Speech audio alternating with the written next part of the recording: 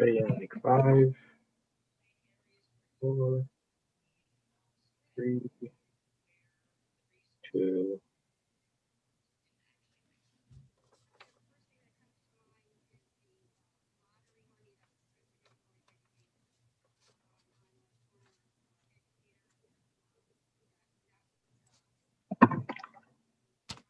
Let me just check to make sure it's broadcasting.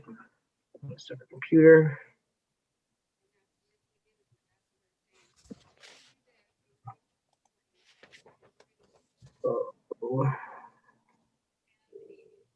That is our faces on YouTube. We are good to go. Wonderful. Thank you so much, Camilo. Well, good morning, everyone. Welcome to today's Planning and Development public hearing. I want to begin today with sharing some sad news. Senator Cassano has had a death in his family and will be unable to join us today. And I know that you all will join me in sending your heartfelt condolences to Senator Cassano and his family. And we'll be thinking of him and keeping Senator Cassano and his whole family in our prayers as we go through today. So I'm sorry to be sharing that news. I do want to just go over a few things just as a reminder for members to please use your raise hands function. You've been great about that during the course of the hearings.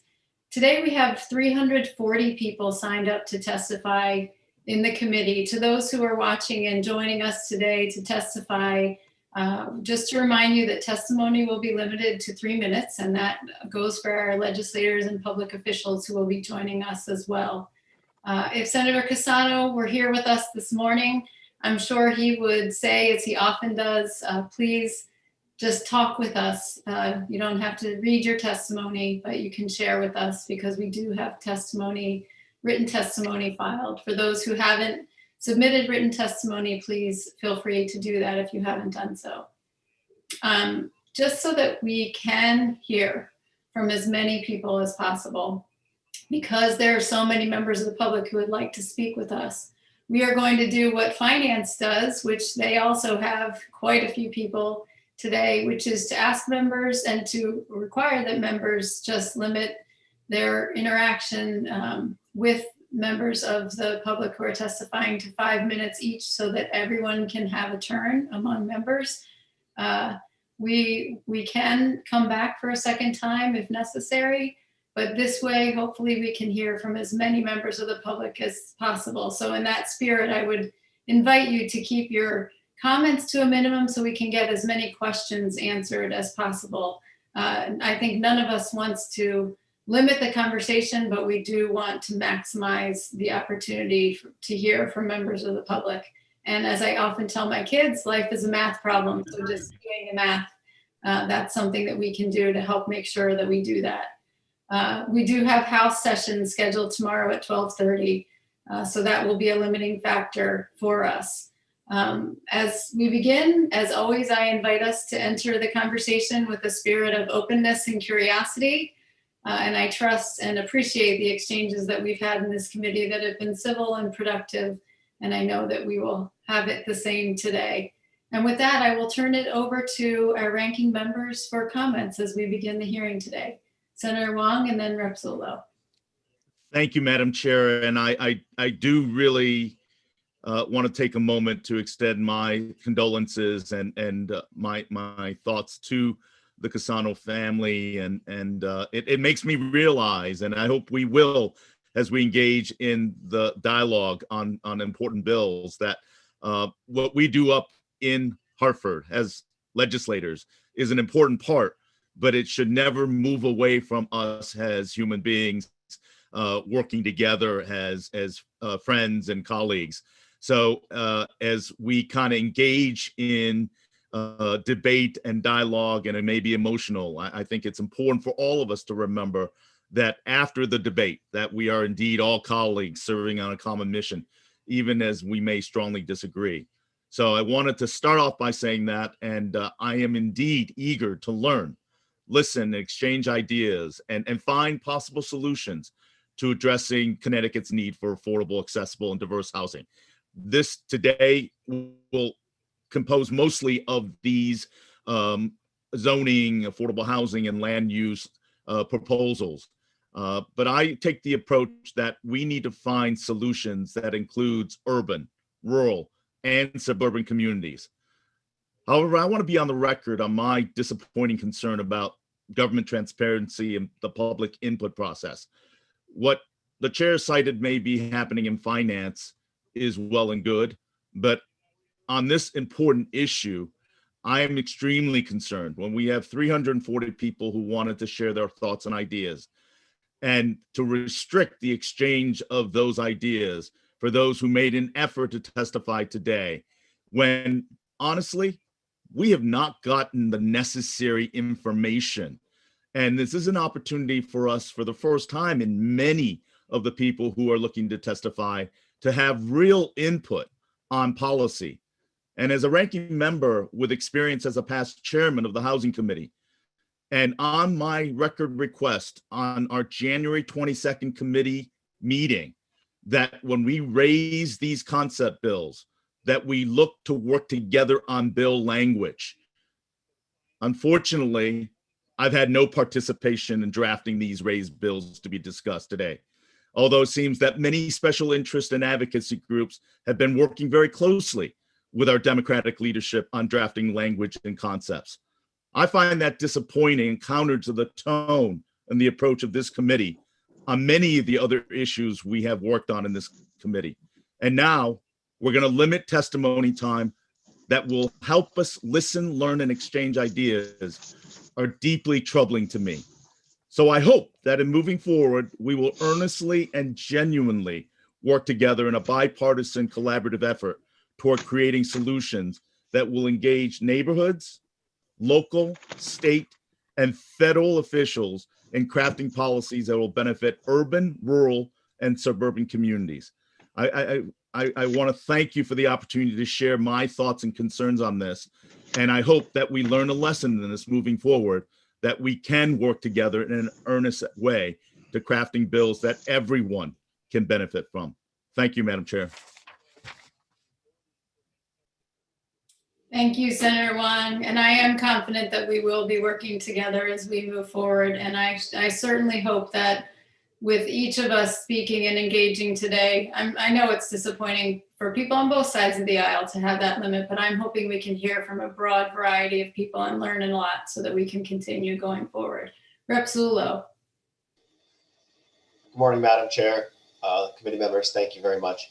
I'd like to join my Senate colleague in extending my condolences to Senator Cassano and his family. You know, I've only known him for a short period of time, but he's an individual who's just full of so much love and empathy. And it spills out into everything he does on this committee. And anytime he talks, you just kind of feel like you feel safe and warm. And it pains me to know that he's going through such a difficult time. And so I'm very sorry to hear that. And I'll just add that, you know, the number of participants just keeps growing at the bottom of my screen. I think it speaks to the fact that these are issues of great import to people across our state, and I'm eager to hear and learn everything they have to say today. So with that said, let's get going. We've got a long day and night. Thank you, Representative Zullo. That's right. Think marathon, people. So pace yourselves accordingly. And I'm very pleased to get us rolling today. Mr. Clerk, I believe that first on our list this morning, I do not see Representative Godfrey. Am I correct in that, Mr. Clerk? Correct. I don't see him either right now. Oh, actually, just got him in.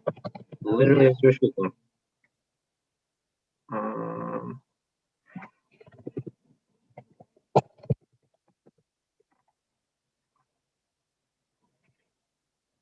Mr. Clerk, is that an affirmative that Representative Godfrey is joining us? Yep, he should be in right now. Rep. Godfrey, do you hear us? This box is here. Rep. Godfrey, do you hear us? Oh, I can, and can you hear me? Perfect. Excellent. Representative Godfrey, welcome to the Planning and Development Committee meeting. Please proceed. Thank you very much, Madam Chairman. Good to see you all. Happy Ides of March to everyone as I cope with the time change, which drives me crazy.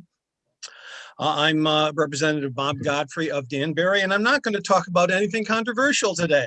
I don't envy you your marathon, but Apex Community Care needs the General Assembly's help. Now, Apex Community Care, formerly AIDS Project Greater Danbury, is a nonprofit 501c3 organization that has been serving Western Connecticut since the AIDS crisis began in the mid-1980s. It was founded by a local group of residents motivated by a passionate concern for people living with HIV/AIDS and the impacts of the AIDS pandemic. This organization knows how to deal with pandemics. It's been doing something for almost 40 years now.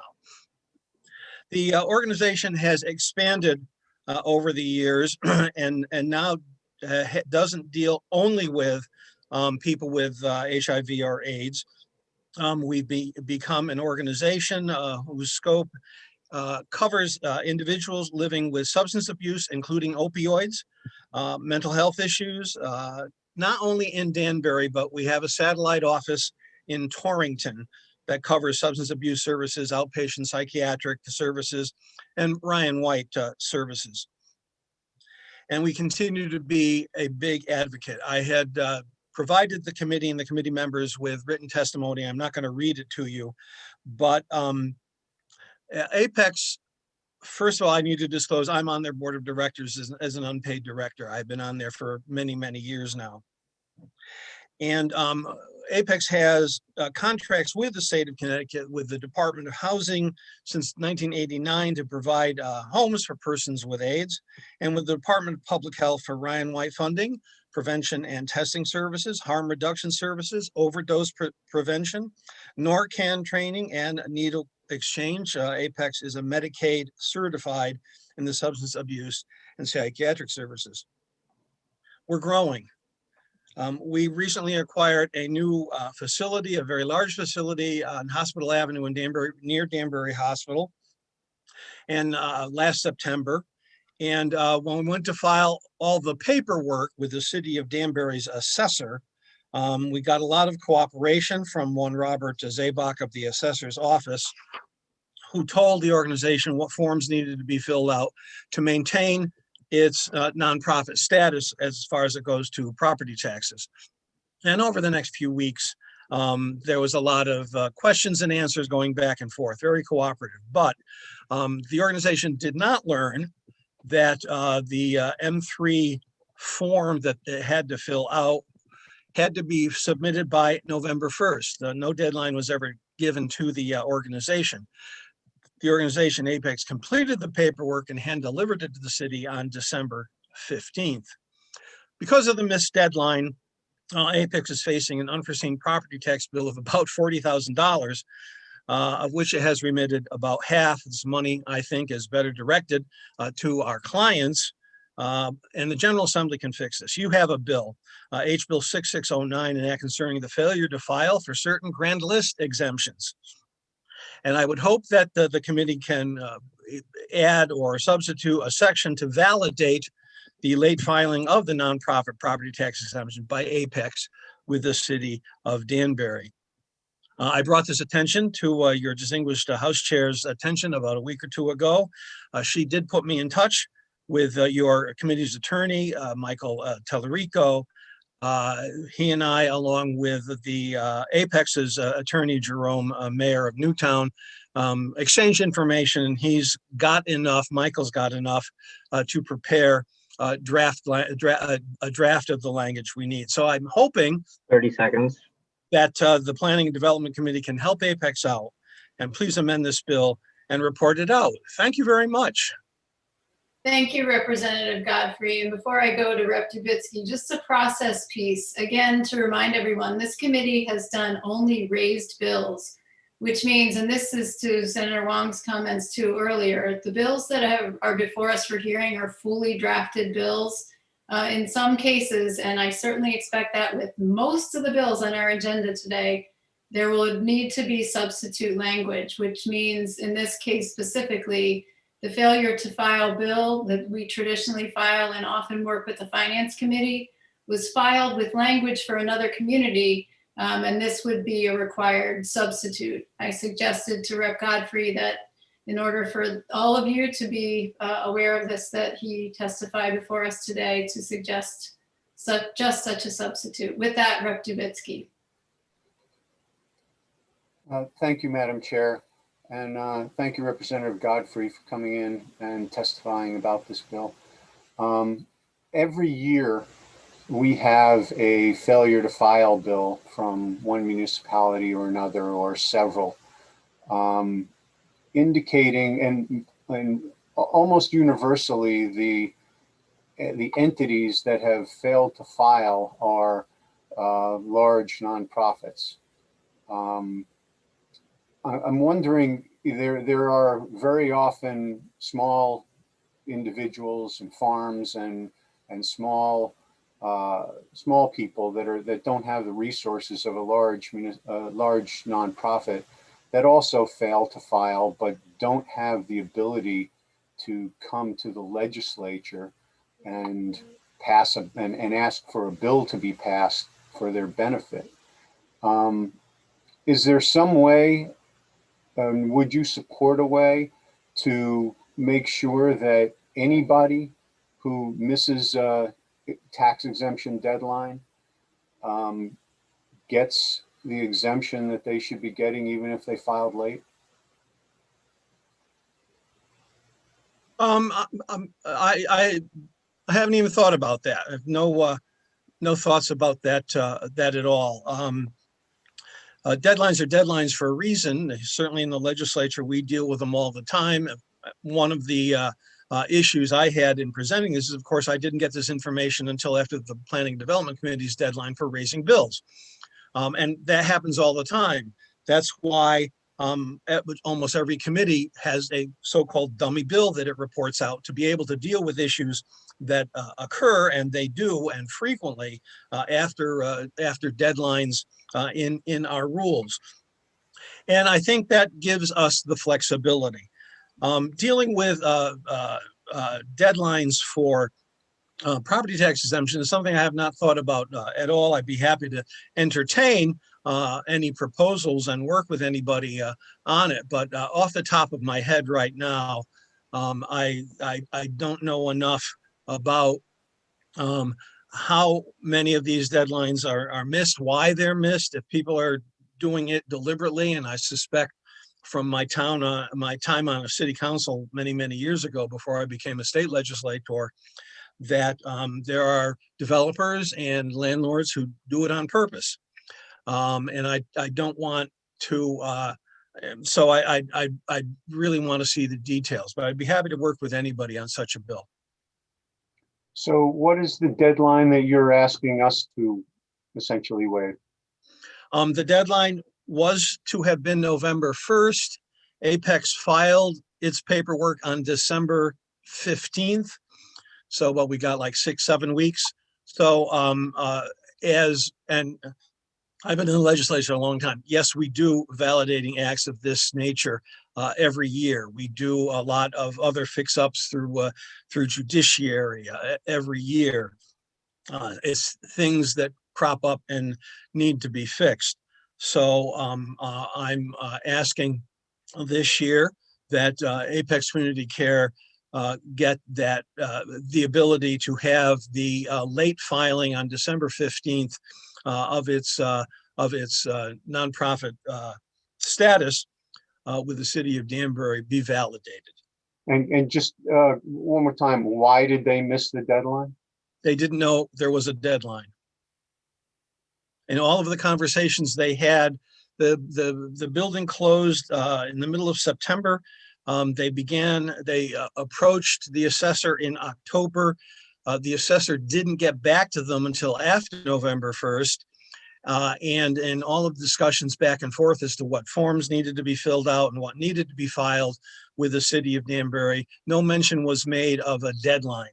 So the Apex filled out the forms, hand delivered it to the assessor's office about December 15th, and only learned recently in the last couple of weeks of this particular circumstance that I'm trying to fix. Is the deadline in statute? I don't know. I think it may be. I provided information to the committee's attorney. He was satisfied with it to be able to write up the legislation. The legislation you have before you already has language. 5 minutes. I think it deals with statutory limitations for another entity in another city, and I'm asking that this be added. Okay. Thank you very much for your Depending on time. what it needs. Sure. Thank you, Representative. Thank you. Thank you, Madam Chair. You think by now I learned with the mute button.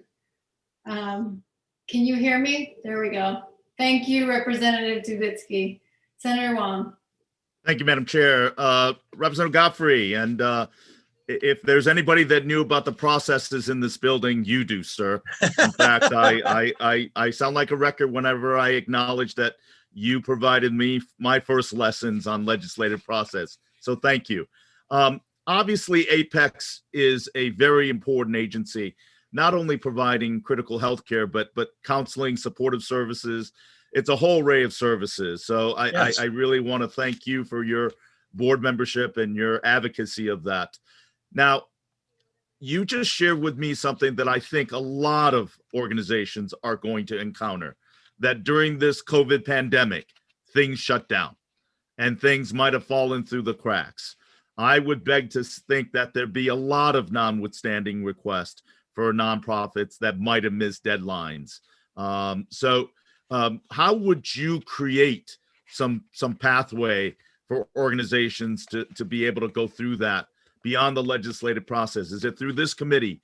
Is it possible language within the appropriations process? As the dean of this building, do you have any suggestions for the leadership of this committee to see when other notwithstanding issues pop up as we get back to a limited normalcy, that all of a sudden these organizations realize, wait a second, we forgot something because we were never in the office. We were never engaged. Any thoughts on that? Yeah, it's a very real circumstance, and not new to COVID, not due to the current pandemic. We do this every year, and we have done this every year for the 33 years I've been in the House of Representatives. They miss deadlines. They're all no fault. It's not like they deliberately miss a deadline. They need to, they're looking for relief. As I said, this is a $40,000 tax bill, and I would rather that money be going to client care than to property taxes. This is the kind of thing we've had long discussions on the pilot program, including the most recent legislation we passed just a few weeks ago, dealing with nonprofits and the state setting up to be able to provide money to municipalities because of nonprofits. I've got, as I said, the new building is literally on the next block from Danbury Hospital, which is a huge sprawling institution here in Danbury. It's been around for like 150 years. It's the biggest nonprofit, they pay no taxes organization. I've got Western Connecticut State University, another one. We provide pilot money to the municipalities for things like that. As we have dealt with the unforeseen consequences of the current pandemic, I expect that we will have more requests and have to deal with them case by case, immediately, maybe thinking about this longer term to deal with the COVID pandemic. And like everything else dealing with this pandemic, we're building the airplane as we're flying it. I have no thoughts right now of how to go about this, but certainly it's something worth contemplating. I will be surprised if there are not more requests for validations before we turn back into a pumpkin in June, because that's been the case every year I have been up here. The validating acts like a lot of the technical correction acts that we do. As you remember, we do in the closing days of the session, because we're trying to catch everything we possibly can, because otherwise they'll have to be put off until next year. So I'm certainly open to any discussion, debate, proposals to deal with this, but I really haven't thought about it yet. And Representative Godfrey, there may be some rare cases where we may disagree on policy, but I wanted to pay you the ultimate compliment I could to a colleague, is the fact that in your entire career, the foundation of what you have done and conducted yourself is to respect the institution in which we represent.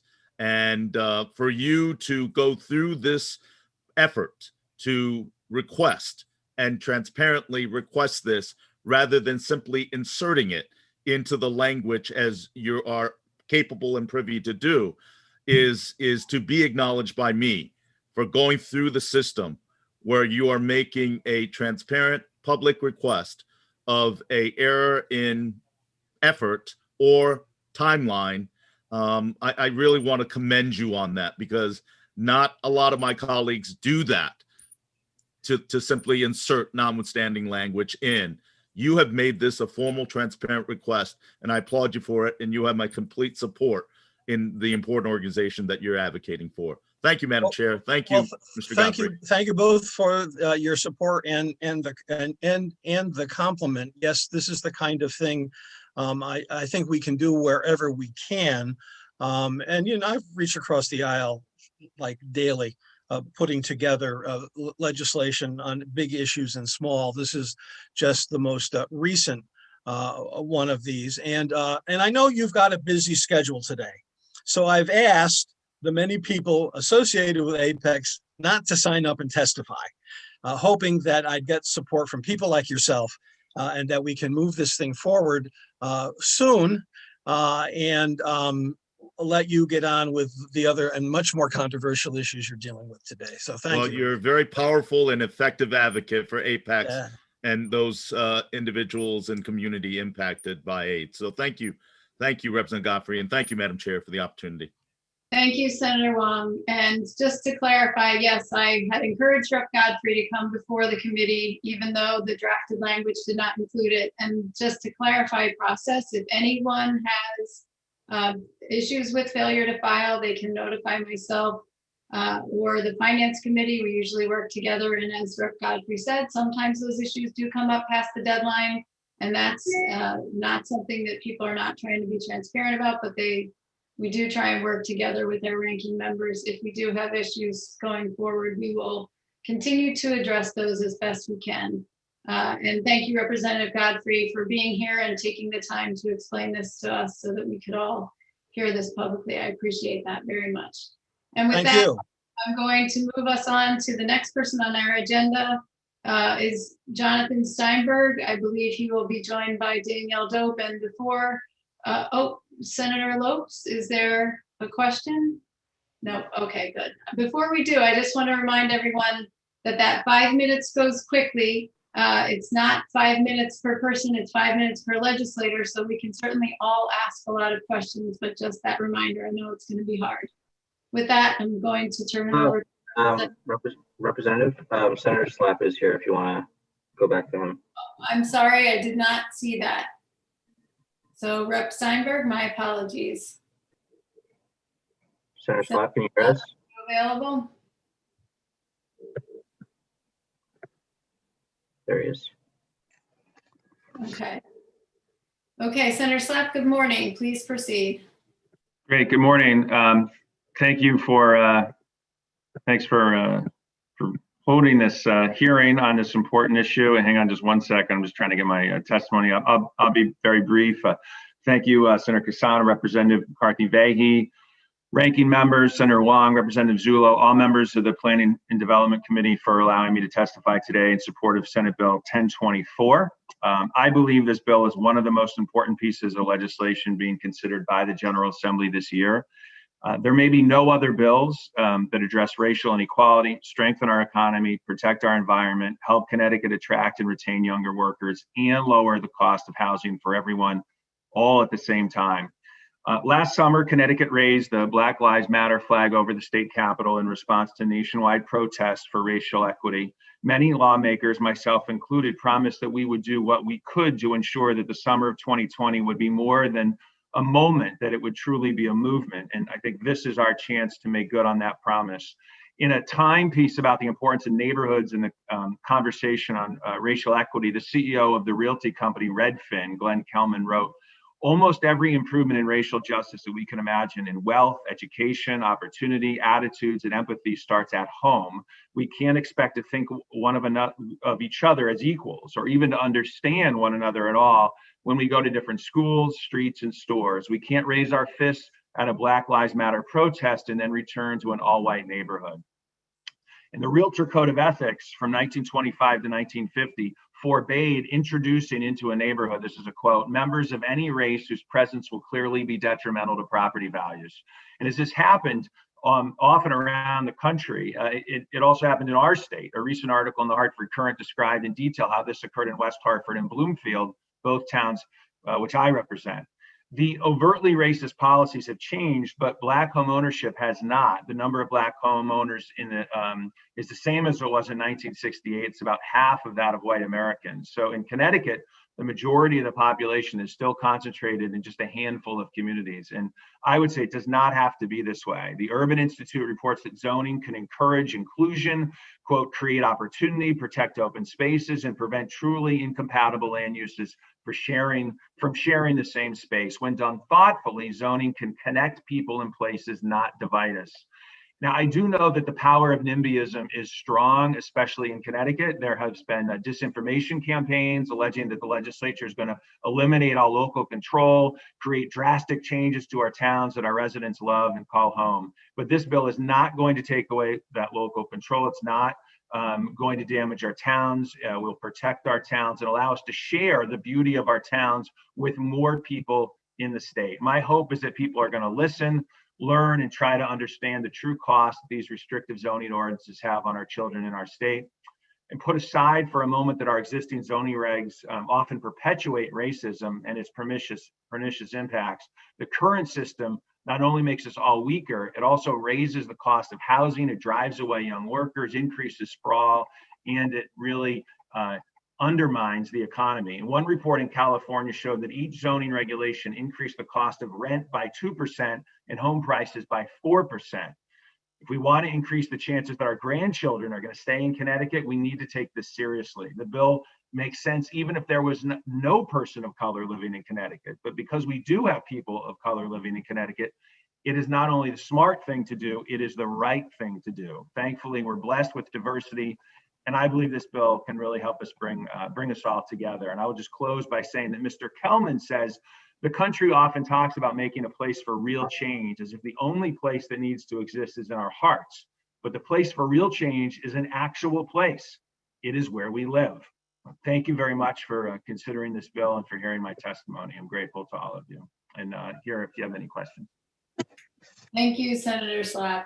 Representative Dubitsky, I lost you for a minute, but I see you're back. Thank you, Madam Chair. And thank you, Representative Slapp, for coming, or Senator Slapp, for coming in. In my town, we have 2,000 people in the entire town, and we have plenty of open lots. Anybody could come in and decide to build a house, or you know, we are not built out. Most of the towns that I represent are not built out at all. There's plenty of places to build houses. My town has 10% of people of color. What's the right number? I just want to make sure I understand your question. The right number in terms of people of color? Yes. I don't have a number, Representative. I think that you know, maybe I think there's a chance for your interests and mine to align in terms of, in many cases, letting being a little bit more respectful of the free market. If you think about it, that zoning is an impediment to, in many cases, letting the free market do what it would normally do. So How do you know that? And I think if you loosen some of these, and I would say, by the way, the threshold for towns in some of the parts of the bill is above 2,000. So that, I think that is important, that I think the bill does is sensitive to the needs of smaller communities. But it's not just about racial equity. That's certainly part of it, but it's about helping our economy and helping everyone, not just one group of people. How do you know that our zoning laws are preventing people of color from moving into my town? Well, look, I cannot speak specifically to your town, and I know you represent more than one, your town zoning laws, but we know the origin of zoning laws and what that impact was. And we know that that legacy still exists today. And if you look at just the concentration of where most people of color live in the state, I mean, it's in, like I said, in a handful of communities. So, I mean, the zoning laws in many cases have changed. The legacy still exists, and I'm not sure why. I mean, if you look at this bill, Representative, I think it's actually fairly modest in terms of saying we want some more diversity of housing stock around whether it's public transportation and the rail line or the central business district. It's not saying in every part of every single community there has to be multifamily homes. Okay, well, in my town, we don't have a train station or a bus station or a central business district. Right. So why would forcing a town like mine to allow 4-unit apartment buildings as of right in a single family zone, how would that possibly encourage people of color to move into my town, which has been losing people for years? So if you look at the legislation, it is centered around those two things. And there's also, I believe, and somebody on, maybe perhaps the chairman might know specifically, the threshold, I think it's 6,000 is the population for the, well, in other words, if your town, one of your towns you're talking about is what, the population of 2,000? All of my towns are approximately 2,000. Right. 2,000 to 3,000. Some of the changes your towns, if they're small, would not be subject to. But again, the overall, and I'm talking about statewide, many of the zoning regulations raise the cost of single family homes, and so it's making it harder to afford a home for everybody, not just people of color. Okay, but you mentioned the home ownership of people of color, but building 4-unit apartment buildings is a rental. We're not talking about home ownership, we're talking about rentals. So how is that statistic of home ownership of people of color, how is that relevant to forcing towns to accept 4-unit rental apartments in every residential zone? It wouldn't. I don't believe that it would force 4 units in your towns. I just want to be clear about that. And I just actually got a note from somebody kind of affirming that. So I think we just need to look at the legislation language carefully. And I don't see this having a negative impact on any of your towns. Okay. All right. Thank you very much. Thank you, Representative. I'm sorry. Thank you. Thank you, Madam Chair. My apologies. Thank you, Representative Dubitsky. Senator Wong. Thank you.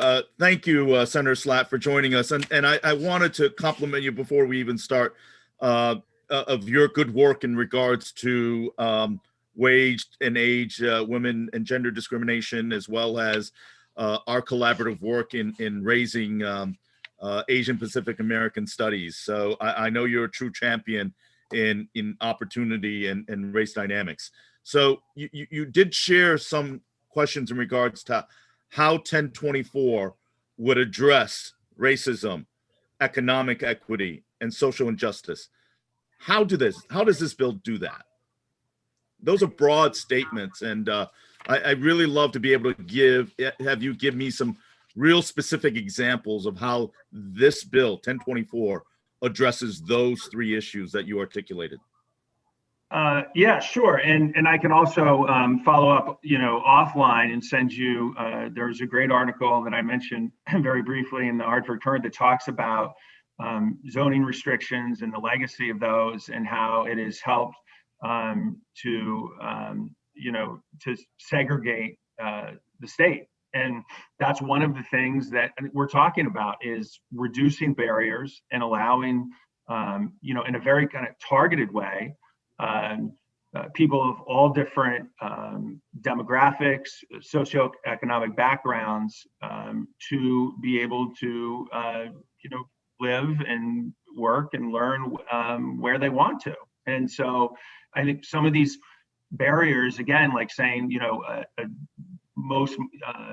many towns aren't zoned for multifamily homes or are not, minimum lot size, things like this. If you look, those things do restrict where people can live. And this bill does not say every town and every neighborhood needs to change. I think it's a very smart and targeted bill. And it's saying like, we're going to align our desire to allow for more integration with what's good for the environment, with what is good for the economy. We all want more taxpayers, not higher taxes. We all want to protect our environment. So I think this bill does all of those things. And in part, it's just by eliminating some barriers in a thoughtful way. And by doing that, and the barriers that were constructed in many cases, like a vestige of a past that we probably in many cases don't really think is worth defending. Not all of it, but some parts of that,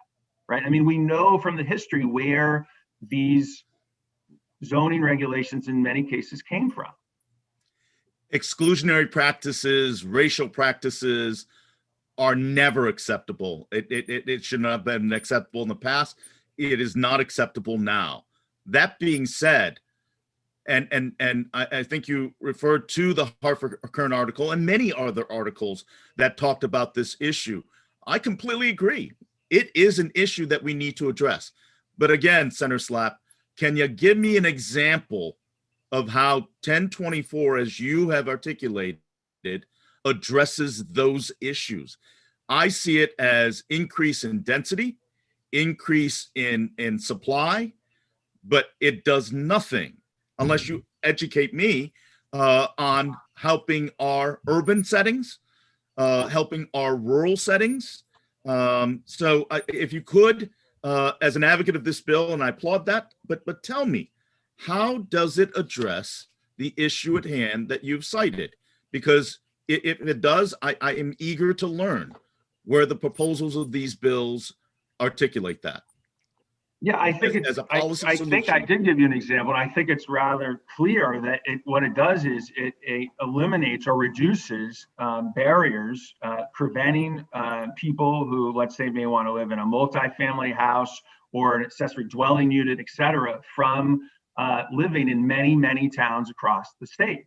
And so, that's what many of our zoning regulations are designed to do. So it will inherently create, through market forces, I would say, more diverse communities, which I think many of us think is a good thing. Yep. And in West Hartford and Bloomfield, you've got tremendous leadership, very, very engaged and very active in just wonderful proposals and policy on behalf of its residents. I would applaud that West Hartford has been quite proactive in its zoning and planning and affordable housing task force initiatives. Would you not agree with that? Yeah, I think West Hartford's done a good job. I think there's always, opportunities to improve. Sure. Where would this bill? You will hear people say in West Hartford sometimes that a lot of our affordable housing is, located in one section of town, that kind of thing. And, and we often have, very robust debates in West Hartford when there's a proposal for apartments and things like that. I mean, and we're mostly built out too. So, but we've been having these conversations and are doing the, I think trying Where to do a would good this job. bill make West Hartford's policy better Well, I think you would see among the things that you talked about? Say it again. Where would this bill help make improvements and mandate suggestions to make West Hartford's policies better? Yeah, I think 5 we're minutes. mostly in line with a lot of the bill. I mean, it identifies the central business district and the rail line of having diverse housing stock. I think we're in line with that. 5 minutes. We just passed, and you'll hear from, I don't know, actually, she's actually testified, but I know she did submit testimony, the mayor of West Hartford. Yep. Senator Slapp, I apologize. I'm actually having a little trouble hearing our clerk, so we're going to work on our 5 minutes. But if you could So summarize. yes, I will close. Thank you, Madam Chair. And to follow up, I want to thank Senator Slapp for his work on this. But I do want to challenge the question in regards to it is not a state takeover and regulation. I want to refer him to line 425 to 433 of this bill, which cites that any regulation that fails to comply with this legislation becomes null and void on a local basis, and that this legislation is to be followed until the municipality regulations are brought into compliance with this bill.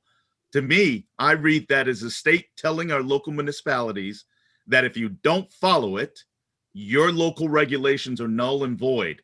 So I would refer that, and I would be happy to engage this further conversation offline. I want to work towards solutions, but I want to work one in which all shareholders are engaged in this. Thank you, Madam Chair. Thank you, Senator Slapp. Thank you. Senator. Thank you, Senator Wong. And yes, that is in the section on accessory apartments specifically. Representative Zullo. Thank you, Madam Chair. And good morning, Senator. Just a couple of follow-up questions to some points that came up with Rep. Dubinsky and Senator Wong. You had mentioned that you don't feel that this legislation infringes on the free market. I'm particularly interested in the portion that talks about any developments of more than 10 or more units being required to have at least 10% affordable housing. Don't you see that as a directive, as a mandatory directive, that we're going to go around the free market and say whether or not the market dictates 10% affordable housing, we're requiring it? Isn't that an exact interference with the free market? Yeah, and Representative, thank you for the question. I don't think I said that that this is eliminates all regulations. I mean, certainly does not. My point is that I think in many cases it gets us to a freer market in terms of allowing people to live where they want to in a more diverse way, in terms of it diversifies our housing stock. So, I mean, zoning regulation inherently is putting restrictions on, right, what people can build on their own property. Like that's as one example, or so it doesn't get away with all of that. It doesn't eliminate it. So once again, though, then you're agreeing, though, that making a 10% mandate for affordable housing in a development of 10 or more is an infringement on the free market. If a developer doesn't want to do this under this legislation, they would have to do it. I don't know if I would use your term of infringement, but it's certainly, yeah. I mean, it's consistent with zoning regulations, and that we are. I don't think it's inconsistent with, in terms of, existing zoning regulations have to try to balance the free market with what's best for not only just towns but also the state as a whole. And I think this legislation loosens that in some ways, but certainly doesn't, as you rightfully point out, doesn't eliminate it. Then I want to drill down on home ownership. I'm a big proponent of home ownership. I see that as a key to building generational wealth, as a gateway for families to get ahead. And I continue to struggle with how this legislation increases home ownership. And I think it was talked about a little bit previously, but can you explain to me a little bit more about how you feel this legislation increases home ownership? Sure, because it's going to make home ownership more attainable and more affordable, because it's going to make it and I cited this in my testimony that oftentimes more and more regulations that you have, and the harder it is to buy a home, to move into a community, and minimum lot size you see, as one example, makes home ownership more expensive. The study I cited said I think it's 4% it adds on to the cost of a home. So, it will help achieve home ownership. And there are a lot of experts who are going to testify today who can cite many examples as to how I think it will make improvements in that regard. What I see when I read this is that it makes it easier, makes it more permissible to build multifamily housing, to locate multifamily housing in single family districts, which is great. But again, if you're going to construct housing, you need to get a construction loan, which means you need to have money for a down payment, substantial. And I don't see people who are just trying to get into the realm of home ownership building multifamily homes. I see them trying to buy an affordable single family home. So I'm just trying, what I think this is going to do is create more rental housing. And if the goal is to increase home ownership, I don't see how this gets there. I think this creates more rental housing, which does not build generational wealth, and which is going to keep people in the same cycle of just getting by. So I would love to partner with you and others to really get a bill that creates home ownership, but I've yet to see how this really does it. And I don't want to waste any more time. I'll talk with you more offline about maybe how we get there. And maybe you can help me understand better, but I just wanted to make sure that you understood where I was coming from. Sure. Thank you, Representative. Thank you. Thank you, Representative. And thank you so much for everyone so far helping with the 5 minutes. It's much appreciated. So we work together so we can hear as much as possible. Next, I'd like to recognize Representative Fiorello, followed by Representative Zawistowski. Thank you, Madam Chair. Senator Slapp, I wanted to ask you, how do we legally define affordable housing in our state? In what regard? I mean, there's because people often say capital A or undercase A in terms of, or lowercase a, I should say, in terms of affordable housing. Some of it is subsidized, and then other times we just talk about it in terms of overall affordability. So so I guess that would be my answer. It kind of depends. Well, by the letter of the law, how our legislation defines affordable housing, 830G, how do we do that? Yeah, I can get back to you. I don't have the specific language in front of me, but I'm happy to get you whatever information you need in terms of affordable housing. Okay, I think we define affordable housing by the letter of the law. According to 830G, it's deed restricted. They do have to receive subsidies, and they have to be of a certain age. But you spoke about wanting market forces to create affordable housing. Would you say $1,000 of rent per month is affordable? It depends. It depends for whom.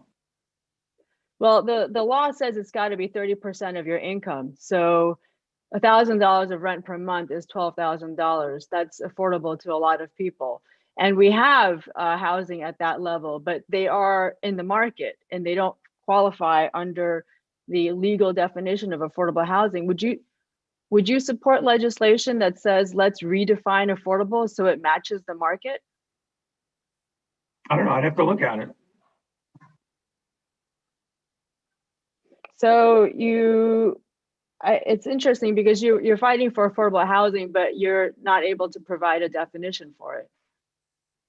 Or what is your definition of affordable housing then? Well, again, I think there are two definitions that we work with. One is, families that can afford housing, and it's not necessarily government subsidized, but kind of the one that you're referring to. And then oftentimes affordable housing is referred to as, with government subsidies. Right. Well, deed restrictions often won't allow those properties to appreciate. And there have been some advocates who want to see changes in the definition of affordable housing so that when folks get into them, whether they get in with government help or not, they have a chance to have, property appreciation. That might be something, you might want to look into in terms of supporting affordable housing for people, truly market-based affordable housing. But I also wanted to ask you, you said that zoning regulations is really limits market forces. Would you support a complete removal of all zoning then? No, that's not what I'm advocating. Okay, so then you don't trust the local voices for zoning, but why do you have confidence that state mandated, state written zoning is better than local zoning then? Well, I'm not saying that it's better. I'm saying that I think that there has to be a balance. And I think that when you have 169 municipalities, understandably, each municipality is, and we see this, I would say not just in housing, we see this in a whole number of different issues, that each municipality understandably is just singularly focused on their own borders, their own municipality, and not the state as a whole. And our job as state lawmakers is to think about our districts, of course, but then also think about what's best for the state. So what's best for the environment and what's best for things that don't just stop at, each town's border. So I think that's part of what we're supposed to do, is be good stewards for the entire state. And sometimes that's thinking just beyond a municipality and thinking more globally. Well, the maxim I think is, think globally, act locally. And we are talking about, a real impact per neighborhood. And I think that's why we're seeing, the need to have local voices. But that's the end of my questioning. Thank you, Madam Chair. Thank you, Senator Slapp. Thank you, Representative. Thank you, Representative Fiorello. Representative Saugatuck to be followed by Representative Lamar. Thank you, Madam Chair, and thank you for being here today and for your passion on this, Senator. Thank you, Representative. Good to see you. Good to see you as well. Affordable housing is incredibly important. We should have people being able to afford to live in the towns that they work in. I have no quarrels with that. I just have some misgivings about this particular approach. These 1 to 4 family, these 4 family and up buildings, the middle housing, who's expected to actually own these properties? You're asking me who's expected to own which properties? The 4 family, roughly 4 family, any of the multifamily. I'm not sure I understand your question. Who's going to own? Who's going to build these? Who's going to build these, and who's going to own them afterwards? Is this rental? Well, I think you're going to see interest in terms of, transportation related development around, rail as an example. I think you're going to see folks who are going to want to build them, invest in them, and live in them. So you're talking about people, possibly the builders or developers actually owning these, because if you have a 4-family property, it might be a little bit expensive for somebody to live in, to build a brand new one. Is this something expected to be deed restricted as well? I don't know what the intention was in the bill. It didn't specify it. I don't know. I'll have to follow up with you about that, Representative. Okay, and who do you expect to actually move into the rental units, into the properties? Is there, you're trying to, you're working towards diversity. Who is the target client for these, the target renter? I don't know if there's a target renter. I think we would see young people, we'd see old people, we'd see people of different ethnicities. So we'd see, there's not, I think that's the beauty of it, is that, it would, there's not one particular, I would say, target. But I think these would be attractive places to live. And I think it would address a lot of what we see in Connecticut of our brain drain, of high housing costs, of young people leaving, all the issues that I think we care a lot about. Do you think these people would be that are interested in living in the multifamilies would also care about the school systems? Sure. You mean about going to good schools? Yeah. Sure. Yeah. The reason I bring this up is that in these specified areas, there is no opportunity for public input on whether or not the schools actually have capacity, or whether or not emergency services has capacity for the increased size. That's probably one of the most troubling things that I see about this particular bill and the other ones that are on the agenda for today, is the fact that even the local public organizations, the people that live there, there's no opportunity for them to even discuss the proposed development and its possible impact on public services, which will affect the rest of the municipality. Do you have any comments on that? Well, I think in many of our municipalities, we see declining student enrollment, and I think overall the state needs growth. Now, that's not going to be the case in every single community, but I think that I think many communities, this is not going to have a significant impact. So basically, this model is if you build it, they will come. We're talking about a state that's had, until people have started, moving into Fairfield County and other areas from New York, you're seeing a state that's had declining population, and I'm not sure that's attributable to lack of housing. So I mean, I'm just concerned overall of the bill. I appreciate your comments. I absolutely appreciate your sentiment behind it. I just find this very problematical, that this is indeed a top-down approach with very, very limited opportunity for public input. I think, Representative, I saw some stat, and I can follow up with you on the specifics in committee, but that this impacts, I think it was like 0.5% of all the land in the state of Connecticut. I mean, it just helps to put that in perspective. But I do appreciate your comments and your questions. And it's 0.5% or whatever for now. So I appreciate you being here, and Madam Chair, thank you very much for the opportunity.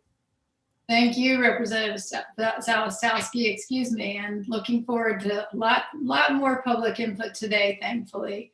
Senator Slapp, I believe there is another representative, Representative Lamar.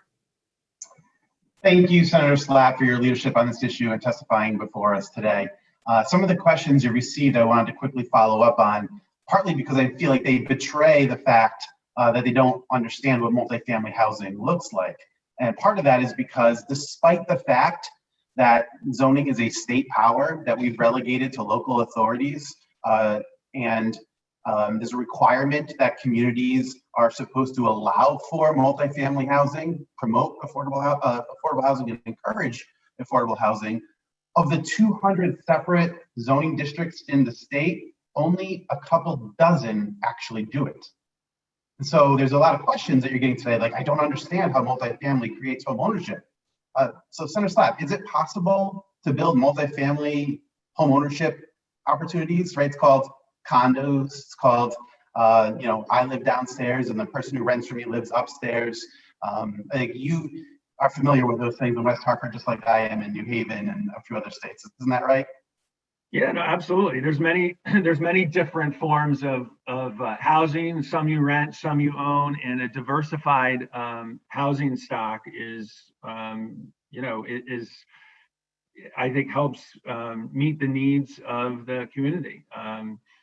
And so, I mean, I just think personally, my own experience, my parents were married, then divorced. My mother was a nurse. We went from a single family to a multifamily. And that was an important time in my life, and was glad that we had a wonderful multifamily home to live in. And then my mother was able to buy a home. And so, I mean, there's all different kinds of models. Thank you. That's exactly right. And that's when we got to the idea of the importance of allowing multiple unit housing developments. Is right now, over 50% of Connecticut's renters are cost burdened, meaning we do not allow for the opportunity for folks to rent an apartment at a reasonable cost so they can save money to buy that home if they so choose. We make it prohibitively expensive when we require 1, 2, in some cases 4 acres before you can construct a single unit of housing. Allowing multifamily housing allows folks, your background is similar to mine in that regard, where people can rent a small place in a community, save up money, and then buy a home. Like that's what we're looking at when we talk about affordable housing, right? Yeah, I mean, exactly. And, you know, I think, and I mentioned this earlier, that I think this is a fairly targeted piece of legislation where it identifies areas that make sense in terms of, you know, rail and the central business district. It has thresholds for small towns, you know, and so I think it does try to strike a balance with what's important, but also what with it is perhaps, I hope, politically possible as well. Thank you. And I think I just want to clarify, a prior questioner asked you for the letter of the law definition of affordable housing. You were put on the spot on that. There's no actual such thing. There's no such thing as the letter of law definition of affordable housing. There is an appeals statute in which, in order to qualify under appeals statute, affordable housing that is deed restricted would count towards a threshold. That's not a letter of law definition of affordable housing. It's an appeal statute in a separate section completely. Affordable housing is something that you can afford individually based upon your level of income, and communities are required and obligated to promote and encourage affordable housing irrespective of an appeals procedure in all of their communities. And I think, as you highlighted in yours, and I think that takes great courage. And I think I applaud the current for that article. I applaud you personally for recognizing it. I think we all need to recognize, historically, there is no disagreement that zoning laws have been used throughout our country, specifically almost pioneered here in Connecticut to create racial segregation. There is no disagreement on that. Like, there is no academic research disagreement that, like, even the folks who are opposed to eliminating single family zoning start with the understanding that zoning was the tool of segregation for large portions of our state's history and our country's history. And I appreciate folks coming before us, recognizing that, saying we may not have created those rules, we may not have created those regulations, but we know now we have an obligation to offend them. And I appreciate your leadership on that, Senator Slapp, and I look forward to talking more with you as we move forward. Thank you, Representative. Yours as well. Thank you, Representative Lamar. And just a fair warning to folks, Camilo and I are working on different forms for everyone to be able to hear more clearly the that 5-minute piece. So before I recognize Representative Dubitsky for the second time, as I mentioned at the beginning, I want to make sure that each person on the committee has had an opportunity before we recognize folks for the second time. So before recognizing Rep. Dubitsky for the second time, are there other members of the committee who intend to ask questions of Senator Slapp? I'm still keeping you a rep there, Senator. No problem. I will recognize Representative Winkler and then Representative Hall. Yes, thank you. And thank you, Senator Slapp. I put in a bill that you'd be able to build duplexes as a matter of right and caught no heat at all because your bill was out there. So I appreciate it. What I see in this bill, and forgive me if I'm wrong, except for the 1 in 10 clause, basically you're not building affordable housing, you're building less expensive housing. Would that be accurate? Well, less expensive than what, Representative? Than current housing. In other words, if you allow somebody to build a duplex, you could have 2 owners, but they wouldn't have to pay as much as somebody who had a single home on the same lot. Sure, right. I think that's a reasonable way of looking at it. That, yeah, I do think it's going to make home ownership more affordable for folks. Sure, whether they're living in a condo or renting, or and then going on to home ownership. Yeah. So, except for the 1 in 10 provision, I see this as just providing less expensive housing plus affordable dwelling units, and even at that, it's a courageous bill, and I applaud you for submitting it. That's all, Madam Chairwoman. Thank you, Senator Slack. Thank you, Representative. Thank you, Representative Winkler. Representative Hall. Thank you, Madam Chair, and good morning, Senator Slack. Good to see you here this morning. You as well. I have a couple of just general questions. So I'm sure you're well aware of the requirement of our local towns and cities to do a plan of conservation and development that we require as a state to be done every so often and submitted their particular plans to the state. My question for you is this. I know as we move through the process, as local municipalities work on these plans of conservation and development, they're huge projects that these municipalities and cities take on to create this document.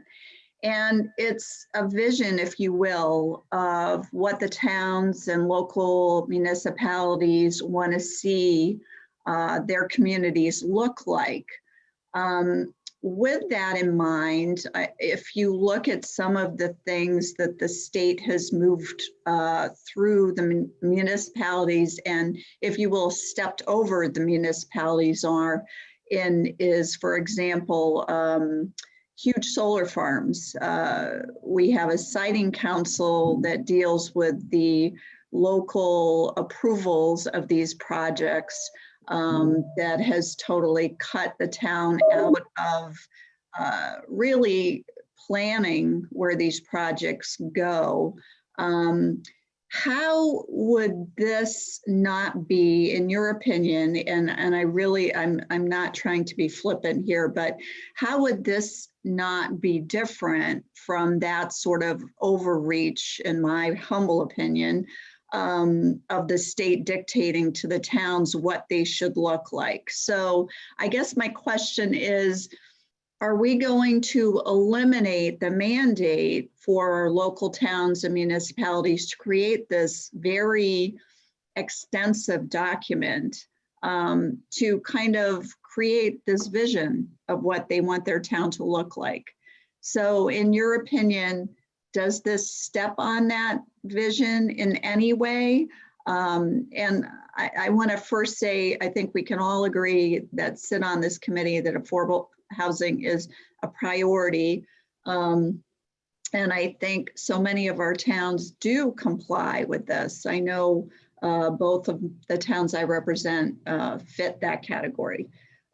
So I just really want your opinion on how this doesn't step on a local municipality's ability to create the vision of their own town. Yeah, I think right now the towns create a vision, you know, and it's based in what their own rules that they've established, and also you know, state, perhaps applicable federal guidelines, whatever, but they set this vision up within a certain context, right? And so that would still be the case. We wouldn't say, no, a town can't have its own vision for how it wants to grow and, you know, and how it wants to look, et cetera. I mean, and that's why I think this bill is like very reasonable and targeted when it says, you know what, like you still have, the zoning board still have a role. We're going to change things like, you know, character to, you know, architectural, you know, definitions and concerns like that, you know, so they can evaluate projects, you know, so it's, no, I to answer your question, I guess I still, of course, see a role for municipalities to play in thinking about how they want to grow and you know, in projects that they want to invest in or not. Okay, so you don't think by changing the zoning or how the vision, how the towns envision what they want their communities to look like, is this, you don't think this is a state kind of weeding away at their own local jurisdictions and visions? You don't think this has any impact on that at all? Look, I mean, it certainly changes some zoning rules and puts some, changes some of the parameters, but I think it's finds a balance of respecting each town's autonomy in some ways, but at the same time, our role, I think, is also looking out for, not just one town at the expense of others, but looking at the state as a whole and what's best for everybody in the state. So I do think it strikes. Your time is up. And I would, Madam Chair. If you could just summarize very briefly. Yep, just a quick question in regards to the multifamily situation. Do you envision the multifamilies that you're advocating for, or the affordable housing, if you will, to be deed restricted? Because and I want to just ask the question in the way that if I'm a developer and I'm putting up a 4-family, are you going to then deed restrict that 4-family so you can come up with the price that you think I should be charging as an investor? So I've built this 4-family. Are you now going to tell me what I need to charge as rentals for this property? Do you envision these multifamilies being deed restricted, is my question.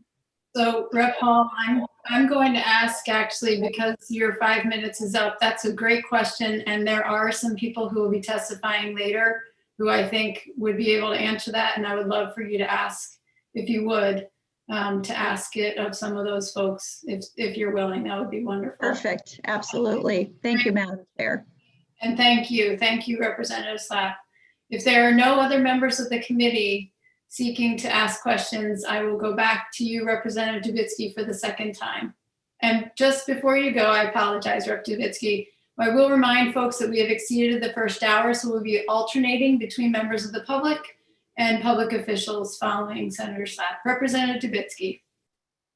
Thank you, Madam Chair. And thank you for your testimony, Senator Slapp. A couple of just follow-ups on some of the answers that you've given. You've acknowledged earlier that that this bill would not be appropriate for all towns, specifically small towns. You'd indicated that you thought there was some threshold below which towns would be exempt from these requirements. And I've gone through and had our attorneys go through, and there doesn't seem to be any requirement, any number below which towns would be exempt. Would you support an amendment to exempt towns below? I think the number you gave was 6,000. Understanding that that small towns would not really have benefit at all, and people of color would not benefit from small towns having these requirements?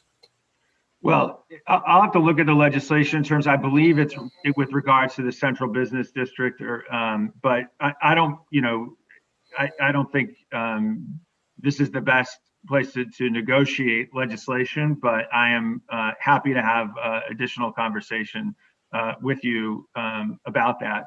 I am not the only stakeholder here. I am one senator who, feels passionately that we can do better when it comes to zoning, and it would help our state in a myriad ways. And I'm happy to continue that conversation with you, Representative. Okay. Can you identify any town or city in this state that is currently using zoning to advance racially discriminatory practices? I'm not going to, pick on any one town in particular. I think that that in Representative Lamar very eloquently, I think, kind of touched on this, that many of our zoning regulations are vestiges of a past that did help to unfortunately segregate Connecticut, and and were certainly had at the time racist motives. But I'm not accusing any town right now of being, racist or anything. I'm just saying that I think it's fresh time that we look at this, and if we're talking about equity, that this is something that's important to address. Okay, so historically, in the past, zoning regulations were used in a discriminatory fashion. Are you saying that there are cities and towns in this state right now, as of today, that continue to use zoning in order to advance racially discriminatory practices? I am not alleging that that is any town's motivation, but I am saying that that is oftentimes the impact. Okay, can you identify any town where that's the impact? Again, I'm not going to pick on one town right now. I think it's something that the state as a whole needs to look at. Okay, now you were asked if we should just eliminate zoning, and you said no. That zoning has an important role in our society. What is the purpose of zoning? Well, that's a broad question. I would say zoning is, it has many purposes. It helps to protect the environment. It helps to separate uses from each other that aren't compatible. Helps to protect resources in many cases. There's a whole myriad ways that zoning is, that is important and appropriate. Okay, zoning is used to, for example, prevent overcrowding. Are you asking me, Representative, if it is Yes. used to do that? Yeah, I'm asking you if that's a legitimate purpose of zoning. I guess it depends what your definition of overcrowding is.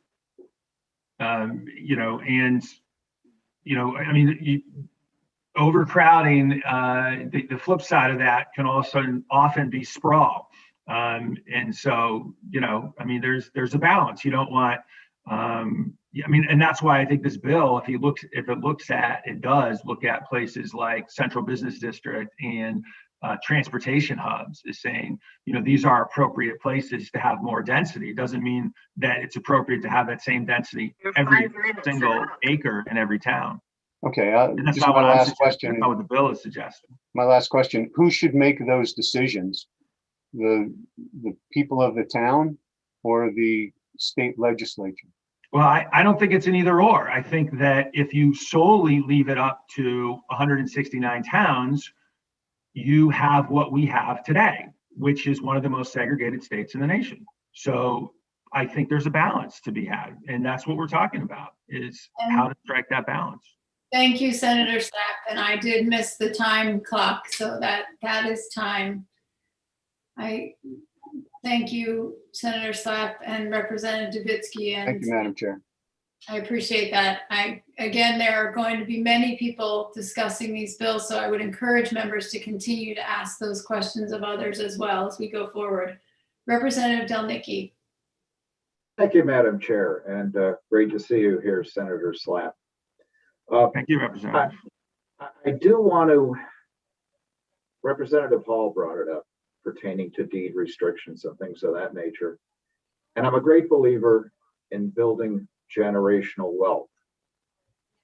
And one thing that I observed in my long career as a local official on the town council was we would get people coming forward that had bought, quote, affordable housing that had deed restrictions to it. And they had made improvements. They wanted to develop generational wealth. And because of the deed restriction in and of itself, that was an impediment to actually being able to make the next move to a better home, from a condominium to a house.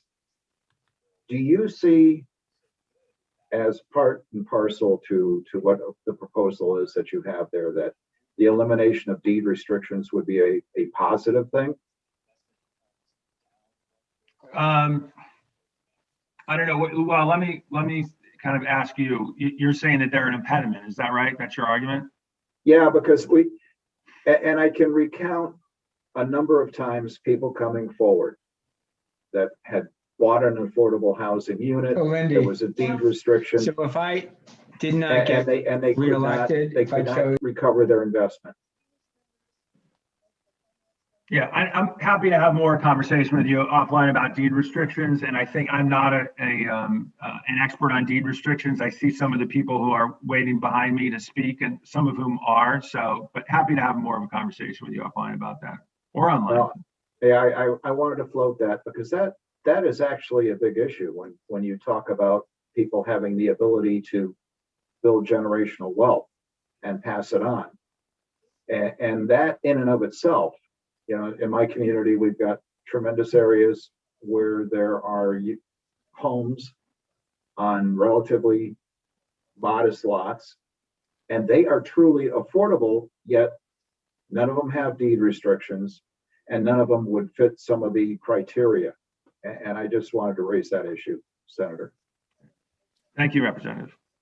Thank you, Madam Chair. Thank you, Representative Delnicki. And Senator Wong, I think you're the last one up for the second time. Yes, thank you, Madam Chair. And I will be very quick. Senator Slapp, I am very eager to work with you, and I appreciate your passionate leadership on this. Do you believe that we need to work to increase access to affordable and diverse housing in our urban centers as well? Sure. I don't think it's sure. If so, where does this bill address that important need?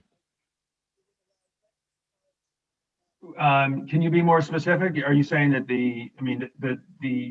I think you're looking at local zoning regulations and rules, and I agree, we share a common mission, but where in this bill, when you look at affordable housing and access throughout the whole state, because it's going to be a statewide mandated law, where does this bill address the need in our cities? Well, you have accessory dwelling units. You have a general loosening of some of the restrictions around, affordable housing in the areas that I mentioned, and that's not true for, just municipalities that are not urban centers. So I guess I'm not fully understanding your question, Senator. Exactly. I think as I'm reading the language, it doesn't really articulate some of the needs in our cities if you're truly addressing urban housing. And I know we're going to have Mayor Bronin following us. And one of the things that I find of interest is, as a border town to you, that there has been significant issues raised in regards to affordable housing stock in the city of Hartford, where there's a current litigation or past litigation with the federal government in HUD in regards to the quality and accessibility as well as safety in those facilities. Look, if we're looking to address affordable housing and address the crisis in housing needs, we should be proposing policies and legislation to address all sectors, as I said earlier. So I hope that you will be receptive to working with me as we move forward on this, to addressing these issues, not only at certain communities, as you shared, but every community that has these needs. So I thank you, Madam Chair, for the second time, and I'm very eager to work with you to addressing this issue on every facet, because as we are looking to pass this law, we are going to impose state mandates on those local municipalities because we think we have a better way from Hartford. Thank you, Madam Chair. Thank you, Senator Wong. And Senator Slapp, I want to thank you for taking the time to be with us today. It's nice to have Thank you, Representative. Thank you for your leadership and appreciate everybody's time in the dialogue. Thank you. Thank you. Next on our list, we have Corolla Kamen. Please forgive me if I'm mispronouncing your name. Is Corolla here with us, Mr. Clerk?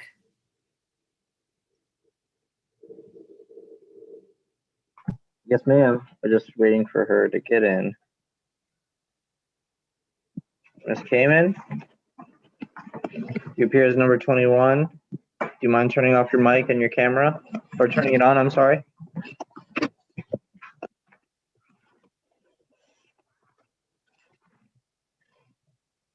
Corolla, if you can hear us, if you can turn on your microphone and turn on your camera.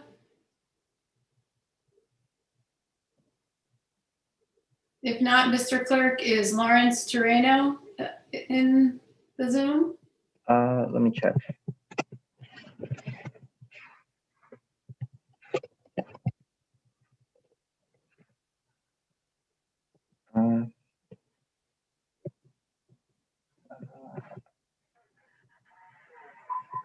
Bear with us, everyone. I appreciate your patience. There are a lot of balls in the air, and our clerks have been doing a tremendous job keeping track. Lawrence. Let me check next with. We have on our list Corolla Kamen, Lawrence Terreno, Jim Paris. Those are the three folks from the public. Here's Jim. Mr. Paris is next on the list then. Yes, ma'am. Mr. Paris, if you are able to turn on your microphone and your video at this time. Can everybody see and hear me?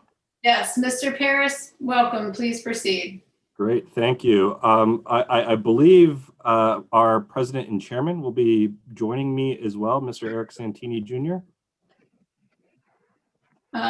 Mr. Paris, if you would like, Mr. Clerk, can you? What was the name again? I'm sorry. Eric Santini Jr. Got it. Mr. Paris, I think we have you on your list. Will you be testifying today? Well, I was hoping to introduce Mr. Santini and allow him to present his testimony as a builder. I don't know if our clerk was aware of that, and I think we need to move. If we can have you hold, Mr. Clerk, tell me where we are. Just hang on one second, Mr. Paris. Eric is here. I see him. Yep. And just for those who are listening, we have a list that we need to follow today with all these folks and with the administration. So please help us with that so that we can keep the flow of business moving today. Mr. Clerk, are we good to go? Eric just has to turn on his camera. Oh. Yes. Great. Yep, it should be on now. Okay, Mr. Paris, I'm going to, again, I'm just going to say for those who are going forward, we need to keep folks where they are on the list. So we ask that you just keep your places on the list, and I'm going to go ahead and let the two of you go together, but going forward, we can't be doing this, especially since we're not together in the building. Understood, and thank you for the exception. Chairpersons McCarthy, Avehi, Senator Casano, Ranking Member Zullo, Senator Wang, and distinguished members of the Planning and Development Committee. My name is Jim Paris, and I'm the CEO of the Home Builders and Remodelers Association of Connecticut, which is a professional trade association with nearly 900 business members statewide, employing tens of thousands of Connecticut residents. Today, I'm joined by our president and chairman, Eric Santini, who is a principal of Santini Homes. And we'll be submitting or talking about Senate Bill 1024, but we have also submitted testimony in support of 6107, 6613, in addition to Senate Bill 1026 and 1027, which we support with amendments. You have our testimony, so I will go ahead and turn it over to Mr. Santini for his testimony. Okay, thank you, Jim. Good morning, everybody. So we are in support of bills HB 661, SB 1024, SB 1026, and HB 6107. Currently, current zoning in the 169 towns in Connecticut, towns and cities in Connecticut really haven't met the current housing demand. I mean, as generations change, housing needs change. A lot of these zoning regulations are dated. Today's demand calls for a more diverse housing mix, which we feel includes affordable housing, middle housing, and ADUs. The overwhelming majority of the residentially zoned land in Connecticut is for single family lots, which of course there's always going to be a place for single family. Many of our members do a great job building single family developments, but the overwhelming amount is zoned for single family. We feel that towns are missing opportunities to meet this housing demand. And there's an economic opportunity for towns too, proven with fulfilling this demand, along with the social benefits of having people that actually live in town, work in town. For someone that, I'm someone that actually builds middle housing, I can tell you the demand is real. I mean, our properties in Ellington and Vernon are 100% full. We've got long waiting lists, and that's been fairly consistent, not just recently, but for really the last decade. We provide a lot of direct benefits to town via property taxes, but our residents also are supporting the local businesses in town.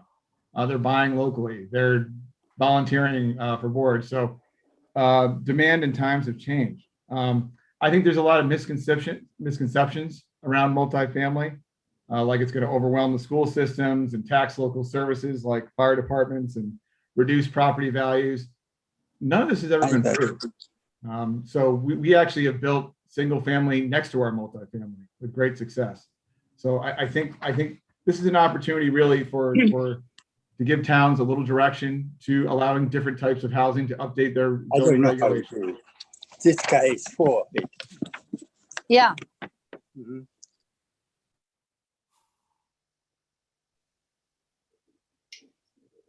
Mr. Santini, were you finished?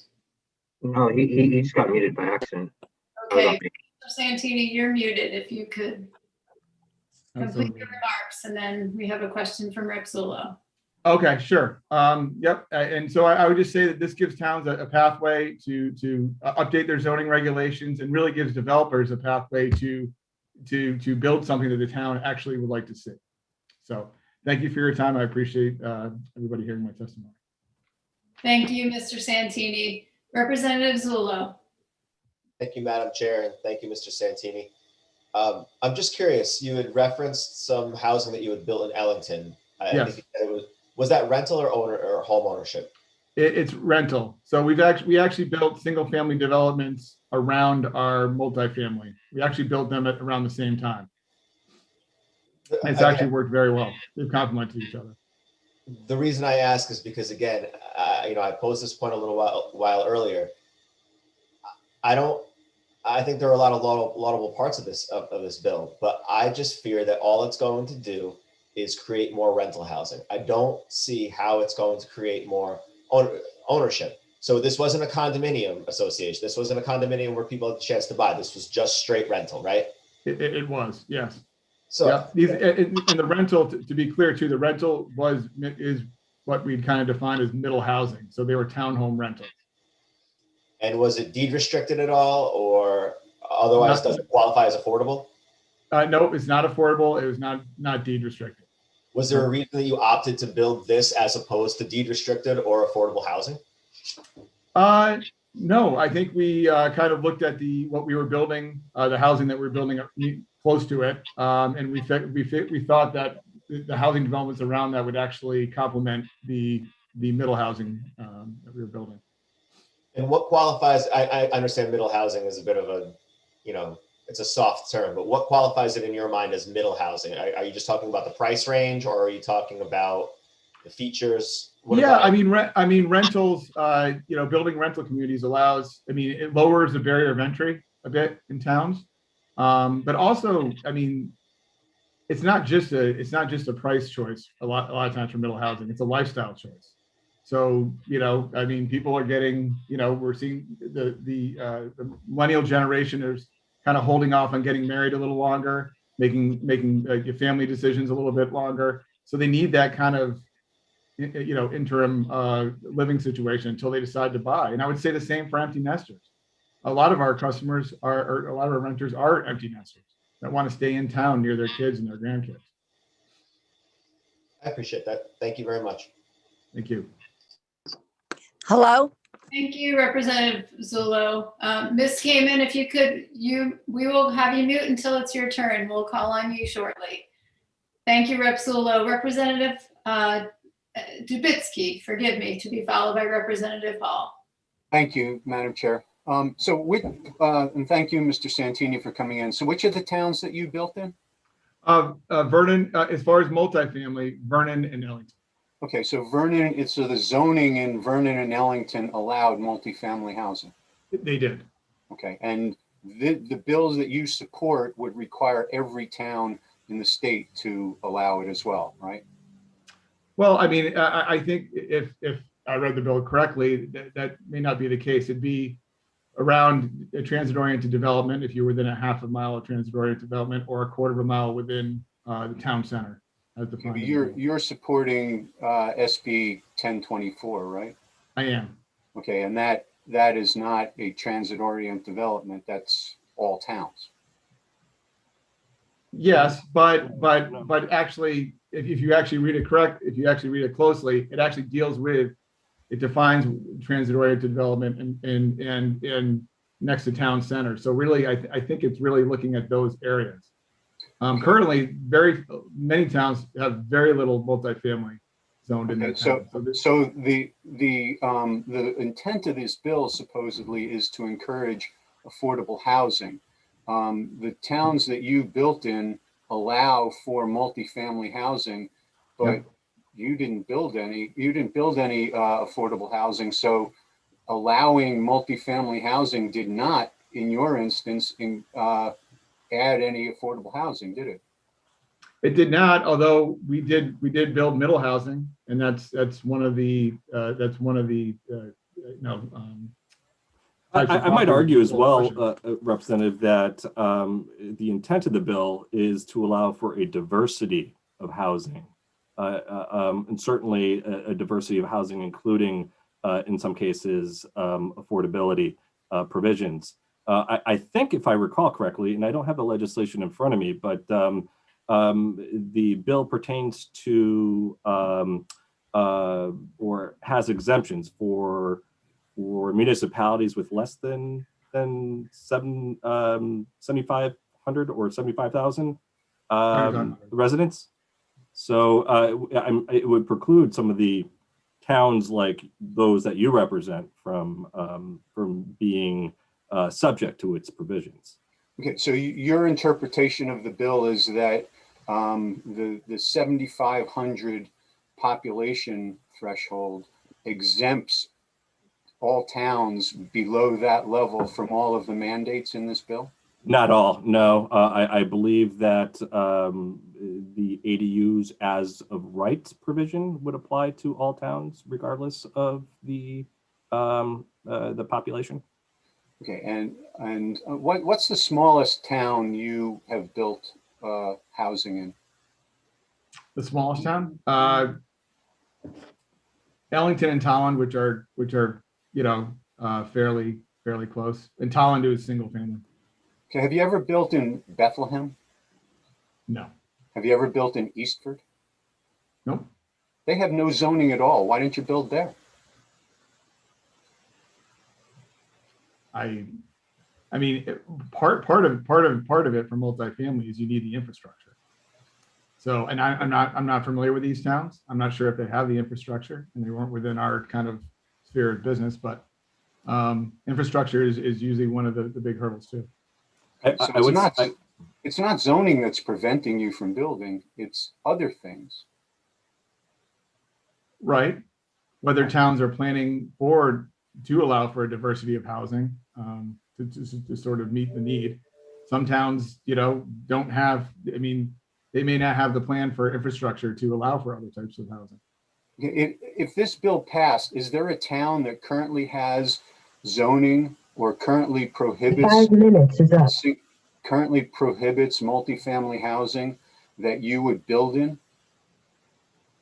That currently prohibits multifamily housing? Yeah, this bill would require them to have multifamily housing zoning. So is there a town you're planning on building on if this bill passes?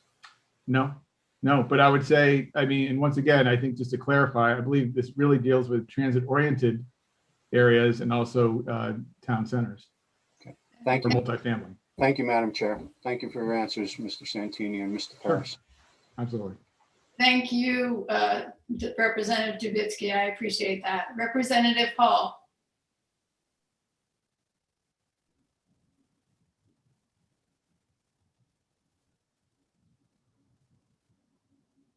Sorry about that. We have our dog clan here today. Good morning, and just a couple of quick questions. Representative Dubitsky touched on one of my questions. The developments that you put up in Vernon and Ellington, obviously, I think Representative Dubitsky mentioned that they weren't affordable housing. What do these developments get in a rental for their investors? What are the monthly rentals for these developments? Wide range. So from, if I take Vernon and Ellington and just sort of combine them, they could be anywhere from $1,200 a month all the way up to over $2,000 a month. Okay, so $1,200 to $2,000 a month. And I certainly wouldn't argue with you about the need for various housing developments. I think we've seen that kind of evolve over the last, I've been doing real estate for 35 years, and we've certainly seen the demand change over the years I've been involved, and there's no arguing that point. We've seen things shift away from condos to more apartment living, and you know, we find that the new generation sometimes want a little bit different of a development than we would have seen years ago. So certainly can't argue that point at all with you. I do, however, want to kind of circle back to Representative Saugatuck's questions at the very beginning to Senator Slatt's direction. So my question is, when you have these multifamily or apartment complexes going in, your feeling is that the local planning and zoning impact doesn't affect the schools or the police or the fire or the you know, central sewer systems. You think these huge developments don't have any impact on these areas whatsoever, where the local towns should have a say or at least be involved in this whole process of these big, huge developments going in. You don't think that's a discussion that should be had locally? Well, I would say I don't think this bill precludes the towns from getting involved. I mean, we still have a whole application process, and if we're just talking about the transit-oriented development part and the town center part, you know, the towns can make regulations that a builder would have to, or builder developer would have to conform to in order to get that. So the town would be very involved, and usually is extremely involved, even well before the public hearing. We're usually doing staff meetings, and so. As far as impact on, of course, a multifamily development is going to have an impact initially, but over time, the economic, you know, not only the direct economic effect, but the ripple effect of having those residents in town usually are beneficial to the town. That's at least what we found in Ellington and Vernon. So I hope I don't know if that. If I might interject for a moment. You know, I would defer you, Representative Hall, to some really great case studies, New Rochelle in New York being one of them, where the town was incredibly stagnant economically and with regard to its development of housing. And, you know, they actually instituted a protocol in which the town was surveyed, and the residents were heavily involved in the planning process of their of what their equivalent of the POCD would be, and their design guidelines. And what this allowed for is for the town itself to really plan what its needs were for affordable housing and transit-oriented development and all of their housing needs. And in turn, when the involvement was at the planning stage, it allowed for a better knowledge on the part of the developers to understand where the needs were and the requirements were for their developments. And therefore, they would submit plans that met those guidelines already. And what they saw was a turnaround in the approval process of 60 to 90 days for multifamily development. In our state, that's relatively unheard of. And what that allowed for was development on a grander scale that was already pre-approved, if you will, by town, and already had the residential input of the town's residents. And it's worked really well. And Madam Chair, I just want to finish with one comment. I appreciate that, Jim, and we do the same in all our towns. It's called the Plan of Conservation and Development, and it is a blueprint for our towns to move forward with various projects and developments that they feel their community wants. And I will say, those blueprints do really work. I can certainly say they have in our communities. But thank you both for being here. I appreciate it. And thank you, Madam Chair. Thank you, Representative Hall. Representative Sawastowski to be followed by Representative Lamar. Thank you, Madam Chair, and thank you, Mr. Paris and Mr. Santini, for being in here today. Mr. Santini, you've been before the Planning and Development Committee before in past years, and I've complimented you on the quality of the product that you produce. Your multifamily housing properties are indeed very, very good. They're well maintained. I lived in Vernon for a number of years, and so I do have some firsthand knowledge of them. Anyway, I do take issue with your previous response that it has not been proven that multifamily properties impact schools or services. You know, the reason that they don't is because you've gone through the regular planning and zoning process locally before. Your local planning and zoning commissions know what the capacities are for the school, for public services, emergency services. So it's not proven because it hasn't occurred. But you take as of right land use around the transit stations and around the Main Street areas, within a half mile of radius of each of those, there's a lot of, even if it's only 50% developed, there's a lot of multifamily units that you could put in there. And that could essentially impact schools in towns that may be already at capacity for their schools. I just wanted to bring that up. Did you have any comments on that? I mean, to say that multifamily development would have no impact on schools, maybe I misspoke a little bit. I would say in the long term, I think it's a positive impact overall for the community. And I think we have NAHB studies, National Association of Home Builder studies, that actually prove that out from an economic standpoint, especially in the long term that they work out. But yes, I mean, the town would still have, under this bill, and I'll let others talk about the particulars maybe that are a little bit more experts on the bill, but they would still allow the town to basically have some control over the design, the density of these projects. Basically what they're doing is they're giving a blueprint to the developer of what they'd like to see in these areas.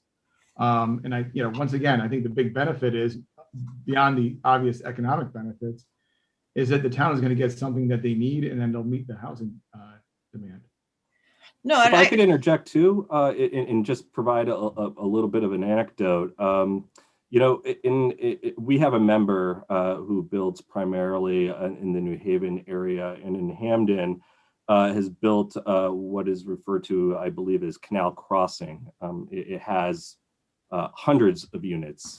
I've had a conversation with the owner of Canal Crossing, who's basically said that, out of those hundreds of units of apartment units, that a half a dozen or so actually had school-age children attending local schools. So I think that there is a misconception out there that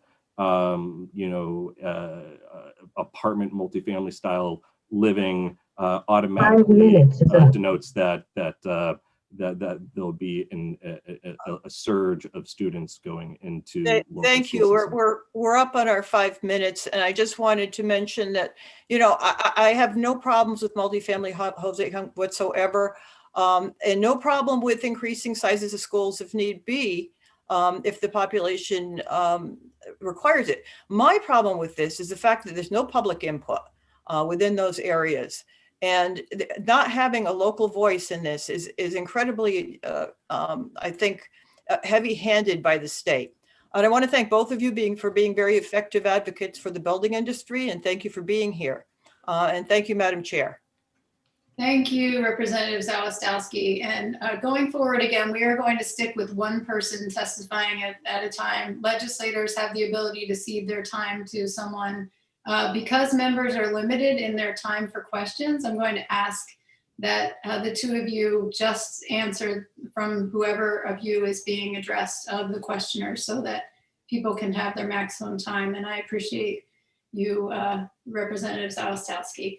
Next, it will be Representative Lamar, to be followed by Representative Fiorello. Thank you, Madam Chair. Thank you, Mr. Santini and Mr. Paris, for your testimony today and helping outline the business considerations, the development considerations that you often undertake when you determine what communities you're going to try to build in, and the process that you have to go through, and the specific processes that are more cumbersome and harder than they would be if you were developing in almost any other state in the country, specifically around transit stations and in downtowns, where Connecticut has some of the most restrictive zoning anywhere in the United States.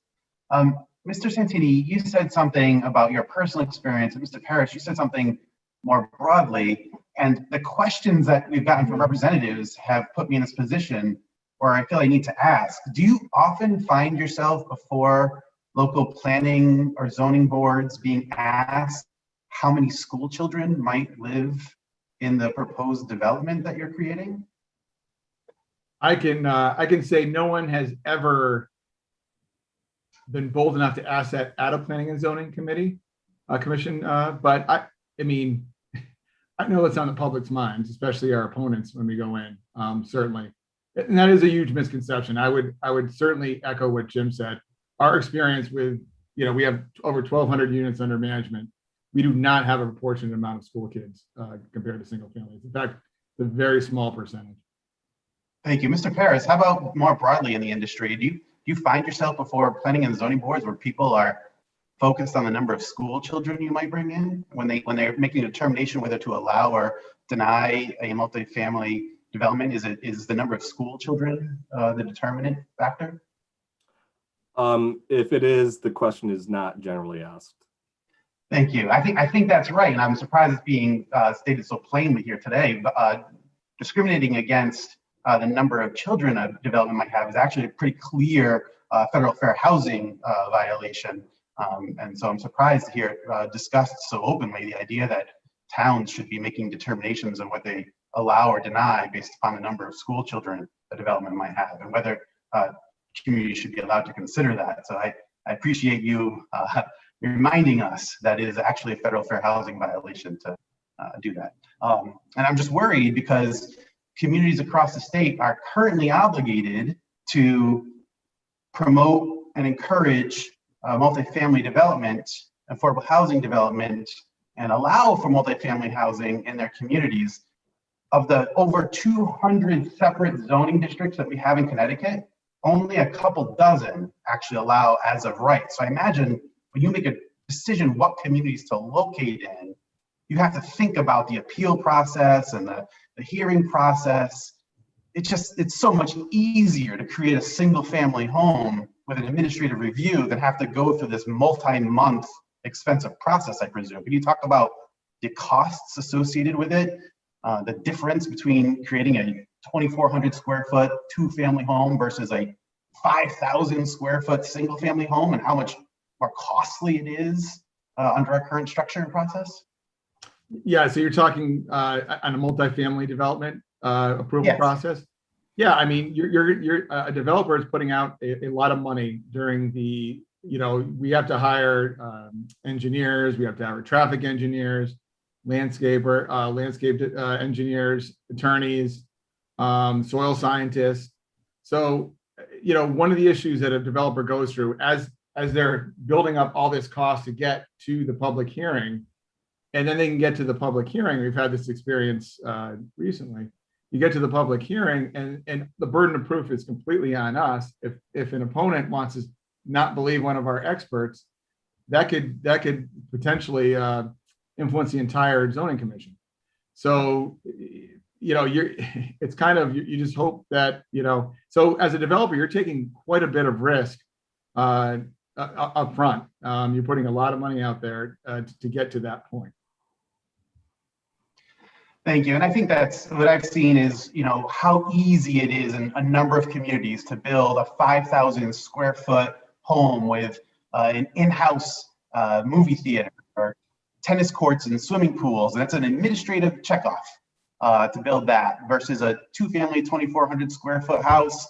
My goodness, you're in for 3 months of public hearings and tremendous review, and your neighbors get to come out and talk about whether it's appropriate. But that 5,000 square foot home with an in-home theater and 30 parking spots, that's just check the box. That's administrative review, and I think people don't understand how much harder and how much more costly it is to go through our policies, which are much more restricted than almost anywhere else in the country. Thank you both for your time today.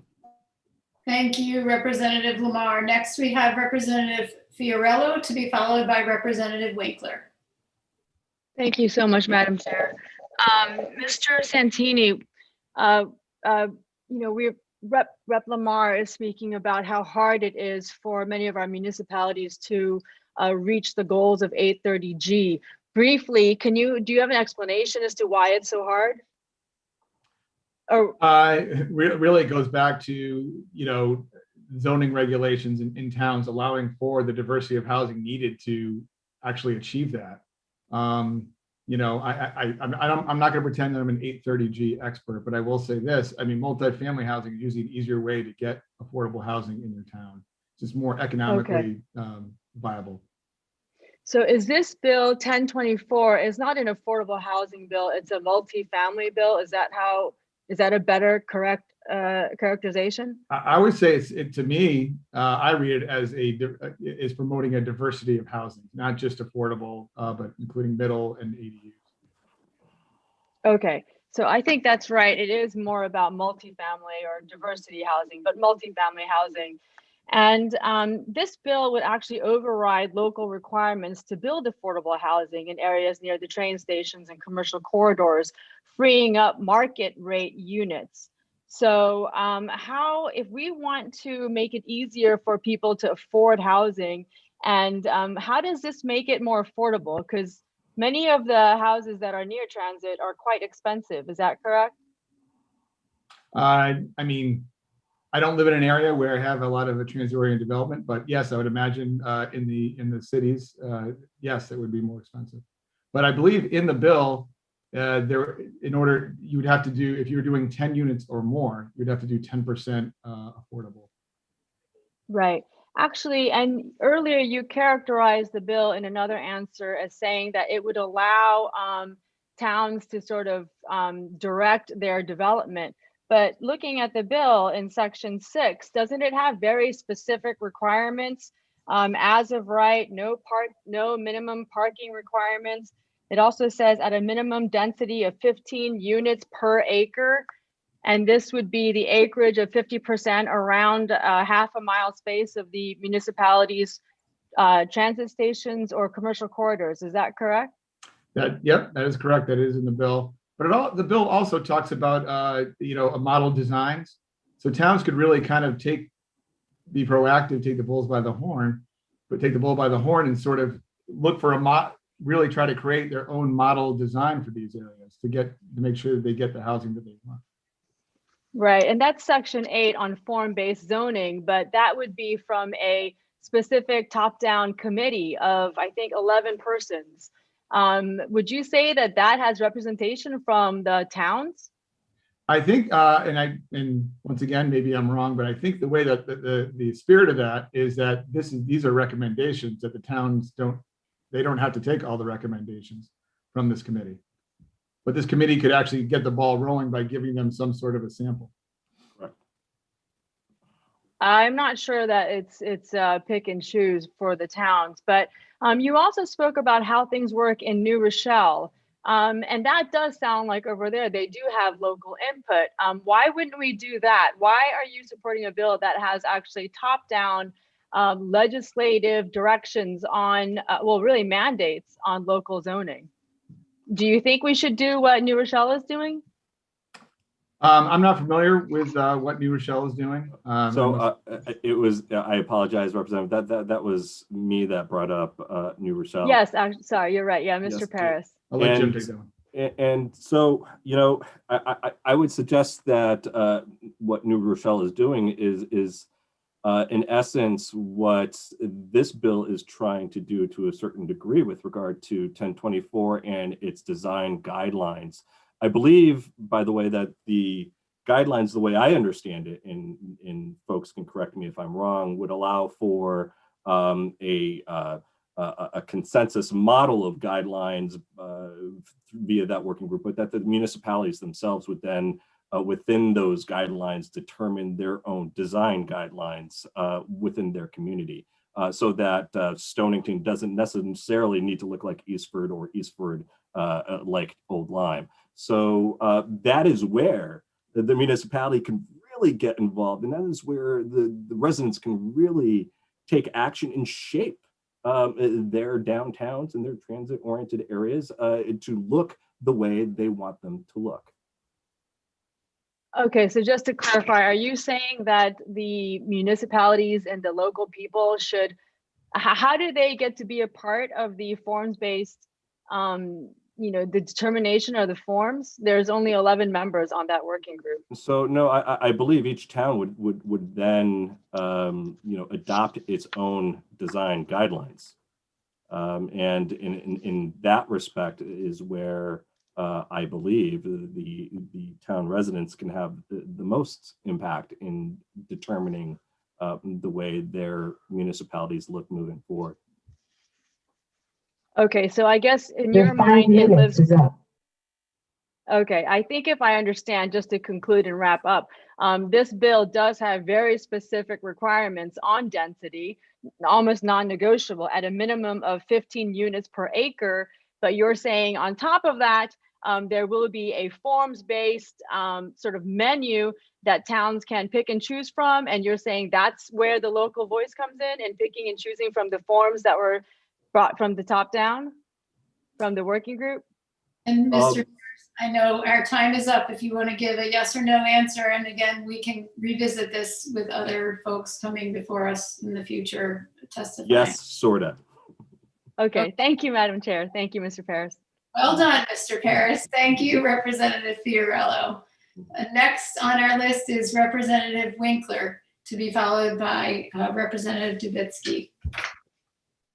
Yes, Mr. Santini.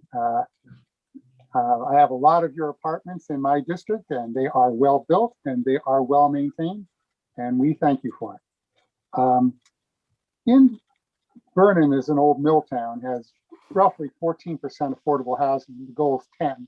So we would like some help from some other districts in terms of sharing. The economics of your profession. Would you rather build 2-bedroom apartments or 3-bedroom apartments? You know, we've never built 3-bedroom apartments before. We've only built 1 and 2s, and that's really sort of dictated by the towns. But, you know, I never actually put any thought to that because it was never an option for us. Okay. Now, I don't want to, well, let me just say that I was on planning and zoning in one town. I was in town council in the same town. And, you know, back in the day, you kept your school population down by keeping the number of bedrooms down. It might have been a violation of fair housing, but nobody either knew it or it was quiet and just happened. So apartments don't necessarily equate to large numbers of school children. In your experience? No, absolutely not. All righty. And that's about all I have. Thank you. Thank you, Madam Chair. Thank you, Ms. Representative Winkler. And my mistake, I believe Representative Dubitsky had asked questions previously. So before I go to Representative Dubitsky, or actually Representative Saugatuck, I was out of order. Are there other members of the committee who would like to be recognized for the first time before going on to others for the second time? Seeing and hearing none, I'm actually going to go to Representative Saugatuck and then Representative Dubitsky. Thank you, Madam Chair, for allowing me to speak a second time. I don't have any questions. I just have a comment. I do take exception to Representative Lamar's characterization of my questions. As I said, I have no problems increasing school capacity if it's required. But my concern is it is far easier and far faster to build multifamily housing than it is to get approvals and to construct schools. It is not good for either the people living in the town or the people coming into the town if they wind up in a situation that it's overcrowded. This is something that local people would be able to gauge.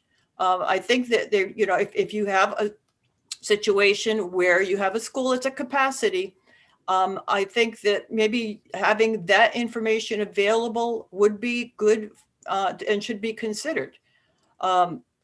I don't feel that, granted, you're not allowed to ask about it, supposedly. And if you're not discriminating, it is a legit question.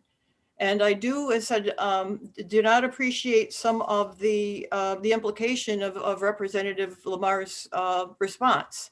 And I just wanted to get that across. There was no intent to be indiscriminatory. This is just a practical question. Thank you, Madam Chair. Thank you, Representative Saugatuck. And I think you're raising perhaps some of the reasons why we're looking at one of the bills today for training, just to make sure that we're able to know what we can and can't ask and what we can and can't do as towns, for sure. And I appreciate your clarification of that. And I thank you. And I will recognize Representative Delnicki for the first time before going to Representative Dubitsky. And Rep. Dubitsky, I appreciate your patience. Thank you, Madam Chair. I like to sit back and I like to listen to the dialogue and get a feel for it. And I've got a couple of questions pertaining to the permitting process, because I served as an inland wetlands conservation member. Do you think that you should be exempt of going before inland wetlands for a permit when you're building multifamily housing or single family housing? Well, I think if obviously we have to abide by regulations, setbacks and soil types, and I would certainly think that we'd have to, I wouldn't want to build without following the town's regulations. So then you agree that you should be going before wetlands? Yes. I mean, it could be an administrative approval, but yes. How about the local traffic authority? Yep, we typically go through the local traffic authority. Yeah. And have you succeeded in getting text amendments on zoning from time to time? In the past, yeah, probably in the past 20, 25 years, yes. So you've been successful with what is being purported as being a very draconian process, and maybe that word is too severe, but a very cumbersome process. You have been successful in going before wetland, zoning, the traffic authority, all the different review boards in a community. Is that an accurate statement? Yes, I mean, we certainly have been denied. We've been denied actually recently in a town we do a lot of work in. So yes, you're going to have your ups and downs. It's a process. It is a big process, and the barrier to entry on being a multifamily developer is very high because of that. You made a comment that it's very high for multifamily. What do you make more money on? And I realize this is a business question. Do you make more money on a large multifamily development or on a development on the same kind of a footprint that's just building single family homes? You know, I've got that question before, and it's really just I mean, I don't even know if it's there's so many factors on a for sale versus for rent. For rent is a long-term investment. And usually in the first several years, you're not making much. And if you can hang on for the long term, like we do, you know, eventually it pays its dividends. A lot of multifamily developers will look to sell after 4 or 5 years and try to make their profit that way. Single family is very much related to the market, and we're timing the market and making sure you're in the right spot with the market and with the right product. So there's a lot of factors. That's a very difficult question to kind of answer. But is it safe to say that you've gone through the process, you've built multifamily units, you have built rental units, you have been able to successfully navigate the waters, and you're making a profit? Yes, that would be the reason to be in business, yes. And that's the reason to be in business, is to make a profit, correct? Well, one of the many reasons, yes. I mean, I feel like we feel like we give back to our community quite a bit, but our developments, you know, I mean, the economic ripple effect of our developments beyond just what we directly give to the town is winners for these towns. And I realize we're not supposed to consider the cost of education, but we can consider the cost of a fire department in a small community having to buy the necessary equipment when you put a multi-unit in to ensure the fire protection and, of course, an appropriate insurance rating. Is that correct? That is correct. And some communities, when you build a large development, a large multifamily, they have to purchase a fire engine. They have to make sure they have the extra folks to provide the protection. And I'm just making the linkage because I heard comments pro and con against people questioning whether or not there's costs associated. And that's why I'm asking these questions. So that would be an accurate statement then. That would be. I mean, I think I would remember that we pay fees during the building construction process, and we're paying property taxes annually. Our residents are paying vehicle taxes. We're paying local taxes, state taxes. So, you know, I think we're paying. 5 minutes is up. All right. Well, thank you for your answers there, and thank you, Madam Chair. Thank you, Representative Delnicki. And looks like Representative Dubitsky, you are last up. Thank you, Madam Chair, and thank you, Mr. Santini, for holding in there. Sure. When you decide what town to build your multifamily house, how do you make that decision that you want to build in a given town? There's several factors. I mean, you know, we're a small family business, so obviously we're staying within where we live. And that's probably been number one. Number two, we want to determine whether, you know, the market is right in that town. And we're seeing that, you know, when we were, you know, my father started the business 40, 50 years ago, the market was a lot different. I mean, there's a lot of towns we find that actually want some multifamily just to have that diversity. So that would certainly be a factor. And then of course you look at commute times and everything else to make sure there's an employment base nearby. Okay, so would it be fair to say that you put multifamily housing in places where you're pretty sure that they're going to rent? Yes, absolutely. And that's generally in places that that are growing? Yes. You know, Ellington was, when we started Ellington about 15, 20 years ago, it was growing.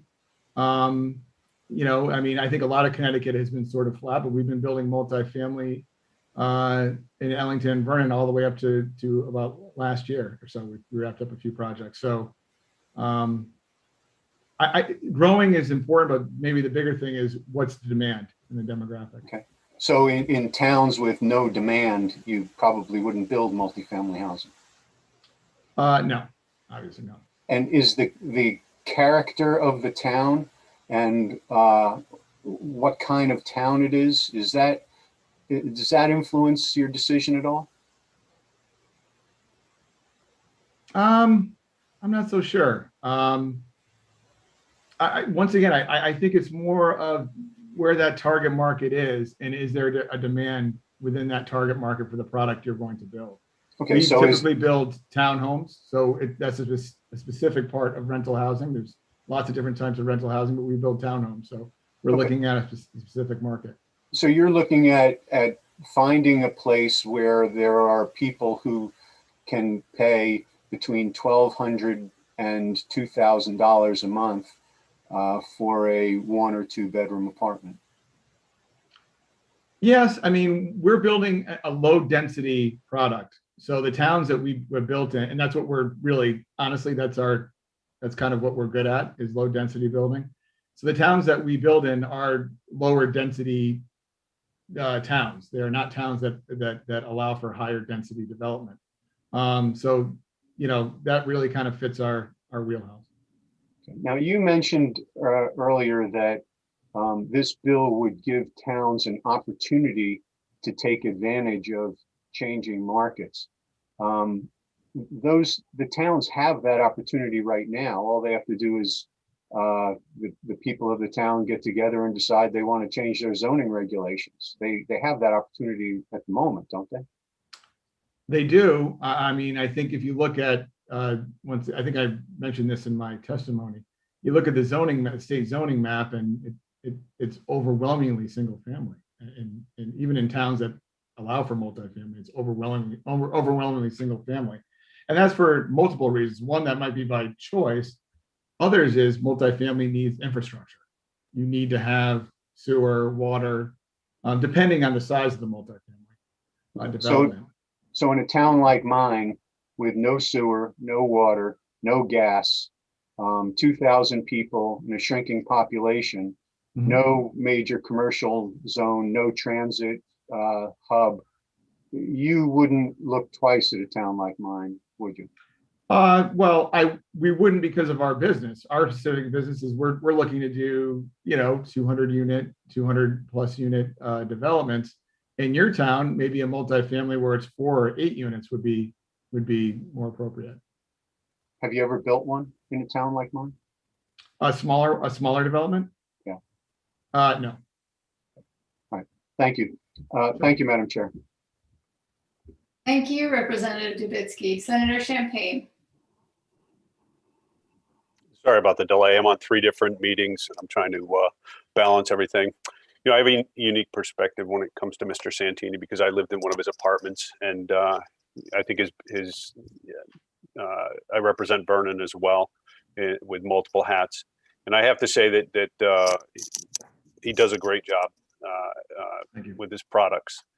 You know, it doesn't mean I support the legislation, but if it, I think when we look at this, we have to realize that in some locations, you know, the multifamily doesn't work. And I'm thinking about the other end of my district where there is not a lot of travel. But my question to Mr. Santini is the 10% low income requirement with some of these. How do you feel about that? You know, it's something that developers would have to deal with. It really depends on the product. On a lower density product, it might be a little more challenging. I mean, is it achievable? Yes. On a higher density, it would actually be, you know, where you're talking about more stacked units, it'd be a little easier to achieve. But it's achievable. And do you know what they're asking for low income? I mean, with your rents the way they are, what would they consider low income in a situation like this?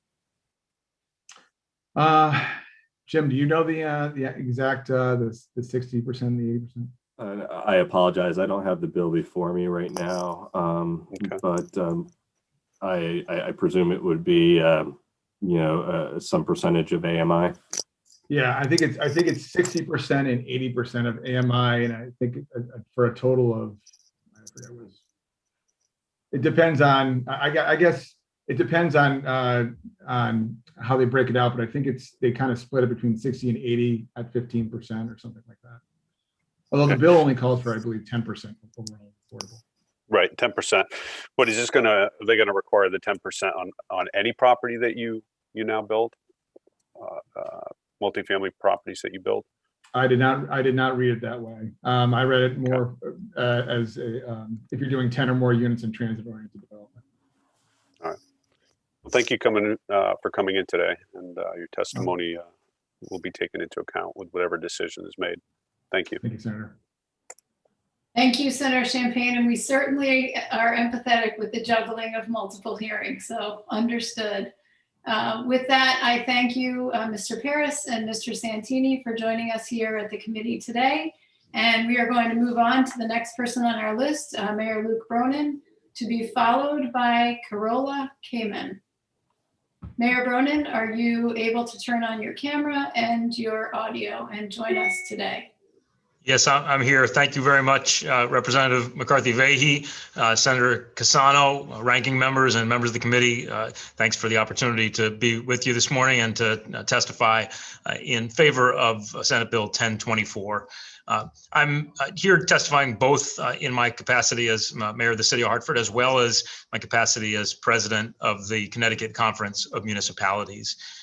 The Connecticut Conference of Municipalities convened a working group many months ago composed of towns of all sizes, urban centers, suburbs, small towns alike, Republicans and Democrats together, that went line by line the initial proposals from Desegregate CT and made numerous suggestions, requested numerous changes to those initial proposals that are reflected in 1024, and engaged in a substantive, serious, collaborative dialogue to achieve what I believe Senate Bill 1024 does achieve, which is an appropriate balance that helps to move the ball forward when it comes to creating a greater diversity of housing in our state, recognizing that our state has been slow to grow, has lost population, that young people often struggle to afford homes here, that older residents often struggle to stay in the community in which they long lived,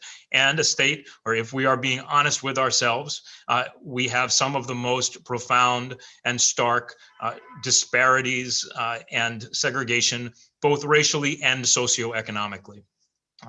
The working group, again, came up with a consensus proposal that reflected numerous compromises and presented that to the board of directors of the Connecticut Conference of Municipalities.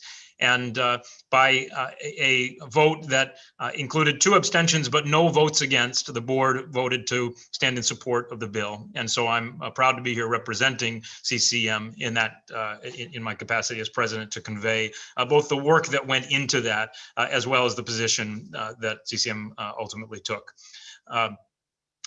Again, 1024 strikes an appropriate balance between statewide progress and local control. It creates opportunities to have a greater diversity of housing in communities, but it's also important to recognize that there is, I believe, as some of the discussion earlier suggests, and some of the public discussion, belief that maybe this bill does more than it does. You know, for those 54 towns under 7,500 residents without a transit station, this bill would allow for accessory dwelling units, but would not allow for require the as of right development of multifamily that's been much discussed. For the many towns bigger than 7,500, but without a transit station, only the ADU and the Main Street provisions would apply, of the things that have been discussed most intensely today.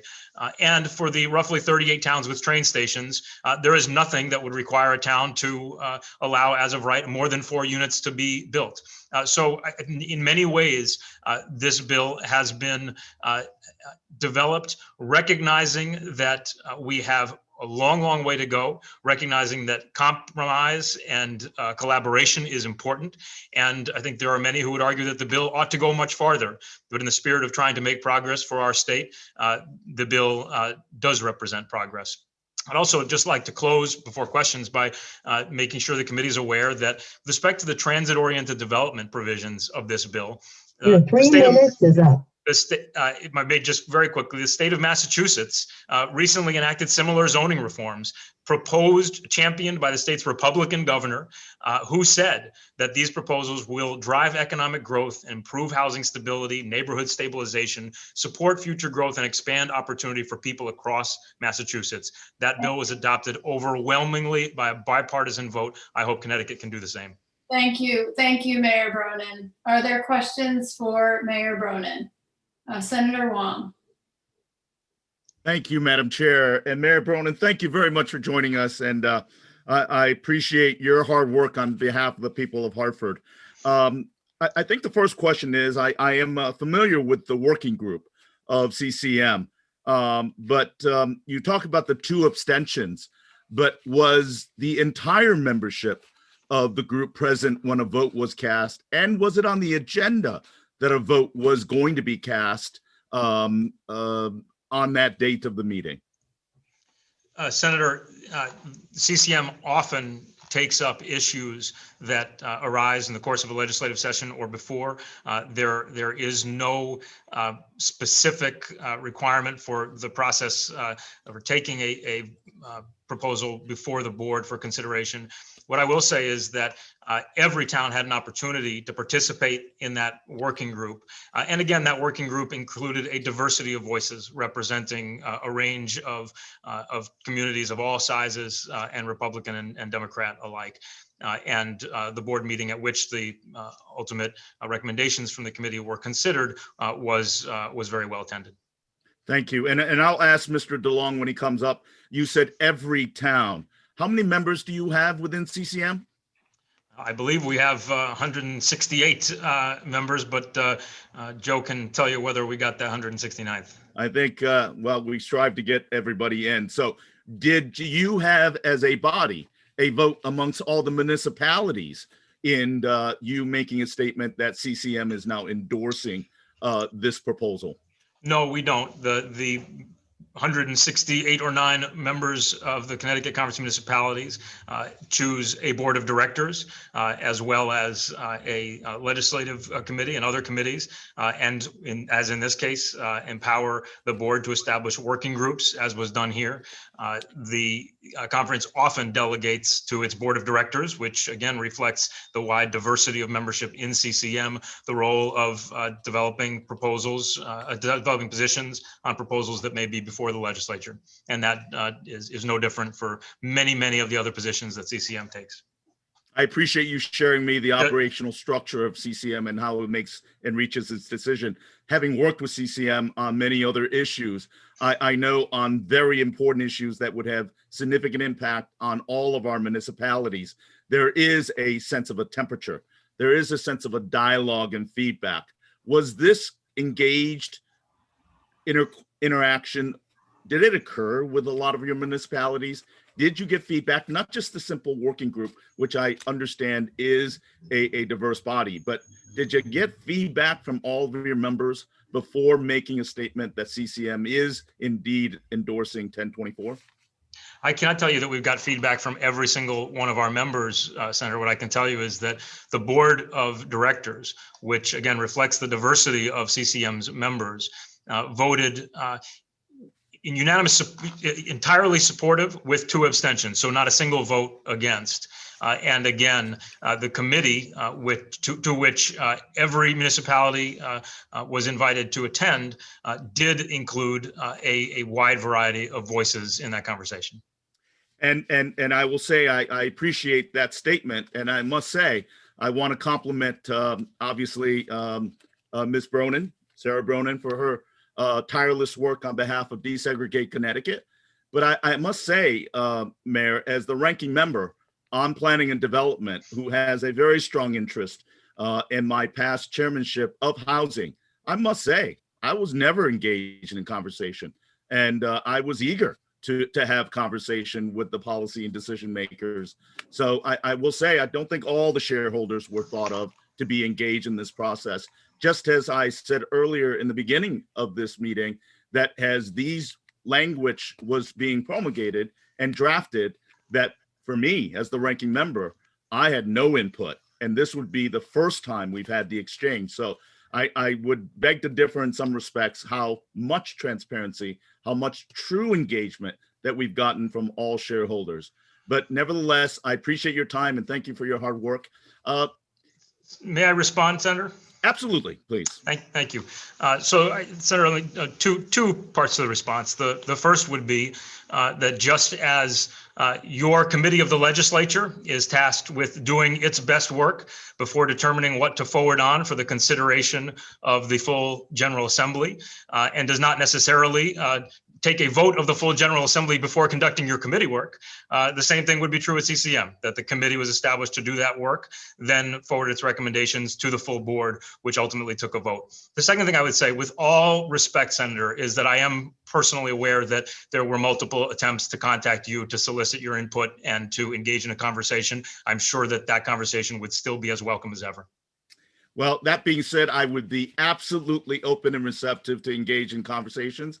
But again, not in the drafting of the bill, but obviously I'm always open to conversations and to be engaged in drafting a bill that may be palatable to all shareholders engaged in this conversation. I truly believe that we have a responsibility, and this is my statement on this, that we have an important responsibility to ensure that we increase access and affordable and diverse housing for every community. That means our suburbs, our rural setting, and our cities, as well as a collaborative effort between neighborhoods, local, state, and federal authorities. So with that said, I'm eager to begin this process, and I hope we'll have much more engaged dialogue from all shareholders moving forward. Again, thank you, Madam Chair, for this opportunity, and thank you, Mayor Berman. Thanks, Senator. Thank you. Before I recognize Representative Dubitsky, I just will refer back to conversations we've had in the committee in the past. This committee has chosen to fully draft bills, which means that the proposals before us to be heard required fully drafted legislative language, which is a little different than what we do in some other committees where proposals are heard and then we work together to draft language. We have had a number of proposals before us that have been worked on by groups that include Desegregate Connecticut, Home Connecticut, and the Partnership for Strong Communities, Open Communities Alliance, and the Connecticut Realtors today. We are going to continue as a committee to work together on this language now that it is properly before us and that we have language. Representative Dubitsky. Thank you, Madam Chair, and thank you, Mr. Mayor, for coming in. You had sort of downplayed the effect of this bill on any municipality with less than 7,500 people. I would ask if you could point, there is one section that appears to alter the requirements of this bill for towns below 7,500 people. But it doesn't, but it's only one particular section. Is it your belief that this bill exempts all towns of under 7,500 from the requirements of this bill? Representative, as I said, first, it's important to recognize that some of the most important provisions of this bill apply to transit areas in the vicinity of transit stations. And there are only about 3 dozen towns, slightly more, that have such transit stations. For towns that are under 7,500, the provisions with respect to accessory dwelling units would apply. And I believe the provisions with respect to the areas around Main Street would apply. However, that only requires as of right development of 2-family or more, which is, again, quite modest. 2-family or more is what you said.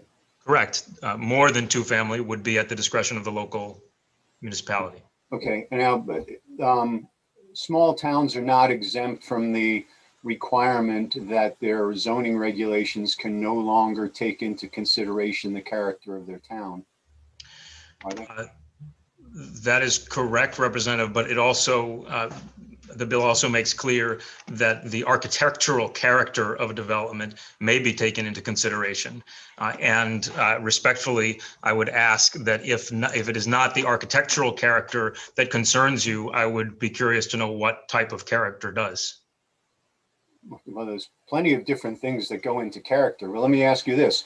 Are towns smaller than 7,500 exempt from the requirement that their zoning regulations can no longer take into consideration property values? I am not familiar. I'd have to refer or defer to others who can testify later. Okay, but you understand that this bill eliminates that as a consideration for zoning regulations. What I know is that this bill allows municipalities to make decisions about the character as an architectural and site, in the context of architecture and site. And again, I believe that all appropriate goals can be achieved with that through that lens. I'm talking about a different provision. The provision that eliminates the ability of a town to consider property values as a Representative, I believe I asked that question and asked that you refer that question to others who may testify later. I do not know the answer to that. Okay, so you're unaware of that one. Okay. Now, you say you have two hats. One is the mayor of Hartford, and the other is as the chair of CCM. Is that right? That's correct. Okay, but you're wearing a third hat, which is husband of Sarah Bronin from Desegregate CT, who's pushing this legislation? Representative, I would say that this legislation has been developed, advocated for, and considered by dozens of organizations around the state and many hundreds of people, many of whom you'll hear from today. Needless to say, I am always wearing my husband hat, but I am not testifying today with that hat. I am testifying as somebody who has long believed that our state suffers from the lack of housing diversity, and that we have an opportunity as a state to begin making progress to address that deficiency. Okay, thank you. Just one last question, but CCM went through the bill, the draft language from Desegregate CT, which is, and you mentioned that yourself, and came up with changes, and that was a proposal that came from an organization headed by your wife, is it not? That's correct. Okay, thank you. Thank you, Madam Chair. Thank you, Representative Dubitsky. Representative Fiorello. Thank you, Madam Chair. Thank you, Mayor Bronin. I wanted to ask you, a lot of the reforms that are being proposed in 1024, have they been also passed in the city of Hartford? And if so, when were they passed in your city? Yes, Representative, I believe that all of them have been. We adopted a comprehensive zoning update a few years ago in the city of Hartford, which included allowing as of right accessory dwelling units. And I believe that we would already allow for the other things that the bill would require. Okay, so in 2016 was when that comprehensive update of our zoning code was adopted. Right, and so that gives us a few years of evidence. And have you seen, because this bill promises to unleash the economy in Connecticut, which we all want, have you seen that happen in Hartford once you changed your zoning? And I believe it was almost, I've heard it characterized by Mrs. Bronin as sort of, sweeping changes overnight. And one of the things she says is there's no more public hearings in Hartford. But for all of that control that the changes, did you see economic growth happen in your city? We have indeed seen a great deal more residential development than the city had seen in many years, in part, I believe, because we could offer that predictability to investors and developers who were seeking to build housing. Mm-hmm. And I've heard you also say that Hartford is a city with a tax base of the suburb, but how does rezoning your commercial areas, as you've done, for residential address this issue? Well, I would love to talk with you about that at length. We believe that one of the most important things we can do to make sure that Hartford is as vibrant and vital as it can be is to ensure that the core of our city, the downtown, or what was long the central business district, is also residentially vibrant. So we have pursued a deliberate strategy of converting vacant buildings to residential, of promoting ground up residential, because we know that having not just employees who are commuting in 9 to 5, but residents who are living 24/7 adds immeasurably to the vitality of a city and a town, and helps to create those feet on the street, that sense of activity that makes such a difference. Mm-hmm. And yet you still struggle with some revenue issues in your town, in your city.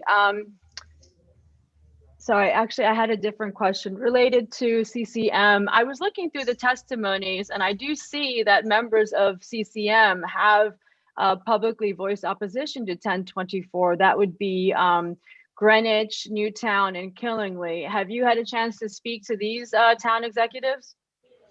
I have talked to some, some of those towns were actually represented in the working group. I cannot say whether there were political considerations after the fact that have caused them to decide to take a position representing the individual town that is different from the position taken during that working group work. What I can say is that those voices were welcome at the table and at the table. And again, I say this as someone who has been a member of CCM for many years. There are many, many issues where CCM will take a position with which I do not entirely agree.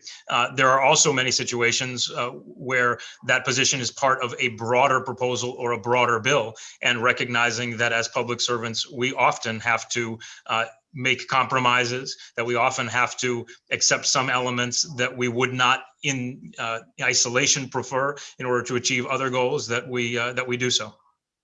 Mm-hmm. And as you head, our major city, Hartford, and are there some regulations that really do fit perfectly one size fits all for all the other cities too? Meaning Bridgeport and New Haven, do one size fits all work for the cities? Are all your cities the same? I'm not sure I understand your question. I mean, needless to say, no, our cities are not all the same. There are some requirements that I think it's common sense to apply broadly, and others not. Okay, thank you. Thank you, Madam Chair. Thank you, Representative Zullo. Thank you, Madam Chair, and thank you for joining us today, Mayor. You may or may not feel comfortable, voicing an opinion on this. It's just a little bit more of a technical question. I'm just concerned about I'm just curious about your opinion on ADUs and parking.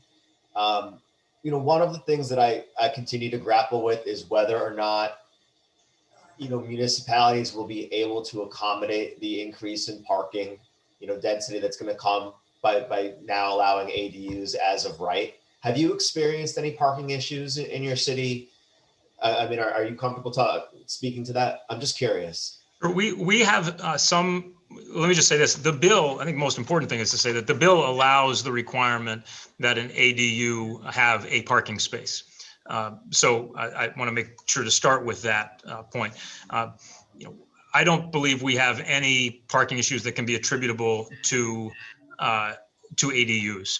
As you know, Hartford is a dense city, and we do have areas of town where we have large scale developments and a limited off-street parking. But that is not a situation that would be created in any community as a result of this bill. And did you take? And I should add that many towns in Connecticut already do allow ADUs, and many of those towns do not have any parking requirement. So the bill, which allows for that one parking space requirement, if that were taken up by many towns, in some cases that would be an additional parking requirement that they currently have. Needless to say, I hope that they don't. But it's worth noting that there are many towns that do not even have that single parking space requirement, and I don't believe have experienced any negative effects as a result. You know, I think some towns don't allow ADUs because some are worried about the density and some are worried about whether or not they're going to be able to accommodate the increase in density and parking. But more so, did you do anything to make sure that that the ADUs that you have and the ones that are being developed are actually used to increase rental and housing opportunities and not for just like Airbnbs and things like that? Because one of my biggest concerns about ADUs is that people are just going to seize upon them for income streams, and they're not really going to be able to be utilized to increase housing opportunities. Representative, the bill as drafted directly addresses that and does not require towns to allow them to be used for Airbnb or short-term rental. So it's explicit in ensuring that towns have the ability to restrict that use. By definition, I think ADUs increase housing opportunity, increase housing availability, and rental opportunities. I don't think that there's any reason to fear that they will be used as short-term rental if a town does not want them to be.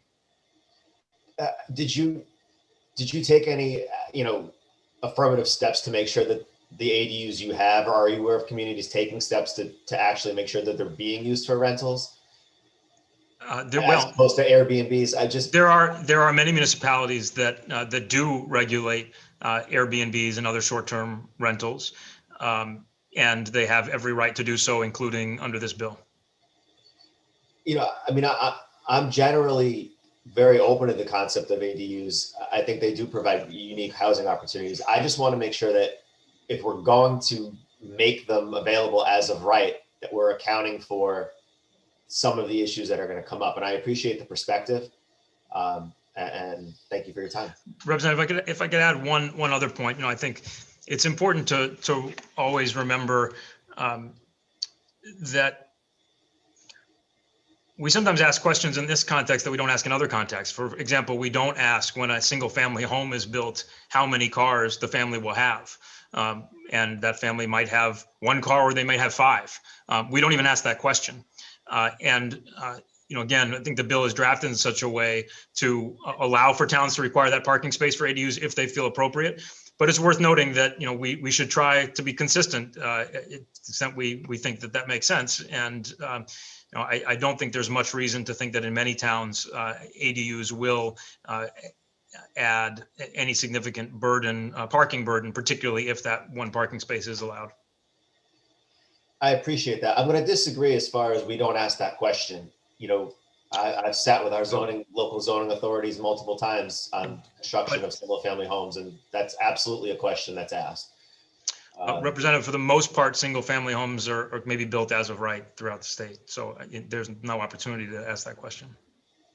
I would disagree. There are plenty of times that they come before zoning for a variance or something like that. And one of the very questions they ask is, where are you going to put parking? And just because it doesn't receive a hearing doesn't mean that in the zoning department, the zoning officer isn't asking, okay, well, where'd you lay out your parking? There's obviously a requirement under our zoning that it have a certain amount of parking. And if it doesn't meet that requirement, it's still not going to be allowed to be built.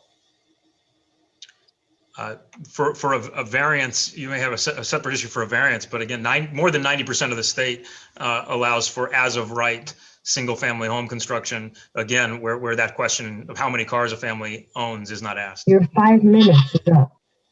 I appreciate the time. I recognize that there's other people with their hands raised and a lot of other speakers, so I appreciate the time. Thank you.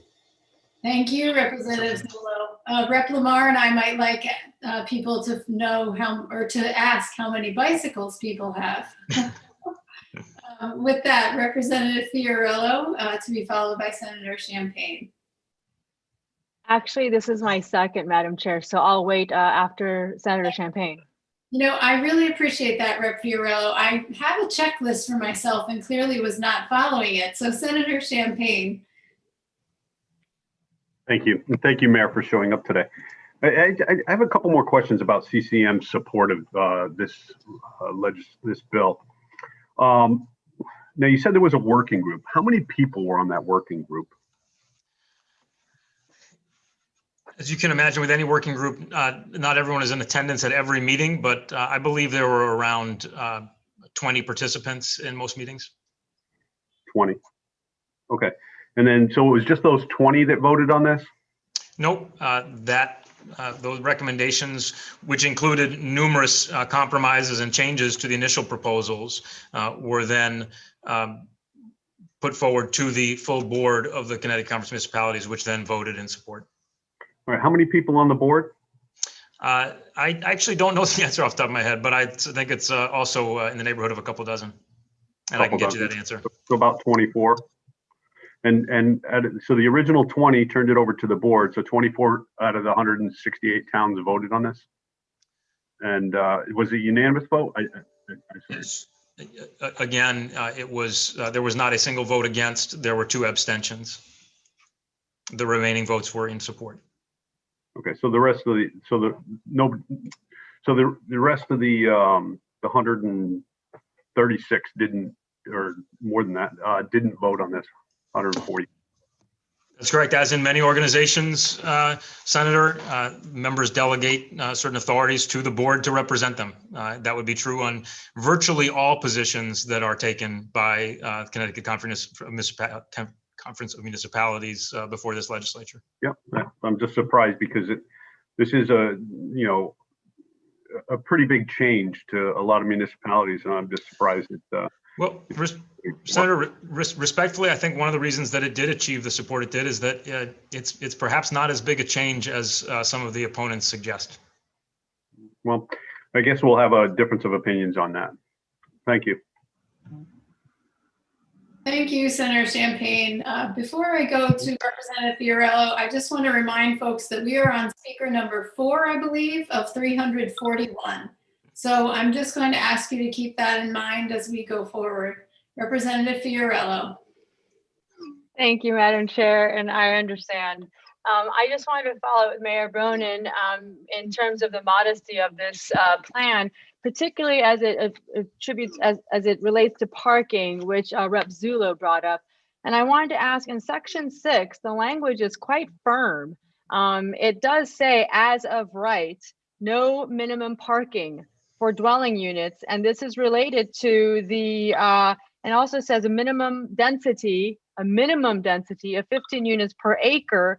And this is related to the transit center and commercial corridors. So that might work in the city to have no parking, but this seems hugely impactful for the towns as a mandate. What do you think? Representative, if I'm not mistaken, I believe that what you just read does not refer to the Main Street, but only to the transit-oriented development section. I could be wrong, in which case I apologize, but I believe it is only with respect to transit-oriented development that there is no minimum parking permitted. And the reason for not permitting minimum parking in a transit-oriented development district is that the essence of a transit-oriented development is to encourage and to welcome those who may not wish to live a life tied to a car, that they're living and intending to live in an area that is walkable, that is near a transit district, that takes them to their job or wherever else they need to go.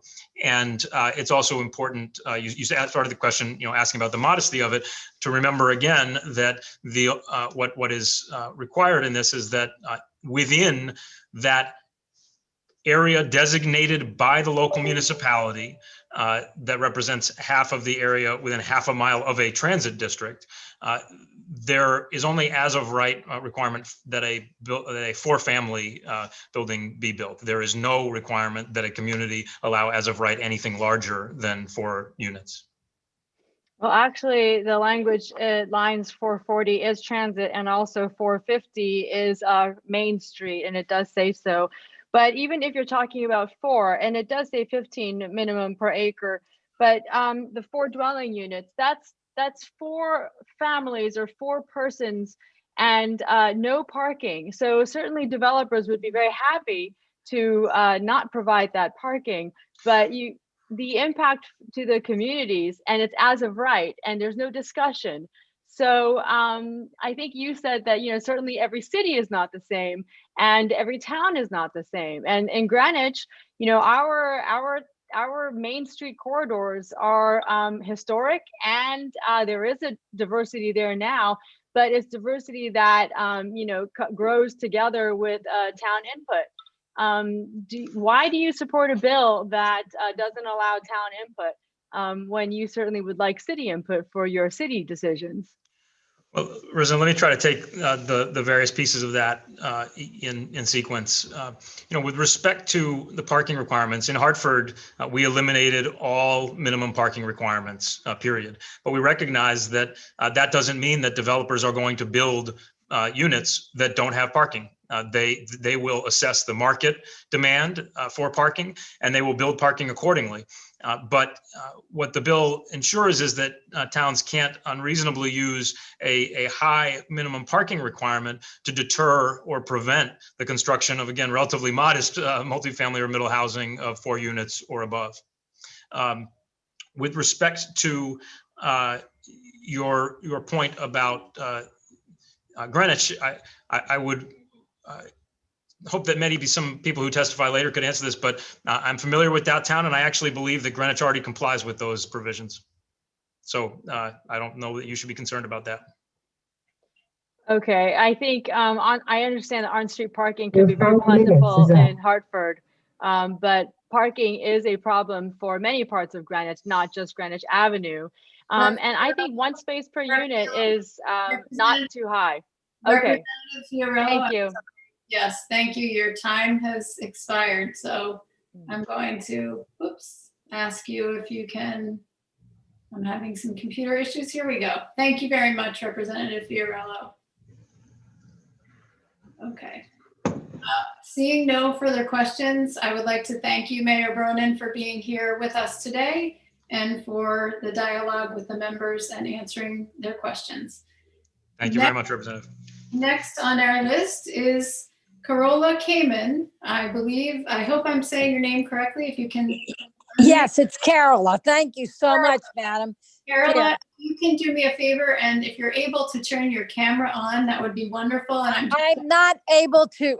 I'm not very good at this, and it's hard to get the camera and do the speaking. All right. Well, Carola, if you can, you'll have 3 minutes to present, and you'll be followed by Rep. Steinberg. So please. Thank you so much. I appreciate your fitting me in. I want to talk about the 1024 also, where it says, as of right, privileges mean no more public hearing.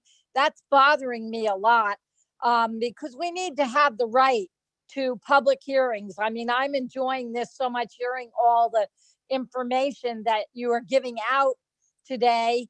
And I think people in the towns and the cities need to be able to have a place that they can go and listen to information and then voice their opinions that are close to home.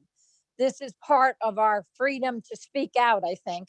And also on line 31, where they're talking about cottage cluster, it's mentioned about the 4 detached housing units.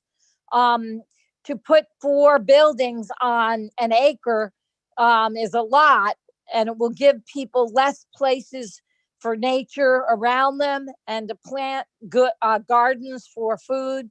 Also, I think it might devaluate the properties and cause lots of congestion on the roads. Children would have no place to run and play and exercise their bodies. And I see this a lot where I live, that it would cause a lot of freedoms lost. And lines 33, 16, and 18, which limits the parking. Again, I heard about that before, but this would cause a lot of parking problems in a city that already does not have enough parking. I live where we have difficulty at times now having visitors and parking. My visitors come and they have to park on the street or up in places that they may get towed away. It is extremely difficult also trying to carry groceries and packages when you need to go many distances to get from your car to where you live. And also some of the problems of break-ins and damage to the car. I see that happening in towns near me, and even some towns here, because it's not protected if it's on the street. Lines 473 and 477, they talk about the developments of 10 units or more shall have 10% affordable housing.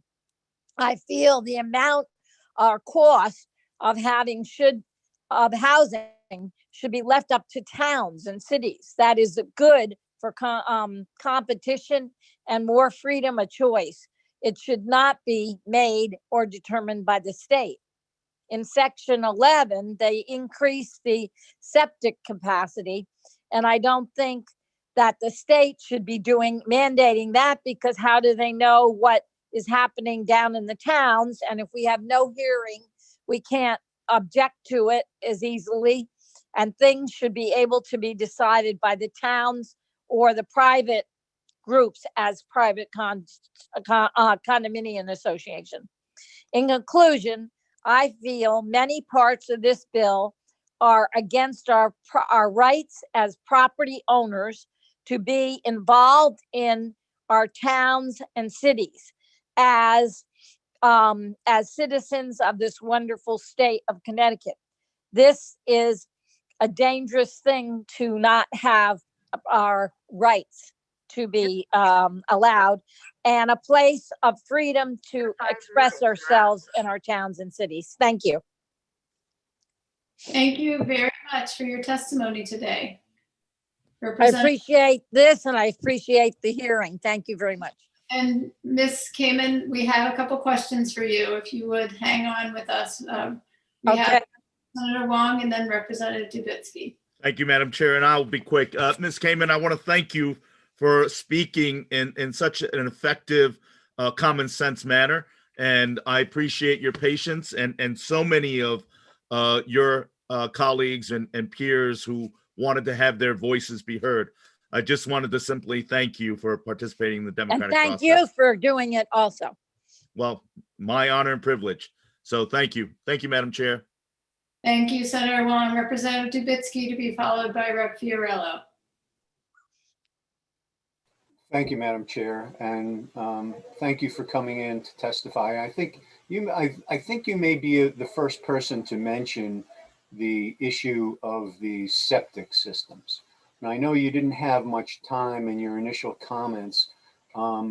Perhaps you can explain what you believe that provision does and why you think that the increasing the septic size or capacity would affect the towns. Sure. Well, I have a property in Stamford, and I live with 2 high-rise buildings, and we have areas around it, and we have parking areas, and it sounds like this bill will require a couple more buildings put in.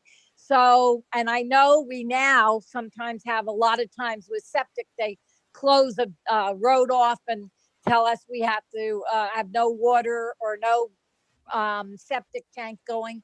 So I think if you add too many more buildings, I think they're going to have a real problem, because I live right on a main road here, and I don't know where they would put any more septic tanks. And they're also putting a big school right up the street, and that is putting in more congestion on the road, that it would be hard to build any more septic tanks. That's what I was worried about. Is your area serviced by sewers? Yes. Okay, but not everybody's on a sewer? No, it's public. I think it's public sewer. Okay. It's a town sewer, I think. There are areas up north of us that have all their own, people sometimes have their own sewer, their own tanks, but we don't have our own tank. We are on the public town tank. Okay, and are you on city water as well, or do you have a well? Yeah, yes, I think so, yes. Okay, but there are areas of your town that have wells and septic? Exactly, yes. but that's not here. I'm near the city. I'm within the half mile, I think, of the railroad station. Got it. So a lot of this would affect us. Got it. Now, I in my district, most of my towns don't have sewer or water or gas or any of that type of service.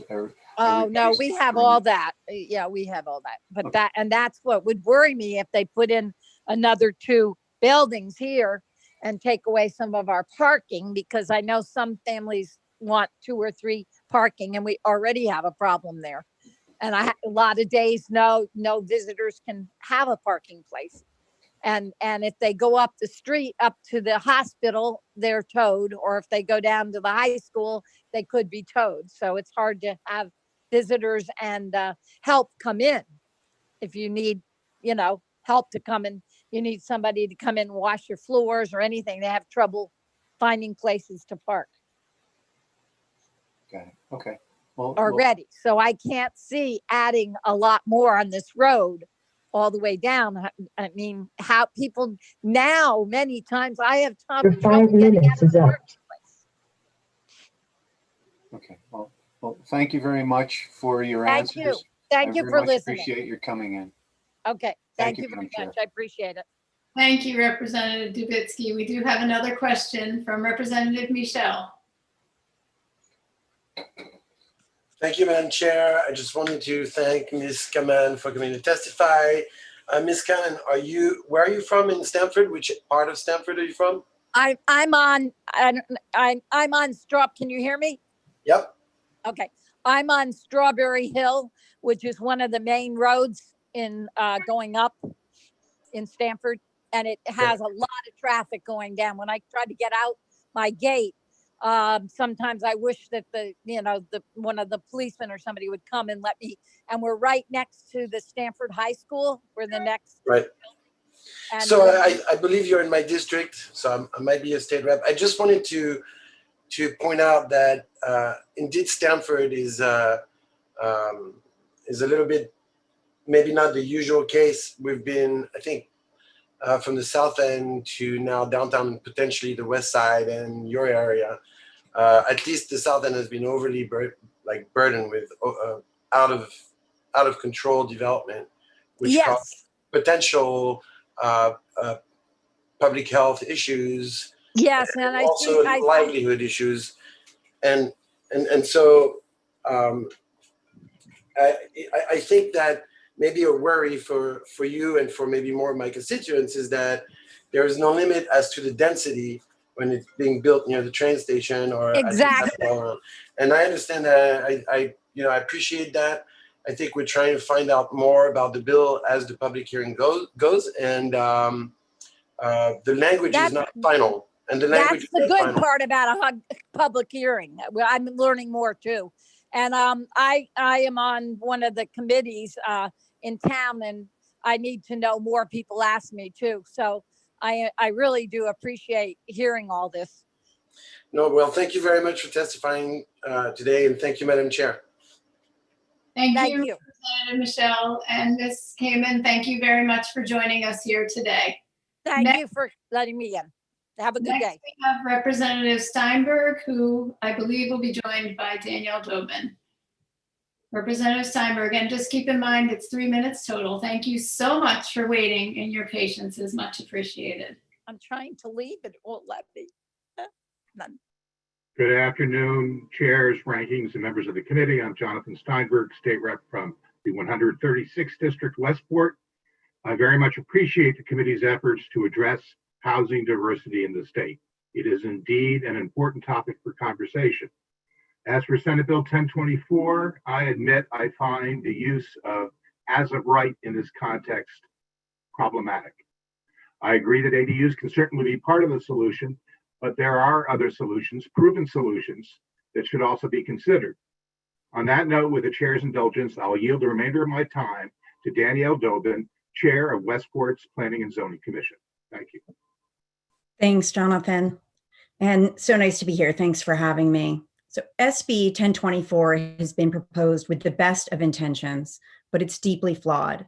As somebody working successfully on the ground to create more affordable units in one of Connecticut's most affluent communities, I'm here to tell you that SB 1024, as currently drafted, will have an immediate adverse impact on the creation of affordable housing in many high opportunity zones in our state. This must be the exact opposite of what you hope to accomplish as legislators. You should either oppose its adoption or amend it as detailed in my written testimony. As you consider the bill, please keep in mind that Connecticut is a very small state with widely disparate real estate markets, ranging from Waterbury, where a current 2-bedroom condo is listed for $49,000, to Westport, where a new 2-bedroom condo adjacent to our downtown is listed for $4.5 million. Really? Land prices in Greenwich, Connecticut can be 1,000 times more expensive than those in a place like Columbia, Connecticut. With pricing this dramatically different across the state, it's simply not credible to suggest that a statewide zoning reform mandating as-of-right development will have the same impact in different communities. It's a little like comparing equality with equity. There's a terrific pictorial that shows 2 people trying to view a baseball game over a big fence. One of them is tall and can almost see, the other is short. Prescribing the same solution for both means giving them the exact same size box to stand on to view the game. This would enable the tall person to see, but would leave the shorter one still straining. Equity, however, requires giving the shorter person a different size box so they can also see over the fence. The proposal in front of you today errs in mandating that every community in Connecticut serve up the same exact box, even though our housing markets are so different. In Westport, we're working to provide higher boxes where needed to promote equity. For example, we require all multifamily developments, even those with under 4 units, to deed restrict a full 20% of their units as affordable. We do this because in Westport, it works economically, but in other towns like New Milford, this wouldn't work economically. Section 6 of this bill mandates that every town above a certain size must take exactly the same approach to 3 housing. minutes are up. I'm a lot more to say, so hopefully you'll ask me a lot of questions. Thank you. Thank you so much, Danielle, or Ms. Dobin and Rep. Steinberg, and we so appreciate your patience. I do see that there are a number of questions, so I have a feeling you will have an opportunity to share more with us. I'll begin with Senator Wong, to be followed by Representative Winkler. Thank you, Madam Chair, and I want to thank Representative Steinberg for his comments on the as-of-right issue, and to thank Ms. Dobin for her work as the chair of Westport's Planning and Zoning, and also her initiation of the Affordable Housing Task Force. But I wish if we had more flexibility regarding this Zoom world that we live in, I would have hoped to be able to also include Westport's first selectman, Jim Marpy, who is also waiting in the waiting room.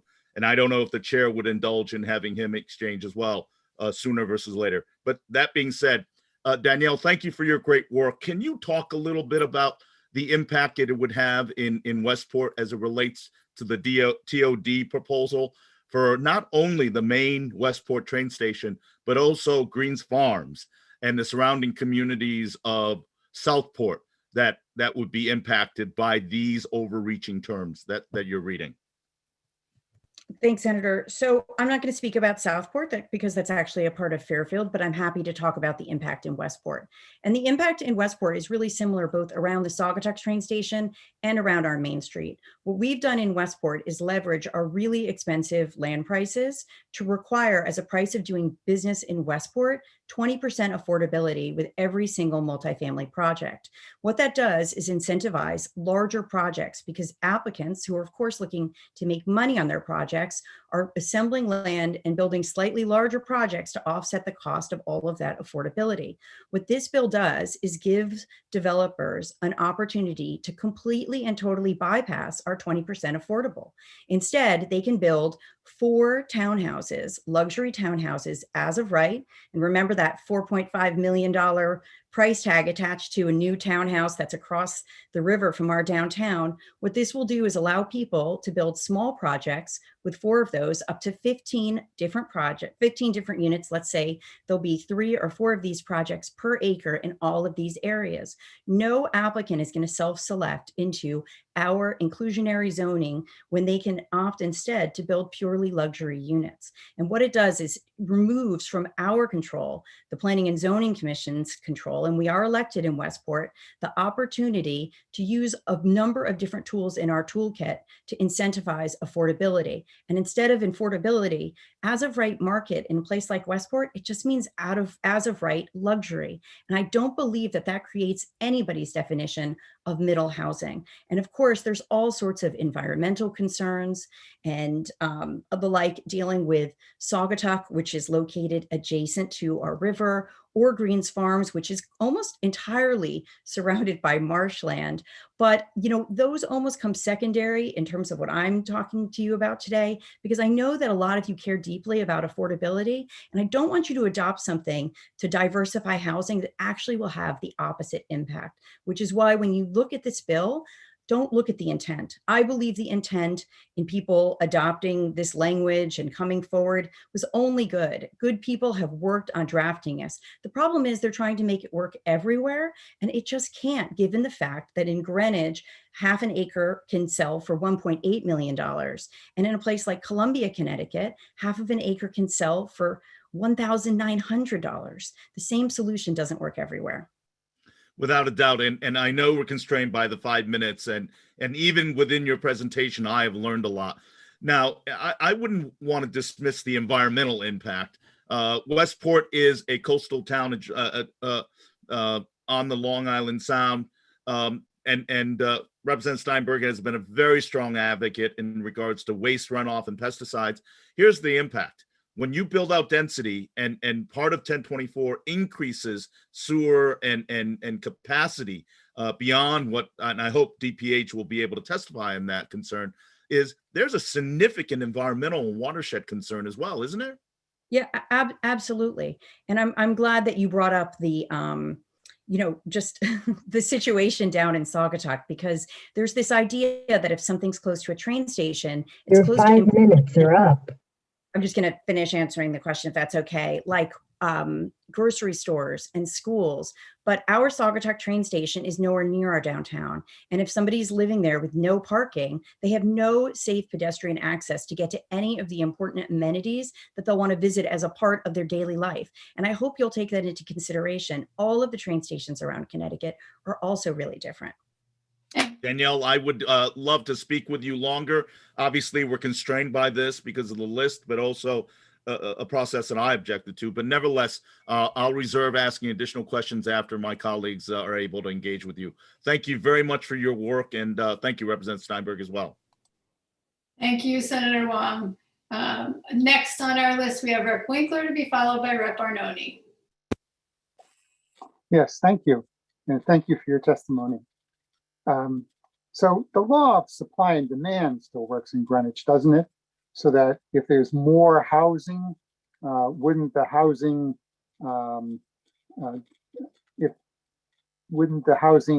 value, if you will, decrease, and in essence, more middle housing be created?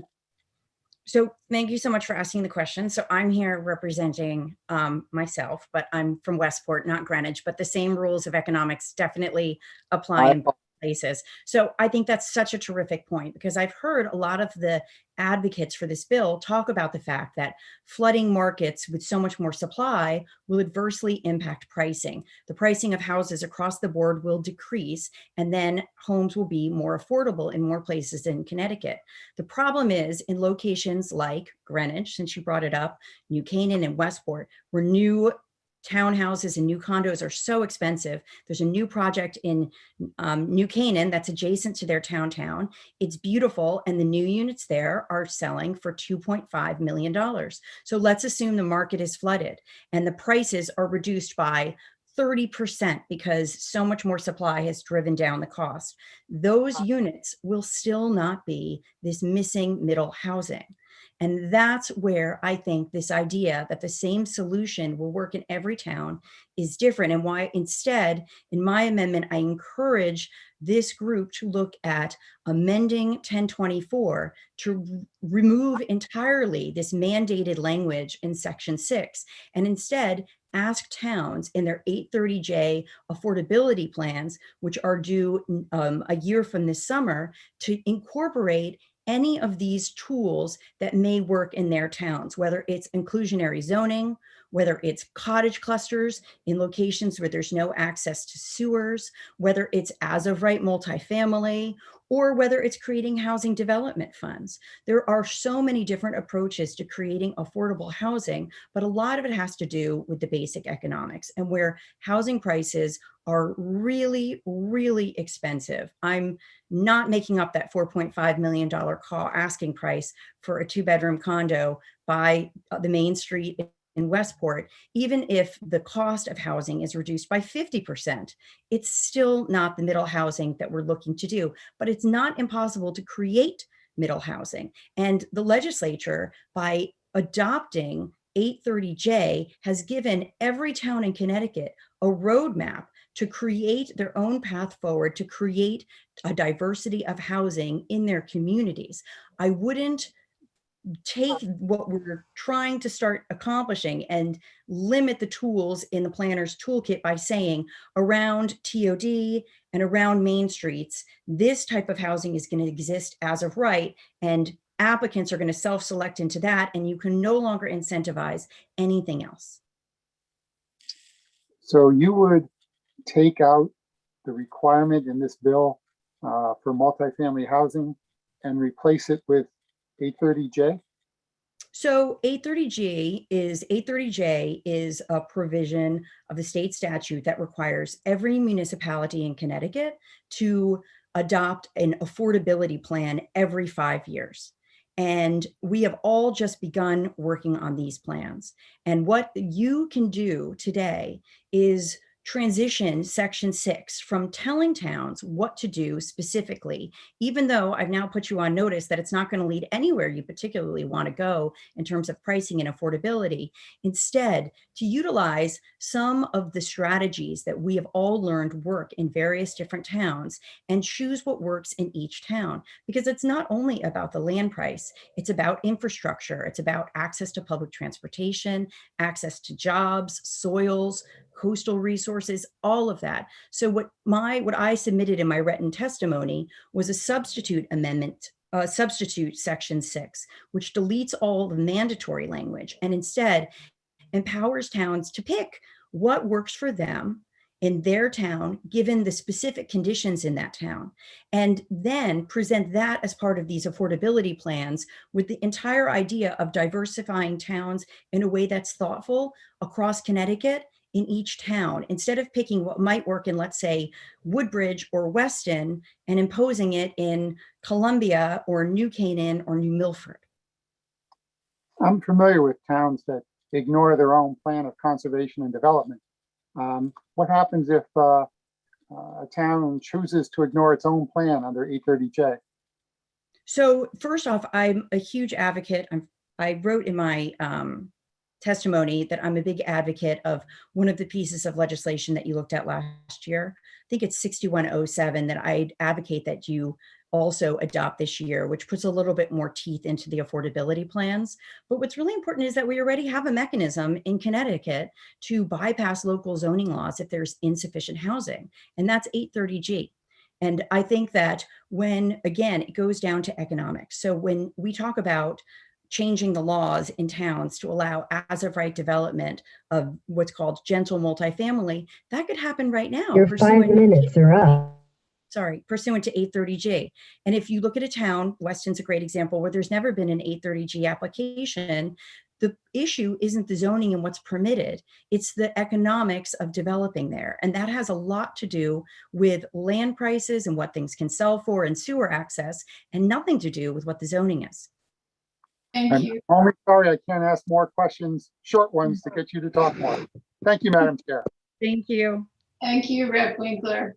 That's one of the benefits of Zoom access and why we have so many people testifying is because Zoom allows more people to sign up. That's the benefit, and the downside is this. So thank you, Representative Winkler.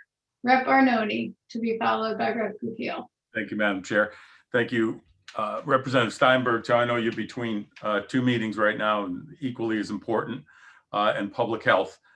Just quickly, you touched upon what you would do to amend. If you'd like to elaborate on that, please do. And then my second one, in a matter of, for time's sake, I'll ask both questions.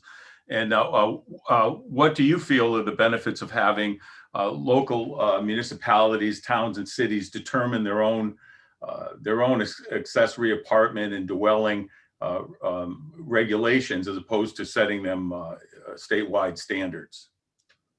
So thank you so much for the question. So I suggested in my written testimony 2 specific amendments to this legislation. So one I've already talked about, which is deleting the mandatory language with regard to parking requirements and as of right multifamily around TOD and downtowns, and substituting it instead with really good, strong planning. The other amendment that I specifically suggested was changing the new Section 5, which mandates that all communities in Connecticut adopt essentially the same ADU regulations to allow each Connecticut community instead to develop their own. So over 135 communities in Connecticut already permit accessory apartments or accessory dwelling units. Instead of asking everyone to conform with this committee's idea of what works, why not instead have towns amend or adopt new regulations that reflect what lots in that town look like? For example, in Westport, we have a draft regulation to amend our existing regulation that's been unanimously approved by our Affordable Housing Subcommittee. And there we look at providing a coverage bonus of 350 square feet for ADUs on smaller lots, because we want to ensure that ADUs can be built on smaller lots. Now, if the minimum permissible ADU size is 1,000 square feet, we have a lot of really, really small lots in Westport around our train station, around our downtown, and in our beach area. That'll mean that the people who live in those lots are not going to be able to construct ADUs. So it defeats if the purpose of the bill is to make sure that people can actually build these, then it's best left to individual towns. Also in Westport, we already have an accessory apartment regulation. Again, as long as there's some common sense, agreed upon baselines for regulations. One, they need to be freely rented to people, regardless of whether or not somebody has a familial relationship with the tenant. And 2, that they are they're not going to be deed restricted to be affordable or age restricted, because that really limits whether people are encouraged to build them. Leaving aside those 2 big topics, I'm not sure why the state would want to micromanage the creation of ADUs. I think towns and town planners are in a much better position to draft effective regulations that'll work for their town. And if anyone's interested, I'd be delighted to share Westport's proposed regulation, which I think is really shows sort of best practices. But ours was developed by looking at some of our neighbors. This is already on the books in a lot of towns. Give people the option to adopt, and if they don't, then there's the default state legislation, but don't impose it on everybody unnecessarily. Thank you. Thank you, Representative Arnone. Representative Goupil, followed by Representative Dubitsky. Thank you, Madam Chair. Thank you very much for your testimony. I do want to point out specifically in my district, in my region, we really struggle with getting planners, hiring planners. There is a shortage of availability of planners, both within the municipal budget to afford them. And then also, again, as I pointed out, just finding them. So it's not quite the same scenario across the state in terms of being able to plan accordingly for them. And I think that's potentially why some of this legislation is coming forward, because ultimately we want a lot of the towns to be able to create the affordability that's necessary to support the communities at large. I did want to ask a little bit, in Westbrook, do you have Westbrook is my district. Westport, do you specifically have any deed restrictions right now in place? Yeah, so the accessory apartment regulations that we have in place do have deed restrictions. So the new regulation that was unanimously approved in our Affordable Housing Subcommittee eliminates those in their entirety. So it creates a pathway to have either an accessory apartment or a detached accessory dwelling unit based on what works best on that lot, and for the person who's constructing it to create something that's freely rentable to anybody, as long as the rental is for at least 6 months. Because in a place like Westport, we have a huge issue in terms of short-term rentals driving up rental prices. So I actually think, Representative, that the idea of utilizing this bill to create some basic planning isn't terrible. It should just be opt-in. And that's really easy to do. So for example, if you don't have somebody who's in place to draft a specific regulation with regard to accessory apartments and ADUs, then they can opt into the language in the bill. But it's different to provide different towns with different capabilities the option to opt in versus to create their own that looks really different. The other thing that I would say is there's some really positive parts of this bill that I'd love to, I don't want to take up all your time if you have other questions to talk about, but I think by way of example, the idea of a model code is terrific. You know, I was just at our Board of Finance meeting to talk about whether or not we need money to redraft our code because it's really expensive. And if in Westport we think it's really expensive, of course it's going to be really expensive in some of the smaller towns around the state that lack the same resources. So the idea of creating a model code that then again towns can opt into is terrific. And I actually use this bill as an example in front of our Board of Finance to talk about the fact that we probably didn't need to allocate money to revise our code, because I was really hopeful that there was this thoughtful approach on the state level to sort of do the work for small towns so that we wouldn't have that expense. But again, the key is that towns can choose to opt in based on their needs instead of this one size fits all approach, which really doesn't work to bring us closer to affordability all over Connecticut.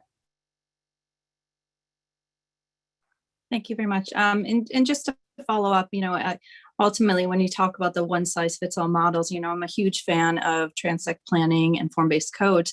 But then I go back to the fact that a lot of the municipalities really can't invest in the planning staff that they need. I'm just curious, from your municipality, do you know how much of a planning department currently exists and the salaries that go along with the staff that are allocated to that role? I'm not going to talk specifically about people's salaries because I think that's a little bit of an invasion of privacy, considering the huge number of people that are watching this. But what I'll tell you is that even in Westport, we can't afford to have the number of planners that we necessarily need. Because when it comes to planning, it's not as though the Board of Finance is really interested in allocating lots of money to the Planning and Zoning Department instead of the school's budget, Parks and Recreation, et cetera. So it's constantly a struggle. And we found a lot of support, but it's always a struggle. So I think what's important is being able to attract lay people with the right training to get involved and serve. And part of the bill that I was a little concerned about was the level of training required for volunteers. I'm an unpaid volunteer. I don't do this as somebody who's paid by the town of Westport, which my husband will be happy to complain about endlessly, since I take a lot of time on days like today to be at hearings like this. And I think it's really important. We want to be able to attract younger, dynamic members of our communities to serve on planning and zoning commissions. And we really want to enable women with children like myself who work to also serve. So I think it's important when you're looking at the commissioner training to ensure that the training is remote and on demand, because I've had multiple occasions where I've been invited to training sessions that are all day on a Saturday. Well, as a mom, that doesn't work for me. And I would hate to have this legislation suddenly declare that I can't serve my capacity as planning and zoning chair anymore. And I'm not allowed to vote because I missed a 5-hour session that took place in 2 hours from my house on a day when I also had a sporting event or a play for one of my children. So I would just ask you to, and I think you're all really capable of it, to read over those training requirements and make sure that they would make sense for you in your own lives. I think all of you can relate to working. I know you're not paid that much to do all the work that you do on behalf of our state. And if you had a lot of training on top of it, it would be challenging. So please keep that in mind. Thank you. Representative Goupil, are you good? I am all good. Thank you very much. And I'll just point out, I was a 8-year member of the Planning and Zoning Commission in my town, and I had to show up to the meeting days after giving birth. So I know what goes on. So I appreciate it. Thank you. Thank you, Rep. Goupil. Indeed, it is amazing the volunteer effort that goes into so many of our communities, such as what you're doing, Ms. Dobin. Representative Dubitsky. Thank you, Madam Chair, and thank you, Ms. Dobin, for coming in. Couple quick questions. First off, you keep referring to your testimony. I'm unable to find your testimony on the system. So I'm so glad you brought that up. I submitted my testimony and I received an emailed receipt, but I have also been troubled that I can't find it. So I'm hopeful that maybe I can send it to Senator Wang and then he can distribute it to the rest of you so that you have it. I also noticed that the testimony from our first selectman, Jim Markey, hasn't appeared yet. Which bills did you submit testimony on? For 1024. 1024. Okay, yeah, it's not on the system at the moment. But what is on the system is testimony of the Westport Housing Authority, which appears to be completely in contradiction to everything you've just said. So I'm so glad you asked about that, because after seeing that, I reached out to the executive director of the Westport Housing Authority, Carol Martin, who is fabulous and brilliant, and my partner in trying to create all good things in Westport, including a brand new, almost entirely affordable complex designed specifically for multi-generational families to live in central Westport, so that we can, affirmatively add children from different backgrounds to our school district by providing better opportunities for their families to live in central Westport. And what Carol noted after our conversation was that she had not noted the new Section 5 and new Section 6 proposed as part of 1024. And when she's here later today, I don't want to put words in her mouth, but she's going to testify that she supports my suggested amendments. Because only some of the language in the draft posted online was underscored or underlined to show, like a red line, people skipped over Sections 5 and Section 6. That just says new, but it's not underlined. So she, when flipping through, didn't recognize that they were entirely new sections. So I think that you can ask her about that and she'll have her answer for it. Great. Well, I appreciate that. Now, Westport and my town, Chaplin, are very different. I would be willing to bet there are properties in your town that likely get close to our town's entire grand list.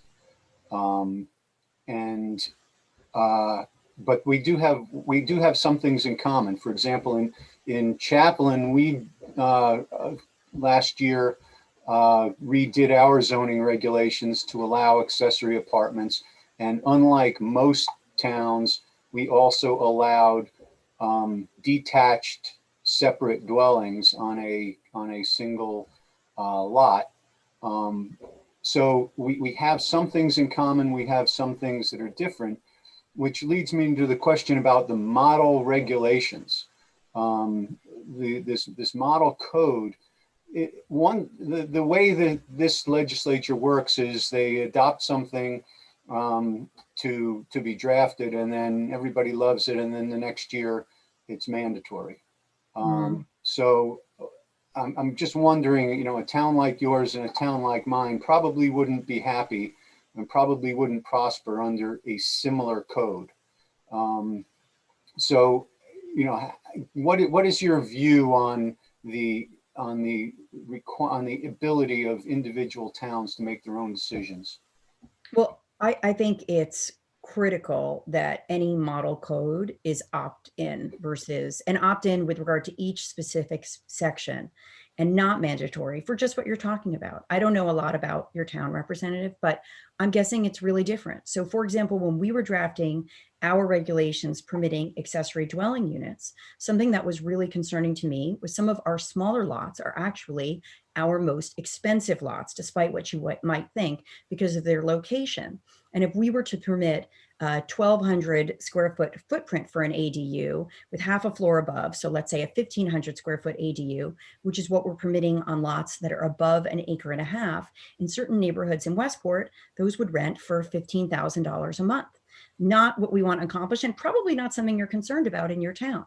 So instead, what we did with our ADU regulations is that we're permitting detached accessory dwelling units on the smaller lots, but they have to be a smaller footprint because we know that size naturally will account for more accessible pricing. If something is a small studio unit that's suitable for a teacher or a firefighter or a younger person, it's just not going to be quite as expensive as a 2 or 3 bedroom with 2 or 3 bathrooms. And for that reason, price of land and cost of development, the idea of a statewide code really troubles me. And I think that individual towns in Connecticut are really in the best position to create their own zoning rules.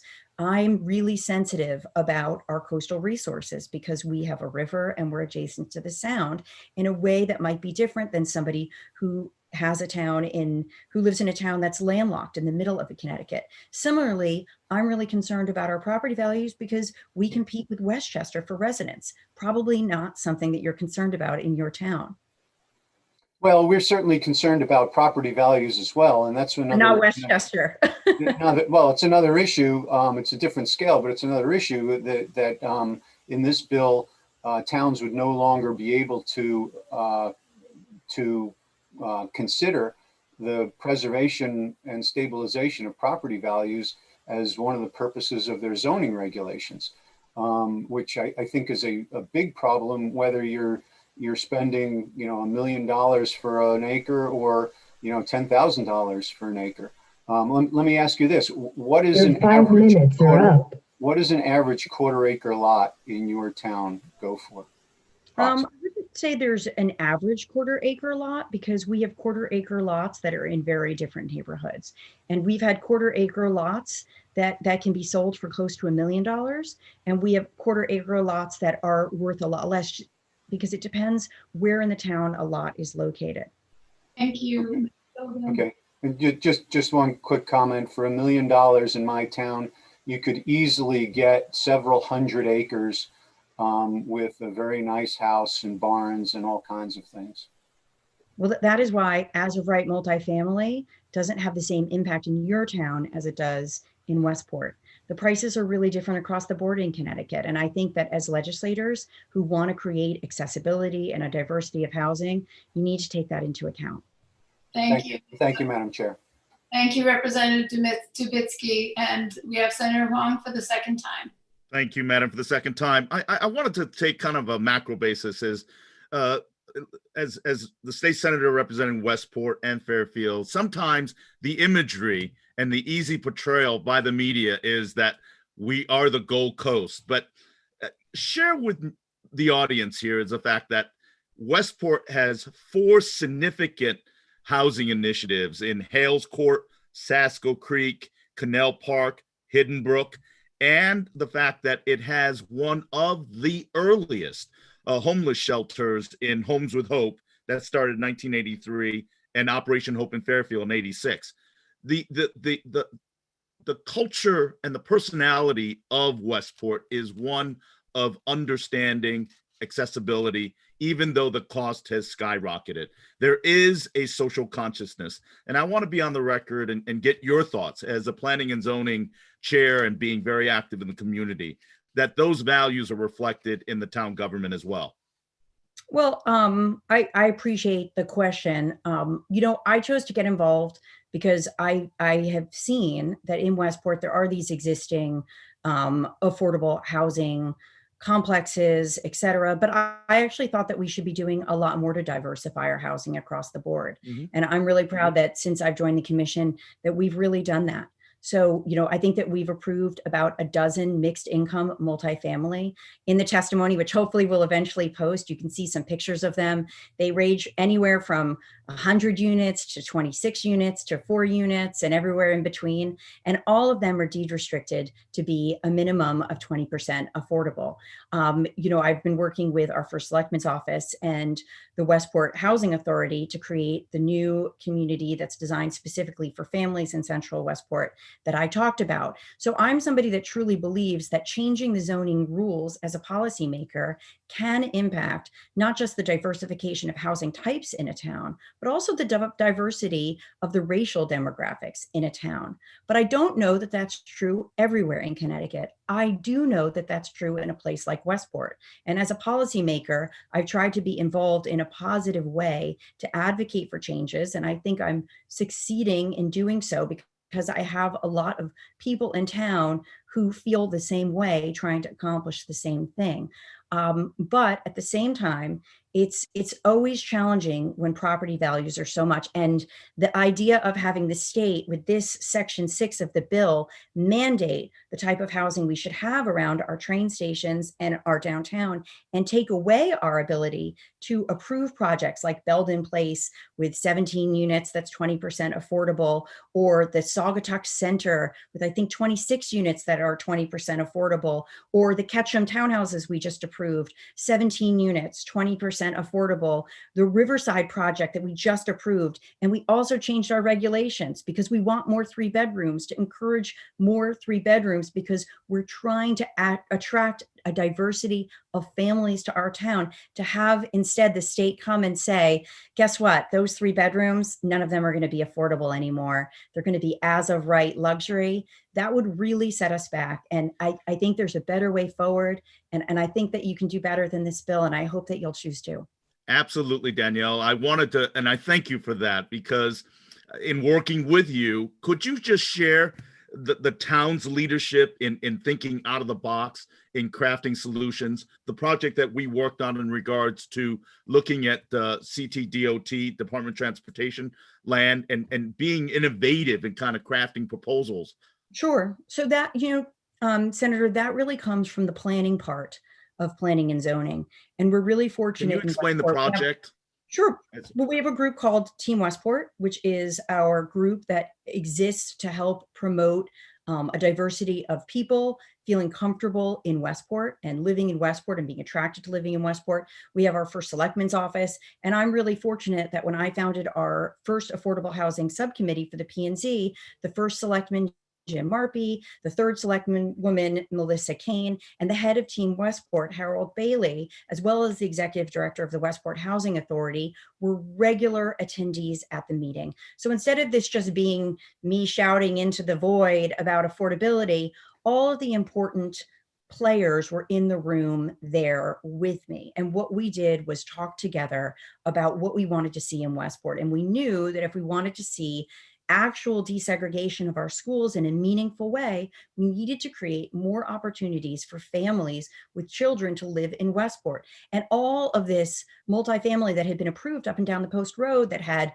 1 bedrooms and studios and 2 bedrooms sprinkled in, we knew the bus was not stopping at those buildings and we needed to do more. And so we worked collaboratively to reach out to the state Department of Transportation in connection with some land that they own in Westport. Your 5 minutes are up.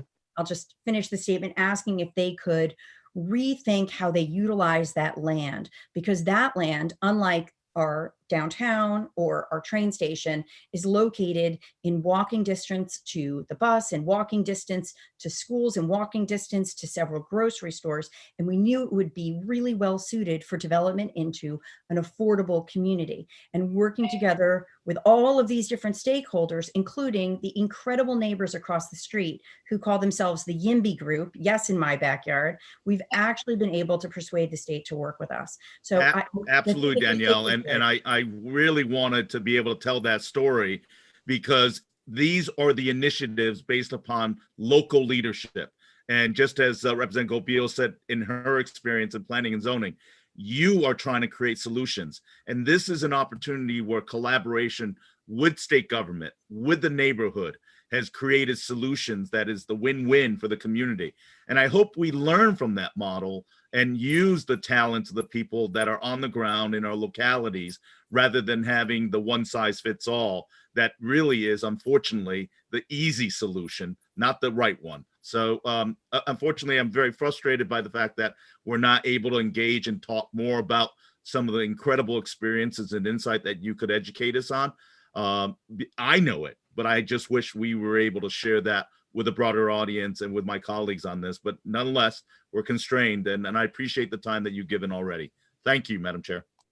Thank you, Senator. I think we all share that frustration of trying to balance between the 300 plus people who'd like to be heard and Ms. Dobin's incredible insights. I appreciate that as well. I do want to note that many people submitted testimony on Sunday, and our clerks are working diligently to get all of that uploaded. I actually believe, Ms. Dobin, that your testimony has been updated, and we will hear later today. We hope to hear from First Selectman Markey. We go back and forth between public officials and members of the public. Representative Fiorello. Thank you very much, Madam Chair. I won't keep you too much longer, Danielle, but very nice to see you. Thank you so much for coming to speak. And I feel like you are like a doppelganger for Greenwich's P&Z. Margarita Albin, you both take that really thoughtful approach and full of heart. And I wanted to ask you, thank you so much for your comment about the training. That was a really great point to make it really make sense for the folks who are parents and moms. And I wanted to ask you, could you comment about the role of public hearings? Because that is in the definition of as of right, on line, one of these lines here, it does say to reduce public hearings. And I wanted to understand from you what value you give public hearings. Sure. Thanks so much, Representative. So the first thing I want to say about public hearings, or what I'll call in Westport the special permit process, is that the special permit process doesn't mean that projects or multifamily is stopped. I think that we have 16% of the population of the state in WestCog or Fairfield County, and WestCog has created something like 40% of all of the new multifamily in the last decade. And almost everywhere in Fairfield County, special permits are required for multifamily. And as I said, in Westport, we've approved about a dozen different mixed income multifamily developments. Every single one of them required a public hearing via the special permit process. So to conflate as of right with passage and special permit with problems is really misrepresentative of the truth. And you can look at the data and draw your own conclusions. So I think the value of the special permit process is just what you're seeing here today, where I'm able to interact with all of you. You can hear my perspective. I can learn from you. You can learn from me. And we move forward, hopefully, with a better, more collaborative understanding. That's how special permits work. We often, in Westport, almost all of our zones along our very long post road are split zones between the commercial zone and the residential zone. So people's homes back up directly to almost all commercial uses in Westport, and they care a lot about what happens on those lots. Does that mean they get a veto? Of course not. But it does mean that somebody can come in and say, I'm really concerned about headlights. I'm concerned about noise. I'm concerned about how you allocated the second floor in this project. And then applicants have the opportunity to change their plans to be responsive to the neighbors. And they always do. They almost always do. And instead of being a negative experience for applicants and for neighbors or consultants, it's really a positive experience where oftentimes we'll have people, as we did with the conversion of an old mill from the Civil War to new condos, come in initially with their own attorney, deeply concerned about what the development was going to look like. And by the end of the process, they had submitted written and in-person testimony approving of the redevelopment, because the special permit process worked exactly the way that it's supposed to. And yes, that project also is going to be 20% either on or off-site affordable. Yeah, thank you so much. And then just one more question is, you and I know Margarita have been listening to this early on and having conversations also with representatives from Desegregate and other groups, other Open Alliance and other groups. And after these long months of conversations, you are coming down, it seems like, and saying that these should not be mandates. The Massachusetts bill that people are often pointing to, those were not mandates either. Is that correct? It did require that the towns vote to adopt them or not. Is that correct? So I haven't studied the Massachusetts bill, and I don't know if Massachusetts, I know Massachusetts has some sort of an equivalent to 830G, but I don't know if it's exactly like ours.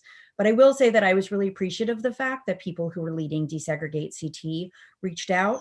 I think the problem is a lot of what we're doing in Westport is, number one, a lot more aggressive than what people in other places want to do with regard to our 20% inclusionary, but also it won't work in a lot of places. Rep. Dupitsky was talking before about his town. If his town tried to require 20% affordable, nobody would ever be able to make it pencil to build a thing. And it just goes back to the point that the idea of kind of shackling all of us to the same set of rules doesn't make sense when you've already adopted this fabulous 830J affordability plan context where we have the opportunities to work together to make plans that make sense and use all the tools in the toolkits and learn from each other about what works.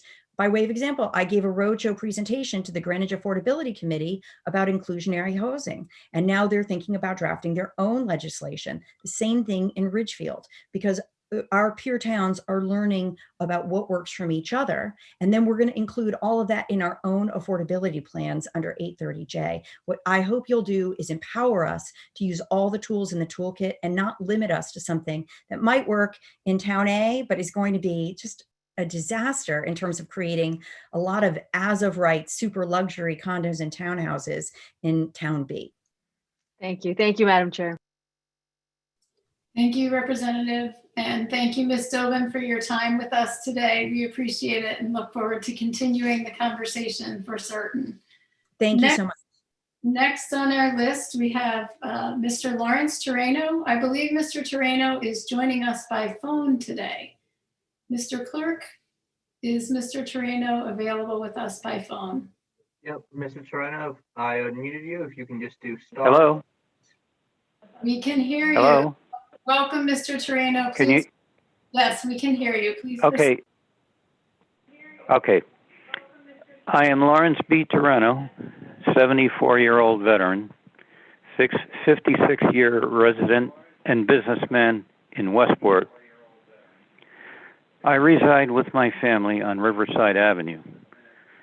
I'm sure the 830G affordable housing was enacted with the best of intentions. However, I strongly urge you to oppose SB 1024 and related bills. These bills, in eliminating local P&Z authority, are not only going to destroy, but also endanger many of our small residential communities and would-be residents through traffic hazard and density, leading to an inability for emergency vehicles accessibility to them. None of our residents oppose affordable housing, but cramming numerous apartment buildings in a very small residential and road-restricted area is just plain counterproductive and dangerous. These bills under consideration in not allowing residents who live in these areas a public voice is an abomination of our democratic principles. In many cases, all you're creating is an economic windfall for developers without any real affordable housing. As an example, I'll read you an email I sent to the chairman of our P&Z concerning an attempt by developers to put in multiple apartment buildings in the area of Old Saugatuck in Westport under the 830G. It goes as follows. I strongly urge you to discontinue any further negotiations with developers for the destruction of Old Saugatuck. Old Saugatuck is a unique community of residents, allowing them affordable one-family housing for those who are unable to afford the usual expensive environs of Westport. It hardly seems reasonable to even consider an application for such a project when on numerous occasions and meetings, the danger of injecting some 500 new residents and over 300 vehicles into an area with only one back road leading into and out of it is so apparent. It is easy to see in the case of an emergency, so many vehicles trying to exit would jam the only escape route and leading out to only one main road. If two vehicles from residents parked opposite on Ferry Lane, the emergency exit leading out would become a one-lane road for hundreds of people and their vehicles exiting, and fire trucks and ambulances trying to enter. It is also no secret to commuters that the entrance and exit to I-95 right at this spot, at the one main road leading to this spot, is continually jammed heading southbound in the AM and jammed heading northbound past 3 o'clock p.m. I would plead with you and the Commission not to endanger the proposed residents or current residents at this location and destroy the old Saugatuck community, who already consist of Westport's affordable housing residents. Your 3 minutes are up. I ask, is it right for a group of legislatures in Hartford to impose one set of zoning laws for all the diverse towns, cities, and rural areas in Connecticut with no say from the people who live there? There is no local control when it can be overruled by the state. Mr. Torino, if you could please finish up. Your time is up. Thank you. Yeah, I'm finished. That's it. Thank you. Thank you. Seeing no further questions. Oh, I'm sorry. Oh, I do see Senator Huang. Thank you, Madam Chair Gopiel. Welcome to the new role. Mr. Torino, thank you very much for your testimony. And I'm venturing to guess that you don't do this often, but you felt compelled to, even by phone technology, to testify. So I wanted to personally thank you for your efforts. I know where you are from the standpoint of Riverside and the Saugatuck River, and obviously you are within potentially a half-mile radius of the Saugatuck train station. Would that be correct? Mr. Torino? Yes. Right? Yes, I'm close by there. Right. And then when you talk about access way, you've got the Creberry Bridge and you've got these narrow roads of residential neighborhoods. But those are important considerations when you look at density and traffic patterns. So I appreciate you pointing that out, that it's unique to certain communities. But tell me more about Save Our Saugatuck, that neighborhood of middle-class community and residents and homeowners, how a developer is going in and making bids to buy out these properties to build high-density units using the 830G, and also putting tremendous sewer and watershed pressure. But another way that they've also applied, because I'm obviously a strong supporter of Save Our Saugatuck, is the fact that the developer was even looking to break a conservation easement in order to facilitate building. Could you share with the audience in regards, this is an example of where a housing high density initiative runs counter to the neighborhood, runs counter to the character of the general community, but also would create tremendous havoc to environmental as well as a true sense of a community. Yes, you just can't fit that in that area. And also that area was originally created many years ago for, people like maybe firemen and police who couldn't afford to live in Westport. It's already affordable housing. But the danger to that area, I mean, sometimes I can't get out of my own driveway because the traffic is jammed from the post road all the way to I-95. You just can't fit any more traffic in here. It's dangerous. I mean, How are you going to get a fire truck in there when it's all jammed up with traffic? And what about the density concern of replacing a middle-class neighborhood? Everybody thinks that Westport is the gilded Golden Coast, but in walking the neighborhood and knowing a lot of the community members in that neighborhood, the old Saugatuck area, it's a working middle-class neighborhood of former firemen and municipal workers. That would be displaced by how many units are being proposed if this high-density project was to go through? We've estimated with what they want to put in there. They want to put 4 apartment buildings in there. I think one's 3-story and 3 more are 4-story. So total, how many units, you know, Mr. it just isn't going to work. Yeah, you're you give an talking about estimate of maybe how many total 500 units? residents in that one spot. And it's not built for it. It's a 1-lane road. There's nothing out, no way to get in and out of there. Yeah, that was. Can you talk a little bit about the conservation easement that they were looking to break to create pathways? Right, and Norwalk, that belongs to Norwalk. Norwalk's not going to go for it. Their conservation commission already said, you know, we just don't want this. You know, it's a conservation area. And the developer just wants to go in there and use that as an emergency exit. And besides, even if it was an emergency exit, it still leads out to, you know, one road. You know, it's just not going to happen. And for you to call in and testify, would that concern be one of the aspects of not even having a public hearing, that if those kind of resources or opportunities were not available to save our Saugatuck and the conservation boards of Norwalk, these projects would be going forward and having tremendous impact in your neighborhood? Would that be correct? Yes, and the idea that we wouldn't even have a say in it.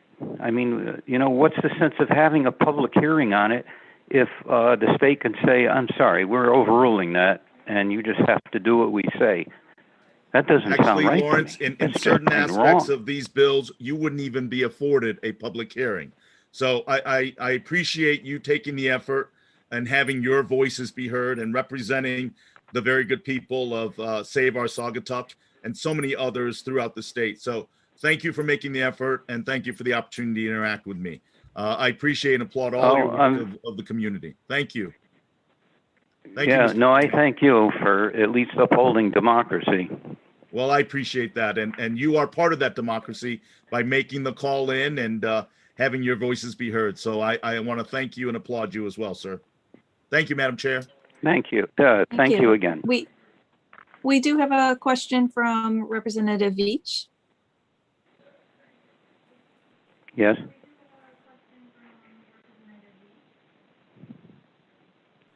Representative, you do need to unmute, please.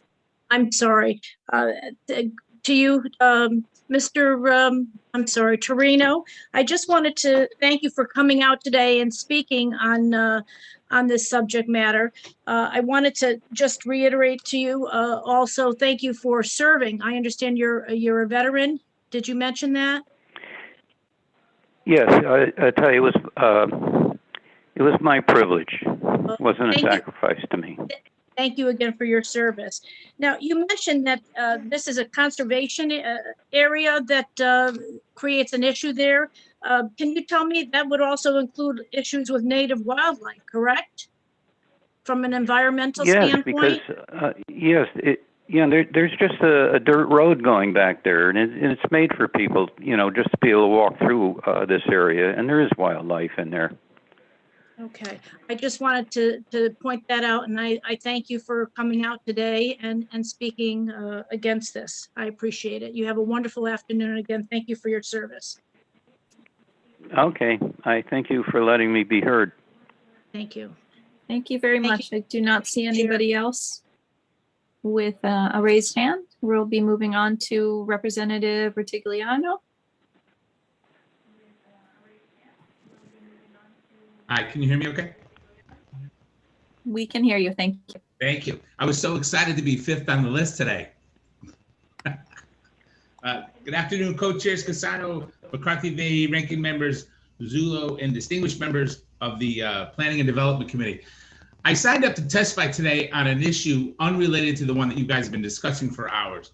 I didn't know this was going to be your big zoning day, but I would be remiss if I didn't chime in and express my absolute opposition to the Senate bill before you. I live in a great town called Trumbull. It's a quiet suburban community. We like our local control, and we like it to keep it that way.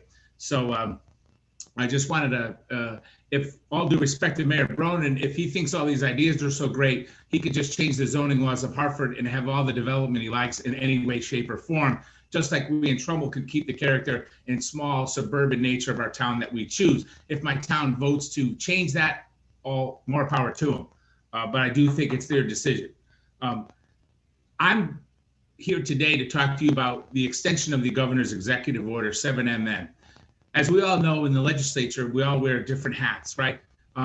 We're lawyers, we're real estate agents, we're moms, we're dads. We do lots of other jobs. My other job happens to be in the hospitality business.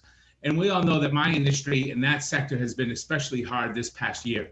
Many restaurants have closed, revenues are down, the unemployment rate has been through the roof to the entire industry.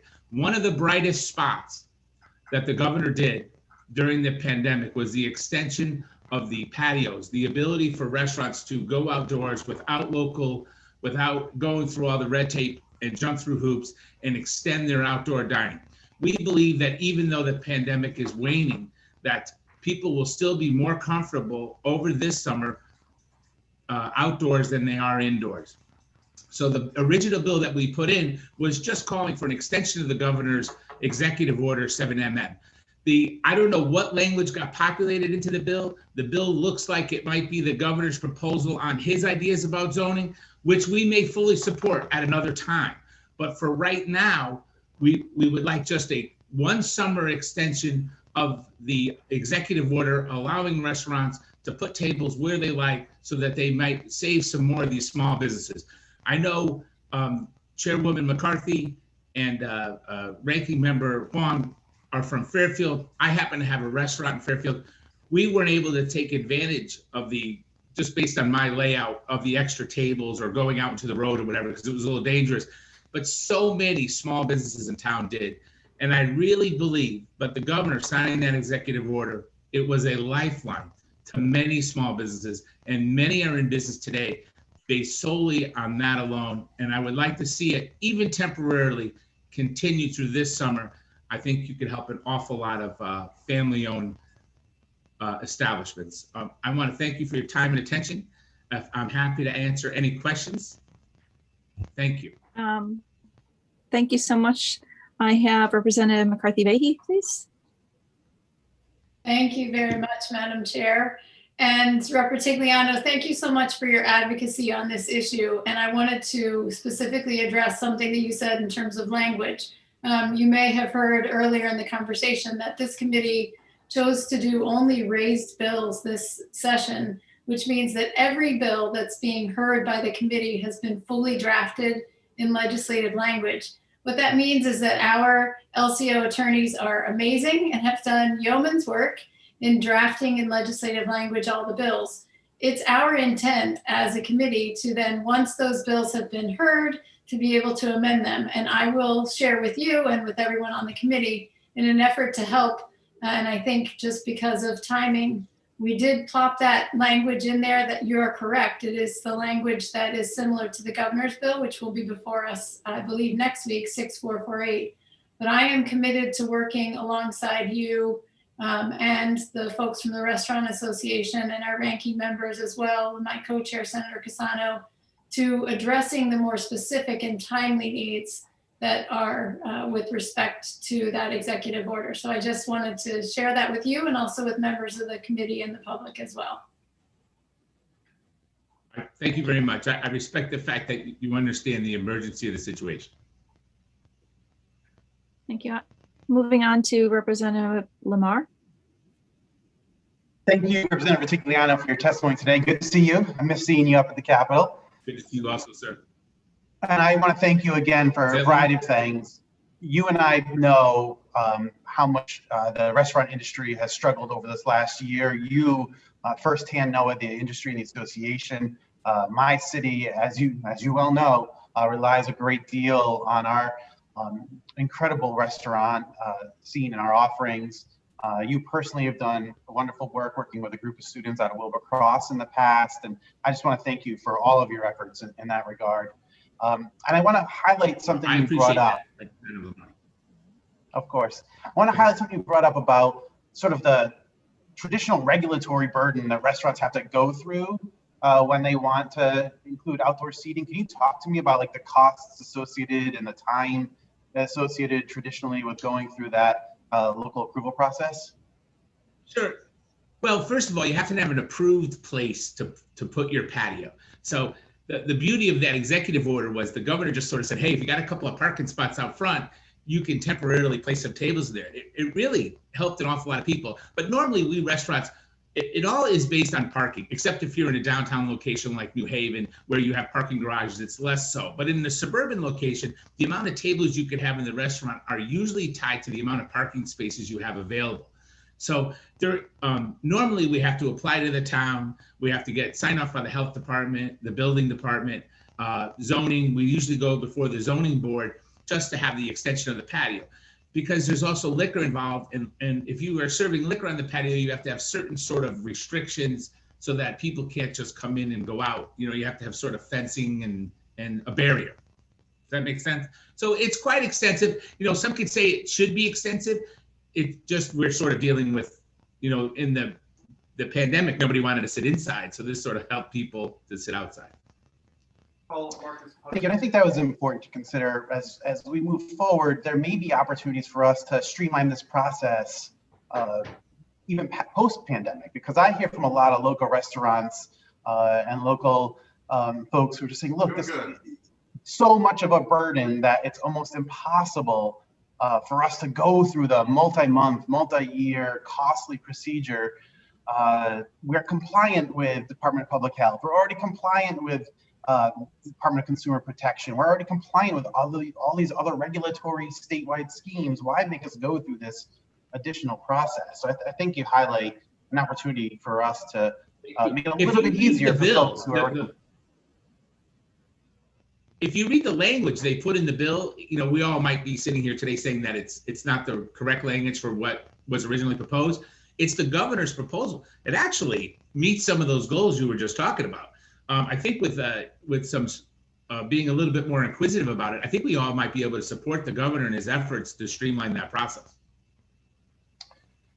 Thank you so much. Yeah, and I think that's right. And I think we oftentimes create a regulatory process that has extraordinarily lengthy public hearings, unnecessary burdens on local applicants to jump through so many hurdles when there's already so many other regulatory processes in place that sometimes we create such a costly and expensive level of maneuvering for our local businesses to have to jump through. And I'm hopeful we can take the lessons we learned today in this committee and this hearing and apply them broadly moving forward, because I think you raise an important consideration and I'm glad you did so.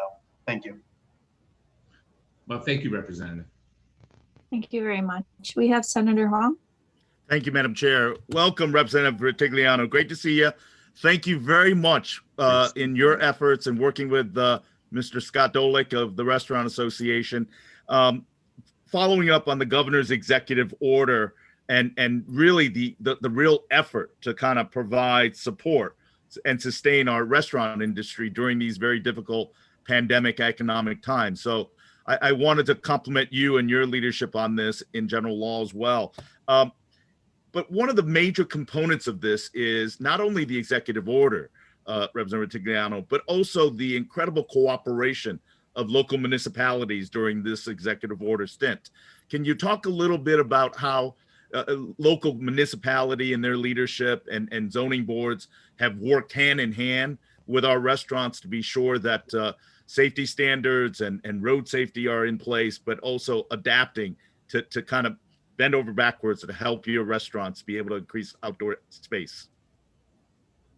Well, Senator, to be blunt, which I've been accused of a few times in my life, not all towns are created equal. And that's why this executive order was so important, because it sort of circumvented maybe some towns that have a propensity to overregulate or an inflexibility towards them.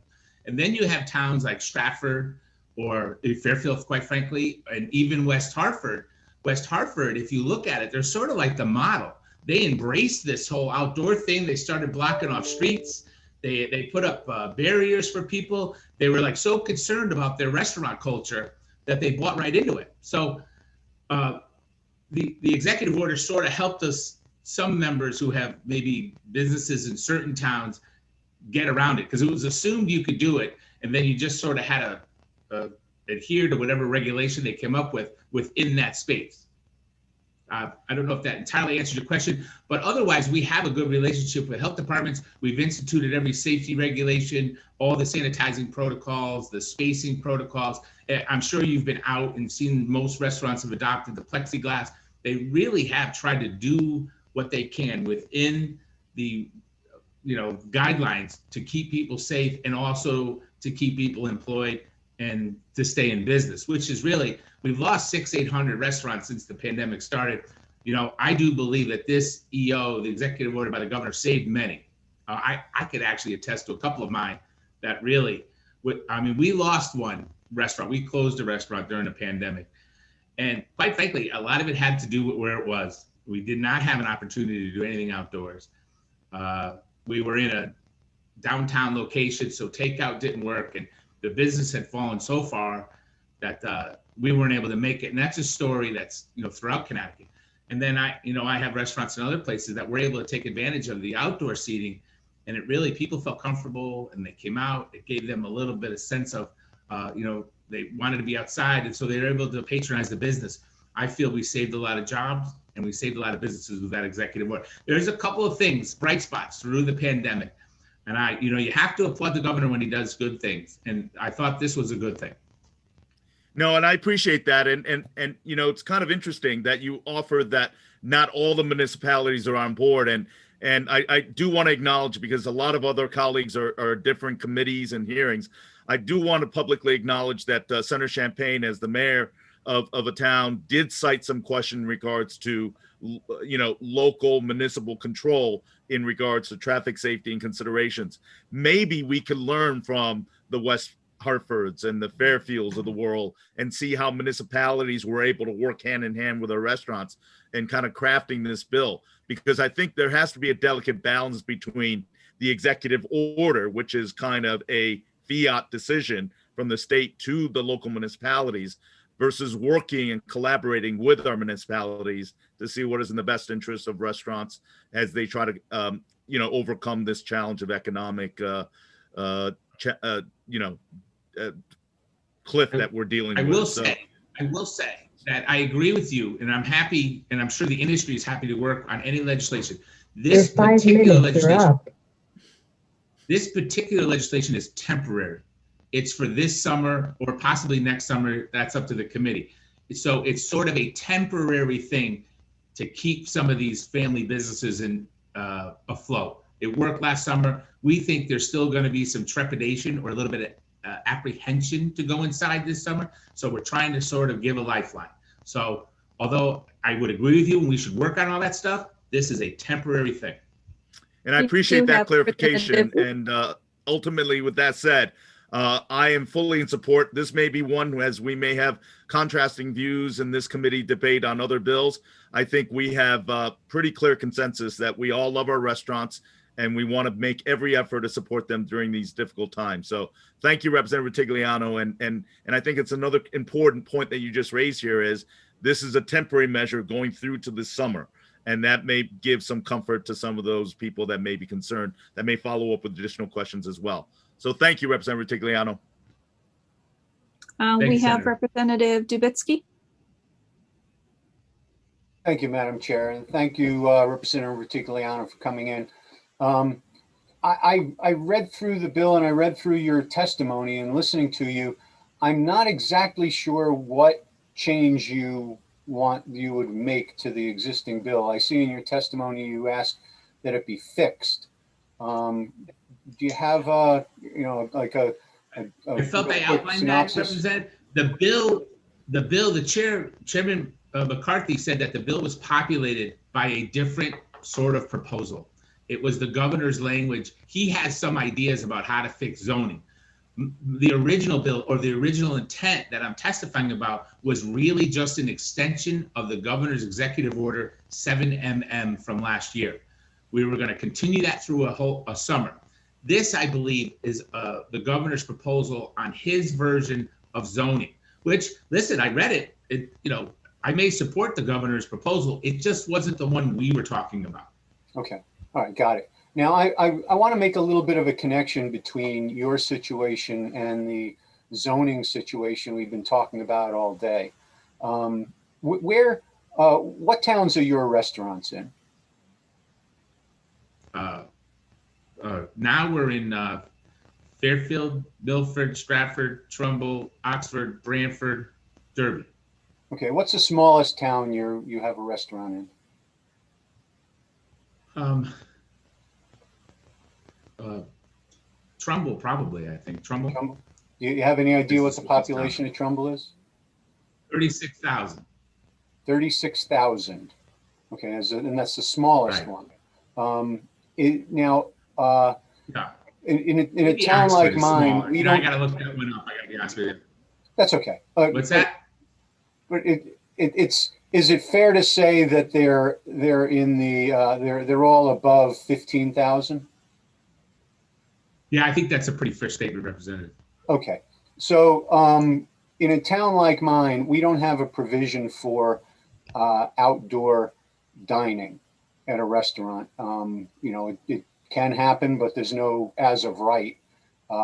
So would you consider building a restaurant in a town with 2,000 people if we were mandated to have outdoor dining? Mandated? Yeah, if the state said for other reasons, Representative. I have different parameters that we look at. I have to be honest with you. Right. In my company, when we look for a new spot, a lot of it has to do with the economics of the space. Is the rent affordable? Then we're big on demos. We sort of put a pin in. We like to see what the population is in the surrounding area. And then we're like a big traffic count company too. We like to know how many cars are driving by. So we have different things that we don't hardly ever go by feel. We usually have sort of data points that we look at when we're looking for a spot. Okay, and I think so you could have a town with 2,000 that has a road that goes through it that has heavy traffic, and yeah, I'd probably consider it. Okay, so you've just made my point that it isn't zoning that is preventing you from opening a restaurant in my town. It's other considerations. Oh, always other considerations. Yep. Okay. And going back to your beginning statement that you would oppose the mandates of these zoning bills, you imagine it's also other considerations and not zoning that is preventing people from building affordable housing and other types of things in towns like mine. I agree with you. A lot of people don't move to Trumbull because it's sort of a sleepy suburban town. But that's why we moved to Trumbull. This is the character of our town. We like it this way. We do a little bit of development. It's on the outskirts, and it's a quiet family town. If I was young and starting out, I'd want to be near a train station. Trumbull doesn't have a train station. Your 5 minutes are up. Okay. Well, thank you very much, Representative. It's the Republican form of government. It's all local control. I mean, quite frankly, we have elected leaders. We have an elected town. I have elected planning and zoning board. The people have chosen. If they want to change how their town operates, there's a ballot every 2 years. I don't know what else to say. I mean, I believe that firmly. Thank you very much. We have questions from Representative Delnicki, please.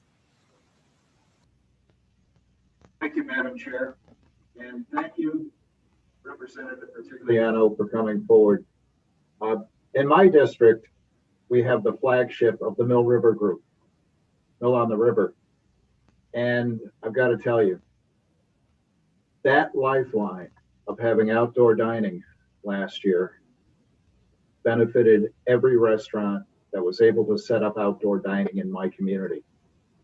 And if there's an opportunity going forward this year to continue that, if anything, maybe it'll give you the help you need to recover from your terrible season you had last year. And of course, missing Christmas, New Year's, St. Patrick's Day, Valentine's Day this year. I think you've summed it up succinctly. And I thank Representative Davitsky for making the separation between the other issues we're talking about and this one at hand. And I certainly would support this one. Thank you, Representative. Thank you, Representative. Representative, this is a absolute lifeline to small family-owned businesses. It was very successful last year. The governor should be congratulated for signing it last year. I believe he saved many businesses and jobs. We're looking for an extension for it this year. I listed quite a few restaurants that I'm involved with, but we only extended the patio in 2 of them just based on physical plan. So it's really for most of the industry. The feedback from most of the people I talked to that this was the one thing that they thought worked the best or helped the most, I guess I should Thank say. you. And I appreciate your committee's willingness to take that up, and the Chairwoman McCarthy committed to fixing the bill. So I appreciate it a lot, and thank you. Thank you very much. We have Senator Champagne. Yeah, just a quick note. Last year when this started when COVID hit and the restaurants were in trouble, as a local leader, one of the first things we did is immediately figure out ways to help them and helping them move outside. So, I support doing the same, but I think, no matter what we do going forward, we still have to keep the local communities involved in the process. Do you agree with that? I respect that, Senator. This is an emergency, a temporary extension. So going forward, things could go back to normal, or you could adopt the governor's legislation. Fine by me. I was really addressing what I believe is still an emergency, will still be emergency over this summer, and we're trying to save some of these folks. Right, and I agree with that. But I still believe we need our local officials to be part of the process. And if those communities want to save their businesses, I think they can step up and help them. We were very successful at it last year, and I think we will this summer as well. Thank you. Well, Senator, I appreciate that. You probably run a very good community. But from what I hear from other people throughout Connecticut, not every town is created equal. Not everybody is as friendly and as accommodating as others. I could tell you the story. I have a restaurant in one town where the mayor's office literally surveyed every restaurant in town and came with suggestions on where we could put additional patio space. This was Stratford. You couldn't ask for a better partner and an administration that really cared about everybody, not just me, everybody in town. And so there were towns like that were out there, but I must say there is other towns on the other end of that spectrum. That's all. Keep that in mind, sir. Yes, sir. Thank you. Thank you. Thank you very much for your testimony. We're going to move on to Sarah Bronin.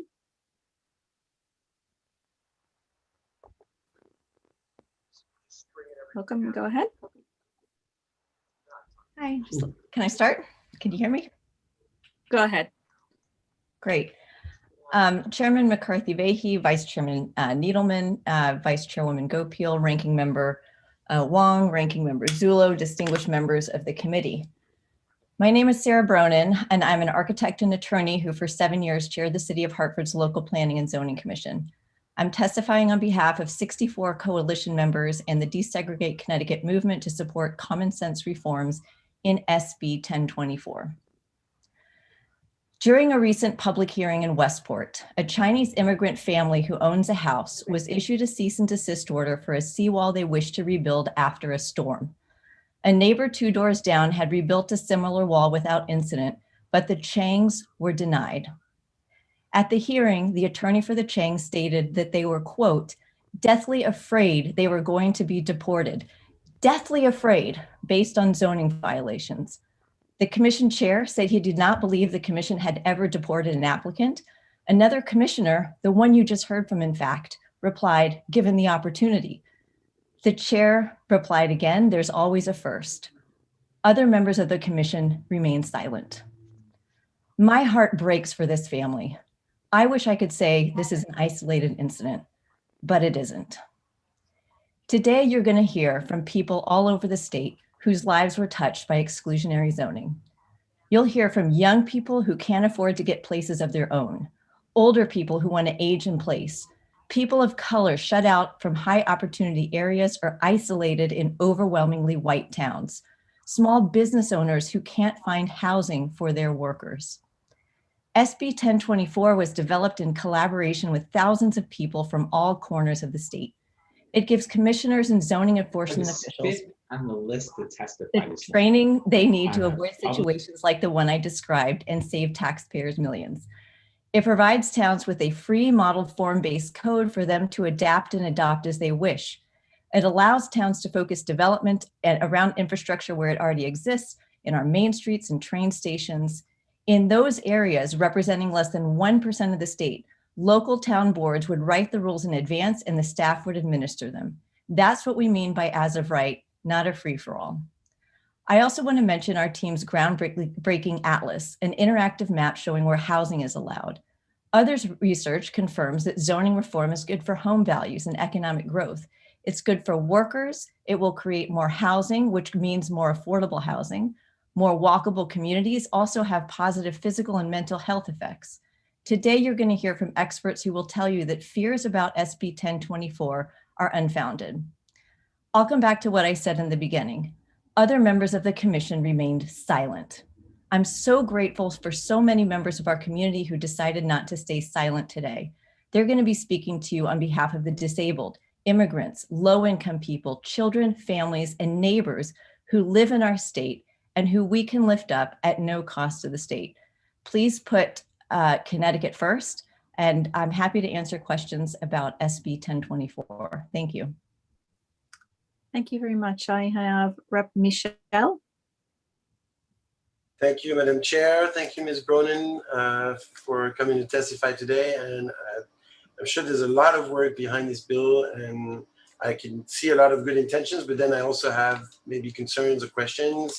And so, you know, I'll probably I have a couple of questions just regarding Stamford, for example, and maybe other areas that are in similar situations. And for example, today in the South End, after we've had out of control development to the detriment of our residents' livelihood and potentially public health, and is causing as well the cost to go up on the pre-existing homeowners and renters.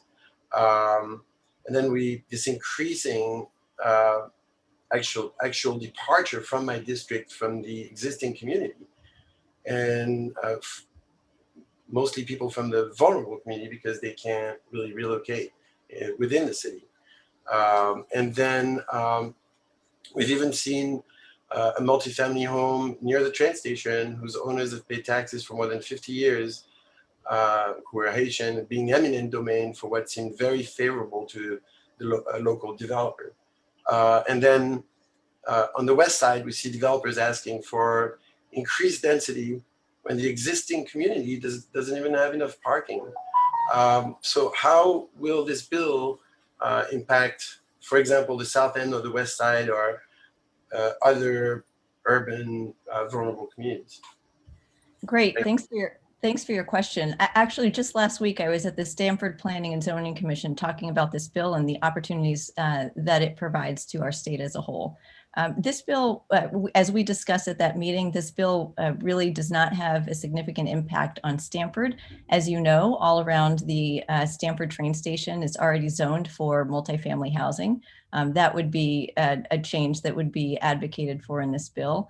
As you note, there are some situations where towns might not want more than 4 units around the train station, and that would be up to the towns. This bill would not require Stamford to accept anything more than 4 units, which, as you know, you already do. So it's entirely within local control to manage the kinds of growth that you're seeing being problematic for your town.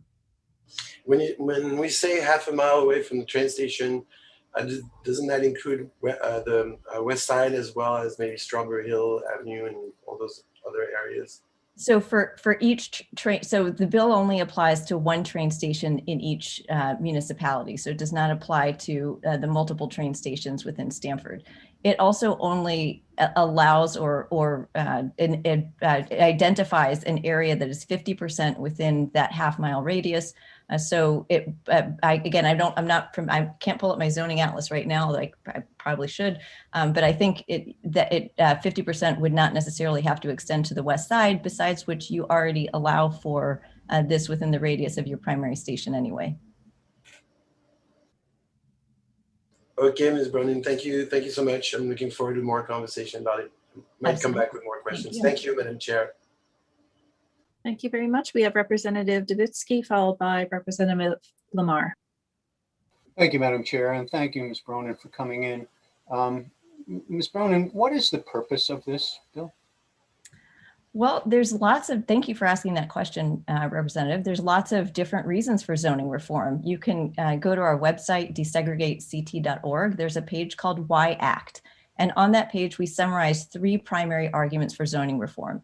One is economic, one is environmental, and one is equity. So from an economic perspective, our overly restrictive zoning rules have actually locked us in to the same kind of development that we've had here for many years, while other states have forged ahead with zoning reforms that unlock economic opportunity. Connecticut has really stagnated. So one of the purposes of this bill is to unlock the kind of housing development that we're seeing being very successful in other states, that creates jobs, that puts money into state and local tax coffers, that provides income to people, and that actually enables us to support a workforce that many chambers of commerce and many business associations, including the CBIA, have said we don't have enough of. We don't have enough housing for our workers. So there's an economic argument. The environmental argument here is really simple. It is that our bill is laser focused on putting development where it already exists. That's why you see major statewide organizations like Save the Sound and the Sierra Club supporting our legislation, or this legislation, SB 1024. It's because we have in Connecticut locked in sprawl. So I know you love farmland. I know everybody here cares about Connecticut forests, but UConn's Land Use Institute has shown that we have been building outward into our farmland and forests at an alarming rate. We have done that not through maybe intentionally, but we've done it just because we haven't taken a close look at where we put housing. We've been sprawling outward, which means more infrastructure costs, more roads, more greenhouse gas emissions, and more public health problems associated with that down the line. From the equity perspective, our bill, SB 1024, is really about trying to provide a diverse housing supply that meets the needs of many different kinds of Connecticut residents. So I mentioned younger people. You'll hear from many of them today who can't afford to move back, or who maybe don't want the kind of housing stock that Connecticut offers. You're going to hear from older people who can't find a place in their own communities. A commissioner from Coventry wrote in her testimony that she would love to live there, planning and zoning commissioner, but her town doesn't allow the kind of housing that she can afford. It only really allows single family housing. So what we're trying to do with this bill is actually address a range of issues that Connecticut faces, issues that make Connecticut one of the slowest growth states in the country, as well as one of the oldest states in the country. Okay, well, not any of those have any relation to a town like mine. My town is actually right next to UConn. And this bill would allow the very sprawl that you claim to want to prevent. Can you remind me of your town again? UConn is currently trying to expand into all of the adjoining towns. And frankly, the only thing that prevents 4-unit frat houses throughout my town is zoning. Why should a town like mine not be able to adopt zoning regulations to protect the rural nature of the town? Can you remind me which town you're in again? Chaplin. Chaplin, great. So have you recently read, it sounds like you've read your zoning regulations, you're pretty familiar with them. I'm the chair of the Planning and Zoning Commission. Okay, I should know that. I should have that in my notes. So you probably know that Chaplin allows for 2-family housing as of right across 88% of land in Chaplin. That's what we found in our zoning regulation. So part of that zoning— That's not true. That's not correct. It might be under certain development circumstances, but again, maybe our zoning atlas. So we looked in our zoning atlas at 32,000 pages of zoning codes. So forgive me if we miscoded that. But many of the towns in your district do allow 2-family housing as of right without any restrictions. So I think if I have some notes here, Scotland, Hampton, Canterbury, a lot of those allow in more than 75% of their land in the town 2-family housing as of right. So I'm not sure that this will radically change those towns. Not only that, most of the provisions, the substantive provisions in the bill do not apply to towns like yours. I don't think that the Main Street, I think all of your towns fall under the 7,500 or census definition concentrated development for the Main Street provision in Section 6. Of course, none of your towns have a transit station as defined in the bill, so they're not subject to that provision of the bill. I think the only thing that might apply in your towns is the ADU provision, but there too, all of your towns except for Franklin expressly already allow accessory dwelling units within their towns. So I don't really see in this.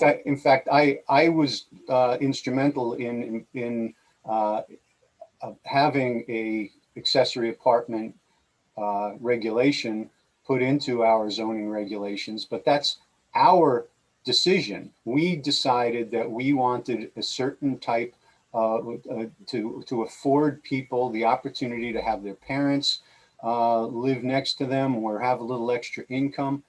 Chaplin decided— Your 5 minutes are up. The people of Chaplin decided that we wanted to do that.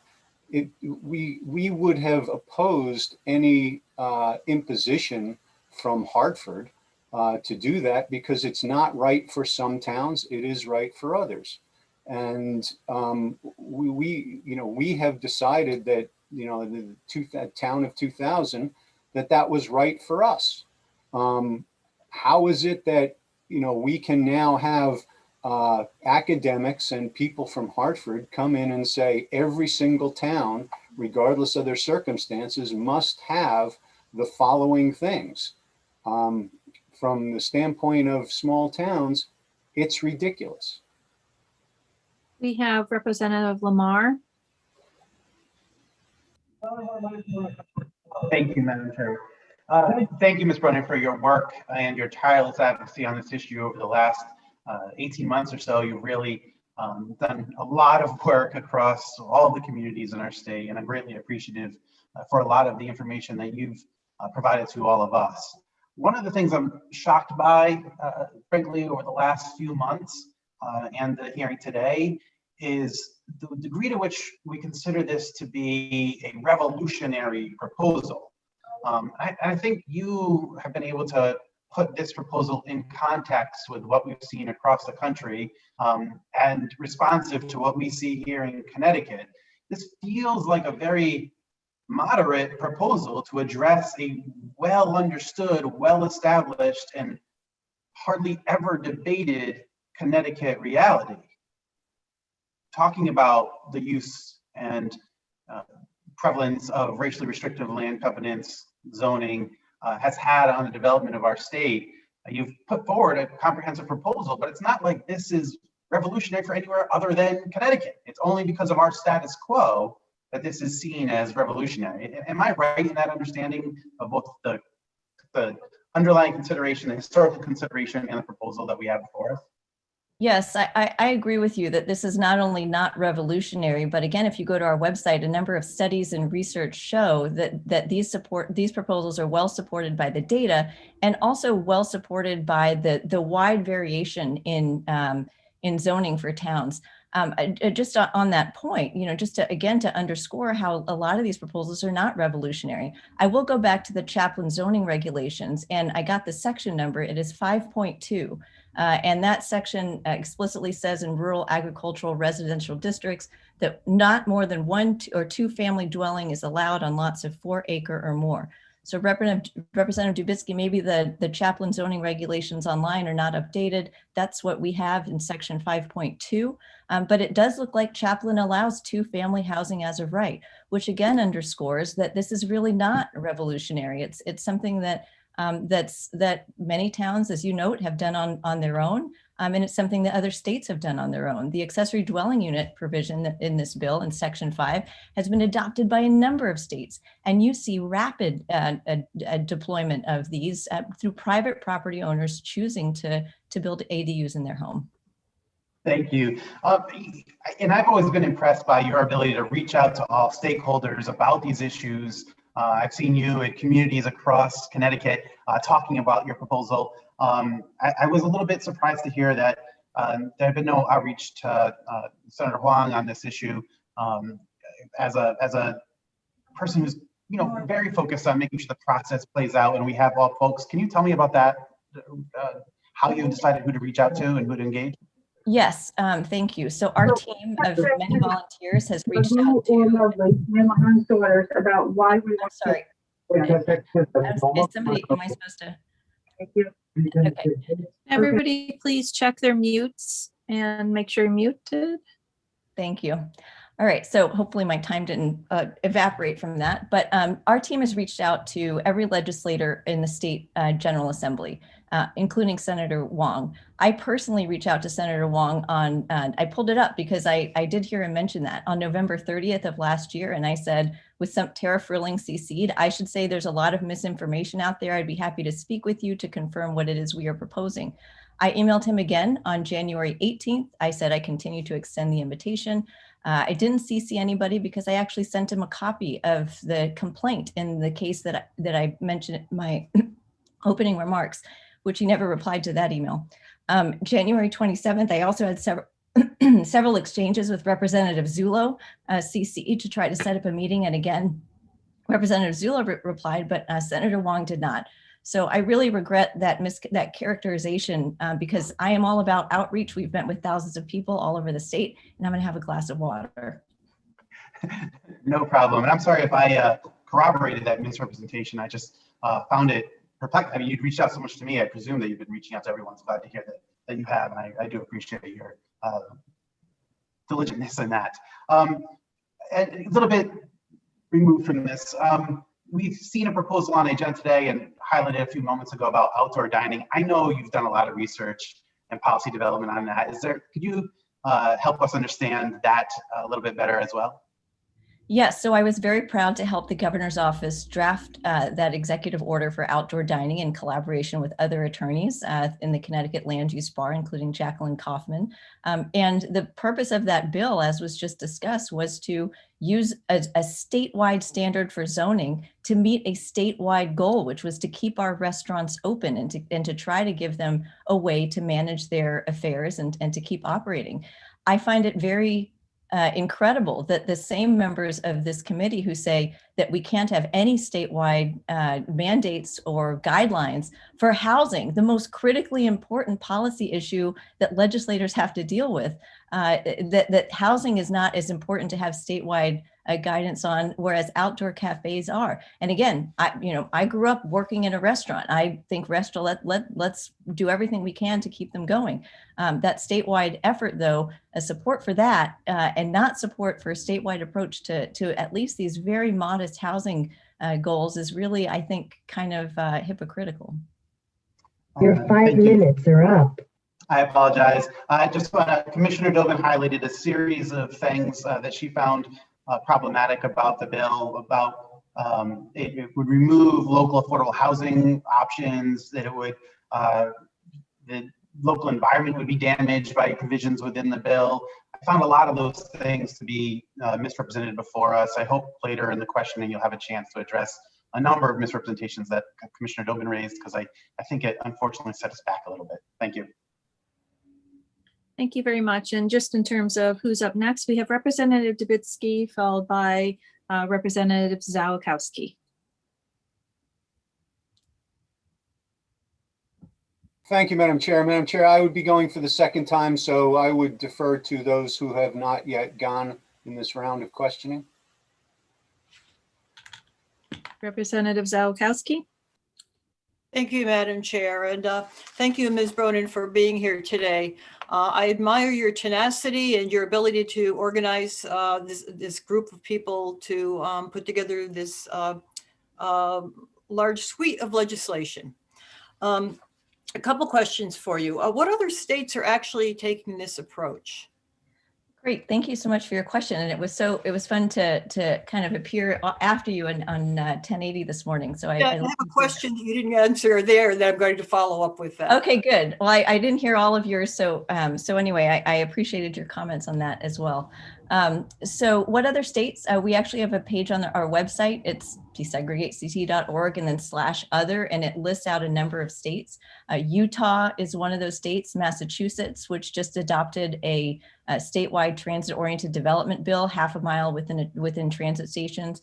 It's not exactly similar, but it's the same concept as SB 1024. We've seen ADUs in California. Oregon has done statewide zoning reform, and a couple others that I'm missing, but it's been a wide range of states, including Utah is just one example of a state that you might not think of embarking on this, but all of it, there were different goals, just like there are here, economic development, equity, but all of it has proven to be pretty successful in creating housing. And so we do have good models. I did, isn't it my understanding, I guess, that Massachusetts does allow the towns to opt into the TOD development? It does not, it's a mandate. It is a mandate. It's a mandate, and it's at the 15 unit per acre requirement, which is why I think SB 1024 matches that exactly, so that Massachusetts and Connecticut, which really are competitor states, that we're not behind what they're doing. And it's a pretty modest units per acre. So tell me what we're going to do. I don't know if you've heard my discussion on the radio this morning, but what do we do with towns like Suffield, where they have land within a half a mile of the Enfield train station across the river? Are they going to be forced to develop what is right now open land into high density multifamily units? Yeah, absolutely not. In fact, our proposals are really all about trying to concentrate development where it already exists. So the less than 1% of land that's affected by the Main Street and transit-oriented development proposals is really a very small amount of land.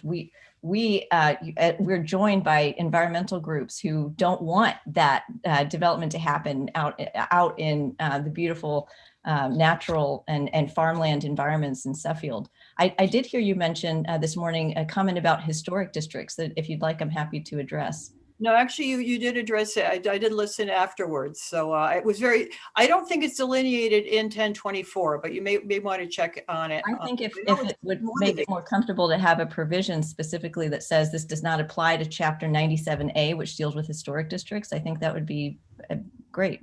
Well, also, you're talking about town historic districts as well, even not just state designated. I know that some towns have historic districts that don't have a historic development commission. So I think we need to be very careful treading on all that as well, because that really, New England. I'm vice chair of the tourism caucus. What we are is what we sell to the public for tourism as well, and we need to make sure that we can preserve the natural beauty of our communities, and well as the heritage of some of the existing structures that we have. Along those lines, is there room for this for renovation of single family dwellings for ownership opportunities? Yeah, so single family dwellings, you mean just generally or for? Generally. There are a lot of towns that have properties, single families, whether they're condominiums or single family detached, that are very reasonable in price. They may need a little bit of help, but I see a lot of money being trying to funnel a lot of money into the multifamily. would there be encouragement for some of these other existing units that may need some preservation? Yeah, so I mean, for me, from a preservation and rehabilitation perspective, I think there's always more investment that the state can make in preservation and rehabilitation. As I mentioned on the radio this morning, I just stepped down as chair of Preservation Connecticut. I've written books on historic preservation law, and we have 3 statewide historic preservation associations who are part of our Desegregate Connecticut coalition. And I think we have a short time. I just want to. Sure. I was just going to say, I think part of historic much in that instance, but if you have small single family homes from the 50s, even near transit stations, which would be targeted for possibly demolition and redevelopment, you know, I would hate to even lose the single family homes because they present opportunities for home ownership, which builds equity. And I hate to see those opportunities lost. Thank you. I'm not sure. 5 minutes are up. Okay, I'm gonna ask that one question on the radio that I asked George to ask. Do you think it might make much more sense, instead of doing a broad brushed top-down approach from the state, to do a pilot program, since it's supposed to increase tax revenues for towns? That's one of the purposes. Why not try it on voluntarily on a couple towns, see how it goes before we broad brush this for the entire state? So I'll leave it at that, and I'll let you answer. And thank you, Madam Chair. Thank you for that question. I mean, the way to look at that question is really that right now we're in a pilot program where every town can opt in to the kinds of reforms we're making or we're proposing. And in fact, many towns have opted in. You know, many towns have, for example, accessory dwelling units. But what has happened is that there's such a patchwork between jurisdictions. Let's use accessory dwelling units as an example, that you can't really sort of look at the accessory dwelling unit issue and see how it can really impact and lift up the housing opportunities that we have across the state. So so right now we are in the pilot program where lots of different communities have tried lots of different things, but we're not able to really, see, I think, or quantify the benefits of that. Whereas you look at other states like California, which adopted statewide ADUs and legalized them, and you see that California has, I think in LA County, there was a Washington Post article that said that LA had produced 11 times the number of ADU permits within 3 years as it had in any prior year. So again, it's the legalization and the sort of setting this out as something that's important to the state and providing housing through these global policies. Again, lots of local control that's still within town's jurisdiction, but just with these few simple rules that have worked in other states, we think that that's the better approach. At least our coalition does.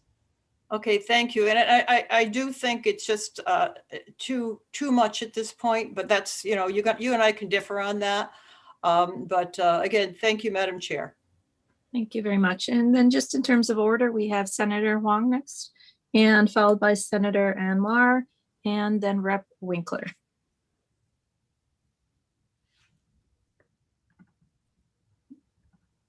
Senator Wong, are you still with us right now?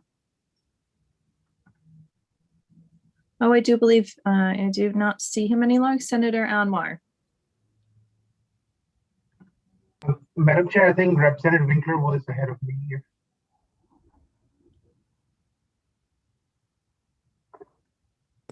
You can go ahead with the receipt, please. Representative Winkler, you'll go ahead. I'll go after you. You're so polite, Senator Anwar. But I don't know, a senator going before a House member may be a violation of the rules. A House member going before a senator may be a violation of the rules. Thank you for your testimony, Ms. Vernon. Vernon is one of those towns that allows duplexes in 3 of our residential zones as a matter of right. You have such a fine way of expressing yourself.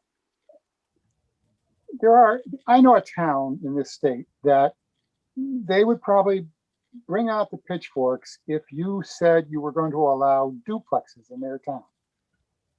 Why is it each individual town's history that shapes its zoning? I struggle to express what's happening in any terms that won't make people defensive. I'm not understanding your question. Are you sort of thinking about, would you like me to talk a little about the history of zoning or how it evolved in the state maybe? Well, let's talk from this point. Zoning isn't a town thing, right? It's a state thing. It's a state statute and Yes. every town has it. So would this bill be much more than the state just providing further direction in a system that it's set up in the first place?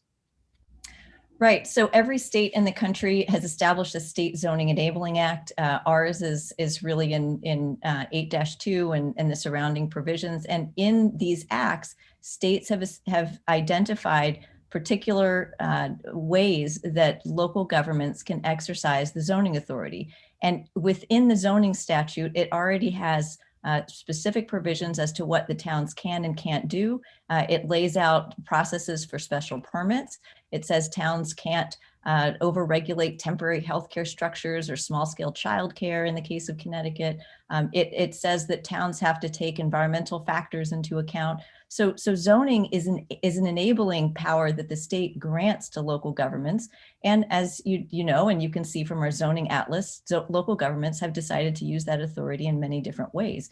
Our thought is that the statewide zoning enabling statutes have been amended in many other states to advance them economically and to improve their competitiveness and their attractiveness to a much wider range of people. We think that could really help Connecticut, which again is an aging, slow growth state. And so we think that working within the State Zoning Enabling Act and making these modest changes is really a way to continue that state-local balance as it was set up 100 years ago, but to modernize it for the way that people really want to live. Did you hear probably mispronounced this, Miss Dobbin's testimony? Yes, I did. All right. What do you think about the idea of using 380J to somehow accomplish this goal with each town having its own individual rules? Yeah, 830J, I believe. I think that there's maybe a lot of misconceptions that were embedded in that proposal, including about what 8-30J has the power to actually accomplish.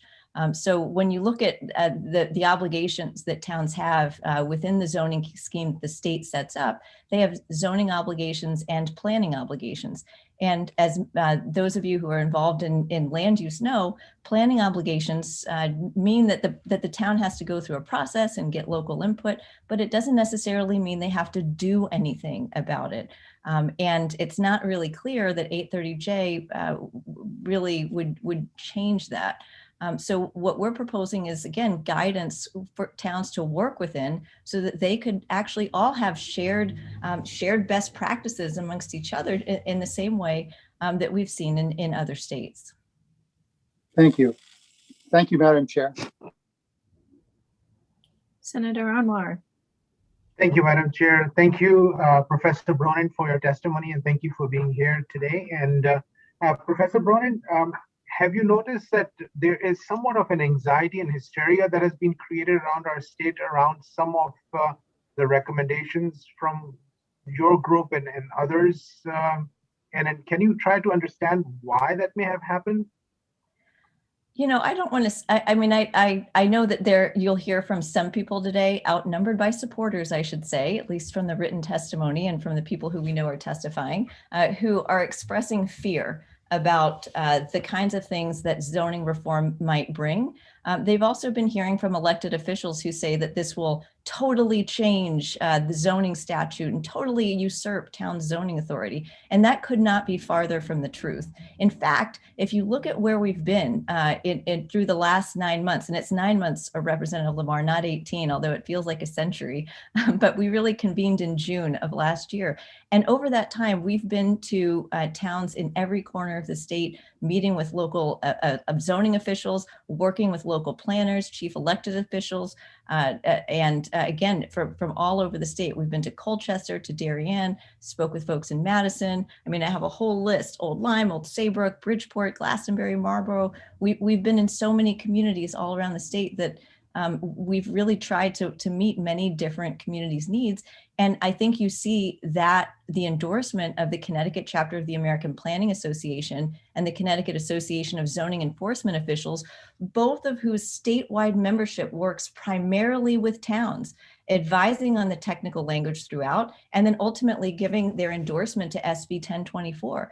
That kind of just relentless collaboration, negotiation, discussion at all levels of government at every corner of the state. That's really where I think this process has been able to resolve a lot of the issues. We've also, as I mentioned in my remarks, done our own research. 32,000 pages of zoning codes our team looked at, the first in the nation zoning atlas that shows every person here what their town does for zoning. They can click on their address and they can see what kind of housing is allowed there. That is exhaustive research that took Massachusetts, by the way, 10 years to do, but we did in the last few months because we have such an enthusiasm and support for these bills. I'm so sorry for those people who fear what this bill could bring. I wish people would say that it's an opportunity, because it really is a tremendous opportunity for the state with support from people all over the state. That's all I can say.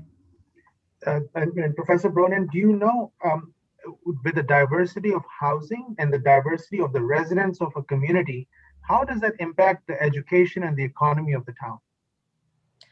So I mean, we've seen studies. Again, I'm a professor, so I keep saying studies and I keep saying research, but I want everybody to know that nothing in SB 1024 is not well supported with layers and layers of research and review. But there's tons of studies showing that people who grow up in more diverse communities and have more different kinds of people around them have better outcomes generally later. They are better leaders. They are more well educated. You'll see testimony today from people who grew up in largely segregated towns, mostly people who grew up in predominantly white towns, saying, I didn't get the education I needed. I didn't have the school experience that I needed to succeed in college and beyond because I was around, my community was not diverse. And we all ask ourselves, well, we all want affordable housing. We all want more diverse communities. Well, this is a chance to do something about it. Zoning is at the root of much of this, the ills that we see and the problems that are identified in the testimony. It's zoning that is to blame. Zoning can be used for good, and we should make sure that it is used for good. Thank you. And can you have you had an opportunity to understand why the young people leave our state? Yes, actually, this movement has been a wonderful opportunity. Of course, I work with law students in my day job. So those are exactly the kinds of brilliant young minds that we want to keep in this state. They mostly take jobs in Boston, New York, Washington, D.C., because frankly, they think living in Connecticut is too expensive. And they move. And you'll hear from our deputy coordinator, Luke Reynolds, later today, maybe, if we ever get there, and talking about his own experience. But the Desegregate Connecticut team is filled with young people from all over the state, from Greenwich to Uncasville, to Watertown, to West Hartford, really from all over the state that they're passionate about this and they're volunteering tirelessly for this effort because as young people, they don't see a place for themselves here in Connecticut. And they are urging you, and you'll hear from many of them today, to make these changes so that they have a shot at living in a vibrant, walkable place somewhere in Connecticut. By the way, most millennials right now don't have cars. They don't want to live in 2-acre single family housing. So the way that Connecticut is locked in our zoning has also sort of strangled ourselves because we're not addressing the needs of the market that is to come. And that's, again, not just younger people, but it's older people too. Thank you, Professor. And Professor Bronin, how have they used the word character and how has that been used or abused, if you will, in our state? Yeah, so we've seen, we've seen, all of us have seen local stories about local planning and zoning commissions where people have referred to the welfare recipients of X town, not Your 5 minutes are up. And people say, well, I don't want the character of people in my town, these kinds of people. And so I think what most people, though, mean when they say character of the community is the architecture, is the form of buildings, is the relation of buildings to each other. One of the reasons why we think that it's time to take that word out of the zoning statute and substitute it for architectural standards and site characteristics, something along those lines, is because we think that that is what most good people mean when they say character. They really mean what Representative Saugatuck was saying about, the historic districts and the charm. That's what we want to keep about Connecticut, but we can't let this word character hang over our head without these kinds of standards that will help us better articulate what it is we really mean. At one point when I ran for office, somebody put a mailer out who was in my opponent, said that they were running because they wanted to maintain the character of the town. And a lot of people read it very interestingly about that. Anyway, so I'll probably come back again. Thank you so much for your testimony. It's very refreshing and helpful. Thank you. Thank you, Madam Chair. Thank you very much. We have Senator Champagne, followed by Representative Zullo. Thank you. Professor, just want to get clarification. It's a half mile from transit locations, but I heard you say that only one in each town for the train stations. Yep. Okay, so it's one, and who picks that train station? The town.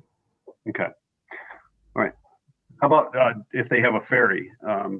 They live on the ocean. It could be either or. So it's one or the other? It's either or. Yep. It's the word, I think, is a primary or any primary.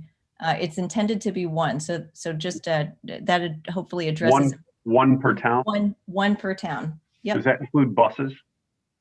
Bus stops, just an ordinary bus stop is not encompassed in the definition of transit station. Okay. And it's downtown area as well? What would be considered a down? Section 6 has two components.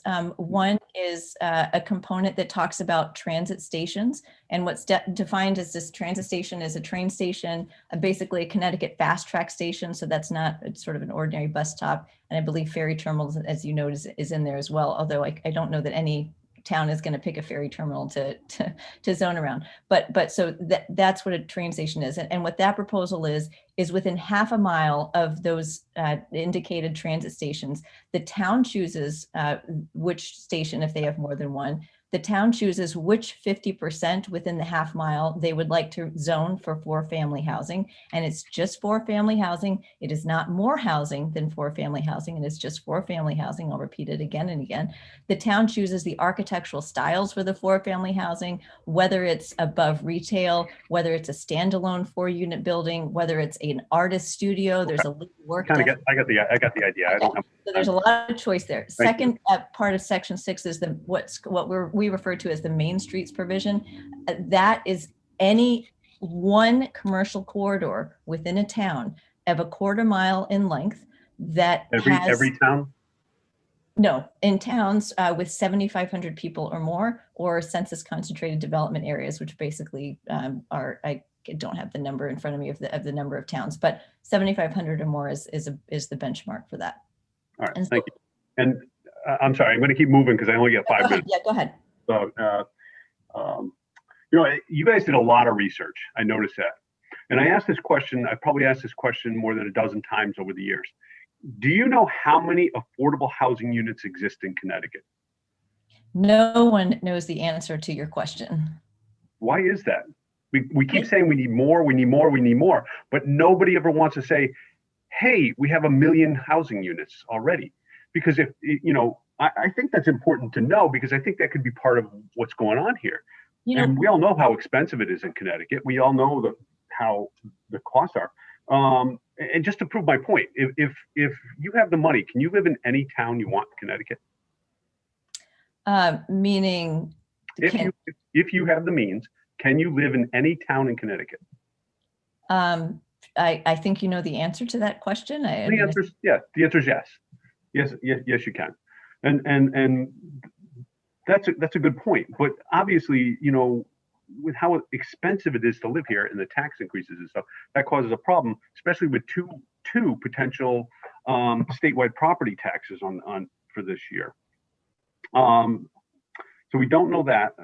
I've got to look that up one day because I'm sure it can be extrapolated from the percentages that are. I think going back to the earlier question about what is the definition of affordable, what is the definition of affordable? If you look on our zoning atlas, you'll see that even in high income towns, people are cost burdened. So I would actually go to that, and that's on our zoning atlas. The number of households that are cost burdened in each town actually is a key indicator of whether each individual family finds housing in that town affordable. Many of the Fairfield County towns that we've been talking about, at least earlier in the day, have 30% of their households or more cost burden, meaning they spend more than 30% of their income on housing. So if you want to think about it maybe a different way, maybe it's not the number of units that are affordable, but the percentage of families that actually can afford the housing that they live in. If you take that 30% figure, that does have a figure of people across the state. And in fact, on our zoning atlas, you can see that figure on a town by town basis. All you have to do is click.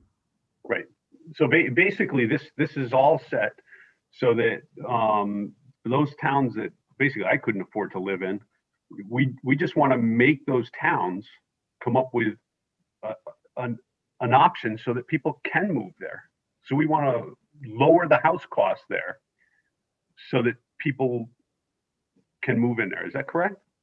Yeah, in those targeted areas representing less than 1% of the state for the Main Street and transit provisions, certainly two units in the main streets, 4 units in the TOD is not, it's not onerous, and many towns already do it. But what we're saying is let's loosen that up in other towns because it has worked in many towns. So for the towns that are still, nothing can ever change.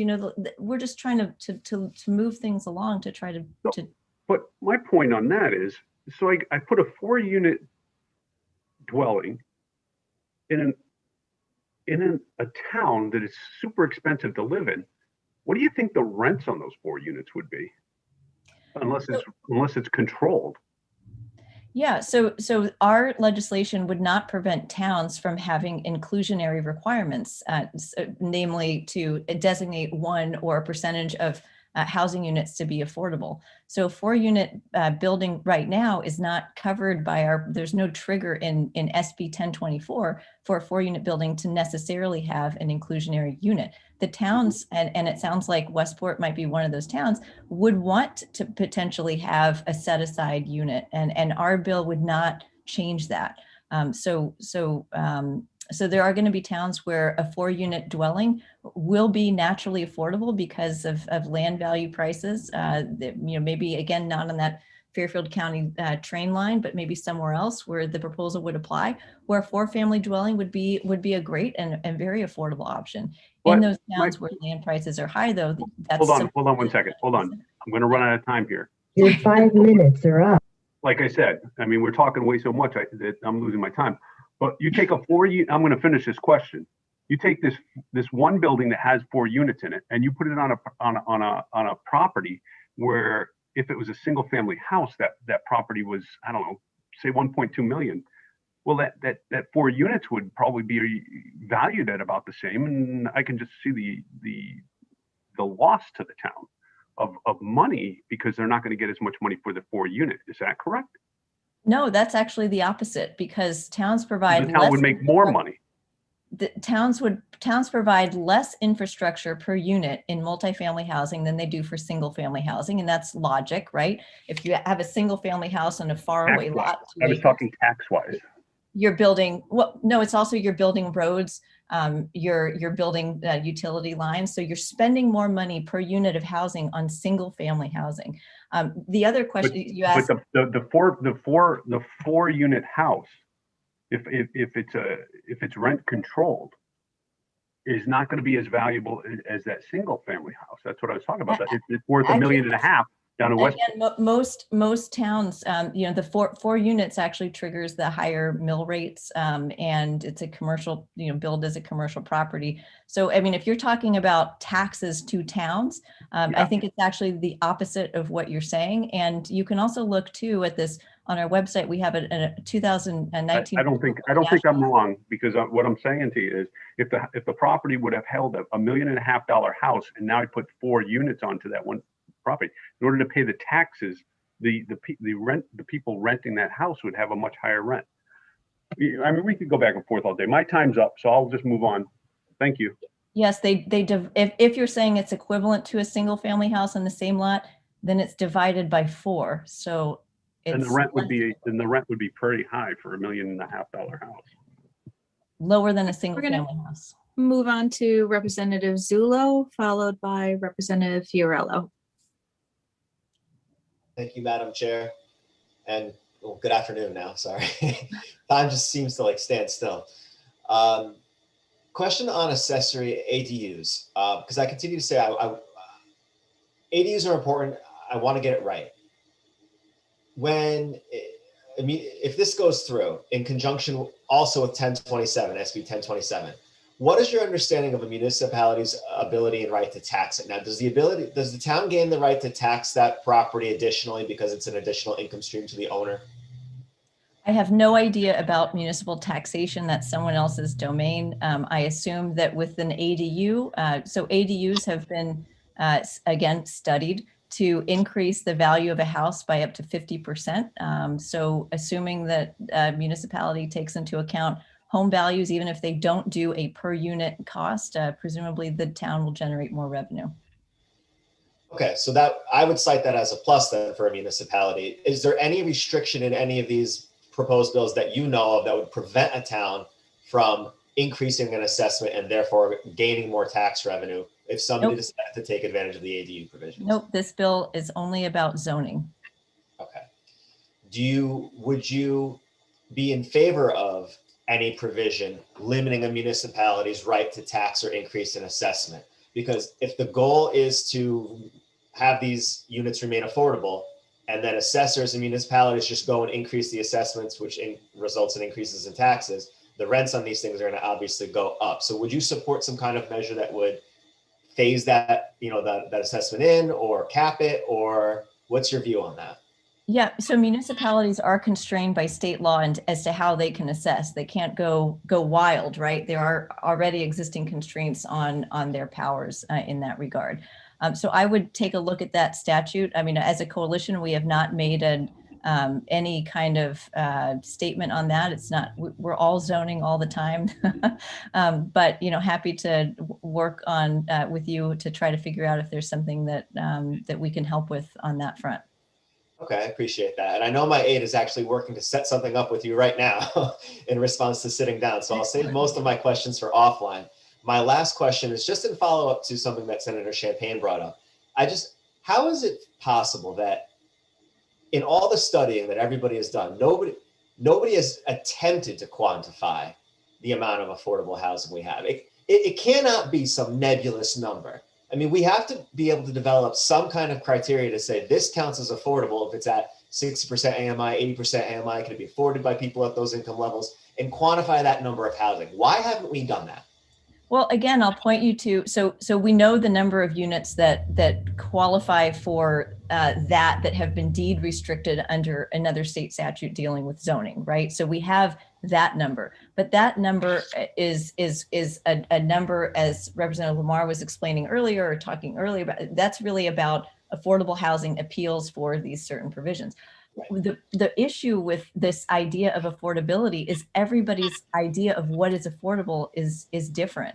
So you see so much pushback every time you set a level of affordability, you see pushback. Well, it's not 30%, it's not 60%. That's why I encourage you to look at the number of households that are cost burdened, because it's that cost burden that tells you for that household, is their housing affordable to that household or not? What we should really be doing as a state is looking at saying, we know what the number of cost burdened households is. And like I said, we have every single town cost burdened, and these are not our numbers. This is data that's federal and state data. Data Haven actually is a great source for information on that. So we know town by town how many people are cost burdened. We could say we want in every town for that number to come down to X%. That's where I think we should focus our efforts, because that helps to provide really it's the cost burden that is part of the problem. Again, other people have different views on that, but one of the reasons it's so hard to say what's affordable is because it's all really relative to the people who's actually living in the housing. So I don't think it's a methodological issue, and I don't think it's a failing on the part of the affordable housing community or the state or anybody to not have a number. I think the point is that you have to think about it in a different way. So I don't want to call it a failing, but it's hard for me to grasp saying that we have a shortage of affordable housing when we cannot quantify what we have and don't have. And I'm a numbers guy, and I want to be able to point to and say, well, we need X number of units affordable by people in this income range, and we only have Y. And I think we should be able to do that. And as for households being cost burdened, households aren't cost burdened because interest rates are too high. Interest rates are at historic lows. Households are cost burdened because, quite frankly, our state is too expensive to live in because taxes in all facets are way too high. So, I don't want to just point to real estate being a trigger for that, or, rental being a trigger for that. People are cost burdened because the cost of living overall in Connecticut is way too high. Yes, I think that's something that's very well documented. And I do point, so I think you're right. It's not just one issue, but the issue of housing does have ripple effects on every other aspect of Connecticut. It affects whether we can grow our economy. It affects whether whether existing taxpayers can ever get under that tax burden. Unless we're creating new housing, the biggest tax burden that people have, their property taxes, will always go up because there will never be new residents to help them reduce the amount of taxes that they pay. So I think these are all interlinked. And Senator Champagne didn't let me finish, but I'm going to plug it here. The 2019 National Association of Home Builders report studying Connecticut said that for every 1,500 units of multifamily housing that was created, we would produce tens of millions of dollars in income for our residents. We would produce 3,200 jobs in the first year. We would produce millions and millions of taxes for our state and local governments. And those taxes, because multifamily housing is less per unit, and in fact, we're trying to put it in places where infrastructure already exists, won't actually cost towns that much. We think that producing more housing will reduce the tax burden on existing taxpayers. That's why Republicans in most other states that have considered this have embraced zoning reform, because it is all about abundant supply of housing that helps to reduce these burdens on everybody else. And Connecticut is a classic and probably one of the worst examples of this in the country. Your 5 minutes are up. So I know I heard that trigger, and that's why I was asking about those assessment issues. Really excited to have that conversation with you offline. I do want to thank you for your advocacy. I'm really interested in ADUs. I keep saying this, that I want to get them right because I see them as a win-win in so many different perspectives. So thank you for your time. Looking forward to sitting down with you. And thanks again. Thank you. Thank you very much. Representative Fiorello. Thank you, Madam Chair. Professor Bronin, I have a question. I think you take umbrage of your bill being characterized as a takeover. But if 1024 passes as you've written it, can towns opt out of the sections like TODs and such? So it's not that I take umbrage at it. It's just that it's factually incorrect. It is not correct to say that this is a state takeover of local zoning. It, like many other provisions of current state law in the state enabling statute, provides really guidelines for towns to help to achieve goals that we really should all share. So again, I think taking umbrage is a way to say that it's my opinion, but it's not my opinion. It's just a complete mischaracterization of the bill. But so the bill cannot. Oh, go ahead. Okay, sorry. So the bill does use language like null and void. It will null and void the local zoning rules. And it says if you do not comply, you will be disenfranchised. This is regarding the training of local zoning officials. So maybe it's a matter of semantics. You're saying it provides guidelines, but these guidelines are mandates. Is that correct? So, I mean, there's a lot embedded in your question. I would like to comment on the training issue. So the training issue. So that's I can't remember which section it is, but there's a section of the bill that provides for commissioner training, a section that is supported by municipalities because it will help save them money over the long term from lawsuits, by planners and by zoning enforcement officials, and towns and individual commissioners are the ones that are on the hook for getting that training. I have to say that training is essential. Look at the story that I said in my opening remarks. Greenwich, by the way, has the most lawsuits against it in the entire state for zoning decisions. Greenwich followed not so far behind by Westport. So zoning training actually saves taxpayers money. It's a way to help our zoning officials really be better stewards of this incredible privilege that they have. And if what you guys are saying is it's onerous for commissioners to have 6 hours of training. I mean, even I'm a land use professor. I've written zoning treatises and books, and I got training every chance that I got, because you can never be too sure about what you need. So I don't view that as an imposition. In fact, I view it as an obligation that corresponds with the incredible privilege of serving on the zoning commission. Yes, no, I think it's very clear that you find all of these ideas to be very good ideas. The only question is there room in this bill for people to decide not to adopt those rules? And it doesn't seem so, because it does say null and void and disenfranchise. But the other question is, you portrayed the architectural choices as if there isn't form that the towns would have a say in this. But isn't the form-based zoning to be determined for the entire state by a 11-person working group? Yes, so let me get to that section. You're talking about section 8 of the bill. And I'll just read to you from line 545, and it says that this group, that the Secretary of OPM shall, quote, convene and chair a working group to develop model design guidelines for both buildings and context appropriate streets. And maybe that word model has gotten lost, but it's in line 545.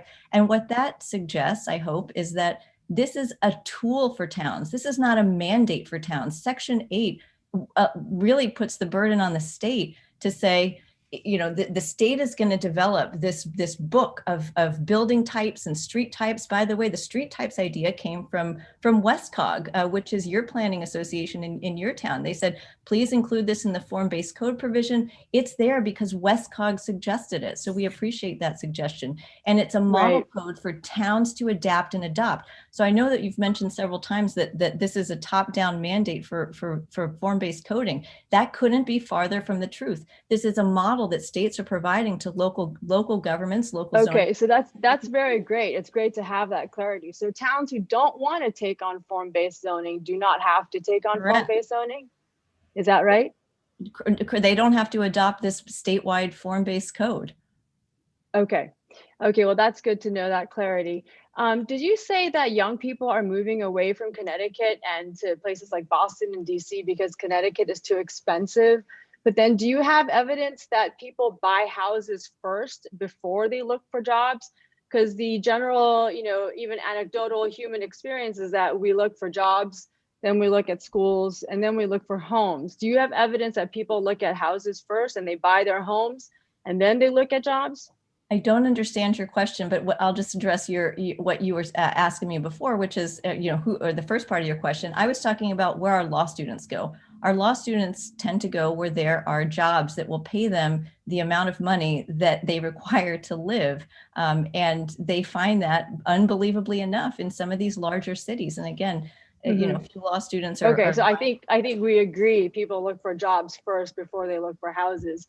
And then lastly, on Massachusetts bill, you said it's a mandate, but if you look it up, that sweeping bill, the key reform that it did was it said that cities and towns can adopt zoning best practices by a simple majority vote. So, and also that bill had a lot of financial incentives to get multifamily unit buildings. Isn't that a better characterization than to say that Massachusetts bill was a mandate? Are you talking about the transit-oriented development bill that was just adopted this year? It's the housing choice bill in Massachusetts. Actually, what the housing choice bill did was it limited local government's ability to actually engage in processes that they had been previously allowed to engage in service of zoning reform. And it went far beyond, in that respect, what is being proposed in SB 1024. The thing that is similar in the housing choice bill, again, almost unanimously adopted by state legislature, championed by a Republican, is that TOD provision, which is a mandate. It requires towns with an MBTA station to have 15 units per acre, and it tells towns, you go figure out how to do it. We're trying to help towns by giving clear guidelines so that they can actually see how they can do it. 4 units, try look at the architecture, et cetera, and call it a day. Whereas Massachusetts it's a lot more open-ended. It's going to be a lot harder for towns to comply with that provision of the bill. Well, I don't know where, the misunderstandings or mischaracterizations are happening, but if you look at the housing choice bill in Massachusetts, one of the key things that's mentioned over in newspaper articles is that this is a sweeping bill that allows for simple majority vote of towns to adopt. So perhaps that is something we should include in 1024 for towns to have a simple majority vote to adopt these portions. That's a different All right, thank you, Chair. Yeah, that's a different provision. It used to be that towns needed a 2/3 or maybe 3/4 majority vote to change their zoning regulations. And actually what the housing choice bill did is it said it only needs a majority vote to change. Again, I think this is correct. And actually the wonderful thing is that ended up bringing Massachusetts to where Connecticut is, isn't it? Because in Connecticut, we do have simple majority vote. So Massachusetts actually caught up with Connecticut. Is that correct? If you want to look at it that way, yes. If you want to look at it as a much more dramatic change than what SB 1024 is doing, then no. All right. Thank you, Ms. Chair. Thank you, Madam Chair. Thank you very much. Just before we proceed, if you can please make sure if you're asking a participant who's testifying to allow them the time to respond. Thank you very much. We're going to continue with Senator Huang. Oh, apologize. I do believe we have Representative McCarthy, Senator Huang, followed up by Representative Dubitsky. Thank you very much, Madam Chair. It's wonderful to have your support and assistance today and always on the committee. Professor Bronin, thank you very much for being here with us today. I have 3 questions for you. I'm going to pose the 3 questions and then let you answer them. First is, why do you and those you're working with believe that a statewide solution to accessory dwelling units is necessary relative to what we have currently in place? Second is related to the parking requirements in the bill. I know Norm Garrick is number 316 on our list today. He's a professor at UConn and offers a lot of input about parking based on research, which I do think is helpful in terms of looking at data. And the third question is related to the use of the word character. We had passed legislation previously that would eliminate character from the definition. I know that this 1024 contemplates addressing that in a different way, and I wondered if you could speak to that as well. Thank you. Okay, that's a lot at once, but I'm going to try to do all 3 in 5 minutes. So first one, why statewide ADUs? Well, really in large part because ADUs, which are a smaller unit of housing that's on the same lot as a single family dwelling, have been proven in other states to be a wonderful tool to getting, again, naturally affordable housing in places where development already exists. So nestling it into a single family community where in most cases you won't be able to see it. SB 1024 requires towns to allow accessory dwelling units, but gives towns a lot of leeway as to how they do it. Specifically, it says ADUs will still have the ability to articulate architectural standards. So a town could still say no 2 front doors. The door to the ADU has to be somewhere else. It enables towns to require owner occupancy, as through our research we found many towns do. And it also allows towns to impose limitations on short-term rentals. In other words, those towns where you have a high tourism population can then say, we don't want Airbnbs, and they can ban that. And we've promoted that proposal, and we are glad to see it in the bill that it's explicitly in there that towns can ban short-term rentals. So the ADU provision, the legalization, allowing them as a right, it's an affordable housing solution. And I know it has widespread support in part because we see that many Connecticut communities have adopted it. Although many communities have adopted ADUs, a lot of them have constraints as to how they are developed. So a lot of them don't allow detached ADUs.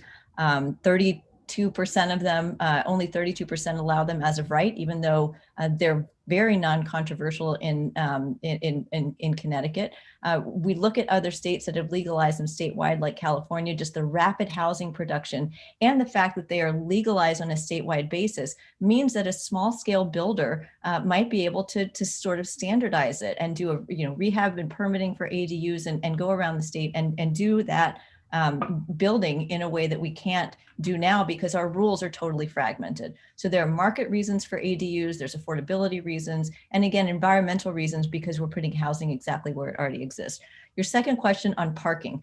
I love talking about parking. I have to constrain myself to talk about it for the next 60 seconds only. There's tons of research on parking that has come out showing that minimum parking requirements that are too high drive up, no pun intended, drive up housing costs and also contribute to more driving. So there is a correlation between minimum parking requirements and more driving. What that means is that with all of our minimum parking requirements, which have in many cases been thoughtlessly included in zoning regulations for the last 50 years, we have never changed them, even though people want to drive less.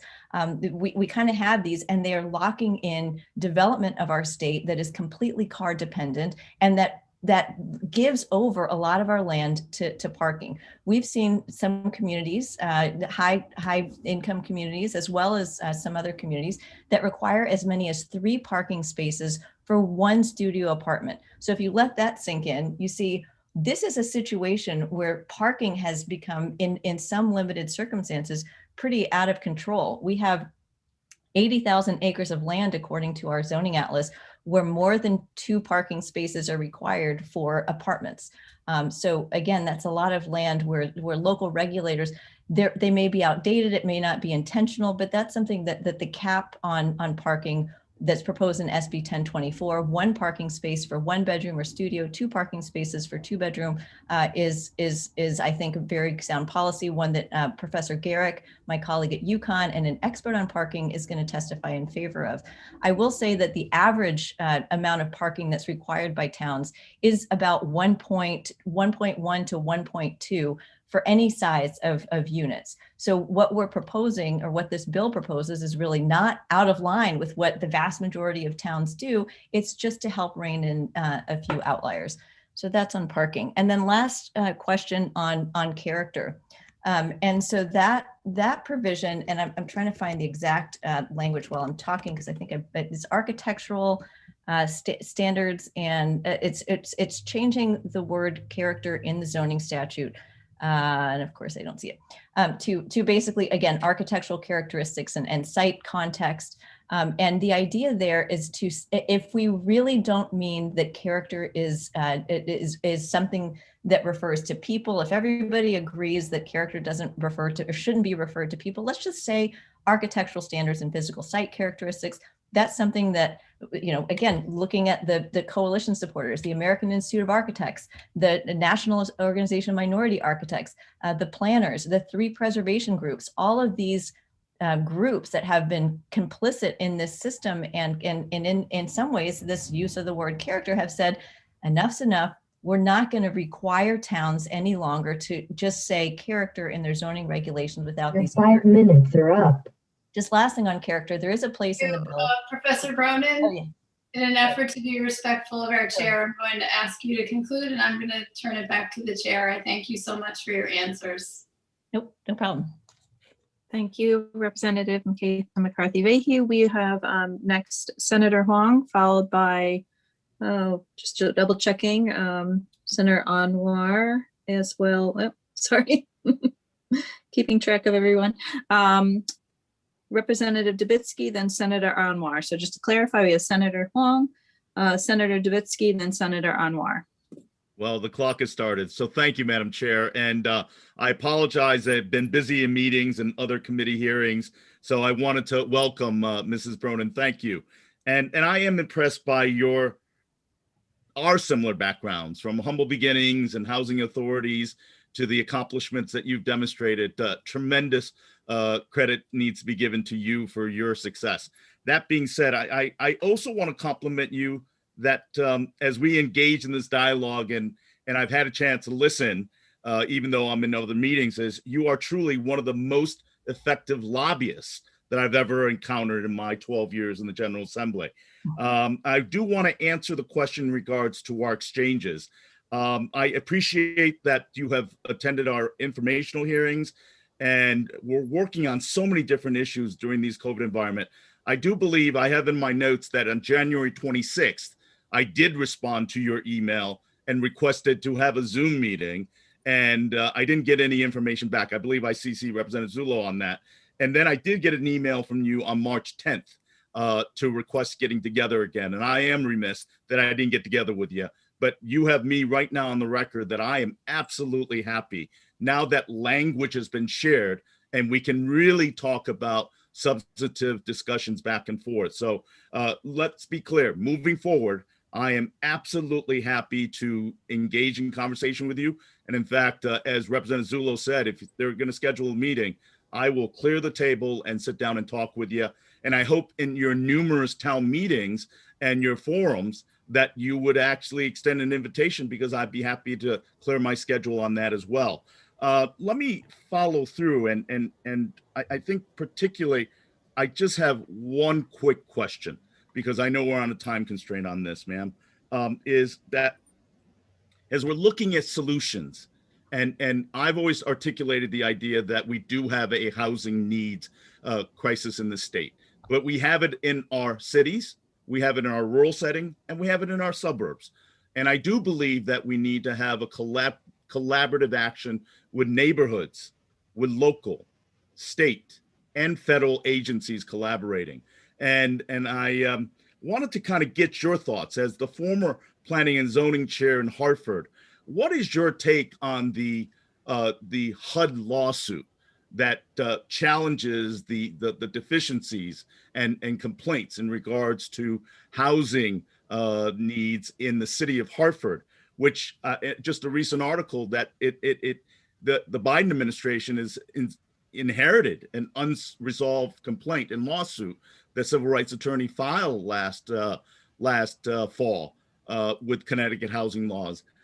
What would your take on that from your role as planning and zoning chair to how that came to be, and how could we solve that for urban settings? And maybe that could be a lesson for us as we look at other proposals that are put forth right now related to other communities that we're advocating for.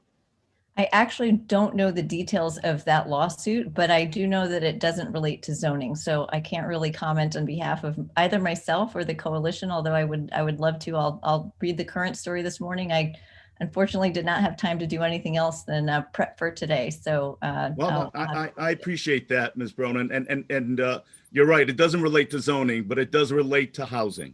It relates to an important factor that we're debating right here is access and opportunity for affordable, accessible, and safe housing. And it is important to do that. And I've always articulated that if we're going to craft legislation, if we're going to craft innovative changes to current standings of how we operate as a state, that we should not just simply look at small segments. We should look at addressing the issue that at both Hall and Hartford that led to a federal lawsuit where the community have said that we have not gotten our fair share. So, and in your role as planning and zoning chair, I would have thought that you would have had some input, some familiarity with it. But again, like you said, it isn't related to zoning. But if it's that not being related said, to zoning, I probably I don't hope know. we can have more dialogue, more conversations now that language has been out. And I would welcome all parties. And I want to acknowledge Representative Lamar for his tremendous passion and leadership on this arena.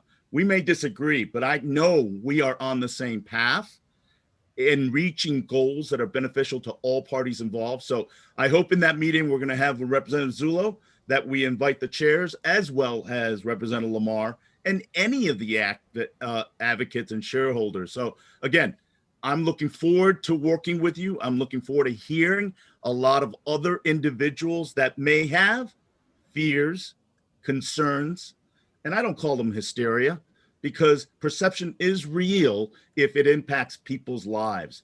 And we have important responsibilities, policymakers, to not only just make policy, but to respect the policy's impact on people and how they feel and their personal property rights and the delicate balance between the state mandates versus individuals. So I've already taken up my 5 minutes again, but I am very, very eager to continue further conversations. And my door is always open. And I apologize if we had that confusion, but I want to be on the record that I did reply to you for a Zoom meeting on the 26th of January. Thank you, Madam Chair. Thank you so much for that. And just on the point about the availability of quality housing, the way for us to ensure that everybody has access to quality housing is actually by enabling more housing to be built. The more housing you have, the more options people have, and the more ability they have to move out of housing that is substandard. I think that's part of the reason for the creation of more housing. Also, on the single family housing front, I'm sorry. Oh, sure. We're going to just interrupt you. We just need to move on to Representative Advocacy, please. Thank you, Madam Chair, and thank you, Ms. Bronin, for sticking it out here. I've been listening to your testimony, and a couple of things really trouble me. You relayed a story about yourself and said that you didn't grow up with enough diversity, and zoning was to blame. Those were your words. Zoning was to blame. But when asked about perhaps doing a pilot program with these proposals, you said that many towns are already doing them, but there's no way to tell if they're effective. Now, your organization is Desegregate CT. So obviously the implication is there is segregation, racial segregation, and that zoning is to blame for that. But I've gone through your zoning atlas, and I found conclusive proof, in my view, that that's absolutely a false premise. For example, you've got, there are 2 towns in this state with no zoning at all. None, 0, no zoning regulations whatsoever, Bethlehem and Eastford. And each of those towns is far less diverse than virtually all of the towns around them. So for example, in Eastford has 5% of residents who are people of color, but Ashford has 9%, Chaplin has 10%, Hampton has 7%, Pomfret also has 5%, Union has 6%. So zoning is not the thing that is preventing people of color from moving to Eastford, clearly because they have no zoning. And if zoning were the issue, Eastford would be a mecca of people of color. It is not. People of color don't move to towns or avoid towns because of zoning. Bethlehem has 6% people of color. Well, adjoining towns, Litchfield has 9%.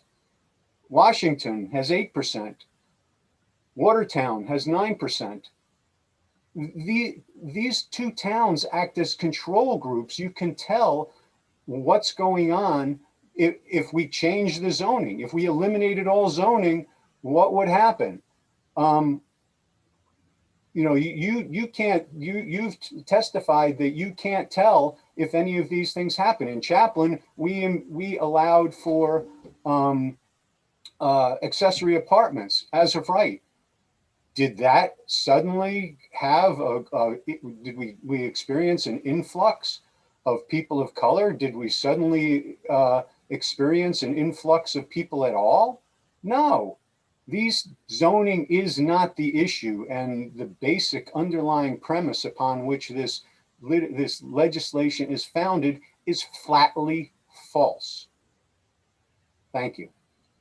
Okay, so I guess I can't really help folks that don't believe that segregation is an issue and don't believe that land use causes it. We have tons of information on our website about this.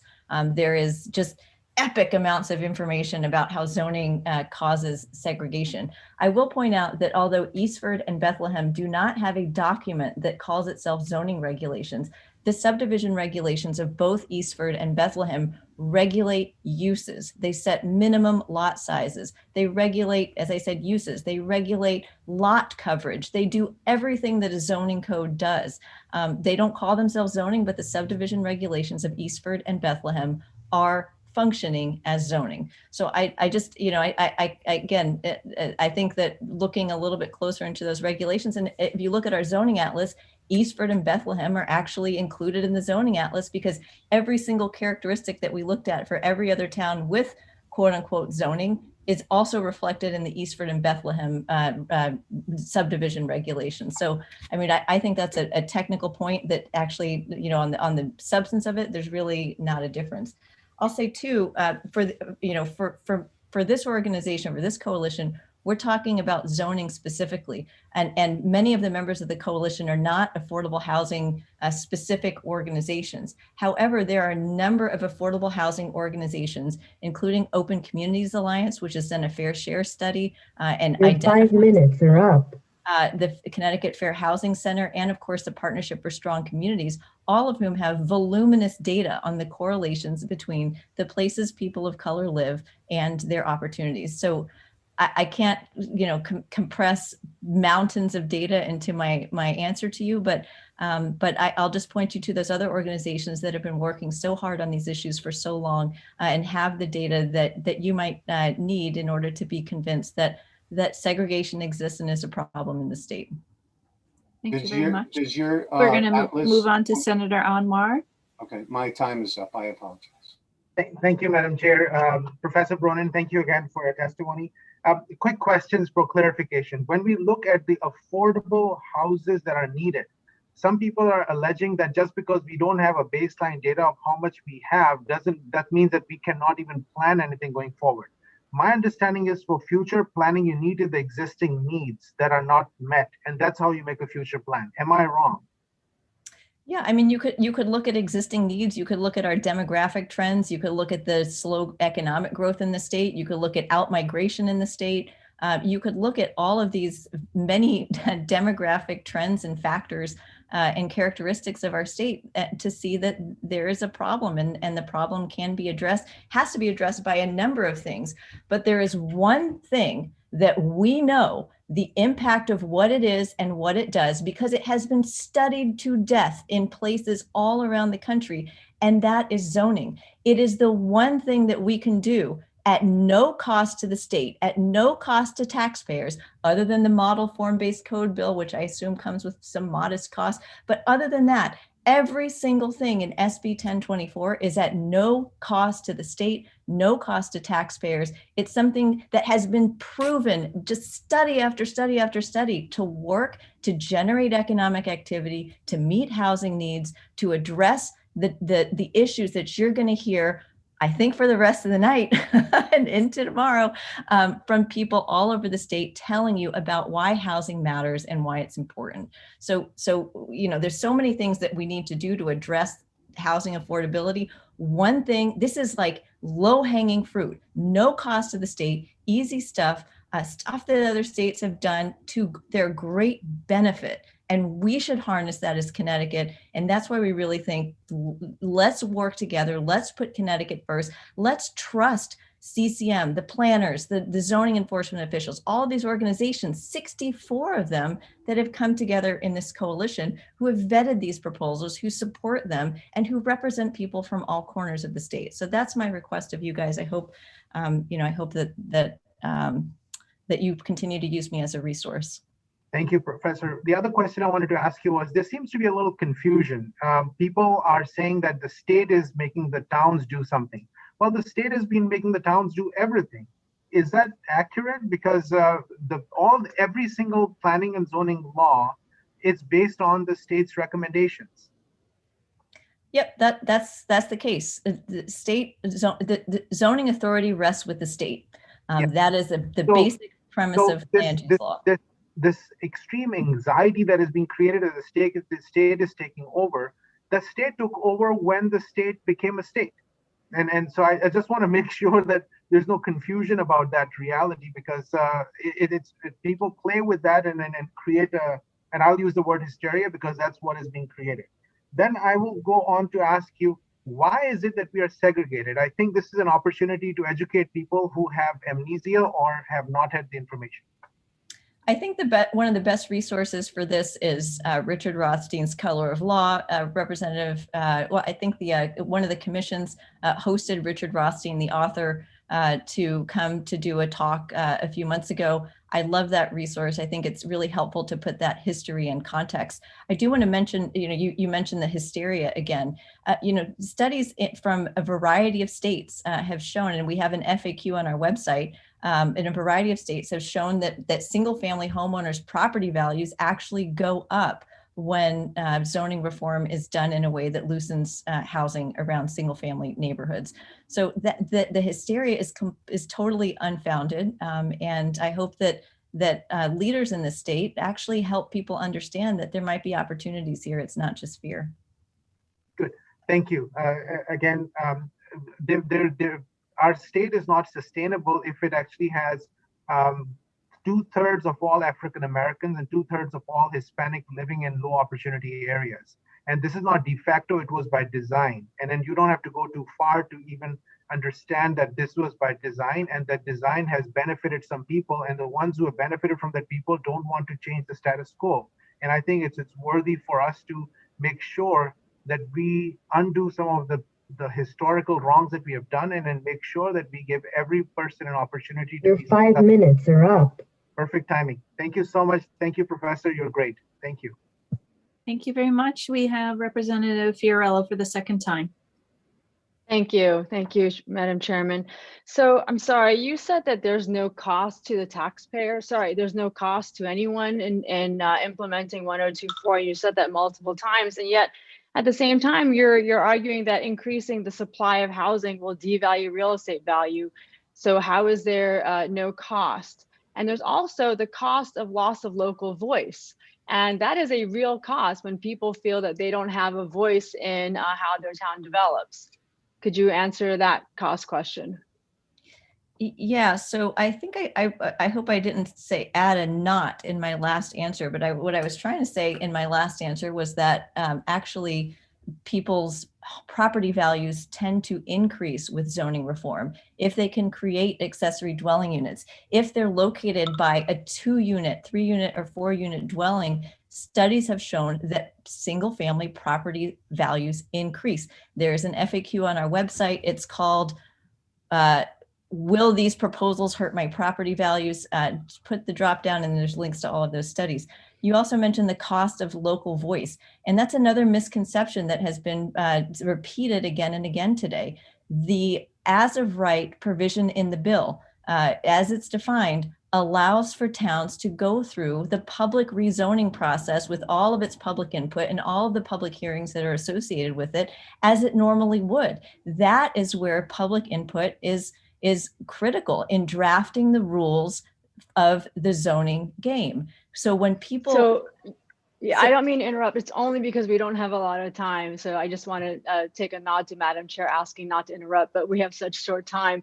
But I know you've made this distinction before about where the people's voice comes in, but you are speaking about people's voice coming in at this top level. And I think it's the working group that sets the form-based zones. It is not the local people. You can't go down to your town hall meeting and have a say when you realize there's something coming up right next door. Is that right?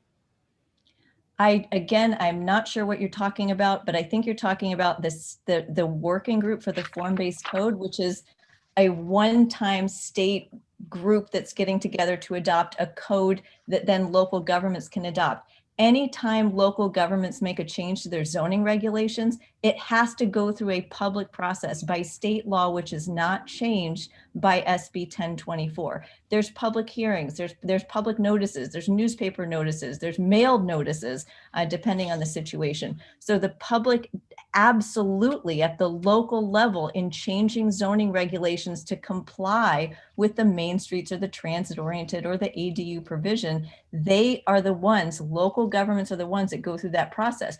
What this bill does is it says the end of the process on an individual application, there's not a public hearing. Catherine Einstein, who has signed up to testify and may or may not be able to because she may be in the middle of the night, has done a study, again, of Massachusetts that shows that it's at those individual application public hearings that you see a ton of discretion, a ton of of potentially bias, and a lot of law. That's where the lawsuits come in against towns. So in these 1% of land in the state where we've targeted for as of right development, as of right does not mean a free-for-all. It means that the developer has to do something that the town already articulated in the zoning regulations through the public process. So public process for setting the rules, the developer has to follow the rules. No public hearing at the tail end in an individual application where where somebody has invested a year or more of efforts in the design and development of housing. The benefit of that is that everybody knows what's going to be built. The benefit of that is that there's certainty. Yes, I'm sorry. I'm just looking at your section 8 on ADUs. And it's very clear as of right means no public hearings. And the last line of it says a municipality may not use or impose additional standards beyond those set forth in this section. I mean, people are reading the bill, and it's not hysteria. I think a lot of people who are watching this are going to be really frustrated because they are reading the bill and they're coming away with an understanding just from the language. And it does. This is a cancellation of the local voice. Thank you very much. Thank you, Madam Chair. We do have one more I see listed, Representative Hall. Ms. Bronin, I do appreciate your patience. Thank you. Talk about zoning all day and night. Thank you, Professor, for being here. And it's been a really interesting discussion this afternoon to listen to. I know our town, one of my towns, is extremely excited about our TOD. We have hopefully a train coming through our town, and we have worked very hard to adjust our zoning regulations to accommodate development for that particular area. You touched a little bit on Chapter 97-A. So we do have a bump up against our historic district in that particular area. So would love to hear some language suggested to avoid that kind of, I don't want to say encroachment because that's the wrong word, but as we talked about earlier, the character of our historic district is very, a lot of history, obviously, in our town that we take a lot of pride in. And there are very strict regulations for our historic district as far as what they can look like, what changes they can make. So would love to hear a little bit of you talk about that and how we kind of work around that a little bit. And then just I'll make my quick comment and let you answer the question I asked. The ADUs I think are great. I have an in-law apartment on my house for my folks, my father now. What I think we have to keep in mind, especially moving forward with these dwellings, is the new tax expansions that some of the Senate bills have coming up. These ADUs are assessed much higher and surpass that number that the Senate is trying to push a huge tax on us. So if we're trying to create some affordable housing and have families kind of group together and take care of each other, I think we have to keep in mind that that number in taxes, and I know it's not for this discussion, but that's something I hope we all keep in the back of our mind when we're talking about these ADUs. But if you could talk a little bit about the historic piece to this that maybe we can adjust some language for. Great. Thank you for that question, Representative. And I'm so excited for you too that Enfield is getting the new transit station. I think it's going to be great for your town, and I think it's going to be great for the Hartford line. And increasing ridership on the Knowledge Corridor. So the idea for historic districts, just because you asked how does this play out with those, is that the Historic Commission review is not touched or modified in any way by this bill. Historic districts would still be able to go through their process, which really is about form and character, architectural character, and continue to apply that process. Typically, I think what we will end up seeing is the same scale in historic districts that may be subject to the TOD. It's up to the town as to whether they want to include the lots in the historic district within the TOD, within that half mile. Because remember, they only have to pick 50% of that area. If they exclude the historic district, there's not an issue. If they include the historic district, any 4-unit apartments that are built within that district would have to be of the scale, materials, and other architectural standards that are required in the historic district. That is actually expressly provided in Section 6 of the bill. It says that it needs to have that the town is empowered to impose architectural standards.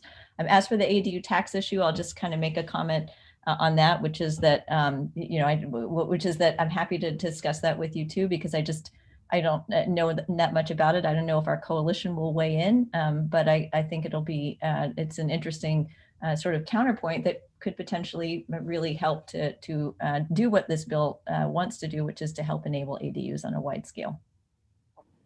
Thank you for your comments, and thank you for your endurance today. And it's good seeing you.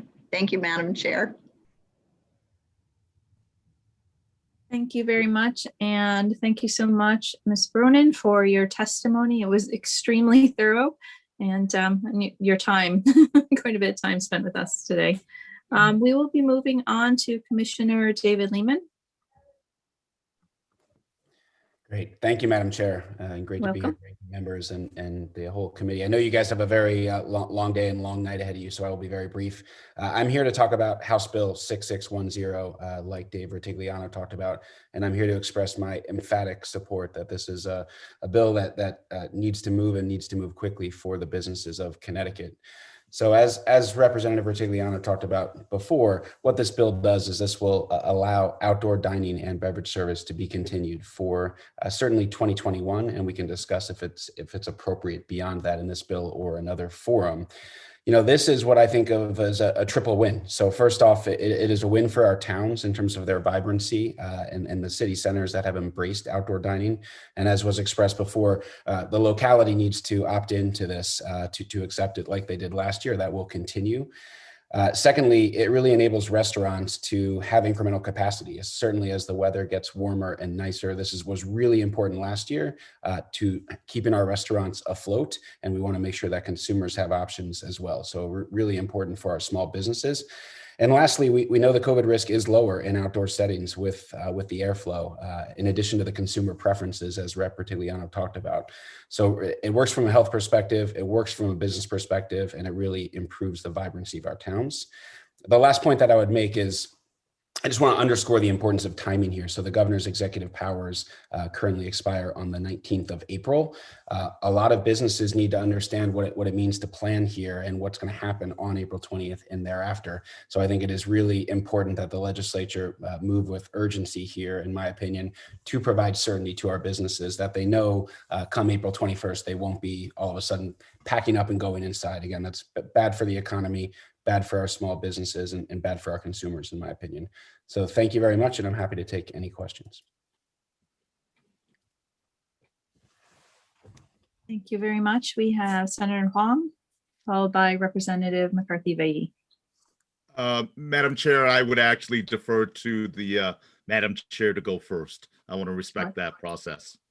Thank you so much. Thank you, Senator Wong. Thank you, Madam Chair. Commissioner Lehman, thank you very much for your endurance today. I think that's something we're all going to be sharing a lot of throughout this. I should be thanking you, but please go ahead. Yeah. I am grateful for your presence here today, and will note that House Bill 6448, which shares the same language as this bill, will be heard next week. So my two things: one, just a comment to note that I am certainly aware of the issue of timing and want to be sure that we work as quickly as possible To committee members, we do have a tentatively scheduled meeting, committee meeting on Friday. As some of you have heard earlier, Senator Cassano had a death in the family, so we just need to confirm dates. But so Commissioner Lehman, know that the hope is that we can work together as chairs and ranking members fairly quickly on that process. My question for you is, there really are two separate thoughts before us. One is the language that we see in the bill today, which is similar to the governor's bill language.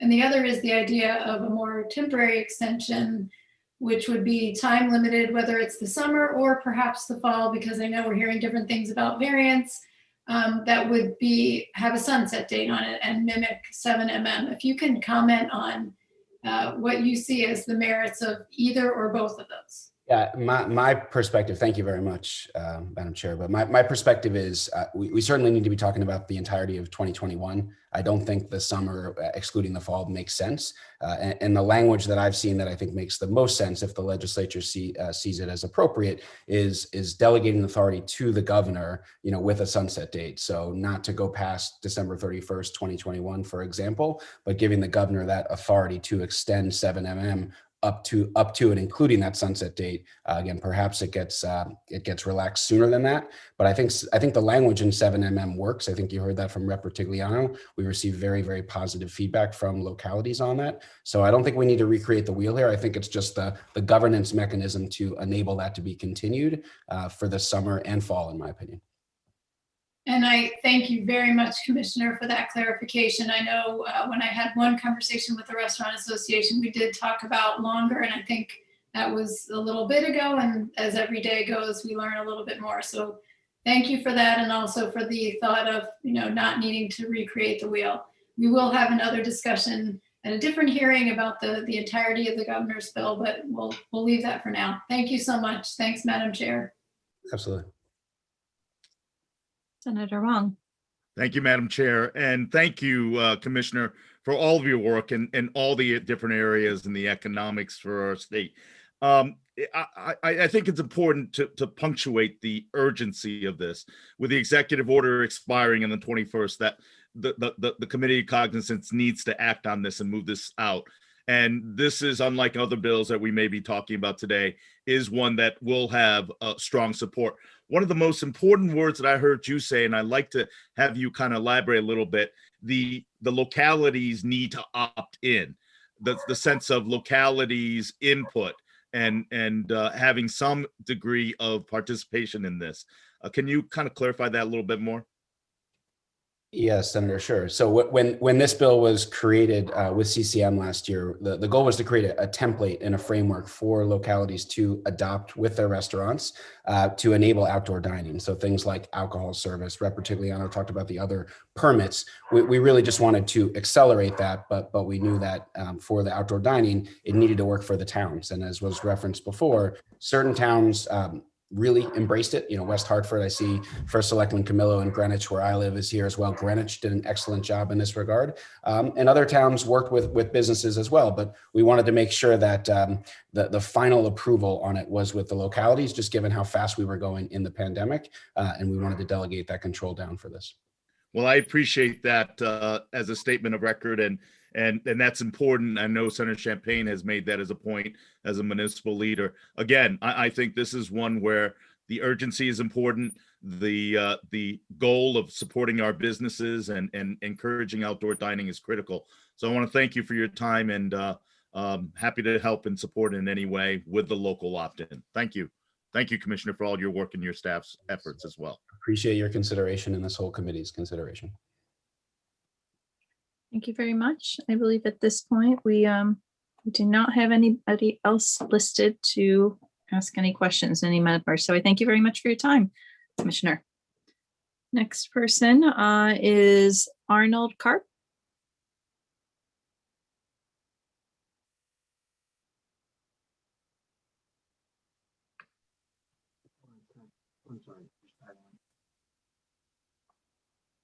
All right, moving on. We are going to go back to, we have Fred Camillo from Town of Greenwich.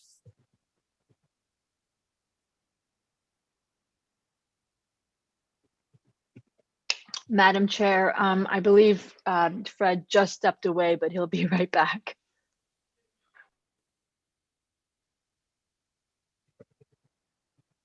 We can, let's see if we have, if we would just proceed, we can move on to Rep. Terry Wood. And we'll move back to Mr. Camillo afterwards.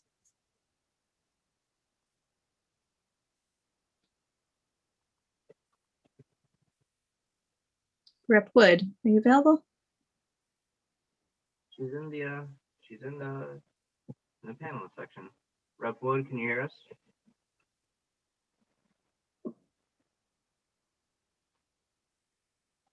Okay.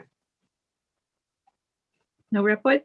All right, we'll try. The next person we have on our list would be Ann Sarnak from the Yale School of Law.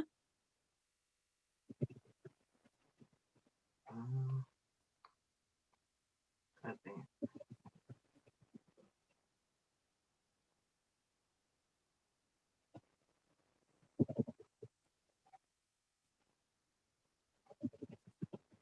Do we have? Who do you have next in the queue then? We see. I'm sorry, I can't hear you. Rep. Rojas. All right.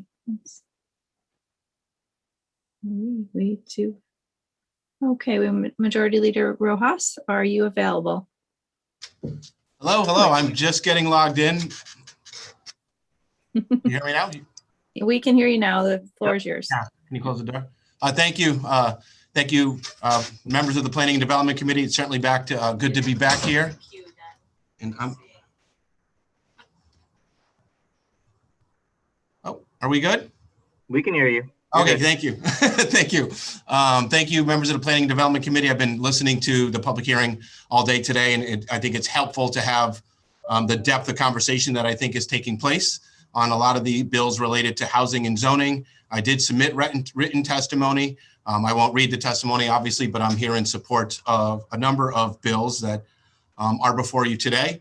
I think, obviously this issue is of significant concern to people from all walks of life and certainly individuals on both sides of this debate. And what I'm hoping that today has done is provide some clarity to those who have been concerned about this bill or in fact opposed to this bill, and hopes us moving in the direction of being able to find some consensus and some agreement on how to move forward on what is a really critically important issue, as I've stated before, to the moral, social, and economic health of the state, which is housing and where affordable housing is placed.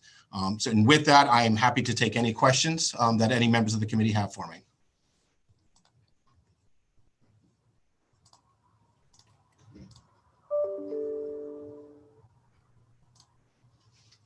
Senator Huang. Thank you, Madam Chair. Welcome, Mr. Majority Leader. It's great to see you. And I appreciate your thoughts and comments, and I always appreciate your openness and exchange of ideas to try to make issues and make our state better. So you have my commitment that I am open to working with you and advocates on all sides to find solutions. And I do appreciate when you say it is about our moral, social, and economic initiatives that these policies need to be undertaken. So I want to thank you for your efforts and extend the open opportunity to work with you. So thank you, Mr. Chair. Thank you, Madam Chair. Thank you, Senator. Thank you very much. We also have Representative Dubitsky. Thank you, Madam Chair. Sorry, I had my other thing running. There we go. And thank you for coming in. I very much appreciate it. I just I'm concerned that the bills before us are directed, or the intent of them is to direct these policies at certain towns under the belief that they will affect how those towns work and how and who lives in those towns, specifically towns in southwestern Connecticut and towns around some of the bigger cities. But if you wouldn't mind commenting on how you think that the goals of these bills will be enhanced by imposing these mandates on little towns in eastern Connecticut that have no shortage of available housing, have no shortage of inexpensive housing, and have no shortage of places to build additional housing. We just don't have a lot of attraction for people to do so. If you wouldn't mind commenting on that. Sure. Yeah, I don't think the legislation is necessarily targeted at any particular municipality. Sir, I think you've spoken about individuals from Fairfield County, right, who have certainly chosen to make this an issue about being targeted at them.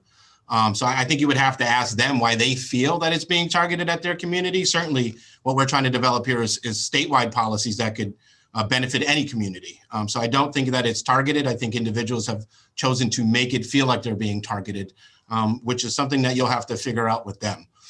And to your second question, I think this is about providing an opportunity for the market to determine whether housing is going to be placed in one community or not. So the market, I think, will determine whether an individual wants to build additional housing of any kind, whether it's ADUs, whether it's affordable housing, whether it's multifamily units in Eastern Connecticut or not. And I think that's something I think you would generally be in agreement with, right? Allowing the free market to kind of determine exactly where housing is going to be built. It's difficult for the free market to actually operate when you have the kind of constraints that are in place that we've seen that zoning can perhaps, how zoning impacts the market and the ability for individuals who want to build housing to actually do so. Okay, but I've been giving the example of my own town. We allowed for, as of right, accessory apartments. And it's not like lots of people have swarmed into town saying we want to build accessory apartments. It's not like our percentage of people of color has increased. It's not like, anybody is swarming now to come to Chaplin because we now have an accessory apartment regulation. Where is the evidence that any of this stuff actually works to advance what appears to be the cause of these bills? I haven't seen it. I mean, I think your statement in somehow should assuage some of the concerns that people have that it's somehow going to lead to rampant development, right?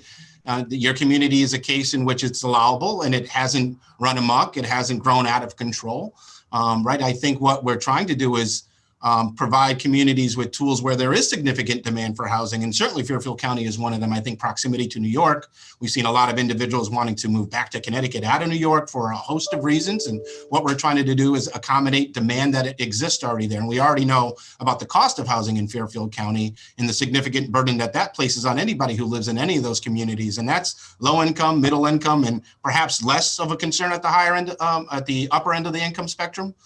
But it's really about providing opportunity and allowing the market to determine whether a particular kind of housing is going to be developed or not. But that can happen now. So if the goal is to force the towns in Fairfield County to do this, why include the towns where this is not a problem? Because we believe access to affordable housing is important in any community, regardless of whether you where you live or what kind of community that it is. But if we already have plenty of affordable houses, we have plenty of affordable. Now, it may not be fit under the definition of affordable housing under state statute with deed restrictions and things like that. But I think that we should all agree that affordable housing should mean housing that is affordable, housing that is inexpensive, that people of a variety of backgrounds can afford. Well, if we've already got that, then why mandate that we eliminate from our zoning regulations any provision that zoning is designed to stabilize land values? And why eliminate any provision that our zoning is to maintain the rural character of our town? You know, those are things that the people of our town and the people of all the towns in my district really, that's why they want zoning. If it weren't for those things, they would probably eliminate zoning altogether if they had the option. The next town to the north of us has no zoning at all. There have been a number of referenda in that town to impose zoning, and they've always failed because the people of the towns just don't want that stuff. So, why push it on towns that don't have the problem that you're trying to solve? Because I think it's important to have some uniform policies, just as we do with lots of other laws that the state legislature passes, so that we don't have inequities between towns. And you never know when there's going to be an opportunity or desire for housing to be built in any of your communities. If growth at Electric Boat continues to go at the rate that it's going, there might be an additional need for housing in your area. And why have the restrictions in place that don't allow for that? Okay, but how does removing the provision with regard to stabilizing property values, how does that advance the cause of these bills? Are you talking about a particular section in a particular bill? Because there's lots of bills that are being done today. In 1024, okay. One of the things that let's see, I can give you a line number. Well, maybe I can't. But in 1024, there are several things that are removed. Oh, here we go. In lines 141 through 149, some of the things that are removed from the allowable reasons for zoning are to provide adequate light and air, to prevent the overcrowding of land, to avoid undue concentrations of population. Down in lines 155 through 159, also removed are the term character, which we've heard before, conserving the value of buildings. Why? How does that how do those things being removed from the Enabling Act possibly advance the cause of desegregating the state? Well, I mean, I think the attempt here is as much as an organization called Desegregate Connecticut is the primary sponsor of this bill. There are also other motivations that they have, and it's also about addressing the cost of housing. And I actually signed up to testify on House Bill 6611, which I failed to mention, which hasn't been the subject of much conversation here today. I don't know that I can answer directly why those provisions were removed. I know you had an opportunity to speak with Ms. Bronin just a little while ago, and I don't know if you asked her that same question and if she gave you an answer. Well, if she did give an answer, it wasn't one that answered my question. No, I don't know that my answer would help you either. Then. Okay. All right. Well, I would just say that forcing these things on the small towns that don't have the problem isn't advancing. Your 5 minutes are up. Thank you, and I appreciate your time, Representative, and thank you, Madam Chair. Thank you very much. We have Representative Fiorello. Thank you, Madam Chair. Sorry. Okay, Rep. Rojas, thank you so much for coming to talk about 6611. Sure. My question is, in section 2, it's very specific and detailed in these percentages. Section 2, about how the OPM will determine municipal needs of the fair share of affordable housing. 40% owner occupied, 15% no more age restricted, 40% at least 2 bedrooms, etc. But I wanted to ask you, how do we know that these are correct percentages? And you said that we should, trust market forces, but this doesn't seem to be trusting market forces. How do we know these percentages are correct? Sure. Yeah, I don't know that there's any particular science to determine that. What we were trying to do in drafting the bill was that ensure that it includes a diversity of housing. As we've seen with the rise of age-restricted housing, it often seems to be the default position that to get at affordable housing, we're just going to do all age-restricted. So what we were trying to do was to prevent that from happening and be a bit more prescriptive in ensuring that we have a diversity of housing options that are being provided for a host of people, depending on whatever walk of life they might be coming from. So these numbers, you know, perhaps they're debatable. If you have a number that you would recommend, I'd certainly be willing to consider it. Well, I just think that we have experience with uniform percentage goals across the state with 830G, and we know that that causes a lot of it's hard for municipalities to reach these. And I wonder if we're not going to be setting up more of our towns to fail, because after 30 years of 830G, out of 169, we only have 30 towns that can meet that 10% goal. My other question was, in section 2, 6611 also sort of expands the definition of aggrieved parties that can bring a suit against a town. And generally, an aggrieved party is someone that can demonstrate like a specific personal, interest. But now it can include anybody advocating for the municipality's compliance of the fair share requirements. Is that, and this, there's a thought that this could expose towns to more litigation and litigation costs. Is that a purposeful part of this bill? No, it's certainly, I think I would prefer, actually, a lot of issues result in litigation because of the inaction of the legislature or because of the inaction or certain actions of local land use boards. So I think the preference is to not have litigation, but the point of 6611 is to empower communities to determine exactly the path forward that's best for them around affordable housing, and allows them to make the adequate changes to their policies and identify the parts of towns where they would like affordable housing to be developed. Because I've heard lots of people from all communities suggest they want affordable housing in their communities.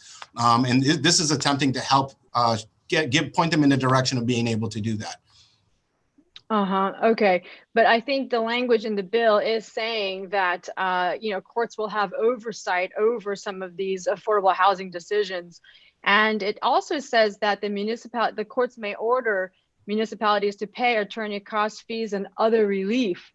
So you wouldn't disagree that every town should have their council read this legislation very carefully?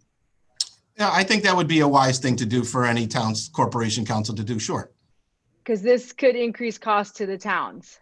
This is broader litigation risk to towns, 6611. Right, sure, to the extent that a community doesn't do what's asked for in the bill, yes. All right, thank you. Thank you, Rep. Rojas. Thank you, Madam Chair. Madam Chair, I forgot to mention, I do have Aaron Boggs, who is on the screen with us as well. I'm working with Open Communities Alliance on this legislation, so. Sorry, and Madam Chair, I forgot to mention that my first selectman, Camilla, did want me to let you know he is on the call now. Thank you. Thank you very much. Appreciate that. We have Representative McCarthy-Vahey.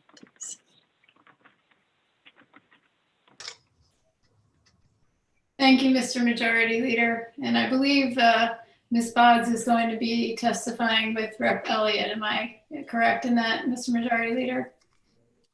I think that was the plan, but I had previously had another individual who was scheduled to speak from New Jersey, who has worked on fair share plans in New Jersey and seen the success of it.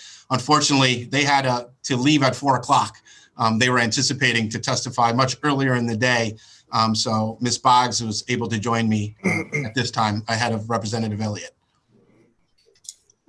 Okay, I just want to make sure that we have an opportunity to ask questions of Ms. Boggs, and I'm not sure that that was very clear, so it may make sense to if she can wait to go with Rep. Elliott, just that way she'll have her full time and folks can ask questions. My question for you is, a broad question related to 6611, and just give you a chance to talk about this a little bit more in a more open-ended fashion. I think it's a new concept to a lot of people, and I wondered if you could just speak to it kind of broadly. Yeah, sure. What we're intending to bill is to give some clarity to communities about what it is to expect in terms of how much housing, are they going to have to do? What kind of housing are they going to have to do? Where is it going to be placed? This kind of develops a plan that towns can use to have some greater clarity about how to move forward, and it gives an extended period of time for municipalities to adjust their zoning laws and adjust their plans to accommodate a certain amount of housing that is projected to be adequate in terms of having the share of affordable housing from a region, knowing that existing affordable housing is largely isolated to a handful of communities in our state. What we're trying to do is ensure that all communities have an opportunity and to meet the responsibility of hosting some of this housing, rather than just it all being cited in communities where there's a lot of overrepresentation of affordable housing, which has the effect of resulting in racial and economic isolation. Thank you for that. I appreciate it. I think it's just a helpful frame for the conversation later in this meeting as we hear from some others. I know to acknowledge what you said, that there have been a lot of good questions today and a lot of good conversations. So we may not be hearing from everyone who signed up, but I do expect we'll hear more about the bill as we go forward into this evening. Thank you very much, Mr. Majority Leader. Thank you, Madam Chair. Thank you very much as well. I do not see any other questions from the membership. Thank you very much, Mr. Majority Leader. Thank you. Thank you all for your commitment to the committee. Thank you. We will be moving on to First Selectman Fred Camillo. There you are. Thank you very much. Good to be here with everybody. I was here this morning, and as luck would have it, when I jumped out, my name was called, so I apologize for that. Good afternoon, Senate Chairman Cassano, House Chairwoman McCarthy-Vahey, Ranking Senator Wong, and Ranking House Member Zullo. It's nice to be here today with you, even if it's virtual. Hopefully, we'll be on the other side of this soon. I'll be up there to testify in person on something in the very near future. It was an honor to serve with you all in the General Assembly for many years, and I salute your continued service to our state.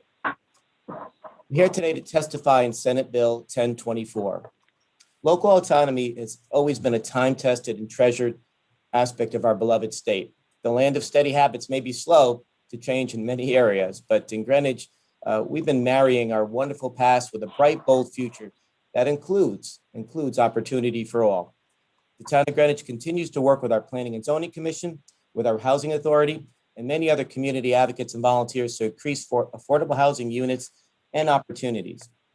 More than 27% of our population of 63,000 people here is non-white, with almost that same amount falling under the ALICE category, which is asset limited, income constrained, and employed. Over 38% of our student body public is non-white.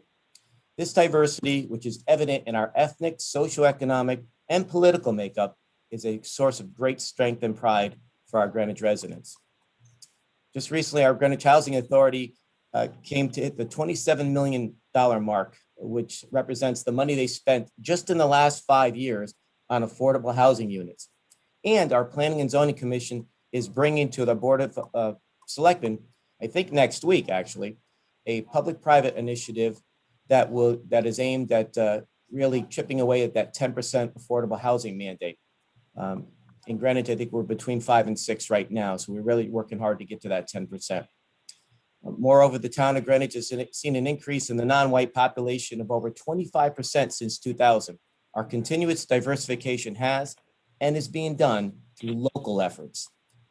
With that said, I cannot state in strong enough terms and stress that one size fits all Hartford-driven mandates that weaken local control of authority is both not needed and potentially very dangerous. Any legislative proposal that threatens the streetscape and architectural consistency of our neighborhoods in every municipality in the state of Connecticut by taking away in some form local control making will we think would devalue property and absolutely hurt tax revenues, clutter streets as per what this bill would do, and take away from the beauty of the local neighborhoods that we all call home. I stand in opposition of SB 1024 and any other legislative proposals that don't address social equity, nor I believe do they promote affordable housing. These worthy goals are best accomplished through local authorities that are cognizant of their respective community needs and are able to achieve those goals in a community-based collaboration that is most effective for the diverse populations that they serve. Thanks again for your time and consideration on this matter and for my testimony.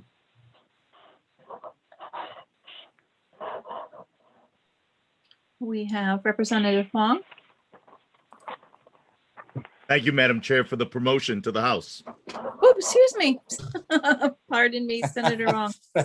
I'm sorry. Okay. Served with him in the House. We did serve in the House, and indeed, the House is unique in its ways. And welcome, former State Representative Camillo and First Selectman Camillo, all in the same person.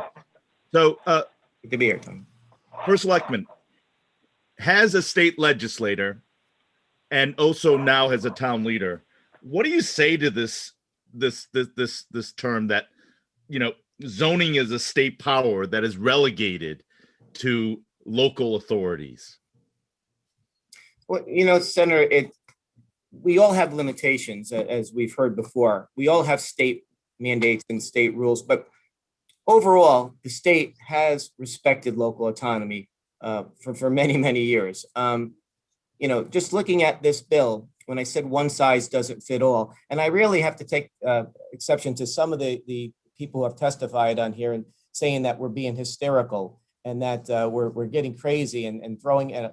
Listen, I'm an ideas person, as are you. And I've, as I told Representative Rojas on Twitter last night, we could absolutely talk on all of these bills and come to good conclusions. But at the end of the day, having an opposite opinion doesn't mean you're bigoted, doesn't mean you're being closed-minded. We in Greenwich, and I keep hearing Greenwich thrown around a lot, are doing a very good job, and we're very proud of that. But we think that these initiatives are best, and these decisions are best left to those local authorities that know their towns. That's why we have elected officials. We have elected board planning zoning officials and boards of selectmen and mayors. The people have spoken. That's why people choose to live in certain towns. I've heard that 2 towns don't have zoning. And, you know, if people are okay with that there, you know, that's a philosophical decision. But we are absolutely embracing the goal of affordable housing. My grandmother lived in affordable housing here in Greenwich for 40 years. So this notion that, you know, we're against it and they're code words and you can't say the word character. Yeah, I could see architectural consistency. That's fine with me. You know, in many cases, it means the same thing, Senator. And when people start playing with words like that and ascribing motives to people's views, that's a very dangerous path to go down too. Well, I appreciate that. And I'm very sensitive to the 5 minutes that we have. Now, one of the components of 1024 is transit-oriented development. You're going to hear a lot about it. You've got 2 or maybe 3 train stations in the town of Greenwich, Old Greenwich versus the main train station. What would this proposal and this kind of a mandate do to your community and on commercial properties as well as residential properties? Thank you for that question, Senator. So we have 4 in Greenwich, and the main one, Greenwich, within a half mile, there are some multifamily homes there that wouldn't be as impacted. But in Coscob, Old Greenwich, or Riverside, it really would be impacted by that. Also, in this bill says, you know, for dwelling units, buildings, you know, we cannot require off-street parking. Well, I could tell you, I lived in Byram, in Byram section of Greenwich, and that was already an issue there. This would exacerbate that issue and would clutter the streets with even more parking on the street. And we're trying to get away from that. We're also in our PLCD, we talk about, you know, open space, and we're all trying our best not to put impervious surfaces all over the place. So sometimes there's goals that may conflict with each other, but we think they're very doable. We just want to get them done on a local level, and we're doing that. Yep. And the last thing I wanted to go is the fact that environmental. You've established a tremendous record of environmental advocacy. You are a coastal community, but that goes further into woodlands up north. What would these type of potential policies impact in regards to open space, land use, watershed protection? Well, thank you for the question, Senator. It's the potential. It's the potential that's really unsettling people. We know in each of the 169 municipalities, we know what works. Greenwich is the 2nd biggest landmass in the state of Connecticut. 67 square miles, we have 48 of that is land. It's very diverse. And, you know, we have, you know, as one of the advocates I spoke to on the phone of maybe a month or so ago, she acknowledged that Greenwich does a pretty good job with this. But again, we have been making these decisions on a local level because we know our town and we know how to get things done here, just like in Westport and Stamford and Norwalk.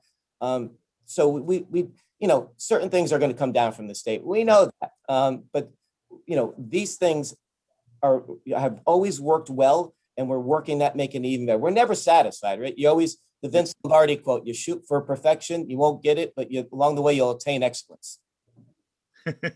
I'm glad you didn't use any Yogi Berra quotes. And I'll leave on this.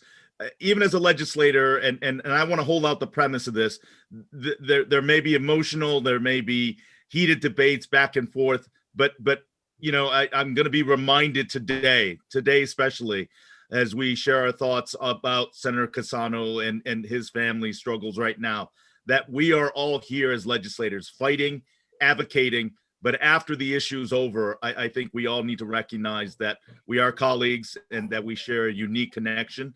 And I know you've always held that. And I think when we sit down together with different viewpoints and we can sit down and work with each other and get solutions, I think this is where we get the best work done in this building. So you embody that. And I appreciate, Madam Chair, for the opportunity to reminisce with an old colleague and who's gone on to bigger and better things, but also just reminds me that when we all sit down and get to work with each other, even though the viewpoints are so divergent, we can find common threads to working and finding solutions. So thank you, First Selectman Camillo, and appreciate your service to the state and also now to the town of Greenwich. Hey, thank you, Senator. Thank you for your service and thoughts and our prayers to Senator Cassano and his family right now. Thank you very much. We'll move on to our Madam Chair, Representative McCarthy-Vahey. Thank you very much, Madam Chair. And First Selectman Camillo, it's very nice to see you here today, if even not in person. I just wanted to acknowledge something you said. I think words do matter. And I think the way that we talk about this issue and the words we use definitely matters. And you referenced that in your remarks, and I would say the same. I also think, we've talked a lot today about intention, and I think that does matter too. Indeed, we often in Fairfield County talk about Greenwich and the fact that it is more diverse as a community than a lot of folks realize. That's certainly true. I think that there are a series of bills today, and I heard you reference 1024, but there are a number of bills that seek to address our zoning enabling statute, which is the state statute that gives authority to our local communities to create their regulations that each local community does decide. And I wanted to just hear from you directly and specifically which pieces, whether it's 1024 or there are other pieces in the bills, are really the most concern to you, because you know this process very well. Mm-hmm. And as we move forward, there are a lot of bills that are before us and a lot of ideas. And as we try and negotiate that and work together, we'll want to look at what works and what we can try and work towards together. So if there are specific pieces to it, whether it's related to parking or the ADUs or the 4-unit right near the train station within a half a mile, if you can be specific about that, that would be wonderful. Thank you, Representative. It's always good to see you too. And yeah, you've covered it right there. You recapture what I said, but you brought up ADUs, and about 10 years ago, I had a bill in that got a hearing in the housing committee. Didn't get much farther than that, but it had to do with ADUs and counting the ADUs towards the 10% mandate, which we want to keep our the people who are maybe house rich and income poor in their homes. We would like to keep the elderly in their homes so they don't have to move to another state that's less expensive to live in. It may be great for first or second year fireman, policeman or woman and teacher to live in the town that they're maybe just got a job in before they're able to go out and get a condo or a home of their own. So the bill would have counted that, and it wouldn't have added any impervious surface. It wouldn't have added any more units, because let's face it, when you add more units, new construction, the total number increases. So it's now 10% of a bigger number. So it's like a dog chasing its tail. So I thought, thinking maybe that was a little out of the box thinking to help not only the people, seniors and maybe income constrained homeowners to stay in their homes, but also to reach out to people who maybe are not making that much money and want to work in the towns and cities that they live in. And this would have provided an opportunity to do that. So the ADU component of all this discussion is intriguing to me, and I'd like to hear more and work more with people on it. But the parking is an issue, and again, making that decision from Hartford is going to have a deleterious effect on a lot of communities. The train station one, I know the intent of it, and it makes sense because you want people to live near mass transit. But there's better ways to do it. And when you do this again, Your 5 minutes are up.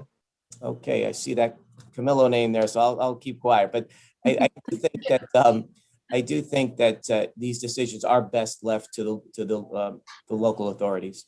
Thank you, First Selectman. Thank you, Madam Chair.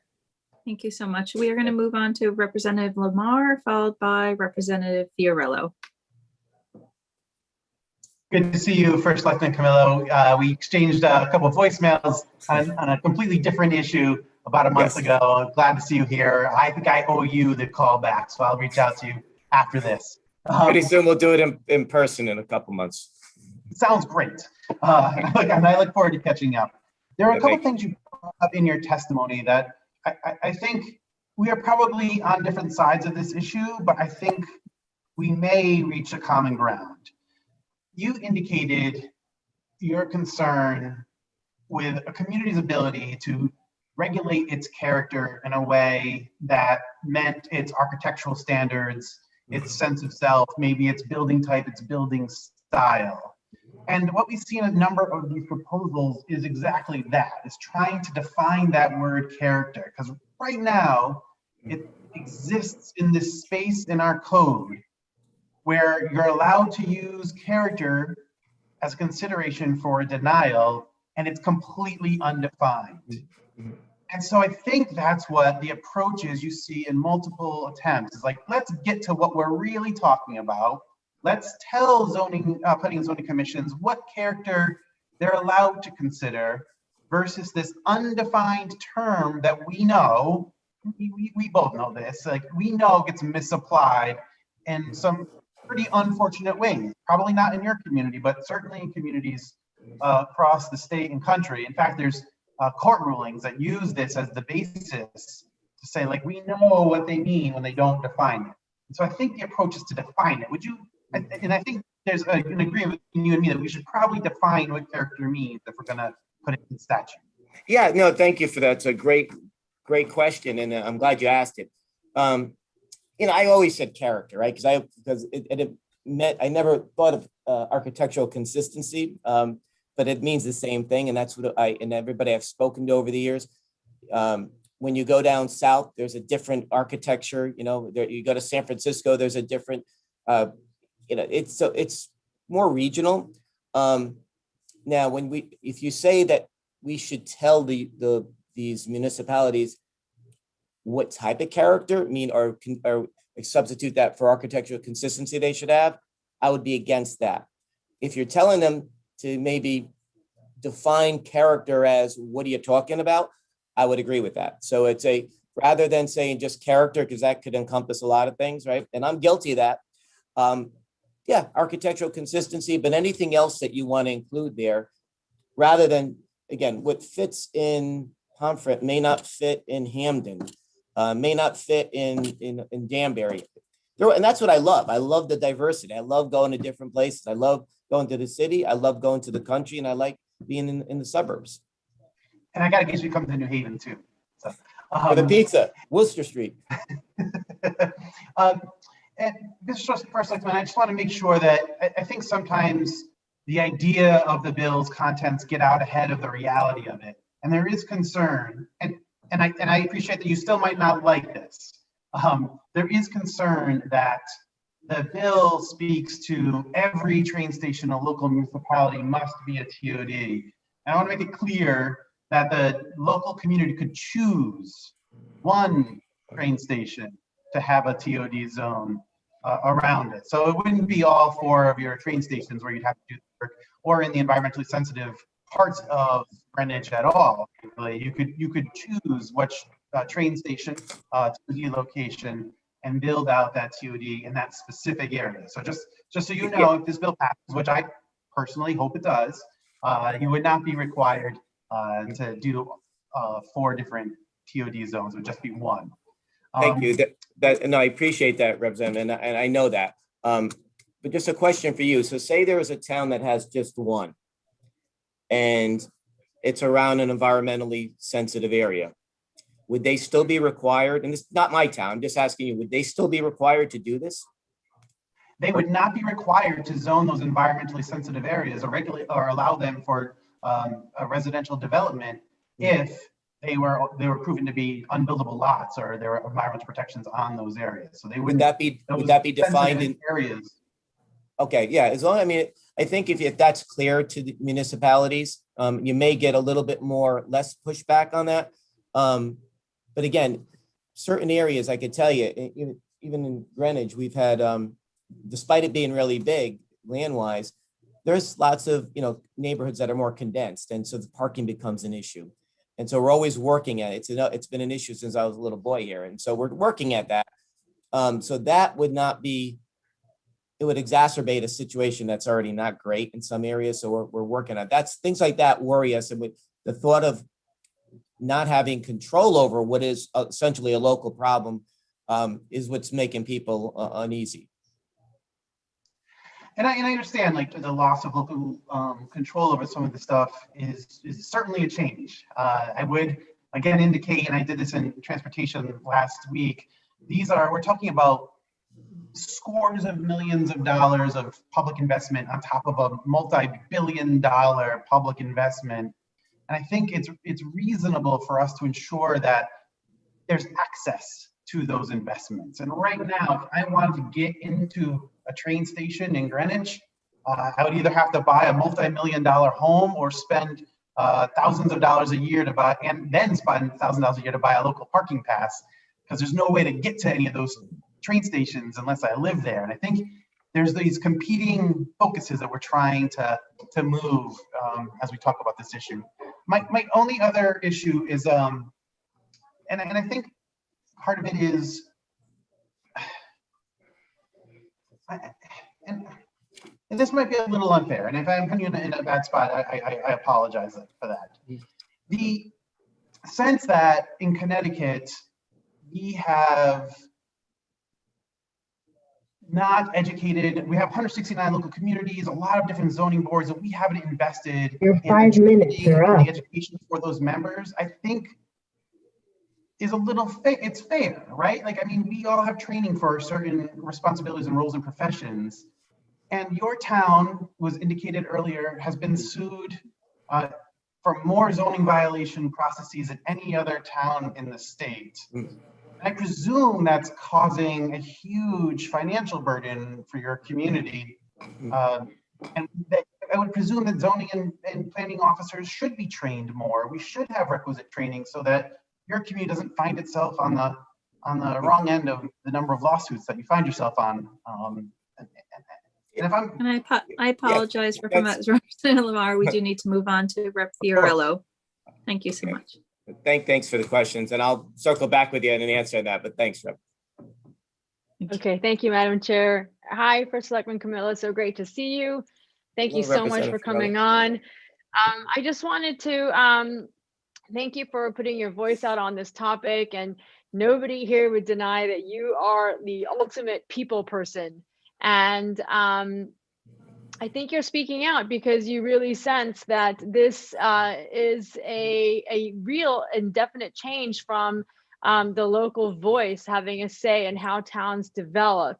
I wanted to ask you, if this passes, like, how will you be able to tell your community which one of the train stations you're going to pick for the 50% building zone area?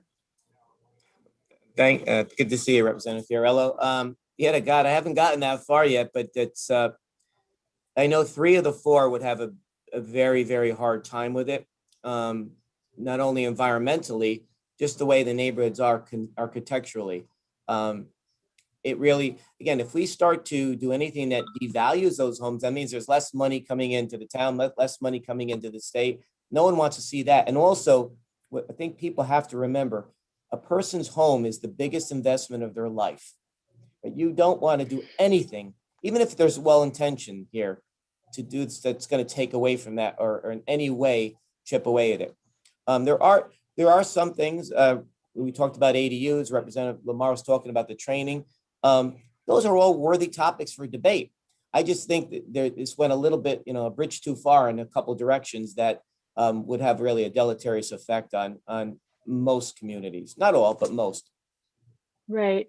And on 1024, but also 6611, that does speak about broader litigation risks to towns as you become responsible for meeting fair share goals.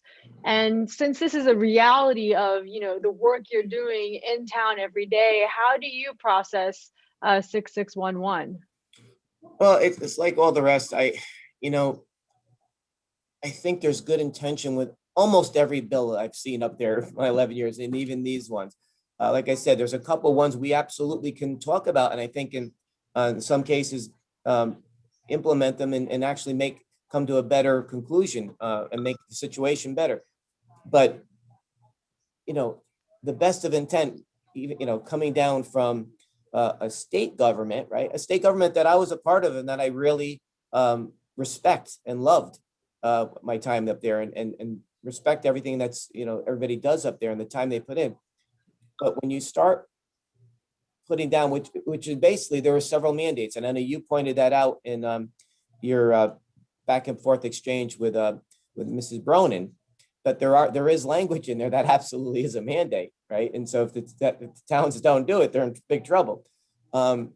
So again, when you have things like that and you have this much pushback, that's telling you, and it's coming from all over, right? So that means that you go take a step back, start to talk to each other, listen. I had somebody who reached out to me on Twitter today, and I gave him my number and he called me. We had a nice conversation and we weren't even that far off, it turns out, in policy. So I just think talking to each other sometimes, and that, but this is a good thing to have the conversation, but certainly one size fits all is not going to be workable in most places. Yes, thank you so much, First Select Camille. You are the example of, persuasion, not force, not coercion, but persuasion. So thank you so much. Your 5 minutes are up. Thank you.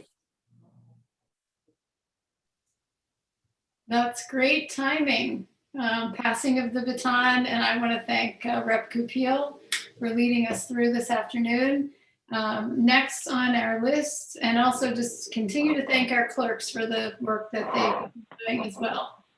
I'll just give you a rundown of who's up over the next few people. We have Sam Giffen to be followed by Representative Terry Wood, to be followed by Kylie Goslin, followed by Josh Elliott and Aaron Boggs. So with that, Mr. Giffen, are you available to join us with your audio and video? Yes, I am. Can you hear me? Yes, we can. Welcome and please proceed. Thank you so much. Thank you everyone for the opportunity to submit testimony today. My name is Sam Giffen and I'm the Policy and Data Analyst at Open Communities Alliance. In a few minutes, hopefully you'll hear from our Executive Director, Aaron Boggs, to discuss why House Bill 6611, also known as Fair Share Housing, is the right thing to do for our state because it puts towns in the driver's seat to take on their affordable housing responsibilities. But I'm going to briefly elaborate on the promise that fair share housing is not only the right thing, but the smart thing to do for Connecticut because of the vast economic benefits to our state and local economy that passage of 6611 would bring about. The research is unequivocal. Building both market rate and affordable housing has positive economic impacts, both direct and indirect. These impacts come directly from the businesses responsible for doing the development, the businesses in Connecticut that make up much of the supply chain for development, the employment both part-time and full-time in the construction industry, the building permit and impact fees and local property taxes derived from construction and ownership of new housing developments. They also come indirectly from the incomes from those construction jobs being spent with businesses in our local and state economy, the in-migration and cessation of out-migration that greater housing affordability would allow, and the increased spending of families that occupy affordable housing that are no longer cost burdened, that is, spending far too much of their income on housing costs. While the research draws a direct line between housing production and economic growth, it's worth estimating some of these impacts. Fair share housing will promote both affordable housing and mixed income housing, which includes market rate and deed restricted units for low-income residents. Conservative estimates of the aggregate 10-year impact of just the market rate units that fair share could bring about are over $60 billion in income for Connecticut residents, over $12 billion in state and local tax revenue, approximately 80,000 jobs over 10 years. And the economic gains from the affordable units would also be substantial. State subsidized housing units create nearly 1 job per affordable unit created. The average subsidized housing unit has at least 1 member that is employed, increasing spending in the local economy where they reside. Importantly, all of these benefits are in addition to undoing the economic damage that a lack of affordable housing is causing to our state. Imagine for a moment that you are an entrepreneur. You hope to start a business in Connecticut, a wonderful place to live. But you need to hire workers with advanced skills, managers, and also entry-level or low-skilled workers. A minimum wage worker in Connecticut would have to work 2 full-time jobs to be able to afford an average 1-bedroom apartment. You struggle to find workers that form the backbone of your business because these workers cannot afford to live where you want to start your business. Frustrated, you end up forced to look elsewhere for a regional economy with a housing supply that can support a diversity of incomes and levels. Yes, fair share is the right thing to do because our state is segregated and unequal, but it is also the smart thing to do because it will bring about economic growth and shared prosperity. Thank you.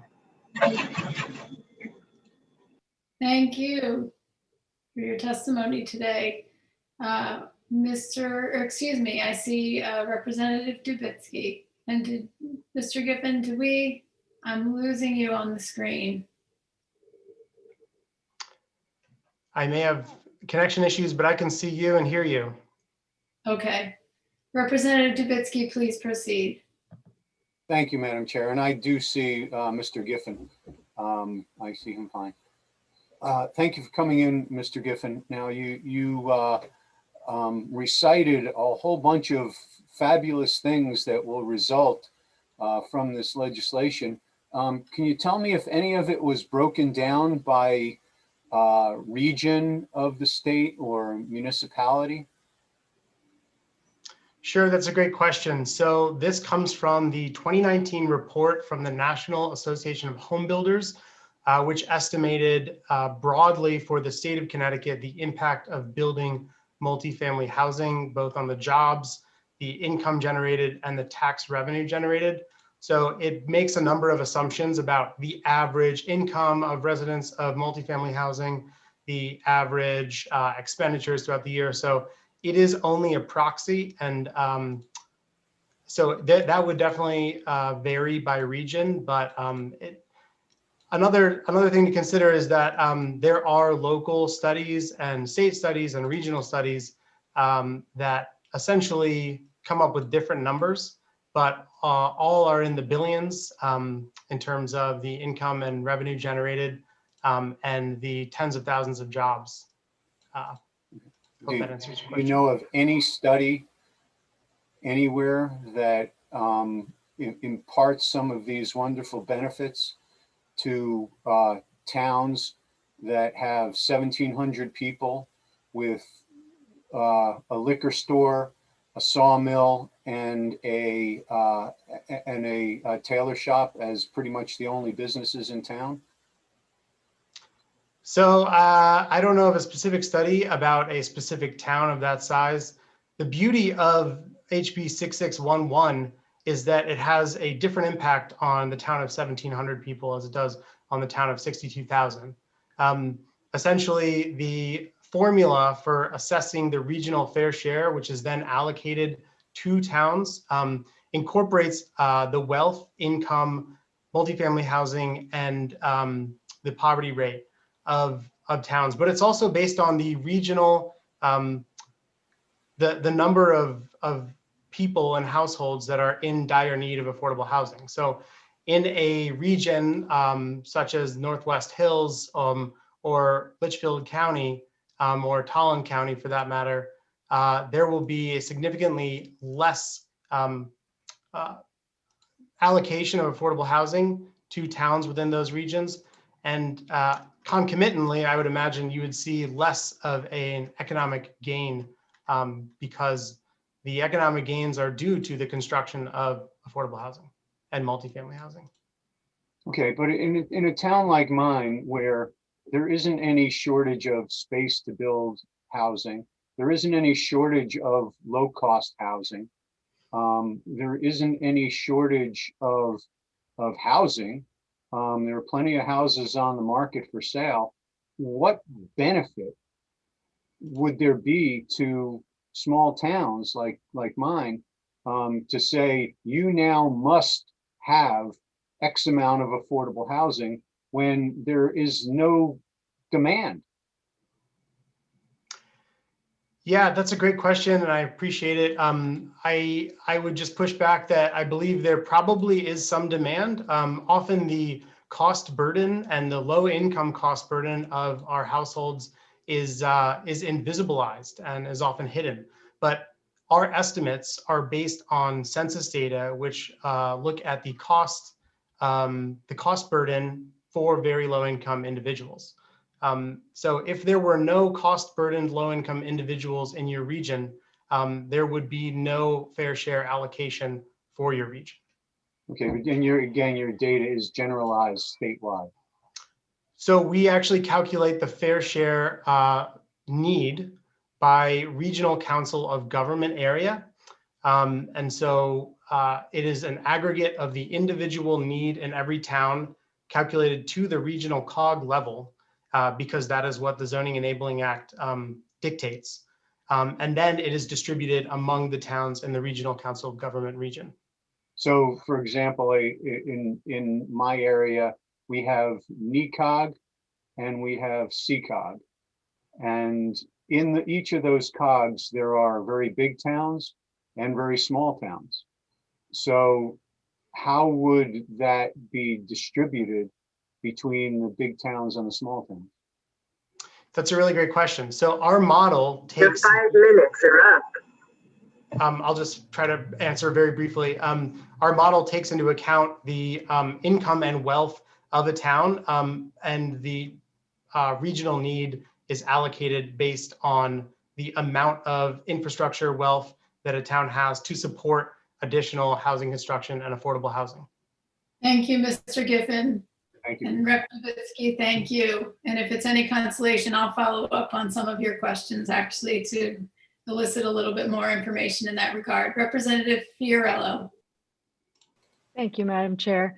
I wanted to ask you, because you were speaking about how we have to hire more skilled managers, and then you spoke about the minimum wage.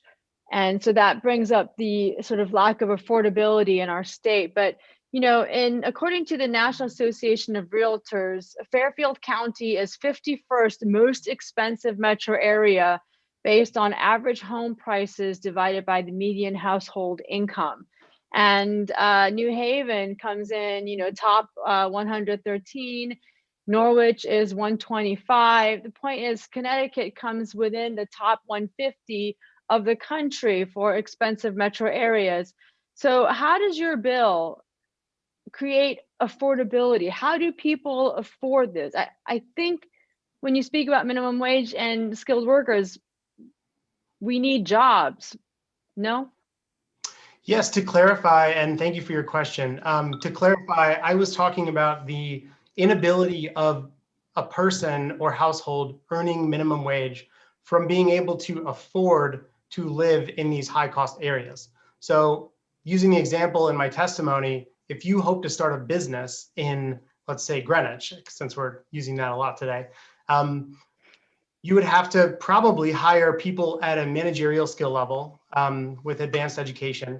You'd also probably have to hire several people at a lower skill level, which would naturally garner a lower wage. Unfortunately, you would probably have a very hard time finding low wage people, low wage workers to fill those positions because of that high cost of housing exactly that you were talking about.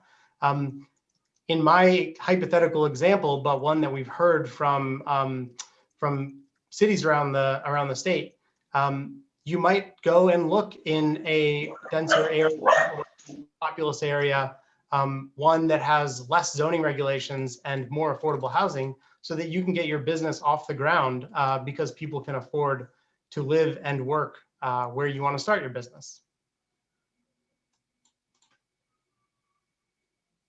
Okay. So your bill lays out these different percentages that towns have to meet, and they're open to some, litigation if they don't meet that. How does that help? We have experience with these percentages, and we haven't, we've struggled to meet them. And you're not adjusting 830G, you're just putting on new legislation with new percentages. Is that correct? So I'm glad you asked about the percentages, because you talked about it in an earlier question and I wanted to clarify. So the percentages in section 2 that you're referring to are maximums or minimums. So they are not dictating that you have to achieve 40% home ownership affordable housing. They're saying your fair share cannot be met by exceeding 40% of home ownership affordable housing. Towns will have a slew of options and opportunities to create their own plan to develop the amount of affordable housing that is their fair share. Home ownership housing will be one way. Age-restricted elderly housing will be one way. Supportive housing can be a way. There are dozens and dozens of methods, subsidy levels, inclusionary policies. There are potentially infinite ways that a town can approach this. We simply say, the legislation simply spells out, it can't be all in one way, because if every town decided to build their entire fair share in only elderly restricted housing, we would have a glut of elderly restricted housing and not enough housing for families. Okay, and I think there's a working group that decides what the fair share percentages should be, or do the towns decide on their own? So the legislation spells out pretty clearly that the Office of Policy and Management will create such a methodology, but it spells out how the methodology should work. And it has to be based on a real assessment of the need, which is the extremely low income, severely cost burdened population, which for the state as a whole is around 135,000 households. And so that is the statewide number. Again, we're doing this by aggregating the town need to the regional council of government level, and then distributing that, allocating it using an allocation formula, which is based on the wealth of a town, how much it has built multifamily housing, how much it has encouraged economic diversity, all drawn directly from 8-2. Thank you. All right, Madam Chair. Thank you very much, Representative Fiorillo. Senator Champagne. Thank you, and thank you, Mr. Giffen. You just made a comment about 135,000, and I kind of missed that. What was that goal? So our need calculation comes from the HUD, Comprehensive Housing Affordability Strategy data, which looks at the income levels of households cross-tabbed with the cost burden levels.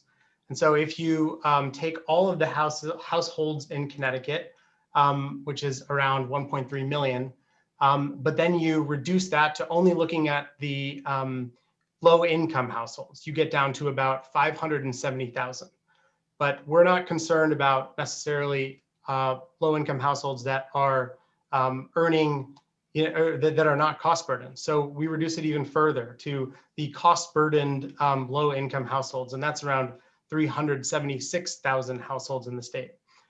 As we get lower and lower, we realize that even if we're looking at the most extreme need for affordable housing, so households that are earning below 30% of AMI, which is around $30,000 a year for a family of 4, and that are severely cost burdened, meaning they're spending more than 50% of their household income towards housing expenditures. So in the 4-person family example, spending over $15,000 of their $30,000 income towards housing costs. That is where we come up with the 135,000 household number. That is the basis, just the basis for our need estimate. Of course, as Representative Fiorello picked up on, not all of the housing that is developed as part of a fair share obligation will be for those levels of income. There will be certain targets. So you can't exceed 50% of the housing can't be for 80% or 50 to 80% of AMI because that wouldn't reach the lower need. But it also can't all be for extremely low 30% AMI because that would be very difficult to build. So basically there are a set of guardrails, but they are generally very flexible and allow towns a lot of discretion with how they are able to achieve their fair share. Okay. So it's 135,000 more of these real low income housings that are needed, or 135,000 total? There are currently, based on the HUD Comprehensive Housing Affordability Strategy data, 135,000 households that are below 30% of AMI in the state that are severely. I only have a couple minutes. I only have a couple minutes left. So if you can just simplify the answer, thank you. Right. So it's 135,000 needed, or 135,000. That is our base calculation for the amount of affordable housing that is needed statewide over the next 10 years. Over the next 10 years. Do you have the answer for me? How many low income housing do we have in Connecticut? So there are a number of different calculuses for this, and I'm sorry I can't give that abbreviated of an answer. Obviously, we have our Department of Housing estimates for the 830G Appeals Act. The appeals listing has about 150 to 200,000 affordable housing units. Importantly, our needs assessment excludes low-income families that are in subsidized housing because they would not be cost burdened. They would not be able to spend 50% of their income on housing costs if they were in subsidized housing. So in addition to whatever affordable housing exists, these are 135,000 households that are still in dire need of affordable housing. I would also point to the recent Connecticut Housing Finance Authority paper, which looked at the housing imbalance. So there are households that are in the market that are affordable to certain levels, but there is an extreme mismatch in who lives in those households. So if a household is or a housing unit, and you can cut me off, I'm sorry for rambling. I'm going to cut you off a little bit because I'm just, like I said, I don't have much time, but I'm still trying to figure out what, basically the numbers. But what I'm looking at when we talk about low income housing units here, we're talking, what 500 to 800,000. I mean, that's a really big part of our population when we look at this. And this is all levels, that this is from just a little bit that you just gave me. And when I think of the 3.5 million people, and, I'm figuring a lot of those houses have at least, one, possibly 2 to 3 people per house. That's a large percentage of our population that's living in below their means. And to me, it points at a bigger problem. It's a bigger problem than housing, and I think it's the cost of living in Connecticut. And I think that's because of what's going on with our finances and everything else. Thank you. 5 minutes are up. Thank you. Thank you, sir. Thank you. Thank you very much, Senator Champagne. So seeing no other questions, I have a couple questions. Rep. Lamar, I'm going to wait. Representative Lamar, you have the floor. Sorry, thank you, Madam Chair. I had a quick follow-up to Senator Champagne's concern about this being a bigger problem and not tied to housing. I didn't know if perhaps, given the data that you have and you've been able to analyze, how much of the affordability crisis in Connecticut is actually a component of housing. It seems to me, based upon all the data that we've had, that housing makes up the primary reason for why Connecticut is unaffordable. And I don't know if you could speak directly to that, or maybe I can direct it later on, but I have a sense that you've done research in this regard. Thank you, Sam. Yeah, absolutely. Thank you for that question, Representative Lamar. So part of that is explained within this cost burden metric. We don't typically calculate cost burden for transportation, although we could, or about childcare, although we should. But we do know that for all of these households that we are calculating as the base need, they're spending 50% of their income towards housing costs. And so whether that's an income issue or a housing issue, it's clearly probably both. But everyone has talked about the high cost of housing. And I think it's sort of a chicken and an egg situation, but we can't kick the bucket to the next sector to solve this problem. We really need to start addressing it with housing because, as many people have testified today, there is a lot that we can do that's very simple to bring about greater affordable housing. One of the biggest ways through market demand that already exists. And I spoke mostly on the economic impacts. There are developers that are rearing and ready to go, shovel ready with architectural designs, site plans, and projects that are willing to build for-profit affordable housing through inclusionary zoning. And that is something that has only economic benefits and will produce affordable housing without any cost to the state. Thank you, Sam. I appreciate it. And I just want to thank you and OCA generally for a lot of the work that you've done over the years, helping to inform this committee, the Housing Committee, the Transportation Committee, and various other entities before the state with all of the research that you've done. I know you play a large part in that. And I just want to thank you for your willingness to always be readily available to us to help us understand these issues, their complexities, and the data behind them. Thanks again. Thank you. It's my pleasure. Thank you very much, Representative Lamar. Rep. Tavitsky, I'm going to ask a couple questions before you because I think some of my questions may be similar to where you were headed before, and I am willing to recognize you a second time if there are others who, first I'll check to see if there are others on the committee. But Sam, thank you for the information. And I think when you were talking earlier with both Rep. Tavitsky and Senator Champagne, we were talking a little bit about this 135,000.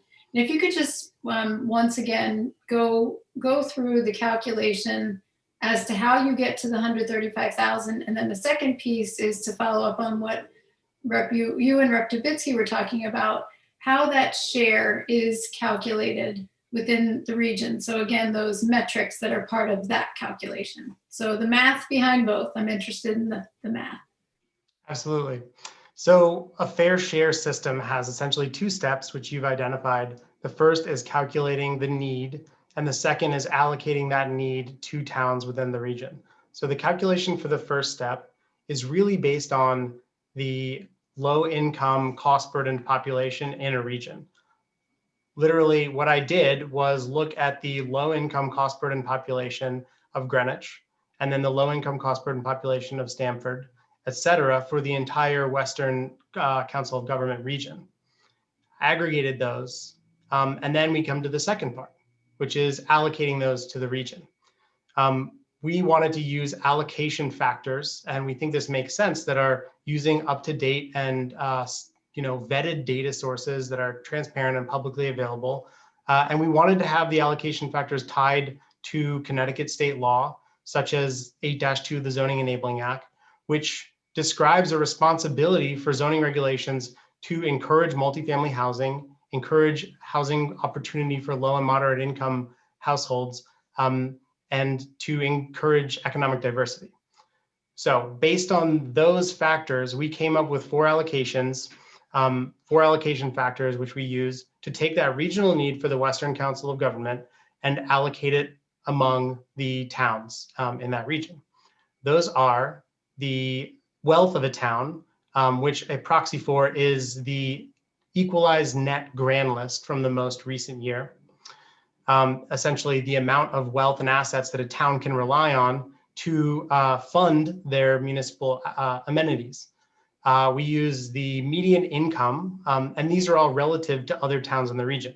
So the median income is a proxy for both how much a town has access to for their amenities, but also is synchronous with the opportunity available to low-income households.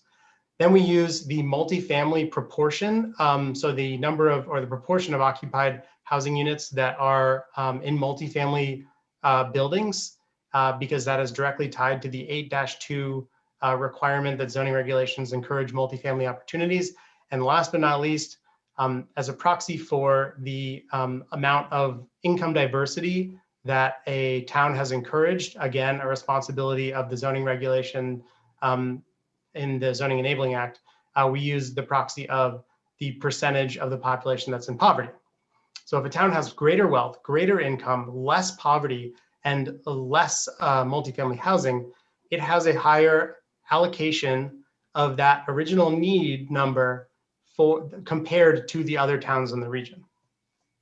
Great, thank you very much. And very briefly, because I'm sure time's about to run out. How does this work with 830G? Most of the bills we're talking about today that are not this bill are related to 8-2. I'm just wondering if you can speak very briefly to that. So this does not change 8-30G. What we've found, though, is when towns engage in the fair share planning process, once they actually start to build their fair share of affordable housing, assuming they were going to build it maybe equally or semi-equally over their 10 years of their obligation, within less than 2 years on average, towns are going to have enough affordable housing construction to qualify for an affordable housing moratorium. So basically, this puts the towns in the driver's seat to start producing their fair share. And once they do that, they'll achieve a moratorium for 830G in a very short period of time, generally. The average is 1.8 years. Thank you for that, Sam. Or I should say Mr. Giffen. Representative Dubitsky followed for the second time, followed by Rep. Fiorello for the second time. Thank you, Madam Chair. Thank you for Mr. Giffen for your responses. How did you develop these formulas? That's a great question. Thank you for that. So this was an interest of the Open Communities Alliance for several years. Before I got to the Open Communities Alliance, they started doing research about the best affordable housing policies around the country. I continued that research when I started at OCA, and far and away, the most successful example of a policy that encourages affordable housing throughout a state is the fair share system in New Jersey. We studied this in depth. We compared it to other systems like the ones that we've been referring to in Massachusetts, in California, but far and away, New Jersey has produced the most affordable housing of any of these state systems. We then started talking to the people in New Jersey that were responsible for this and learned from their mistakes. And we asked for their help. And we started to figure out what we could take from that system that worked so well, maybe get rid of some of the pieces that didn't work as well, make our system conform to Connecticut law. And essentially that is that resulted in the bill HB 6611, which you see before you today. And what do you consider a success of the New Jersey law? Well, there are many metrics of success. For advocates, I think the biggest one is generally they're on track to produce 100,000 affordable housing units in a matter of decades, which I think is remarkable and far exceeds any other state. But I think another really telling piece of the success is how over 300 townships, boroughs, municipalities in New Jersey have come to the table, developed their affordable housing plan, their fair share plan, and started the process themselves endogenously from the creativity, the ingenuity that exists within towns and planning and zoning commissions. They have taken the onus, realizing that actually every other town is going to be doing this. I guess we can do this too. This isn't just, we're not being singled out here. Every town is doing their fair share according to this methodology, which is sound and objective. And so 300 and about 50 towns of the 500 some towns in New Jersey have actually created a plan and started building their affordable housing in the way that they want to. So a little over half. Yes, I wish I knew the exact number, but I think it's remarkable that over 350 towns have, or about 350 have come to the table. Okay. All right. Well, thank you very much. Thank you, Madam Chair. Thank you, Representative. Thank you very much. And I see Rep. Fiorello, your hand is down. Oh, no, sorry. I do have a question. Okay, Sorry Fiorella about for the second time. Oh, thank you, Madam Chair. New Jersey has a growing economy, right? Okay. I don't know much about it, but I believe so. Okay. And thank you so much for answering the question that Chairman Vahey asked, because that was very helpful to understand, like, trying to understand all this stuff. But does your formula take into consideration the allocations of where people want to live? So we don't have very good data on where people want to live other than housing prices. And you can look at where people want to live are typically the really high cost towns. They're where, yeah, absolutely. Okay, sorry, I don't want to cut you off, but I don't have a lot of go time. ahead. Thank you. And then does your formula take into consideration where the jobs are? Sure. Is there a way to So calculate that? within the equalized net grand list, a significant part of that is the commercial rateable assets. And that is going to be far and away, probably for Greenwich, for example, the biggest contributor to that. So that is a proxy for the economic opportunity in a town. Okay, and then does that also, does the allocation consider where transit is? It does not make considerations for transit now.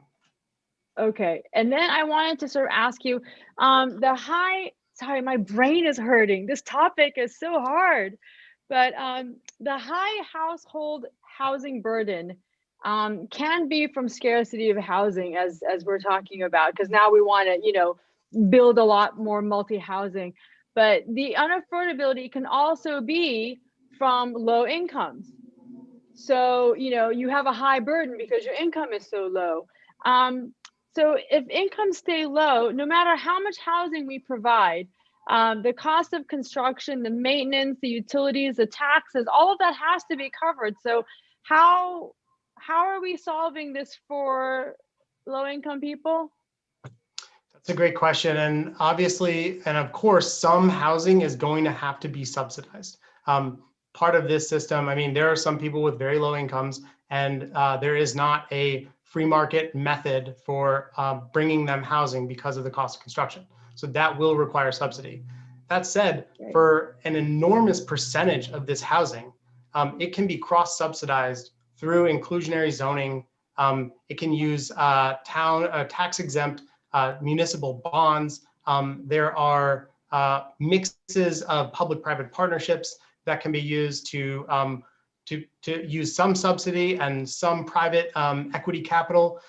So there are just dozens and dozens of ways to get at different levels of affordability. But you're right that some very, very low income people will not be served unless there is subsidy. And we would use and I would say, in defense of my wonderful town, Greenwich and Stamford, we do a lot of private and public partnerships to meet the needs of our neighbors. But thank you so much, Mr. Giffen. Thank you, Madam Chair. Thank you, Representative. Thank you, Representative and Mr. Giffen. I do appreciate and will underscore your comment is there is not a free market method for bringing housing to some of the folks who need it. And I appreciate that comment. Representative Veach. Thank you, Madam Chair. Mr.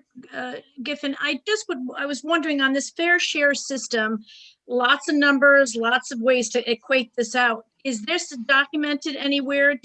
Can you send us some sort of an email or something? I need to wrap my head around those numbers, and I have a hard time doing that after 8 hours and 3 Zooms all day. So is that possible? Absolutely. I can follow up with anyone, but also this is all available on our website, ctoca.org/fairshare, where our report is published. The entire methodology can be downloaded, and obviously you can look at your town. Can you repeat that again? ctoca.org//fair share. One word. Okay. All right, great. That's very helpful. I appreciate that. Thank you. You're very welcome. Thank you.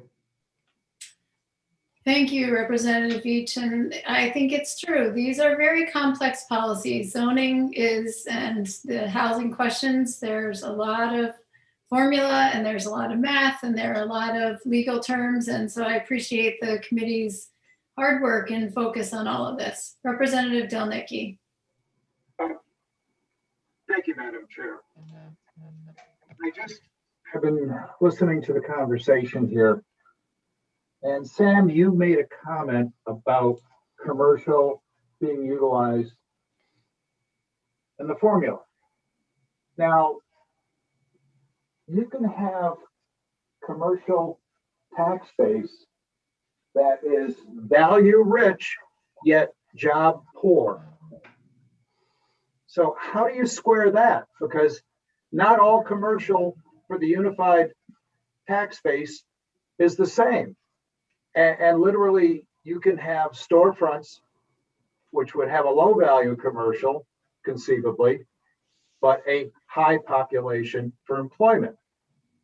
So I would submit that just using the terminology commercial is basically a faulted premise that can skew the formula one way or another and give you information and results that don't make any sense based on what the actual commercial is there. And I go to the high value manufacturing that is very, very low in the number of folks that are employed there, but very, very high in what the material, the equipment, the value of the buildings are. Likewise, an Amazon warehouse goes in and it's highly automated and only has a very few number of people working there. How do you square that? Thank you for your question, Representative. So in addition to just the commercial equalized net grand list, we actually use every category on the equalized net grand list. So the primary purpose of that is to assess the wealth. So the assets on which a municipality has to draw on for funding its amenities, for its school system, for its roads, essentially as an approximate estimate of the ability for a town to accommodate new low-income population and new population in general. Okay, you just used a term that I have a little concern with, how a town funds their amenities. Towns fund services to keep the roads in repair, to keep the roofs on the schools, to ensure that snow is plowed, and those aren't amenities. So how do you calculate what are amenities and what are base needed services?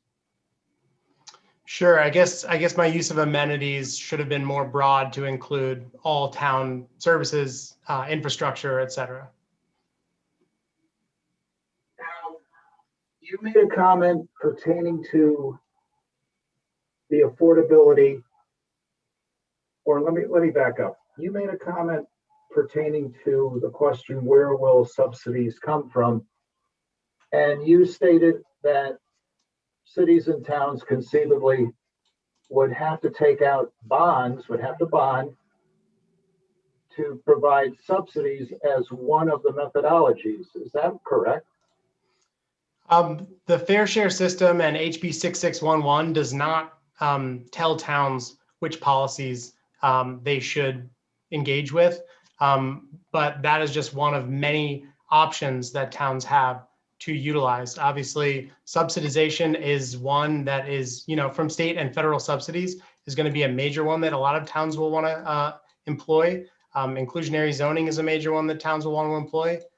So that is just one of many on a long list. Would follow-up question, would raising the property tax on the people that live in that community be another way that you would see as a method to fund the subsidy?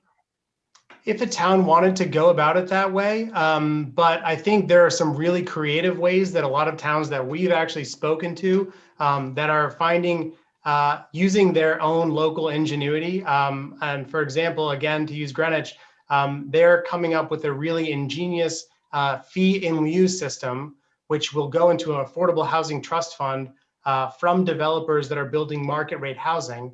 And then they can leverage that for gap funding for low-income housing tax credit projects.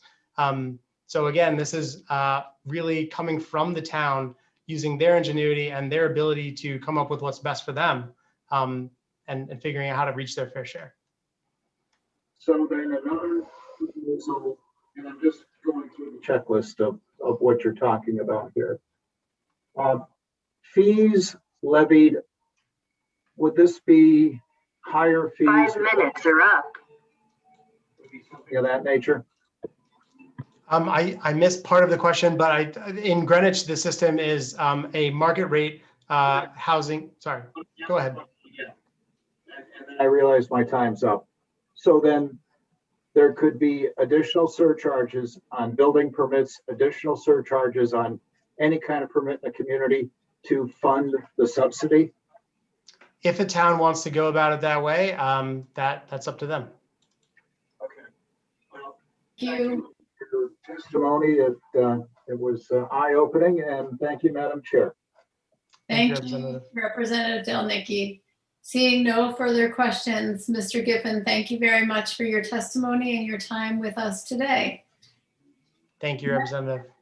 Next on our list is Representative Terry Wood, to be followed by Kylie Goslin, to be followed by Rep. Elliott, who is accompanied by Aaron Boggs. Is Representative Wood? Yes. Wonderful. Yes. Representative. Yes, whoa. 8 hours later, I pulled number 8 and I figured, oh, 11 o'clock. God bless you guys. You've done a really good job. It's been fascinating debate. Anyway, Chairman, and I'm bringing in a constituent to testify, Sarah Brown, if the clerk wants to identify her and bring her up. Thank you, Rep. Wood. I don't think we were aware. So, Madam Clerk, if you could please, you said Sarah Brown? Sarah Brown, yes. She's number 237 on the list. And I did email the clerk last night. Gotcha. So I know they've had a ton. So thank you for understanding. So we'll work to get her in if you want to start. And yes. Madam Clerk, if you could work to get her in the meantime. Thank you. Chairman, ranking member, and esteemed members of the Planning and Development Committee. My name is Terry Wood. I'm state representative for Norwalk and Darien, and I will be submitting testimony on Senate Bill 1024 and the related zoning bills. I certainly have valued the discussion on this. I think there are many pros and cons to all the legislation. I think the debate here has been very good, so I look forward to helping that move along. Anyway, I would like to cede my time to constituent Sarah Brown. Thank you. And I know she is online because we've been back and forth all afternoon. Ms. Brown, please proceed. Thank you. Good afternoon, Madam Chair and members of the Planning and Development Committee. My name is Sarah Brown. I'm a nonprofit administrator in Norwalk, Connecticut, and I live in Darien. I'm testifying to oppose SB 1024 because the legislation would remove local autonomy over zoning and is not a proven way to address economic mobility. As a taxpaying citizen of my town, I have input into the development, planning, and zoning, but with this bill, it would give it to the state, and then I would lose that representation. Taxpayers of a town know what is best for their communities. This legislation takes that right away. I already put up with a congested town, and this legislation would contribute to it. I'm also concerned that we have high income earners leaving the state, which is negatively impacting our state income tax revenues. And as a result, we have continual budget deficits. This is not sustainable long-term planning.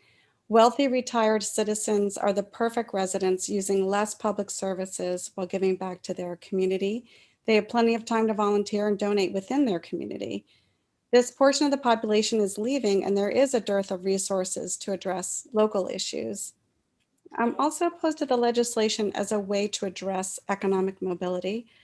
I have served as a U.S. Peace Corps volunteer and worked in development at Save the Children in Fairfield, Connecticut, and know from experience what best practices are to improve economic mobility.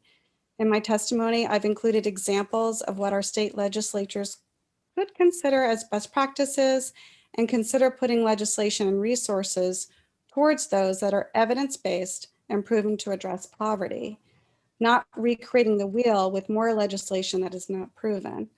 Also, having the disadvantaged move to an area with higher living expenses is not sustainable and will not help them save for the future. Thank you for the opportunity to speak. Thank you very much, both of you, for your brevity after your patience all day. Much appreciated. Are there questions among members? Seeing none, I do want to thank you both for being here with us today and participating in the process. Have a wonderful evening. Yes, you as well. Thank you all. Take care. Night. Next, we have Kylie Goslin to be followed by Josh Elliott and Aaron Boggs to be followed by Ann Gadbois. Ms. Goslin, please proceed. Hello, everyone. Senator Cassano, Representative McCarthy-Vahey, Senator Wong, Representative Zullo, and members of the committee. My name is Kylie Goslin, and I'm the Executive Director at the Partnership for Strong Communities. We're a statewide policy and advocacy organization dedicated to ending homelessness and expanding housing opportunity here in Connecticut. We also serve as the backbone of the Home Connecticut campaign, which has since 2004 brought together more than 100 diverse stakeholders who care about ensuring every resident has a safe and stable place to call home.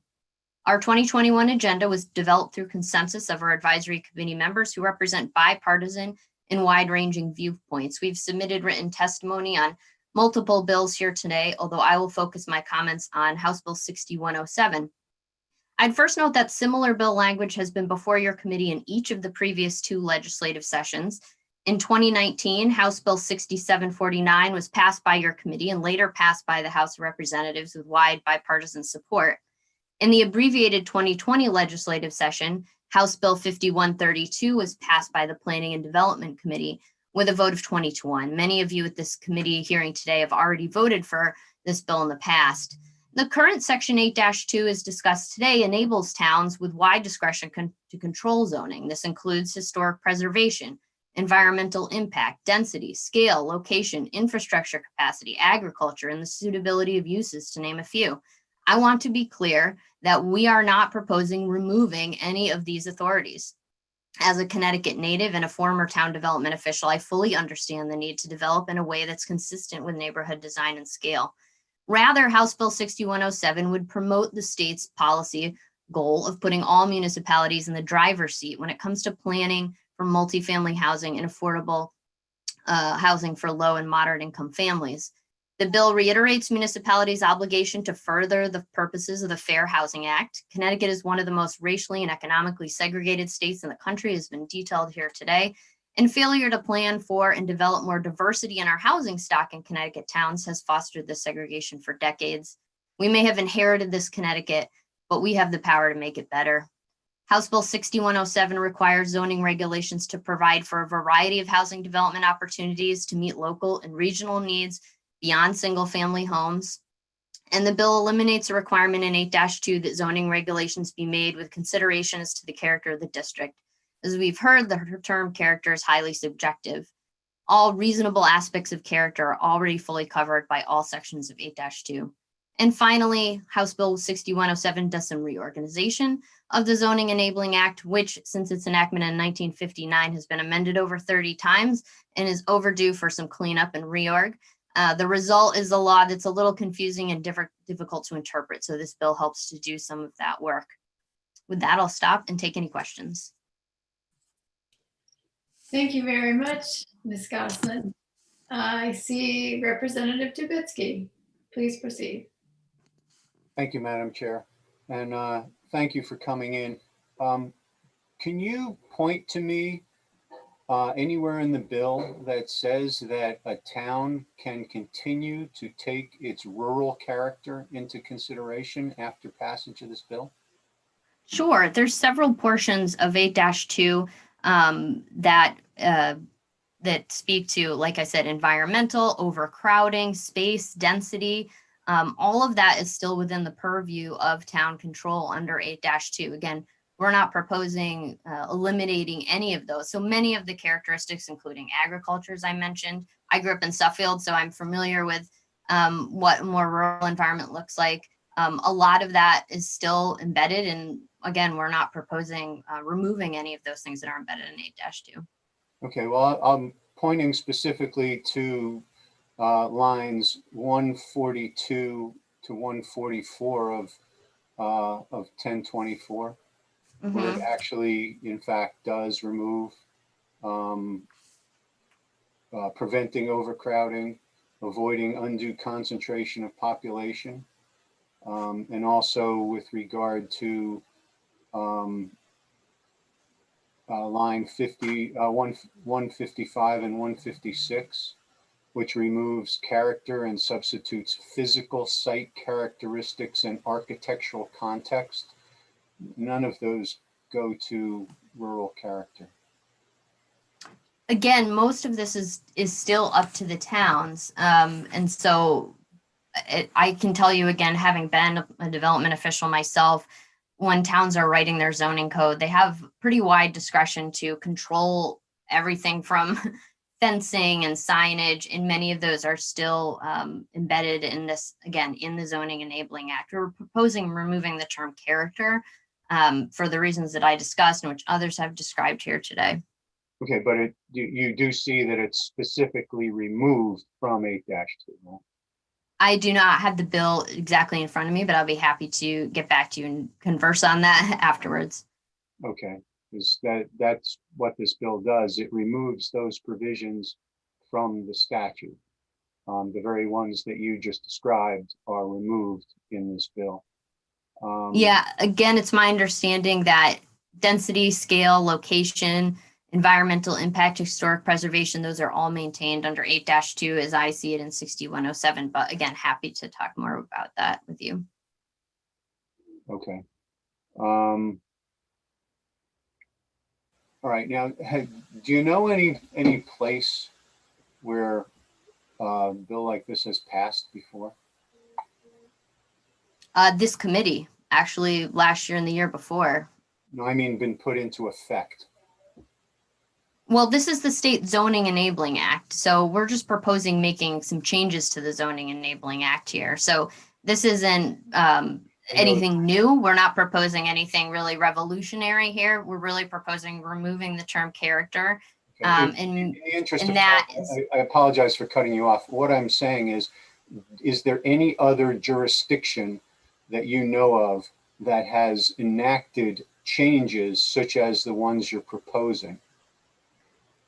You mean state jurisdictions, or Yes. different states have a variety of different enabling structures, if you will. And so what we have here in Connecticut, I don't know, be a better question for Sarah Brown, and honestly, is how this compares to other state zoning enabling acts. But again, this is a pretty minor change to an act and one that this committee has passed before. Okay, so it's fair to say that you don't know of any other jurisdiction that's passed these, so you don't know if these things actually work. This is, again, we're not proposing making major changes. This is the law that's been in place in Connecticut for decades. But you are making changes to the law that has been in place for decades, and you don't know of any other place that has made those changes, right? These specific changes as they are specific. No, I have not studied other state zoning enabling acts specifically to determine whether these specific items that we have listed in our zoning enabling act are also listed in there and then done a cross-reference. I have not done that. However, again, I think what we're talking about here is not taking away much in the way of local control, if at all. And in fact, there's other components of this bill, as you know, which require towns to provide an affordable housing plan and really put towns in the driver's seat in determining where and what density, what housing increases might look like in their town. Thank you. Just one last question, but you're saying that the towns still have considerable discretion, but you have to admit that this bill takes some of that discretion away. The only real discretion that's removed is the term character of the district, which, as we've discussed here today, is highly subjective and doesn't really, refer to anything. There's been other comments made about and other bills here that provide options for defining that.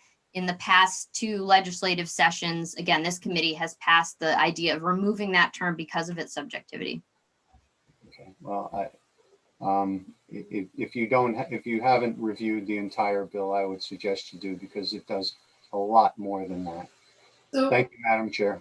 Thank you, Representative Dubitsky. Representative Dubitsky, I did not want to interrupt you, but I did want to clarify. Ms. Goslin was testifying on House Bill 6107. When you were referencing line members, you were referencing Senate Bill Different bill. 104.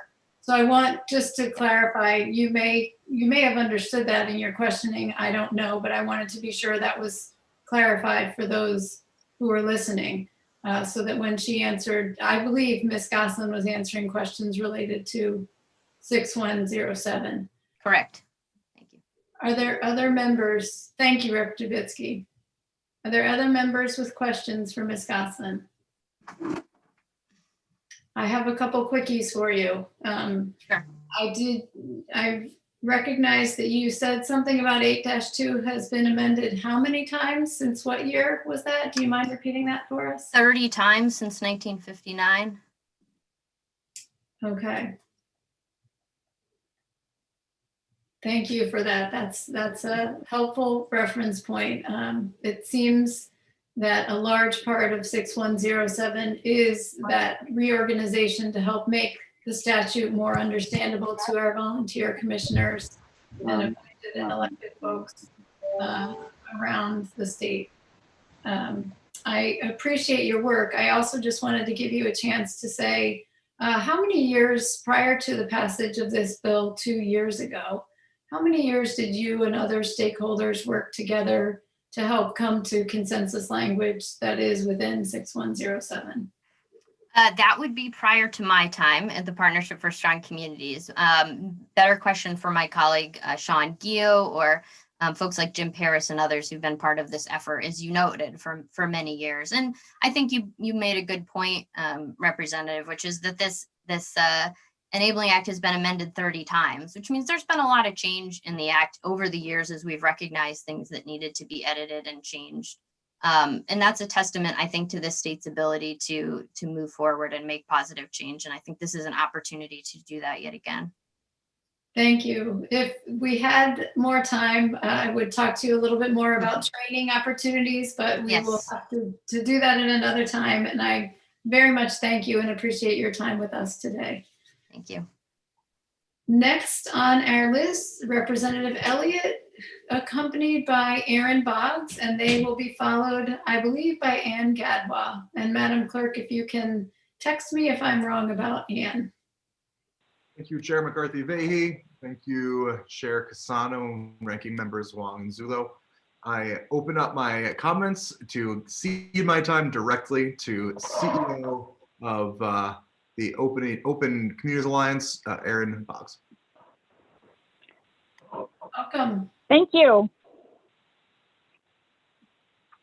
Thank you to the leadership and members of the Planning and Development Committee for the opportunity to testify. My name is Aaron Boggs, and I'm the Executive Director of Open Communities Alliance, a civil rights nonprofit that promotes equitable access to housing across the state. I'm here to testify in support of 6611, an act concerning needs assessment and other policies regarding affordable housing and development. This proposal is modeled on an effective system in New Jersey and asks every town in Connecticut to plan and zone for its fair share of affordable housing.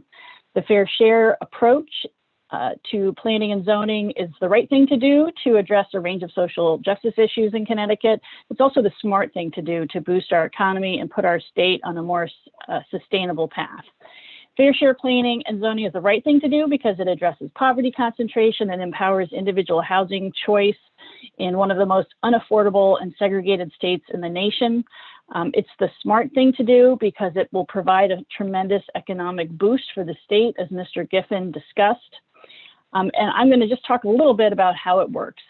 Very simply, the fair share approach generates an estimate of the need for affordable housing, as was discussed, and then allocates that out fairly to regions and then towns based on per capita median income, town wealth in the form of its grand list, multifamily housing percentage, and poverty rate.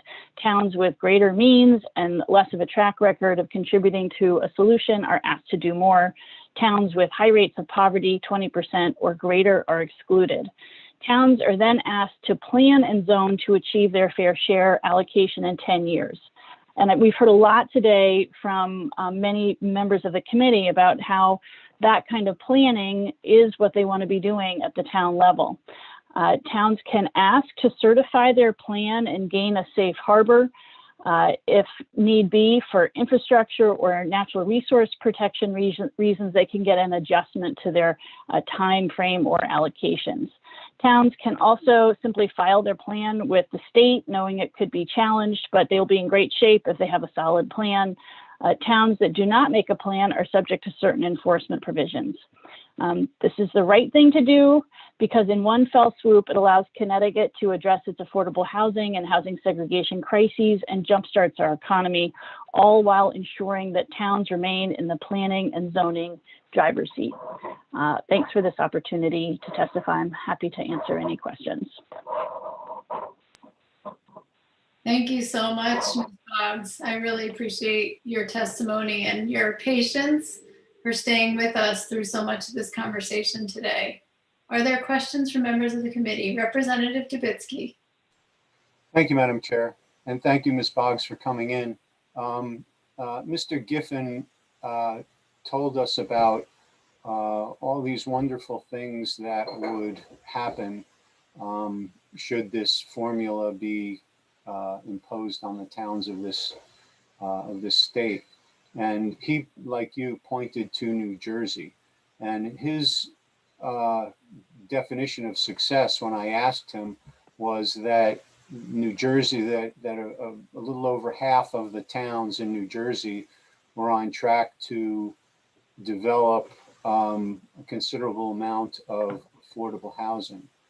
But he didn't mention any of the other benefits that he said would accompany imposing this formula, such as increased economic activity, increased tax revenues, and increased jobs and things like that. Can you tell me that those things accompanied the imposition of the formula in New Jersey? It's unfortunate that things panned out the way they did, because we had two excellent experts from New Jersey waiting around basically all day to testify about this, along with Majority Leader Rojas, and they are no longer available. But the bottom line is outcomes in New Jersey have been fantastic. New Jersey is economically booming. Places in New Jersey that have not been diverse or have become more diverse. It's been an incredible boom for New Jersey, and it's the kind of economic picture that I think we'd really like to see in Connecticut. It will help us really staunch this out migration that we're seeing. That is not a positive thing. That's not what we want to be doing as a state. We want to be growing. And I think it's a fantastic model that is going to be incredibly helpful for the state. And you attribute New Jersey's economic growth to this policy? At least a portion of it, yes. When did New Jersey impose this policy? Well, the fortunate thing for us is that the New Jersey model has been developed over a long period of time. So the effort to do this in New Jersey started 50 years ago. So we've been able to see what worked there and what didn't work there. And they've had a system that has, operated in fits and starts. And, the period most recently when it's been most effective has been since 2015. So it's been, we've gotten to see lots of improvements even over the last, 5 or 6 years. How long will it be before if the Connecticut legislature puts through this proposal this year, how long will it be before we see all these fabulous benefits? I think we should see some of them as soon as the bill starts. So I believe in the bill. The towns don't have to really start working on this for 2 years. And so starting at that point, even within the first year, as soon as units get built, we're going to start to see, reap the benefits of it. And it's set on a 10-year time frame. So we should see these full benefits within that 10-year period. Okay, so we should see all this increased economic activity, increased property taxes, increased prosperity and job growth and all that within 10 years? Yes. Okay, and if we don't, should we repeal it?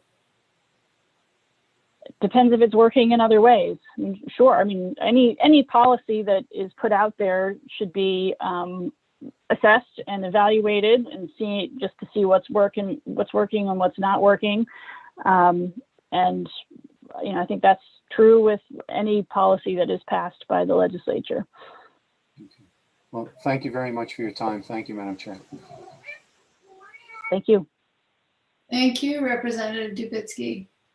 Are there questions from other members of the committee? Seeing none, I want to thank you, Rep. Elliott and Ms. Boggs.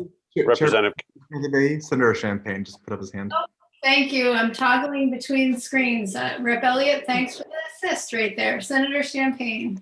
Sorry about that. I was a little late on that. Just a quick question. Do you have any idea, Ms. Boggs, what the cost to each town will be for this plan? I think what we would see is actually income coming into towns in the form of, additional local revenue based on more people spending money in the local market, property taxes, and those kinds of additional income growth streams. Okay. But how about costs to get this set up with the plans to, I don't know who's going to be paying for all this data that needs to be collected and submitting these plans to the state every 5 years. Is there a cost already there? Sorry. Go ahead. I'm just wondering, is there cost for setup on this? I mean, what's going on with the initial setups on this?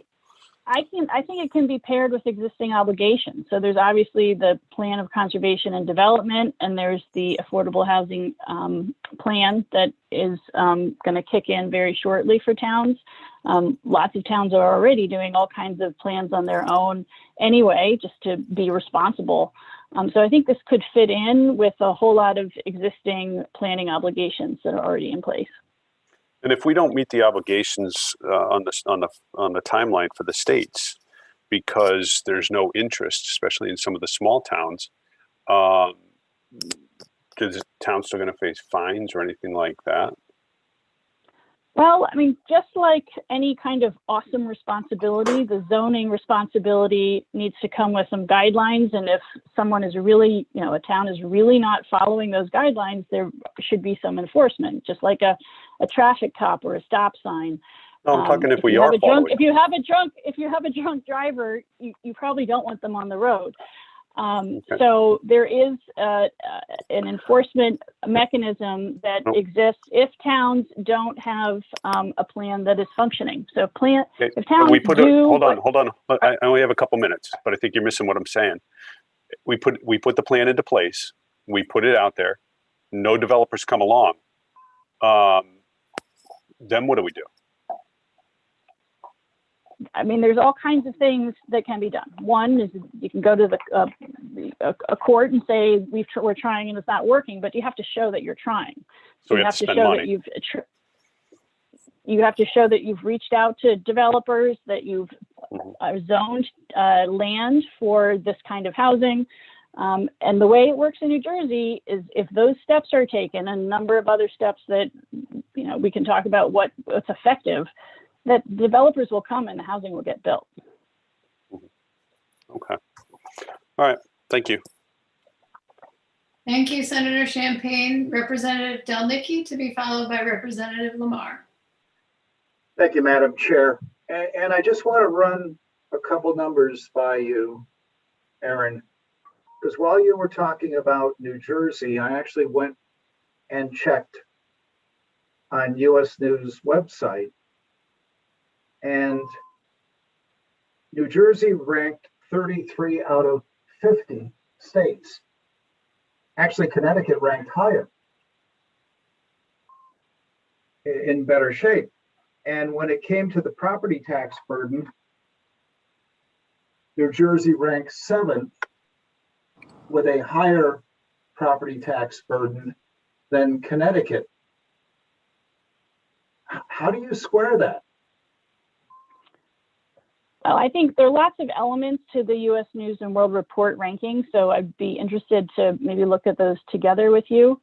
But if, you know, there are lots of other indicators pointing to New Jersey's success over the recent years, and you know, if they have some taxes that are actually higher, I think they've decided that they can make those work and use them to provide services to people in the state, and it hasn't caused problems in terms of attracting businesses. Well, the numbers just don't square, and I bring that to everyone's attention. It's worth taking a look at it, and I suspect I can look up some more data that will probably tell even more about New Jersey versus Connecticut. So again, thank you for your testimony here, and quite frankly, it's worth a look to see where we rate versus New Jersey. Thank you. Well, and you know, when we get a chance to have our New Jersey experts, we can check in with them and also try to get you information from them on sort of the local assessments that they're seeing. Well, one quick comment as a follow-up. I prefer to find basically neutral data, and I would think that U.S. News would be neutral data because they're just putting the facts out there. Just my thought. Thank you. Yeah, no, you know, we had an op-ed in the paper the other day, and I cited some of the U.S. News data as well. So that's why I know there are lots of different cuts of it. So I just look forward to a continued conversation with you about that. Thank you, Representative Delnicki. And I do appreciate understanding what's behind the math. I think that's really important whenever we cite data. And I appreciate, Ms. Boggs, your willingness to do that. Representative Lamar. Thank you, Chairwoman. And I really appreciate the outstanding work that you've done today, Ms. Boggs. And I'm sad that the folks from New Jersey weren't here, you know, for the 9th hour of this public testimony, because I did have a number of questions, and I assume you can connect us with those individuals if we're serious about trying to understand the proposals in more depth.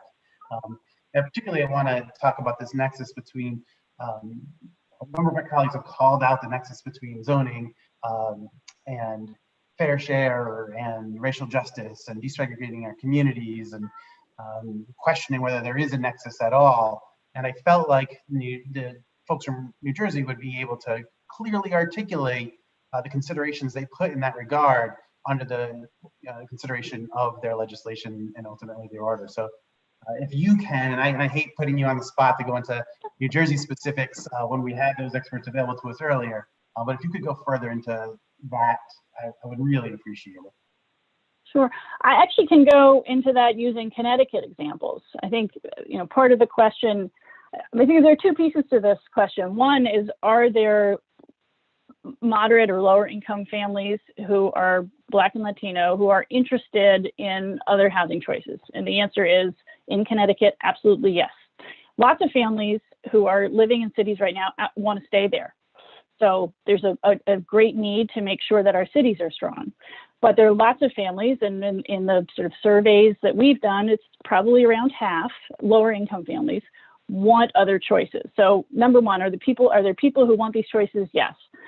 Number two, if the choices are made available, will families move? And I can tell you from experiences of other housing, fair housing advocates all around the country that the experience generally is yes, but the answer generally is yes. But I can also tell you, based on developments that have managed to be built, and sometimes with a lot of litigation involved, in places like Avon, Fairfield, Oxford, Westport, Farmington, and Berlin, when housing that's affordable was built, it was occupied by a whole diversity of people, including lots of low-income Black and Latino families. So there's no question in my mind that this will work, and that it's working all over the place, all across the country. It's just a matter of whether we're ready to do it. Thank you, Ms. West, for your testimony. And I really do appreciate the seriousness with which you've approached this issue over the last number of years. And I will be hoping to talk to folks from New Jersey with you in the next few weeks and trying to understand their challenges and how they confronted them more concretely. And I hope other members of the committee take me up on that as well. Thank you again. Thank you. Thank you, Representative Lamar. And at risk of doing what I call extroverting, it would be lovely to see if we can set up an informational forum for members of the committee, and perhaps not just related to 6611, but maybe a couple of the other bills, so that we can continue the conversation in more of a dialogue fashion following this hearing today. I really appreciate your time, Ms. Boggs, and thank you, Representative Elliott. Next. Thank you. Next on our list, I believe next up is actually Donna Hamsey. Together, I know Joe DeLong is immediately following. So Mr. DeLong, if you, there you both are, wonderful. Ms. Hamsey, I'm going to turn it over to you first. Thank you, and thank you to members of the committee. In the interest of time, we originally wanted to speak as a panel, but I'm going to yield my time to Joe and be available if there are any questions. Thank you, Donna. Please proceed, Mr. DeLong. Welcome. Yes, thank you, Donna. Thank you, Madam Chair, ranking members of the committee. It's a pleasure, truly a pleasure to be with you here this evening. My name is Joe DeLong. I'm the Executive Director and CEO of the Connecticut Conference of Municipalities. And I know that you all know, obviously, our advocacy manager, Donna Hamsey. Wanting to speak with you tonight about our position on Senate Bill 1024, and perhaps more importantly, or most importantly, I want to talk to you a little bit about our process in developing that position, because I think that is what is really most important and may clear up any confusion. CCM's journey with what is now ultimately before us is Senate Bill 1024 began in June or July of last year. At that time, Sarah Bronin with Desegregate CT reached out to CCM as an organization with the simple ask of, would you be willing to bring your members to the table to have a dialogue with us? We would love to hear municipal feedback and input. And would you be willing to partner with us in discussions, not in supporting something, but in having discussions about the things that we are proposing? That request was taken to our board president at that time, which was Michael Frieda, who was the first selectman of North Haven. President Michael Frieda determined that the next step was that he wanted to bring together our executive committee of our board of directors to have that discussion. Our 7-member executive committee of our board of directors had a discussion, brought in Sarah Bronin to hear what she was looking for from the organization, and ultimately decided to put together a working group and offer membership of that working group to all 168 towns and cities that would wish to participate. Ultimately, 24 Connecticut towns and cities, a very diverse group of towns and cities, as well as representatives from Metro Cog, formed that working group. And throughout the summer, fall, and into the winter months, they went through proposals that had been drafted prior by Desegregate CT individually, and ultimately took positions on each of those proposals. Now, I will tell you, they didn't take positions on the proposals as drafted. They made amendments, modifications, went through various motions. But I think the important thing to point out is there were absolutely no dissenting votes cast throughout that entire process by any of the 24 member communities that were participating as members of the working group. Once they had completed their work, they had one final meeting to look at the proposals collectively to make sure that it was a complete reflection of what they had ultimately intended to do. Sorry to interrupt, but your time is running out. Okay, well, I will wrap up, and I'm sorry I didn't see a notice on that. They took their collective recommendations to our 30-member board of directors, and our 30-member board of directors voted again to support the work of that working group. There were 2 abstentions, but again, no negative votes. So that is how CCM developed this position on this legislation. It was 100% process driven and completely driven by our membership. Thank you very much, Mr. DeLong, and thank you to our new Mr. Clerk. We've had a great team working with us today. So for folks going forward, you may hear a voice rather than what you've been hearing earlier. So with that, I am going to turn it over to Senator Wong, to be followed by Representative Winkler. Thank you, Madam Chair. I was getting used to the 5-minute tone. Joe, great to see you. Thank you for your work on CCM. And I do want to work with you to understand how this working group, and I appreciate your sensitivity to some of the questions that may arise on this, but take me through. I was part of a working group as it relates to the firefighter cancer bill and was sensitive to the PTSD bill, in which you had a working group and CCM was a tremendous advocate in that. But you had all the shareholders with various different viewpoints. Why wasn't there any engagement from advocates from outside of this, from the standpoint of colleagues and input that had a significantly contrasting different point of view as part of the working group? Certainly, Senator. I think that's a very fair question, and my answer would be much the same as the development of the working group. As staff, Donna actually is the one who staffed the committee. But as staff, we didn't determine who was going to be a part of that. The members did. So the members who were on the working group held some meetings just by themselves. They didn't bring anybody in from the outside. And then there were some discussions where they couldn't get answers to. And so they would make a motion or a request to us as staff that at the next meeting that we would bring in a representative from Desegregate CT. And so we would do that.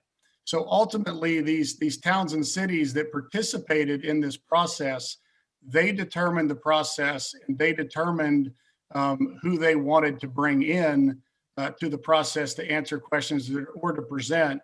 And we as staff just provided that to them.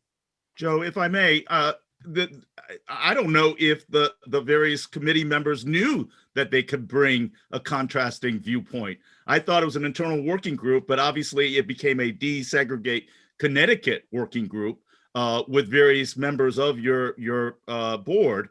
But honestly, as a 6-year member in housing and a former chair, and express my viewpoints and concern about this, I would have absolutely accepted an open invitation to be part of that working group, offering contrasting viewpoints, where we wouldn't have that perception of a, I don't even want to use the words that I was thinking, but I also understand that when the vote was cast, and I think there's great pride in saying that it was no dissension and there were 2 no votes, but was there an announcement to let the various numbers? Did every member of that working group vote on this, or were there some people that weren't present?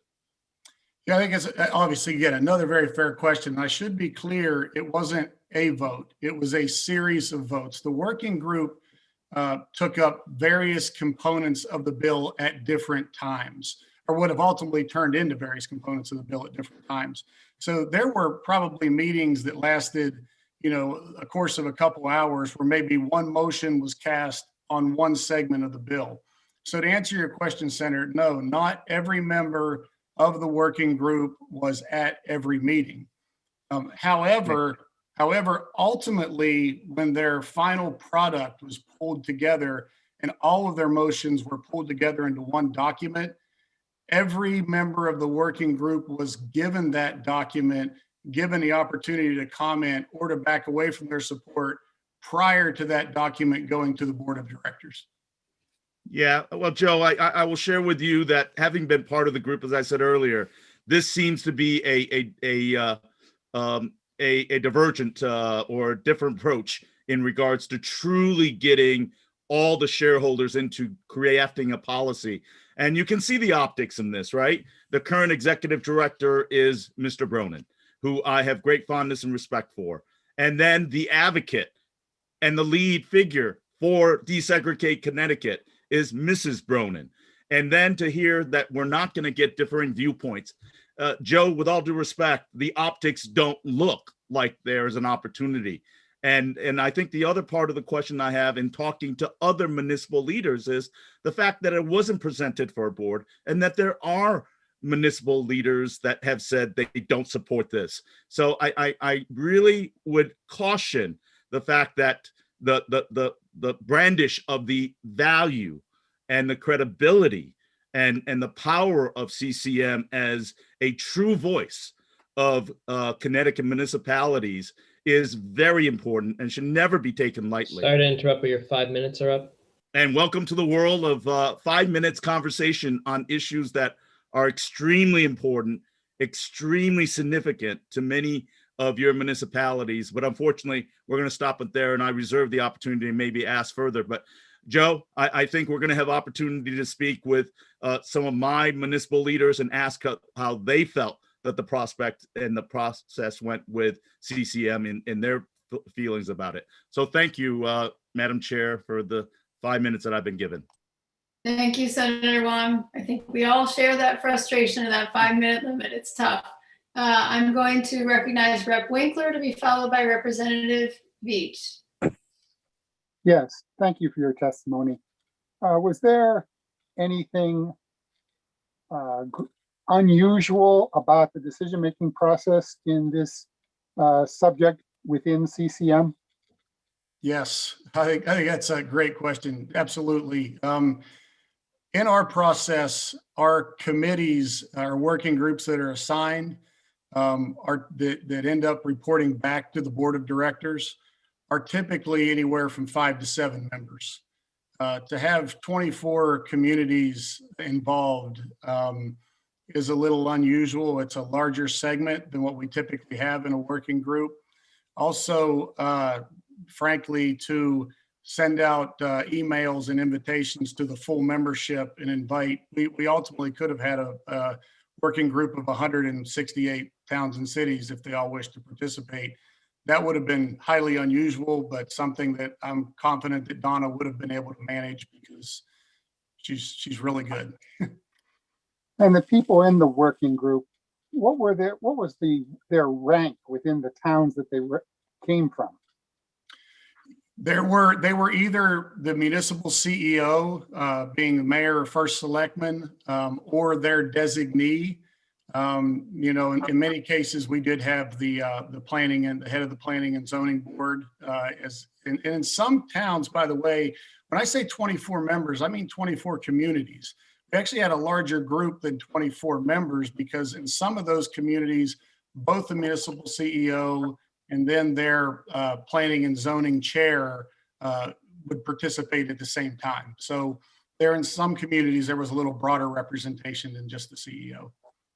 So you had the planning people, you had the CEOs, you had a fair amount of expertise in that room, and you had people who, if they felt they needed resources, they knew they could get them. That would have been our job as a staff. We simply provided the venue for the work, and there were times that they did ask for resources, but predominantly most of the resources they asked for us were the times that they asked us to invite in representatives from Desegregate CT to answer some of their questions. Do you know of any reason why we shouldn't take this CCM position as seriously as the other CCM positions? No, I mean, again, you know, my testimony here today is simply to defend our process. Donna could answer more to the technical questions. One thing that I really want to make clear, because I think Senator Wong, you know, pointed out what has been pointed out by others of who the president of our board is now, and happens to be the husband of Sarah Bronin. But I'd like to point out that that wasn't the case when the working group was formed. And it wasn't the case when the majority of the motions were made and passed. Luke Bronin became the president on January 1 of this year. This working group worked through the summer, fall, and the winter months of last year, and then into this year. So the majority of this work was already done before Luke Bronin took over as the president of the organization. He really inherited probably 95% of the work product. Thank you. Thank you, Madam Chair. Thank you, Representative. And as someone who's been fortunate enough to be involved in public service alongside my husband, I know that those lines can be tricky, but I really appreciate the work that both Mayor Bronin and Professor Bronin have done for our communities and for the state. Representative Veach, Representative Veach, to be followed by Representative Lamar. Yes, Madam Chair, thank you. Mr. DeLong, I just want to touch base with a couple of the numbers here. So roughly we have 140 that would participate in something like this if you had 100% participation, correct? We have 100, we represent 168 of the towns and cities. 68, excuse me. Okay, so that it's even less than what I had calculated. So roughly 15% or less of the people that could have participated in something like this, which in my opinion is very crucial and critical, did not, correct? Yeah, again, if you look at the total communities, you had 24 that participated in the working group, and then you have a board of directors of 30. There was some crossover. So I would say between the two, you're probably looking about 45 communities in total that directly participated in this singular issue. But I would say, number one, that's not unusual. And number two, those other communities that don't participate directly, they do allocate or allow for or vote for those processes. That's part of our bylaws, part of the responsibility that's directed to the board. And so we've never had a member community who's ever offered an amendment to change our process. They certainly could. These are processes that our annual meeting every year recodified of how the organization will develop its positions. So let me ask you another question. This was done back last July. Is that the time frame that we were looking at, that this was, and you notified these people, it was a Zoom or was it a virtual? Because I mean, we were at the height of a pandemic at that time. So I'm just wondering how many people could have possibly missed the invite, or perhaps that's not why they participated. I'm just trying to take a look at the full picture. It just seems that the numbers of the people that did participate or the communities that did participate were very low. Personally, I mean, maybe we just have a lot of people that are more involved in my community because it's people that I would think would be getting out there and voicing their opinion. I would, again, I would express in some regard, those numbers are actually high in terms of direct engagement in meetings that take this many meetings or this much work. So the way that the process worked, when our executive committee of our board decided to form a working group, we send out an email to all 168 towns and cities CEOs, make them aware of it and say, who wants to be a part of this, who wants to join. What ultimately happens is, and I think this happened in this case, that committee probably started off with maybe around 17 communities on it. And then as the word got out of what they were talking about and they go back into their cogs and into their individual areas, then you start getting some others who reach out and say, hey, I heard you're talking about this. Can I be a part of it? Can I join? And so we, as we always do, we welcome them with open arms. So that's basically a normal process for the organization. And when you're asking these CEOs to commit their time, not just to a meeting, but to multiple meetings through several months, a lot of them rely on their peers. They rely on getting those updates within their cogs or within their individual regions. What we make sure that we do as a staff is to be certain that all the demographics are hit. That there's urban, suburban, rural, and that there's regional representation from each corner of the state. If there's not, that's when we go shopping for an additional member or encourage somebody from a region to join. But as long as we're hitting all those demographics, then we consider that to be a pretty fair process. But like I said, that's a process, again, that's dictated by the membership. Okay, and lastly, over the course of, I don't know how long this group worked or met, how many times do you think, because you said you met on certain pieces each time and some people were involved and some were, so how many times do you think that this working group met total? I would, at the appropriate time, defer to Donna because she staffed it and I wasn't able to make all the meetings myself because all the various things that we're involved in. If I had to guess, and please don't hold me to this, but if I had to guess, I would say somewhere between 9 and 15 meetings or so. but I would also say that Donna would probably have a more accurate estimate of that. Okay, Donna, is that an accurate number that he's throwing out there? Yes, I don't have the exact number before me, but I So think it could that's be good. less than 9 times that you met as a group I- over this I whole don't think thing, it's or- less than 9. Okay, somewhere between 9 and 15? Okay. All right, thank you for your time. Back to you, Madam Chair. Thank you, Representative Beach. Representative Lamar to be followed by Senator Anwar.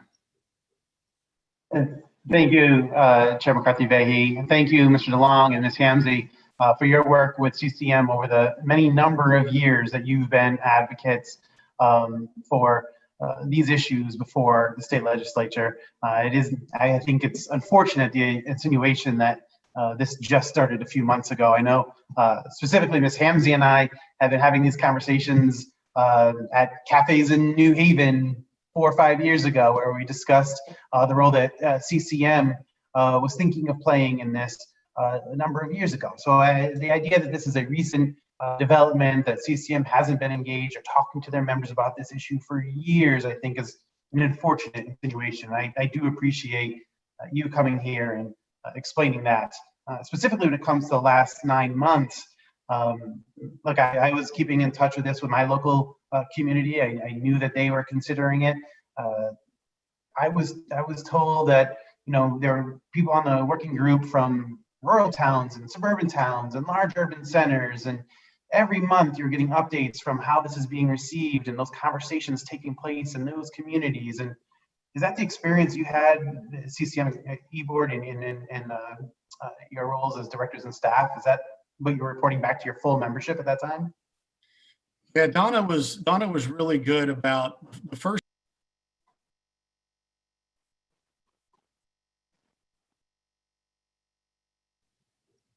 Mr. DeLong, we lost you for a minute there.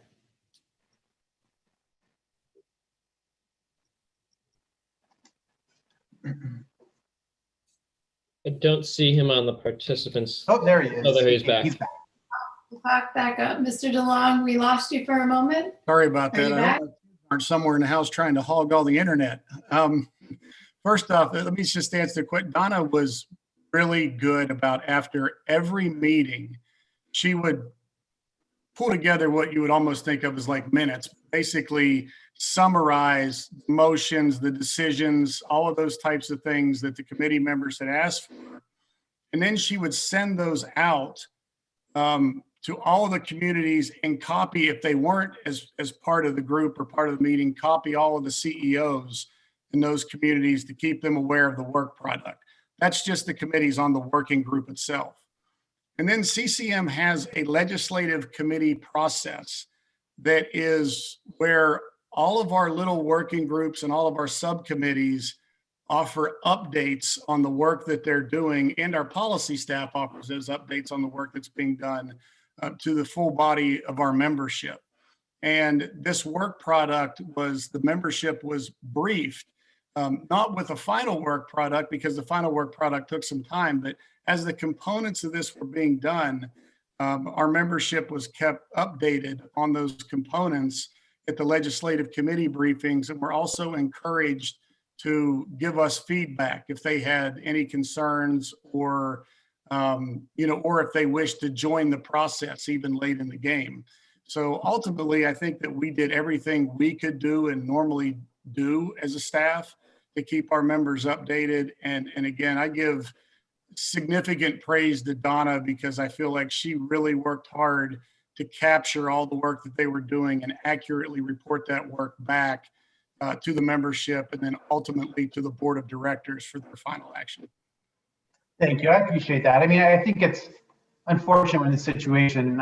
You indicated earlier that there is no chance that anyone who's an active member of CCM wouldn't have known that this was a topic that was under discussion in their avenue for which they could be engaged. And I think it's unfortunate that we have you here on this issue to have to defend this process. And it was insinuated that it looks bad because Sarah Bronin is married to Luke Bronin. And I think it's unfortunate that that insinuation is even raised.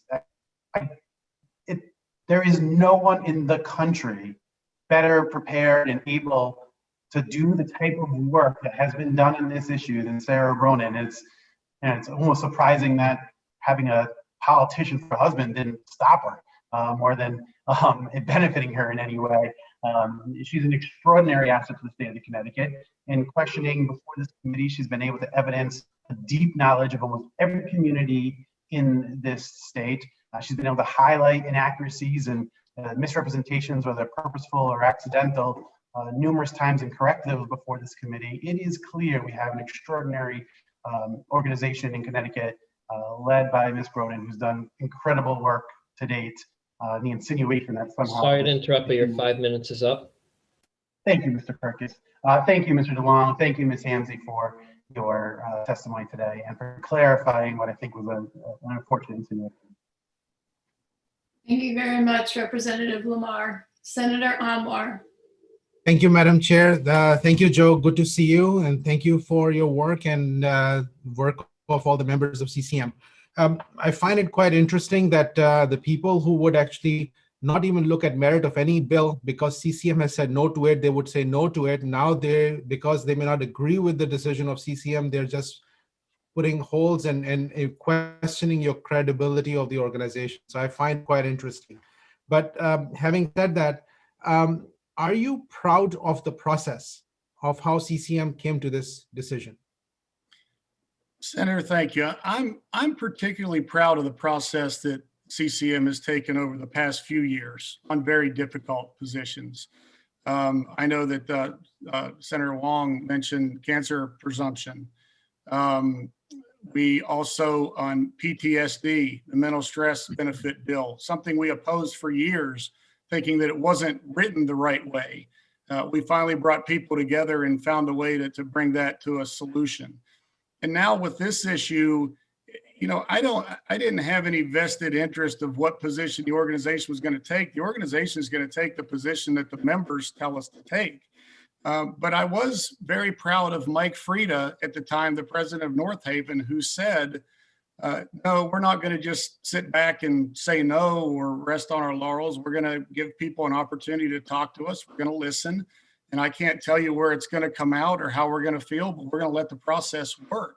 And so I think that process has been a very important process. When I came to CCM over 6 years ago, the thing that the board of directors told me at that time that was most important to them was that they wanted to be partners in governing with the state. And I think that from a process standpoint, we have done everything that we can to try to be partners in governing, knowing that many times we are going to disagree, but we can all respect one another and we can all work together, and we are willing to listen and collaborate with those who wish to engage with us in the membership. Joe, and I think their groups would be divided into two broad categories. One would stay the course and dig their heels and continue to say no and maybe not recognize the ground reality of what's going on. The others would evolve intellectually, emotionally, and spiritually to be able to say, we have a problem. Do you think Connecticut has a problem? Well, you know, look, again, this is from an organizational standpoint. Donna is the person who ran the point on the technical issues of this legislation and working with the committee. I know, but you as an expert on the municipalities and looking at the ground realities of the municipality. Now, this is not, I'm talking Joe DeLong's perspective, not necessarily of CCM's. Do you think we have a problem?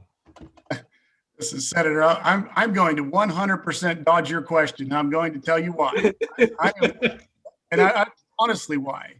I am here to testify as the CEO of CCM, which is to represent the will of my membership as they express it to me. And I think it's a bad path for me to go down in that capacity to start shifting my testimony to my own personal opinions or viewpoints.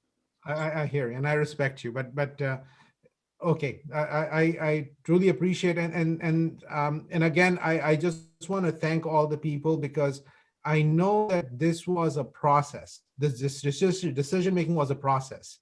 And it did not start by an absolute yes and an absolute no right away. It was people understood the ground reality, looked at the numbers, looked at where we are and where we need to be, And at that point, they said, we have to evolve as humans, as people knowing the history of our state and the segregation. And it was time for us to wake up and do the right thing. And I hope my fellow legislators would go through that process as well and then do the right thing. Thank you, Joe. Thank you for your testimony, and thank you for the work you do at CCM. Thank you, Madam Chair. Thank you, Senator Anwar, and I appreciate that exchange and your professionalism with speaking with us, Mr. DeLong. Next, and just give me a moment, there's a lot of juggling that goes on behind the scenes that in the Zoom world, folks are not able to see. Rep. Trubisky followed by Rep. Fiorello. And before actually Rep. Trubisky, as you prepare to get your camera on, I just want folks to know that, again, if those in the waiting room and Mr. Clerk, just to confirm that I have the list correct, Rep. Thomas and Sarnak, I believe Senator Summers is not coming, then it would be Mayor Elicker, followed by Emmeline Harrigan. That's the list that I have. Mr. Clerk, let me know if I'm incorrect. And with that, Rep. Trubisky, thank you for that.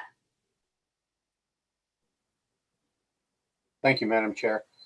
And thank you, Mr. DeLong, for coming in. Are you prepared to testify at all about the substance of the bills or the substance of the discussion among the board members on the bills?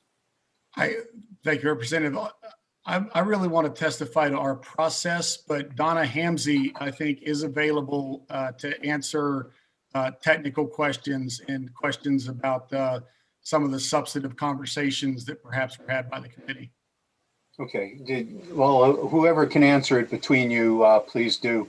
During your discussions, was there discussion about how the mandates in these bills would injure and adversely affect smaller towns?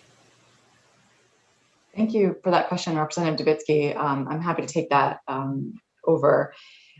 Throughout the course of our discussions, there was much deliberation, as Joe mentioned, about each piece of what is now before you as Senate Bill 1024. There was real conversation, and not necessarily ever in a negative way towards what was before us, but more in a real constructive way about how we're coming to a solution or a compromise, if you will, or at least to find common ground whereby we could vote on something that we could present as the work product. Compromise between what? Between good and bad, I think there's members on our working group that felt that this may have not go far enough, and there were folks that may have felt at the beginning that the proposals, they wanted to see the proposals go farther, and then there were folks that felt that they went too far. And so what you have before you as what was our work product really is where folks found common ground and consensus. Okay, I'm specifically talking about how the bills 1024 in particular, how it affects small towns. Was there any discussion about that?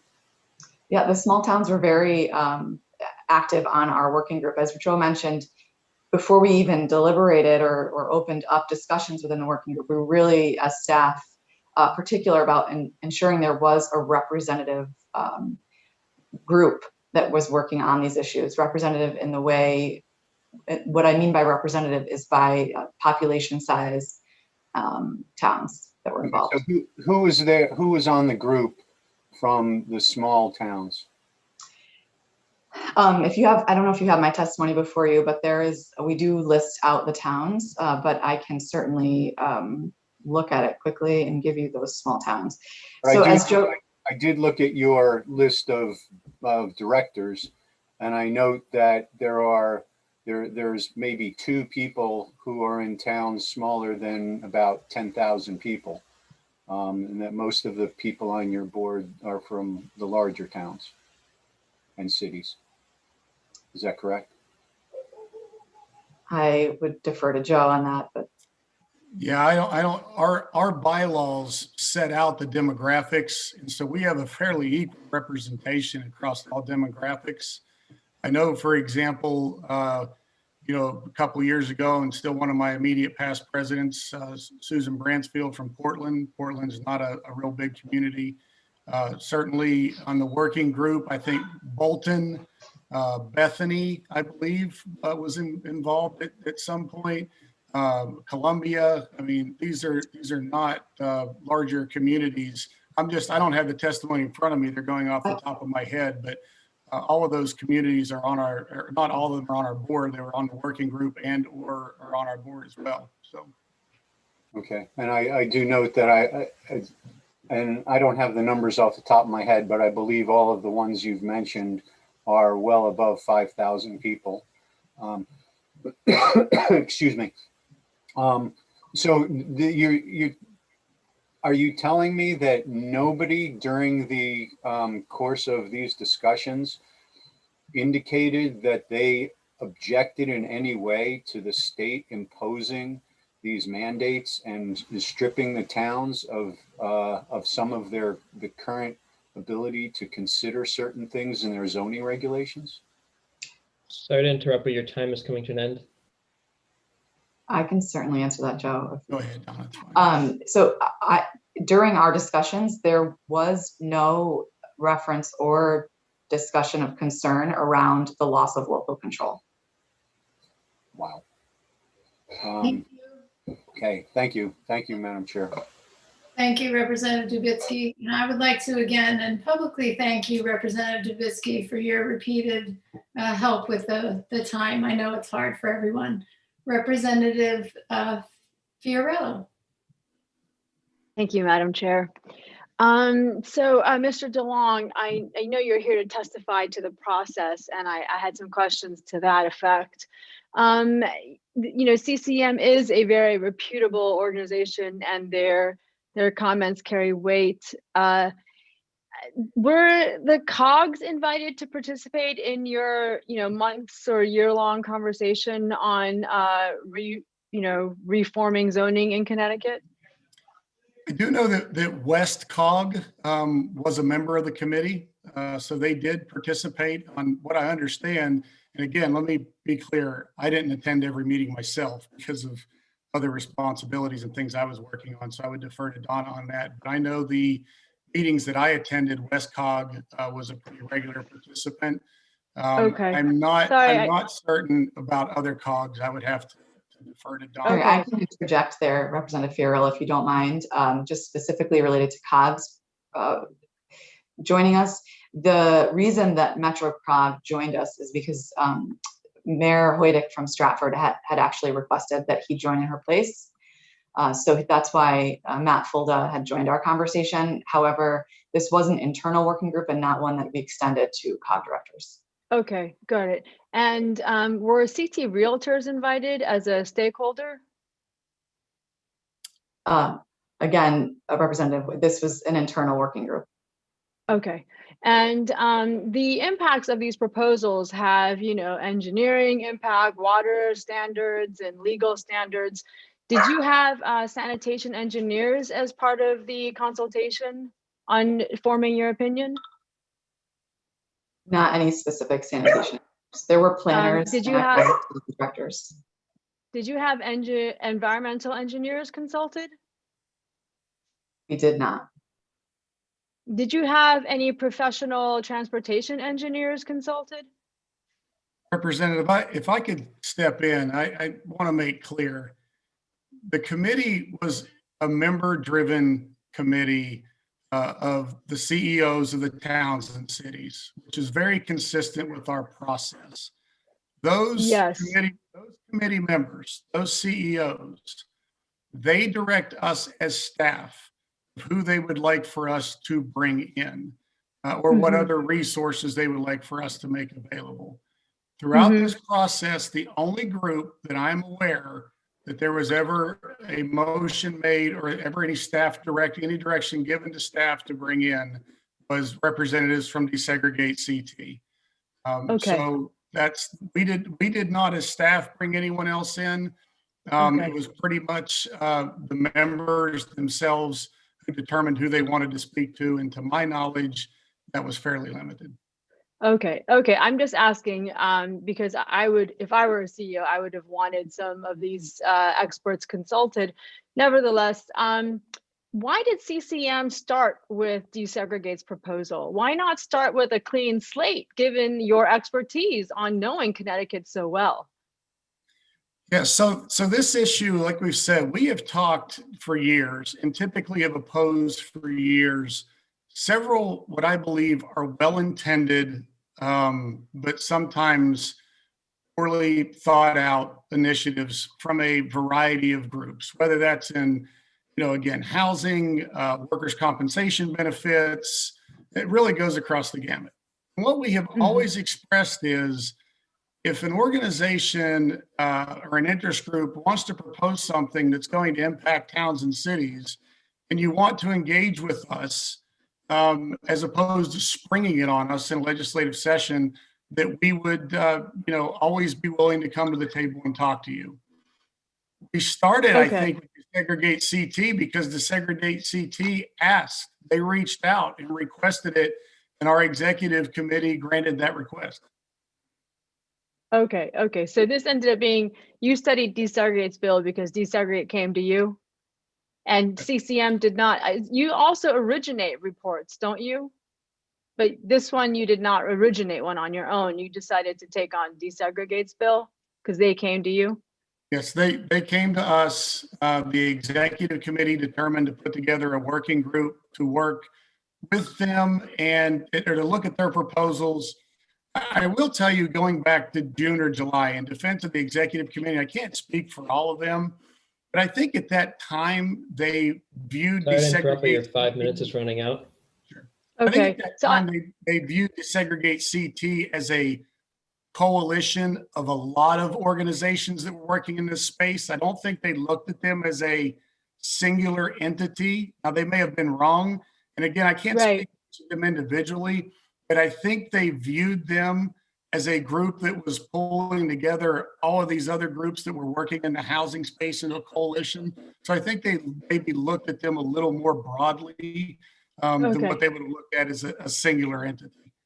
Okay, so is it a fair statement to say that CCM's report on the zoning bill is really a kind of it was a closed confidential conversation that did not include outside professional, sanitation, environmental, nor transportation?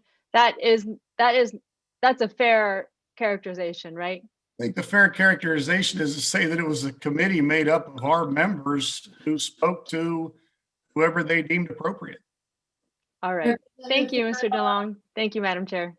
Thank you very much. And certainly sounds like it was a committee that does work in very similar ways to how you work on many of the other issues, led by your first selectmen and mayors who work in concert, I'm sure, with the experts within their communities. Next, I'd like to recognize Senator Needleman, and I will be turning over the chair position to Senator Needleman as we go forward. Thank you very much. And thank you again to Mr. DeLong and Ms. Hamzy for being here with us. Thank you. Thank you, Madam Chairwoman. And good evening, Joe and Donna. I just wanted to say that I'm obviously aware of the process that you guys have gone through. And I think you tried to figure out the best way to move forward. And I appreciate that. CCM, for all the complaining people do, as a first selectman, I'll tell you that both CCM and cost serve a valuable, play a valuable role in the towns, how we operate. You do lobby on our behalf, and both on the workman's comp bill and on this bill, you're trying to figure out how to thread the needle here. And you know, obviously I've worked with you guys for quite a while, and just wanted to let you know that I appreciate that work. Thank you, Senator. We certainly appreciate you, and it's always exciting when we have a municipal leader who was also a leader at the State House as well. So thank you. Thank you. Thank you. I see Senator Wong's hand is up at this point.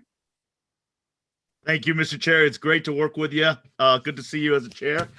Joe, I'll be quick, and I want to respect the process. I'm very fond of CCM and appreciative of the good work you do in keeping your municipalities in constant communication. That's why your thoughts and comments are important to me. As I said that, I think you're taking an extra effort to explain the process, to try to make sure that you are trying your best. But I will share with you, as I said in the beginning of my conversation, I have been part of your working group.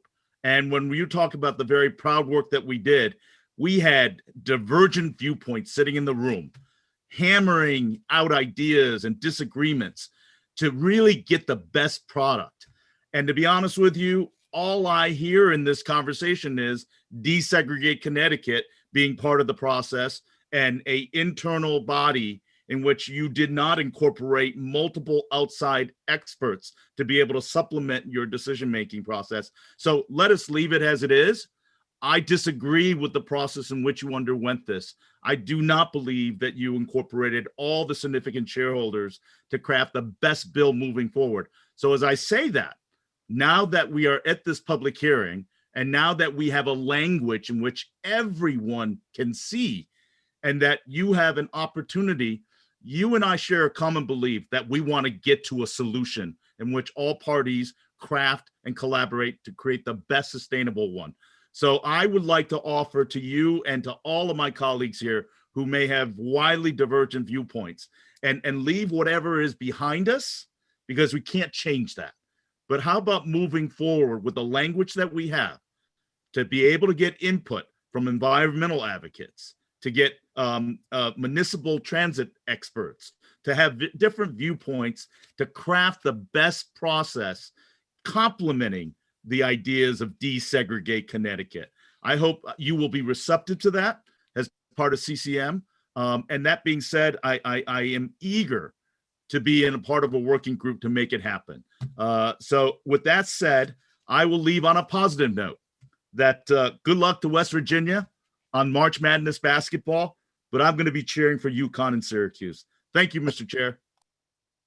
I'm supposed to say that I'll be cheering for UConn too, so I'll just leave it at that. But, you're a West Virginia man, and it's okay. It's okay. You're a heck of a. If I may, Senator, it's been a long night for all of you. I don't want to talk long, but I do want to say this. I appreciate your comments, and to all the members of the committee, I appreciate the time and energy and effort that you have to put into your positions, the same as I appreciate the work of our municipal CEOs. A lot of people on the outside don't know just how dedicated all of you are, and it's been a pleasure to listen to this debate today and to be here with you this evening. I appreciate that, and I hope you will take me up on that invitation, and I will hope that you will incorporate the COGs that articulated their interest in having viewpoints be heard. I know I've been many conversations with WestCog, and I know many of their municipal leaders who are opposed to this bill. So obviously the process didn't work, Joe, and my offer is that is behind us. Let us move forward and get all the participant shareholders, pro, against, and people that can make it better, to be involved in this process moving forward. I hope you'll accept that invitation. Always happy to work with you, Senator. Thank you. Thank you. Thank you, Joe. Thank you, Senator. I see Representative Delnicki has his hand up. Thank you, Mr. Chair. Good evening, Joe and Donna. I just want to verify a couple of things here for the record. So I have your testimony, Donna.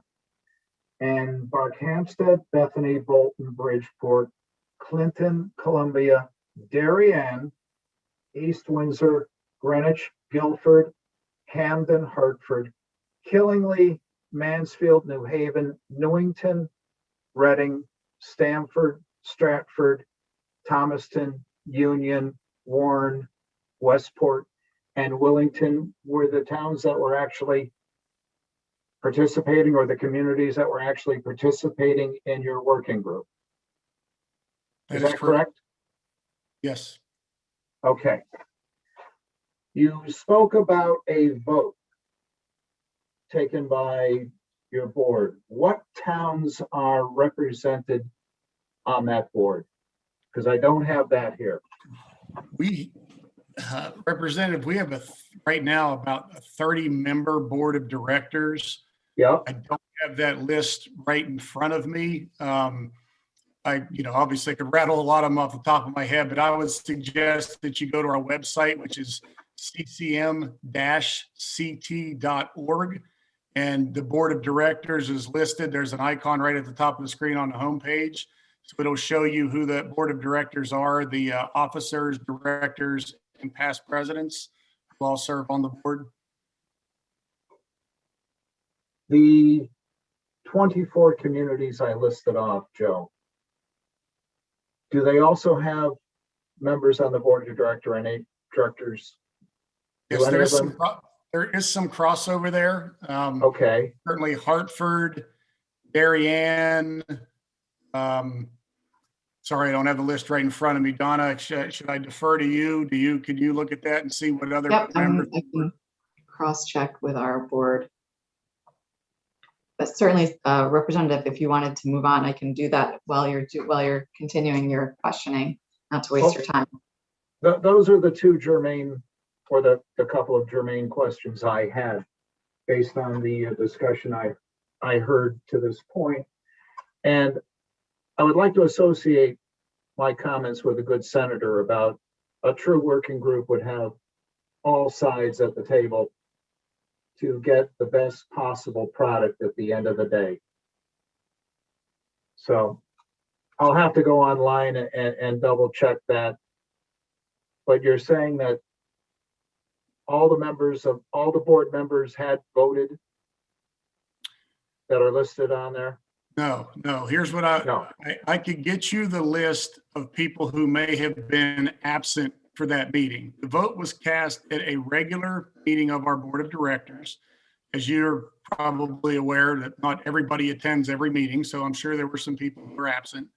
But to be fair, the agenda is sent out prior, as well as the product from the working group was sent out to all of the board of director, every director prior to that board of director meeting for them to review, and with the understanding that it was an agenda item that was going to be taken up at that board meeting. And I appreciate your comment there. From time to time, people get agendas and don't necessarily read them thoroughly, as we both know. So if I could get that as to who attended that meeting and who voted in the affirmative and who abstained, basically took no position, I'd really appreciate that. Yeah, that's something I'll have to run that as a private association. I'll have to run that past the board, but my gut tells me that they won't have any issue with me getting you a copy of that vote. I would hope so. Thank you. Thank you, Mr. Chair. Thank you, Representative. Representative McCarthy-Vahey. Thank you very much, Mr. Chair. And I do appreciate you stepping in. I just wanted to ask, and I believe this question would probably be directed towards Donna. I believe you have a role on the Home Connecticut Working Group as well. Is that correct? Yes, that's correct. Yes. And in the past, have you worked as part of a group with those organizations on legislation that, in fact, one of the bills is before us today, 6107. Is that correct? That's correct. So I think that the next question I have is actually for you, Mr. DeLong. When you go about deciding which bills you are going to support, because I've been on both sides of it with CCM, right? I've been with you and I've been on the other side of it. How do you find that it is a unanimous type of thing? I mean, I'm asking you to generalize, and I know you don't have data in front of you, but generally, is it a unanimous thing when you decide to take a position, or is there some disagreement among the towns and cities? There can always be. That is such a great question, and I will tell you how I have at least perceived the organization at this over the past 6 years. CCM is very diverse, as you know. I mean, urban, suburban, rural, Democrat, Republican, all ends of the spectrum. And our members generally understand that their ability to collaborate and work together collectively is of paramount importance. And so what typically happens is the overwhelming majority of our positions are usually adopted with some level or very close to being complete support or unanimity. Dissenting votes are not common of things that end up on our agenda. And I say that doesn't mean dissenting votes aren't common. What it means is very seldom, in fact, I don't think it's ever happened in my time at CCM, will you see us support an issue, like if that 24-member working committee passed out that group of recommendations on a 14 yeses and 10 nos, that 14 yeses and 10 nos vote would have gone to our board of directors, and history tells me our board of directors would have looked at that and said, our members are divided, we don't need to take a position on this.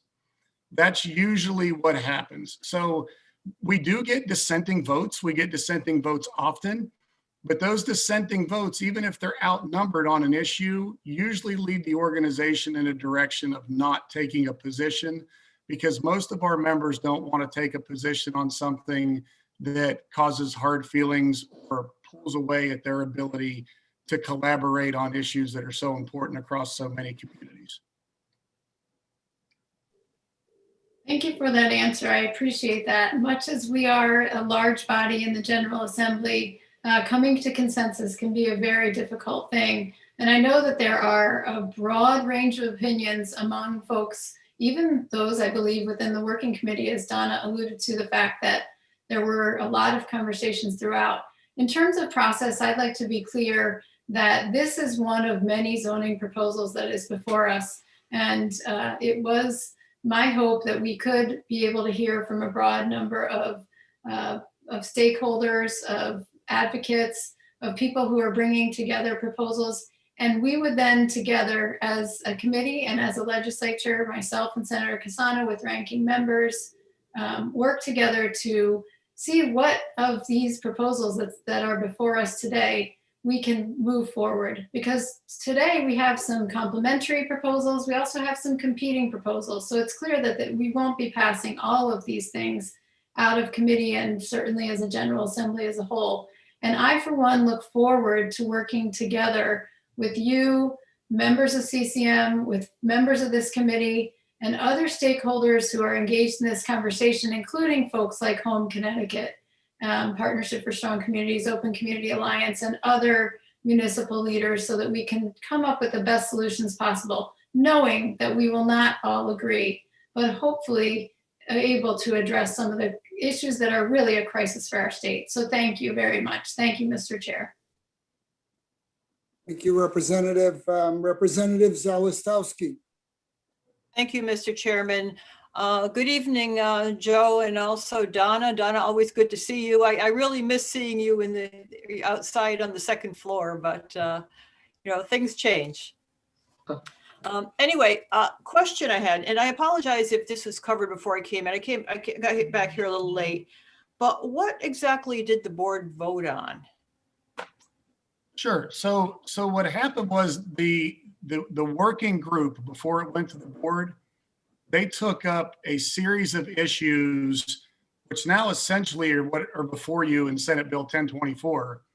And they voted on each one of those issues or those sections of the bill individually. And then all of those individual recommendations from the working group went up to the board of directors as a package. And the board of directors then voted on those consensus items as a package. The board didn't take individual votes like the working group did, if that makes sense. Okay, did any of them actually see the final language that's in these bills? Or in this bill? Yes, after the bill was drafted. Now, one of the things that was interesting about this is, you know, I know that it's, and I'm not taking, I couldn't take anything away, obviously, from the work that Desegregate CT or others have done. But this bill that came out of LCO, the language that was sent to them was essentially the consensus item language that the CCM board voted to adopt. It is a change from the original language in Desegregate CT, and Desegregate CT, I think, felt that because the municipalities collectively had voted to support this language, that was the language that ultimately went on to LCO. So I'll defer more to Donna on the technical nature of any differences between the two. But my understanding is that the bill is a pretty much a direct reflection of the consensus items that were put out by the working group and voted on by the board of directors. Have you gotten any reaction from any of your members after seeing the final language? We haven't gotten any reaction in terms of any of the members suggesting that the final language is different from what the package of votes were that they had voted to support. We certainly do have some members who have gone back and looked at it for a variety of reasons. I don't want to, speak to, I think they need to speak to their own reasons, obviously, and how it impacts their communities. We have had some members who have come back since and said, listen, I still support the majority of this, but I can't support the overall bill because of this provision. And this provision is not always the same provision for each member. So we have had some feedback in that regard. Okay, so this is not it's not universally loved by your members. No, listen, our membership universally agrees on everything, probably at about the same pace that the General Assembly does. We may agree more often than you guys anyway, who knows? But anyway, well, I want to thank you for your questions and thank you, Mr. Thank you, Mr. Chairman. Thank you, Representative. Thank you, Representative, and thank you, Joe and Donna. I don't see anyone else's hand raised at the present time. You've been through the official Timex torture test, and we appreciate your time. Only a few of us know what that is based on age. But thank you guys, seriously. Trying to thread a needle here. It's our pleasure, Senator. Thank you. Good luck the rest of the evening. So I'm going to ask our clerk, Joe Perkis, to help call on the next panelists. Senator Needleman, I do apologize.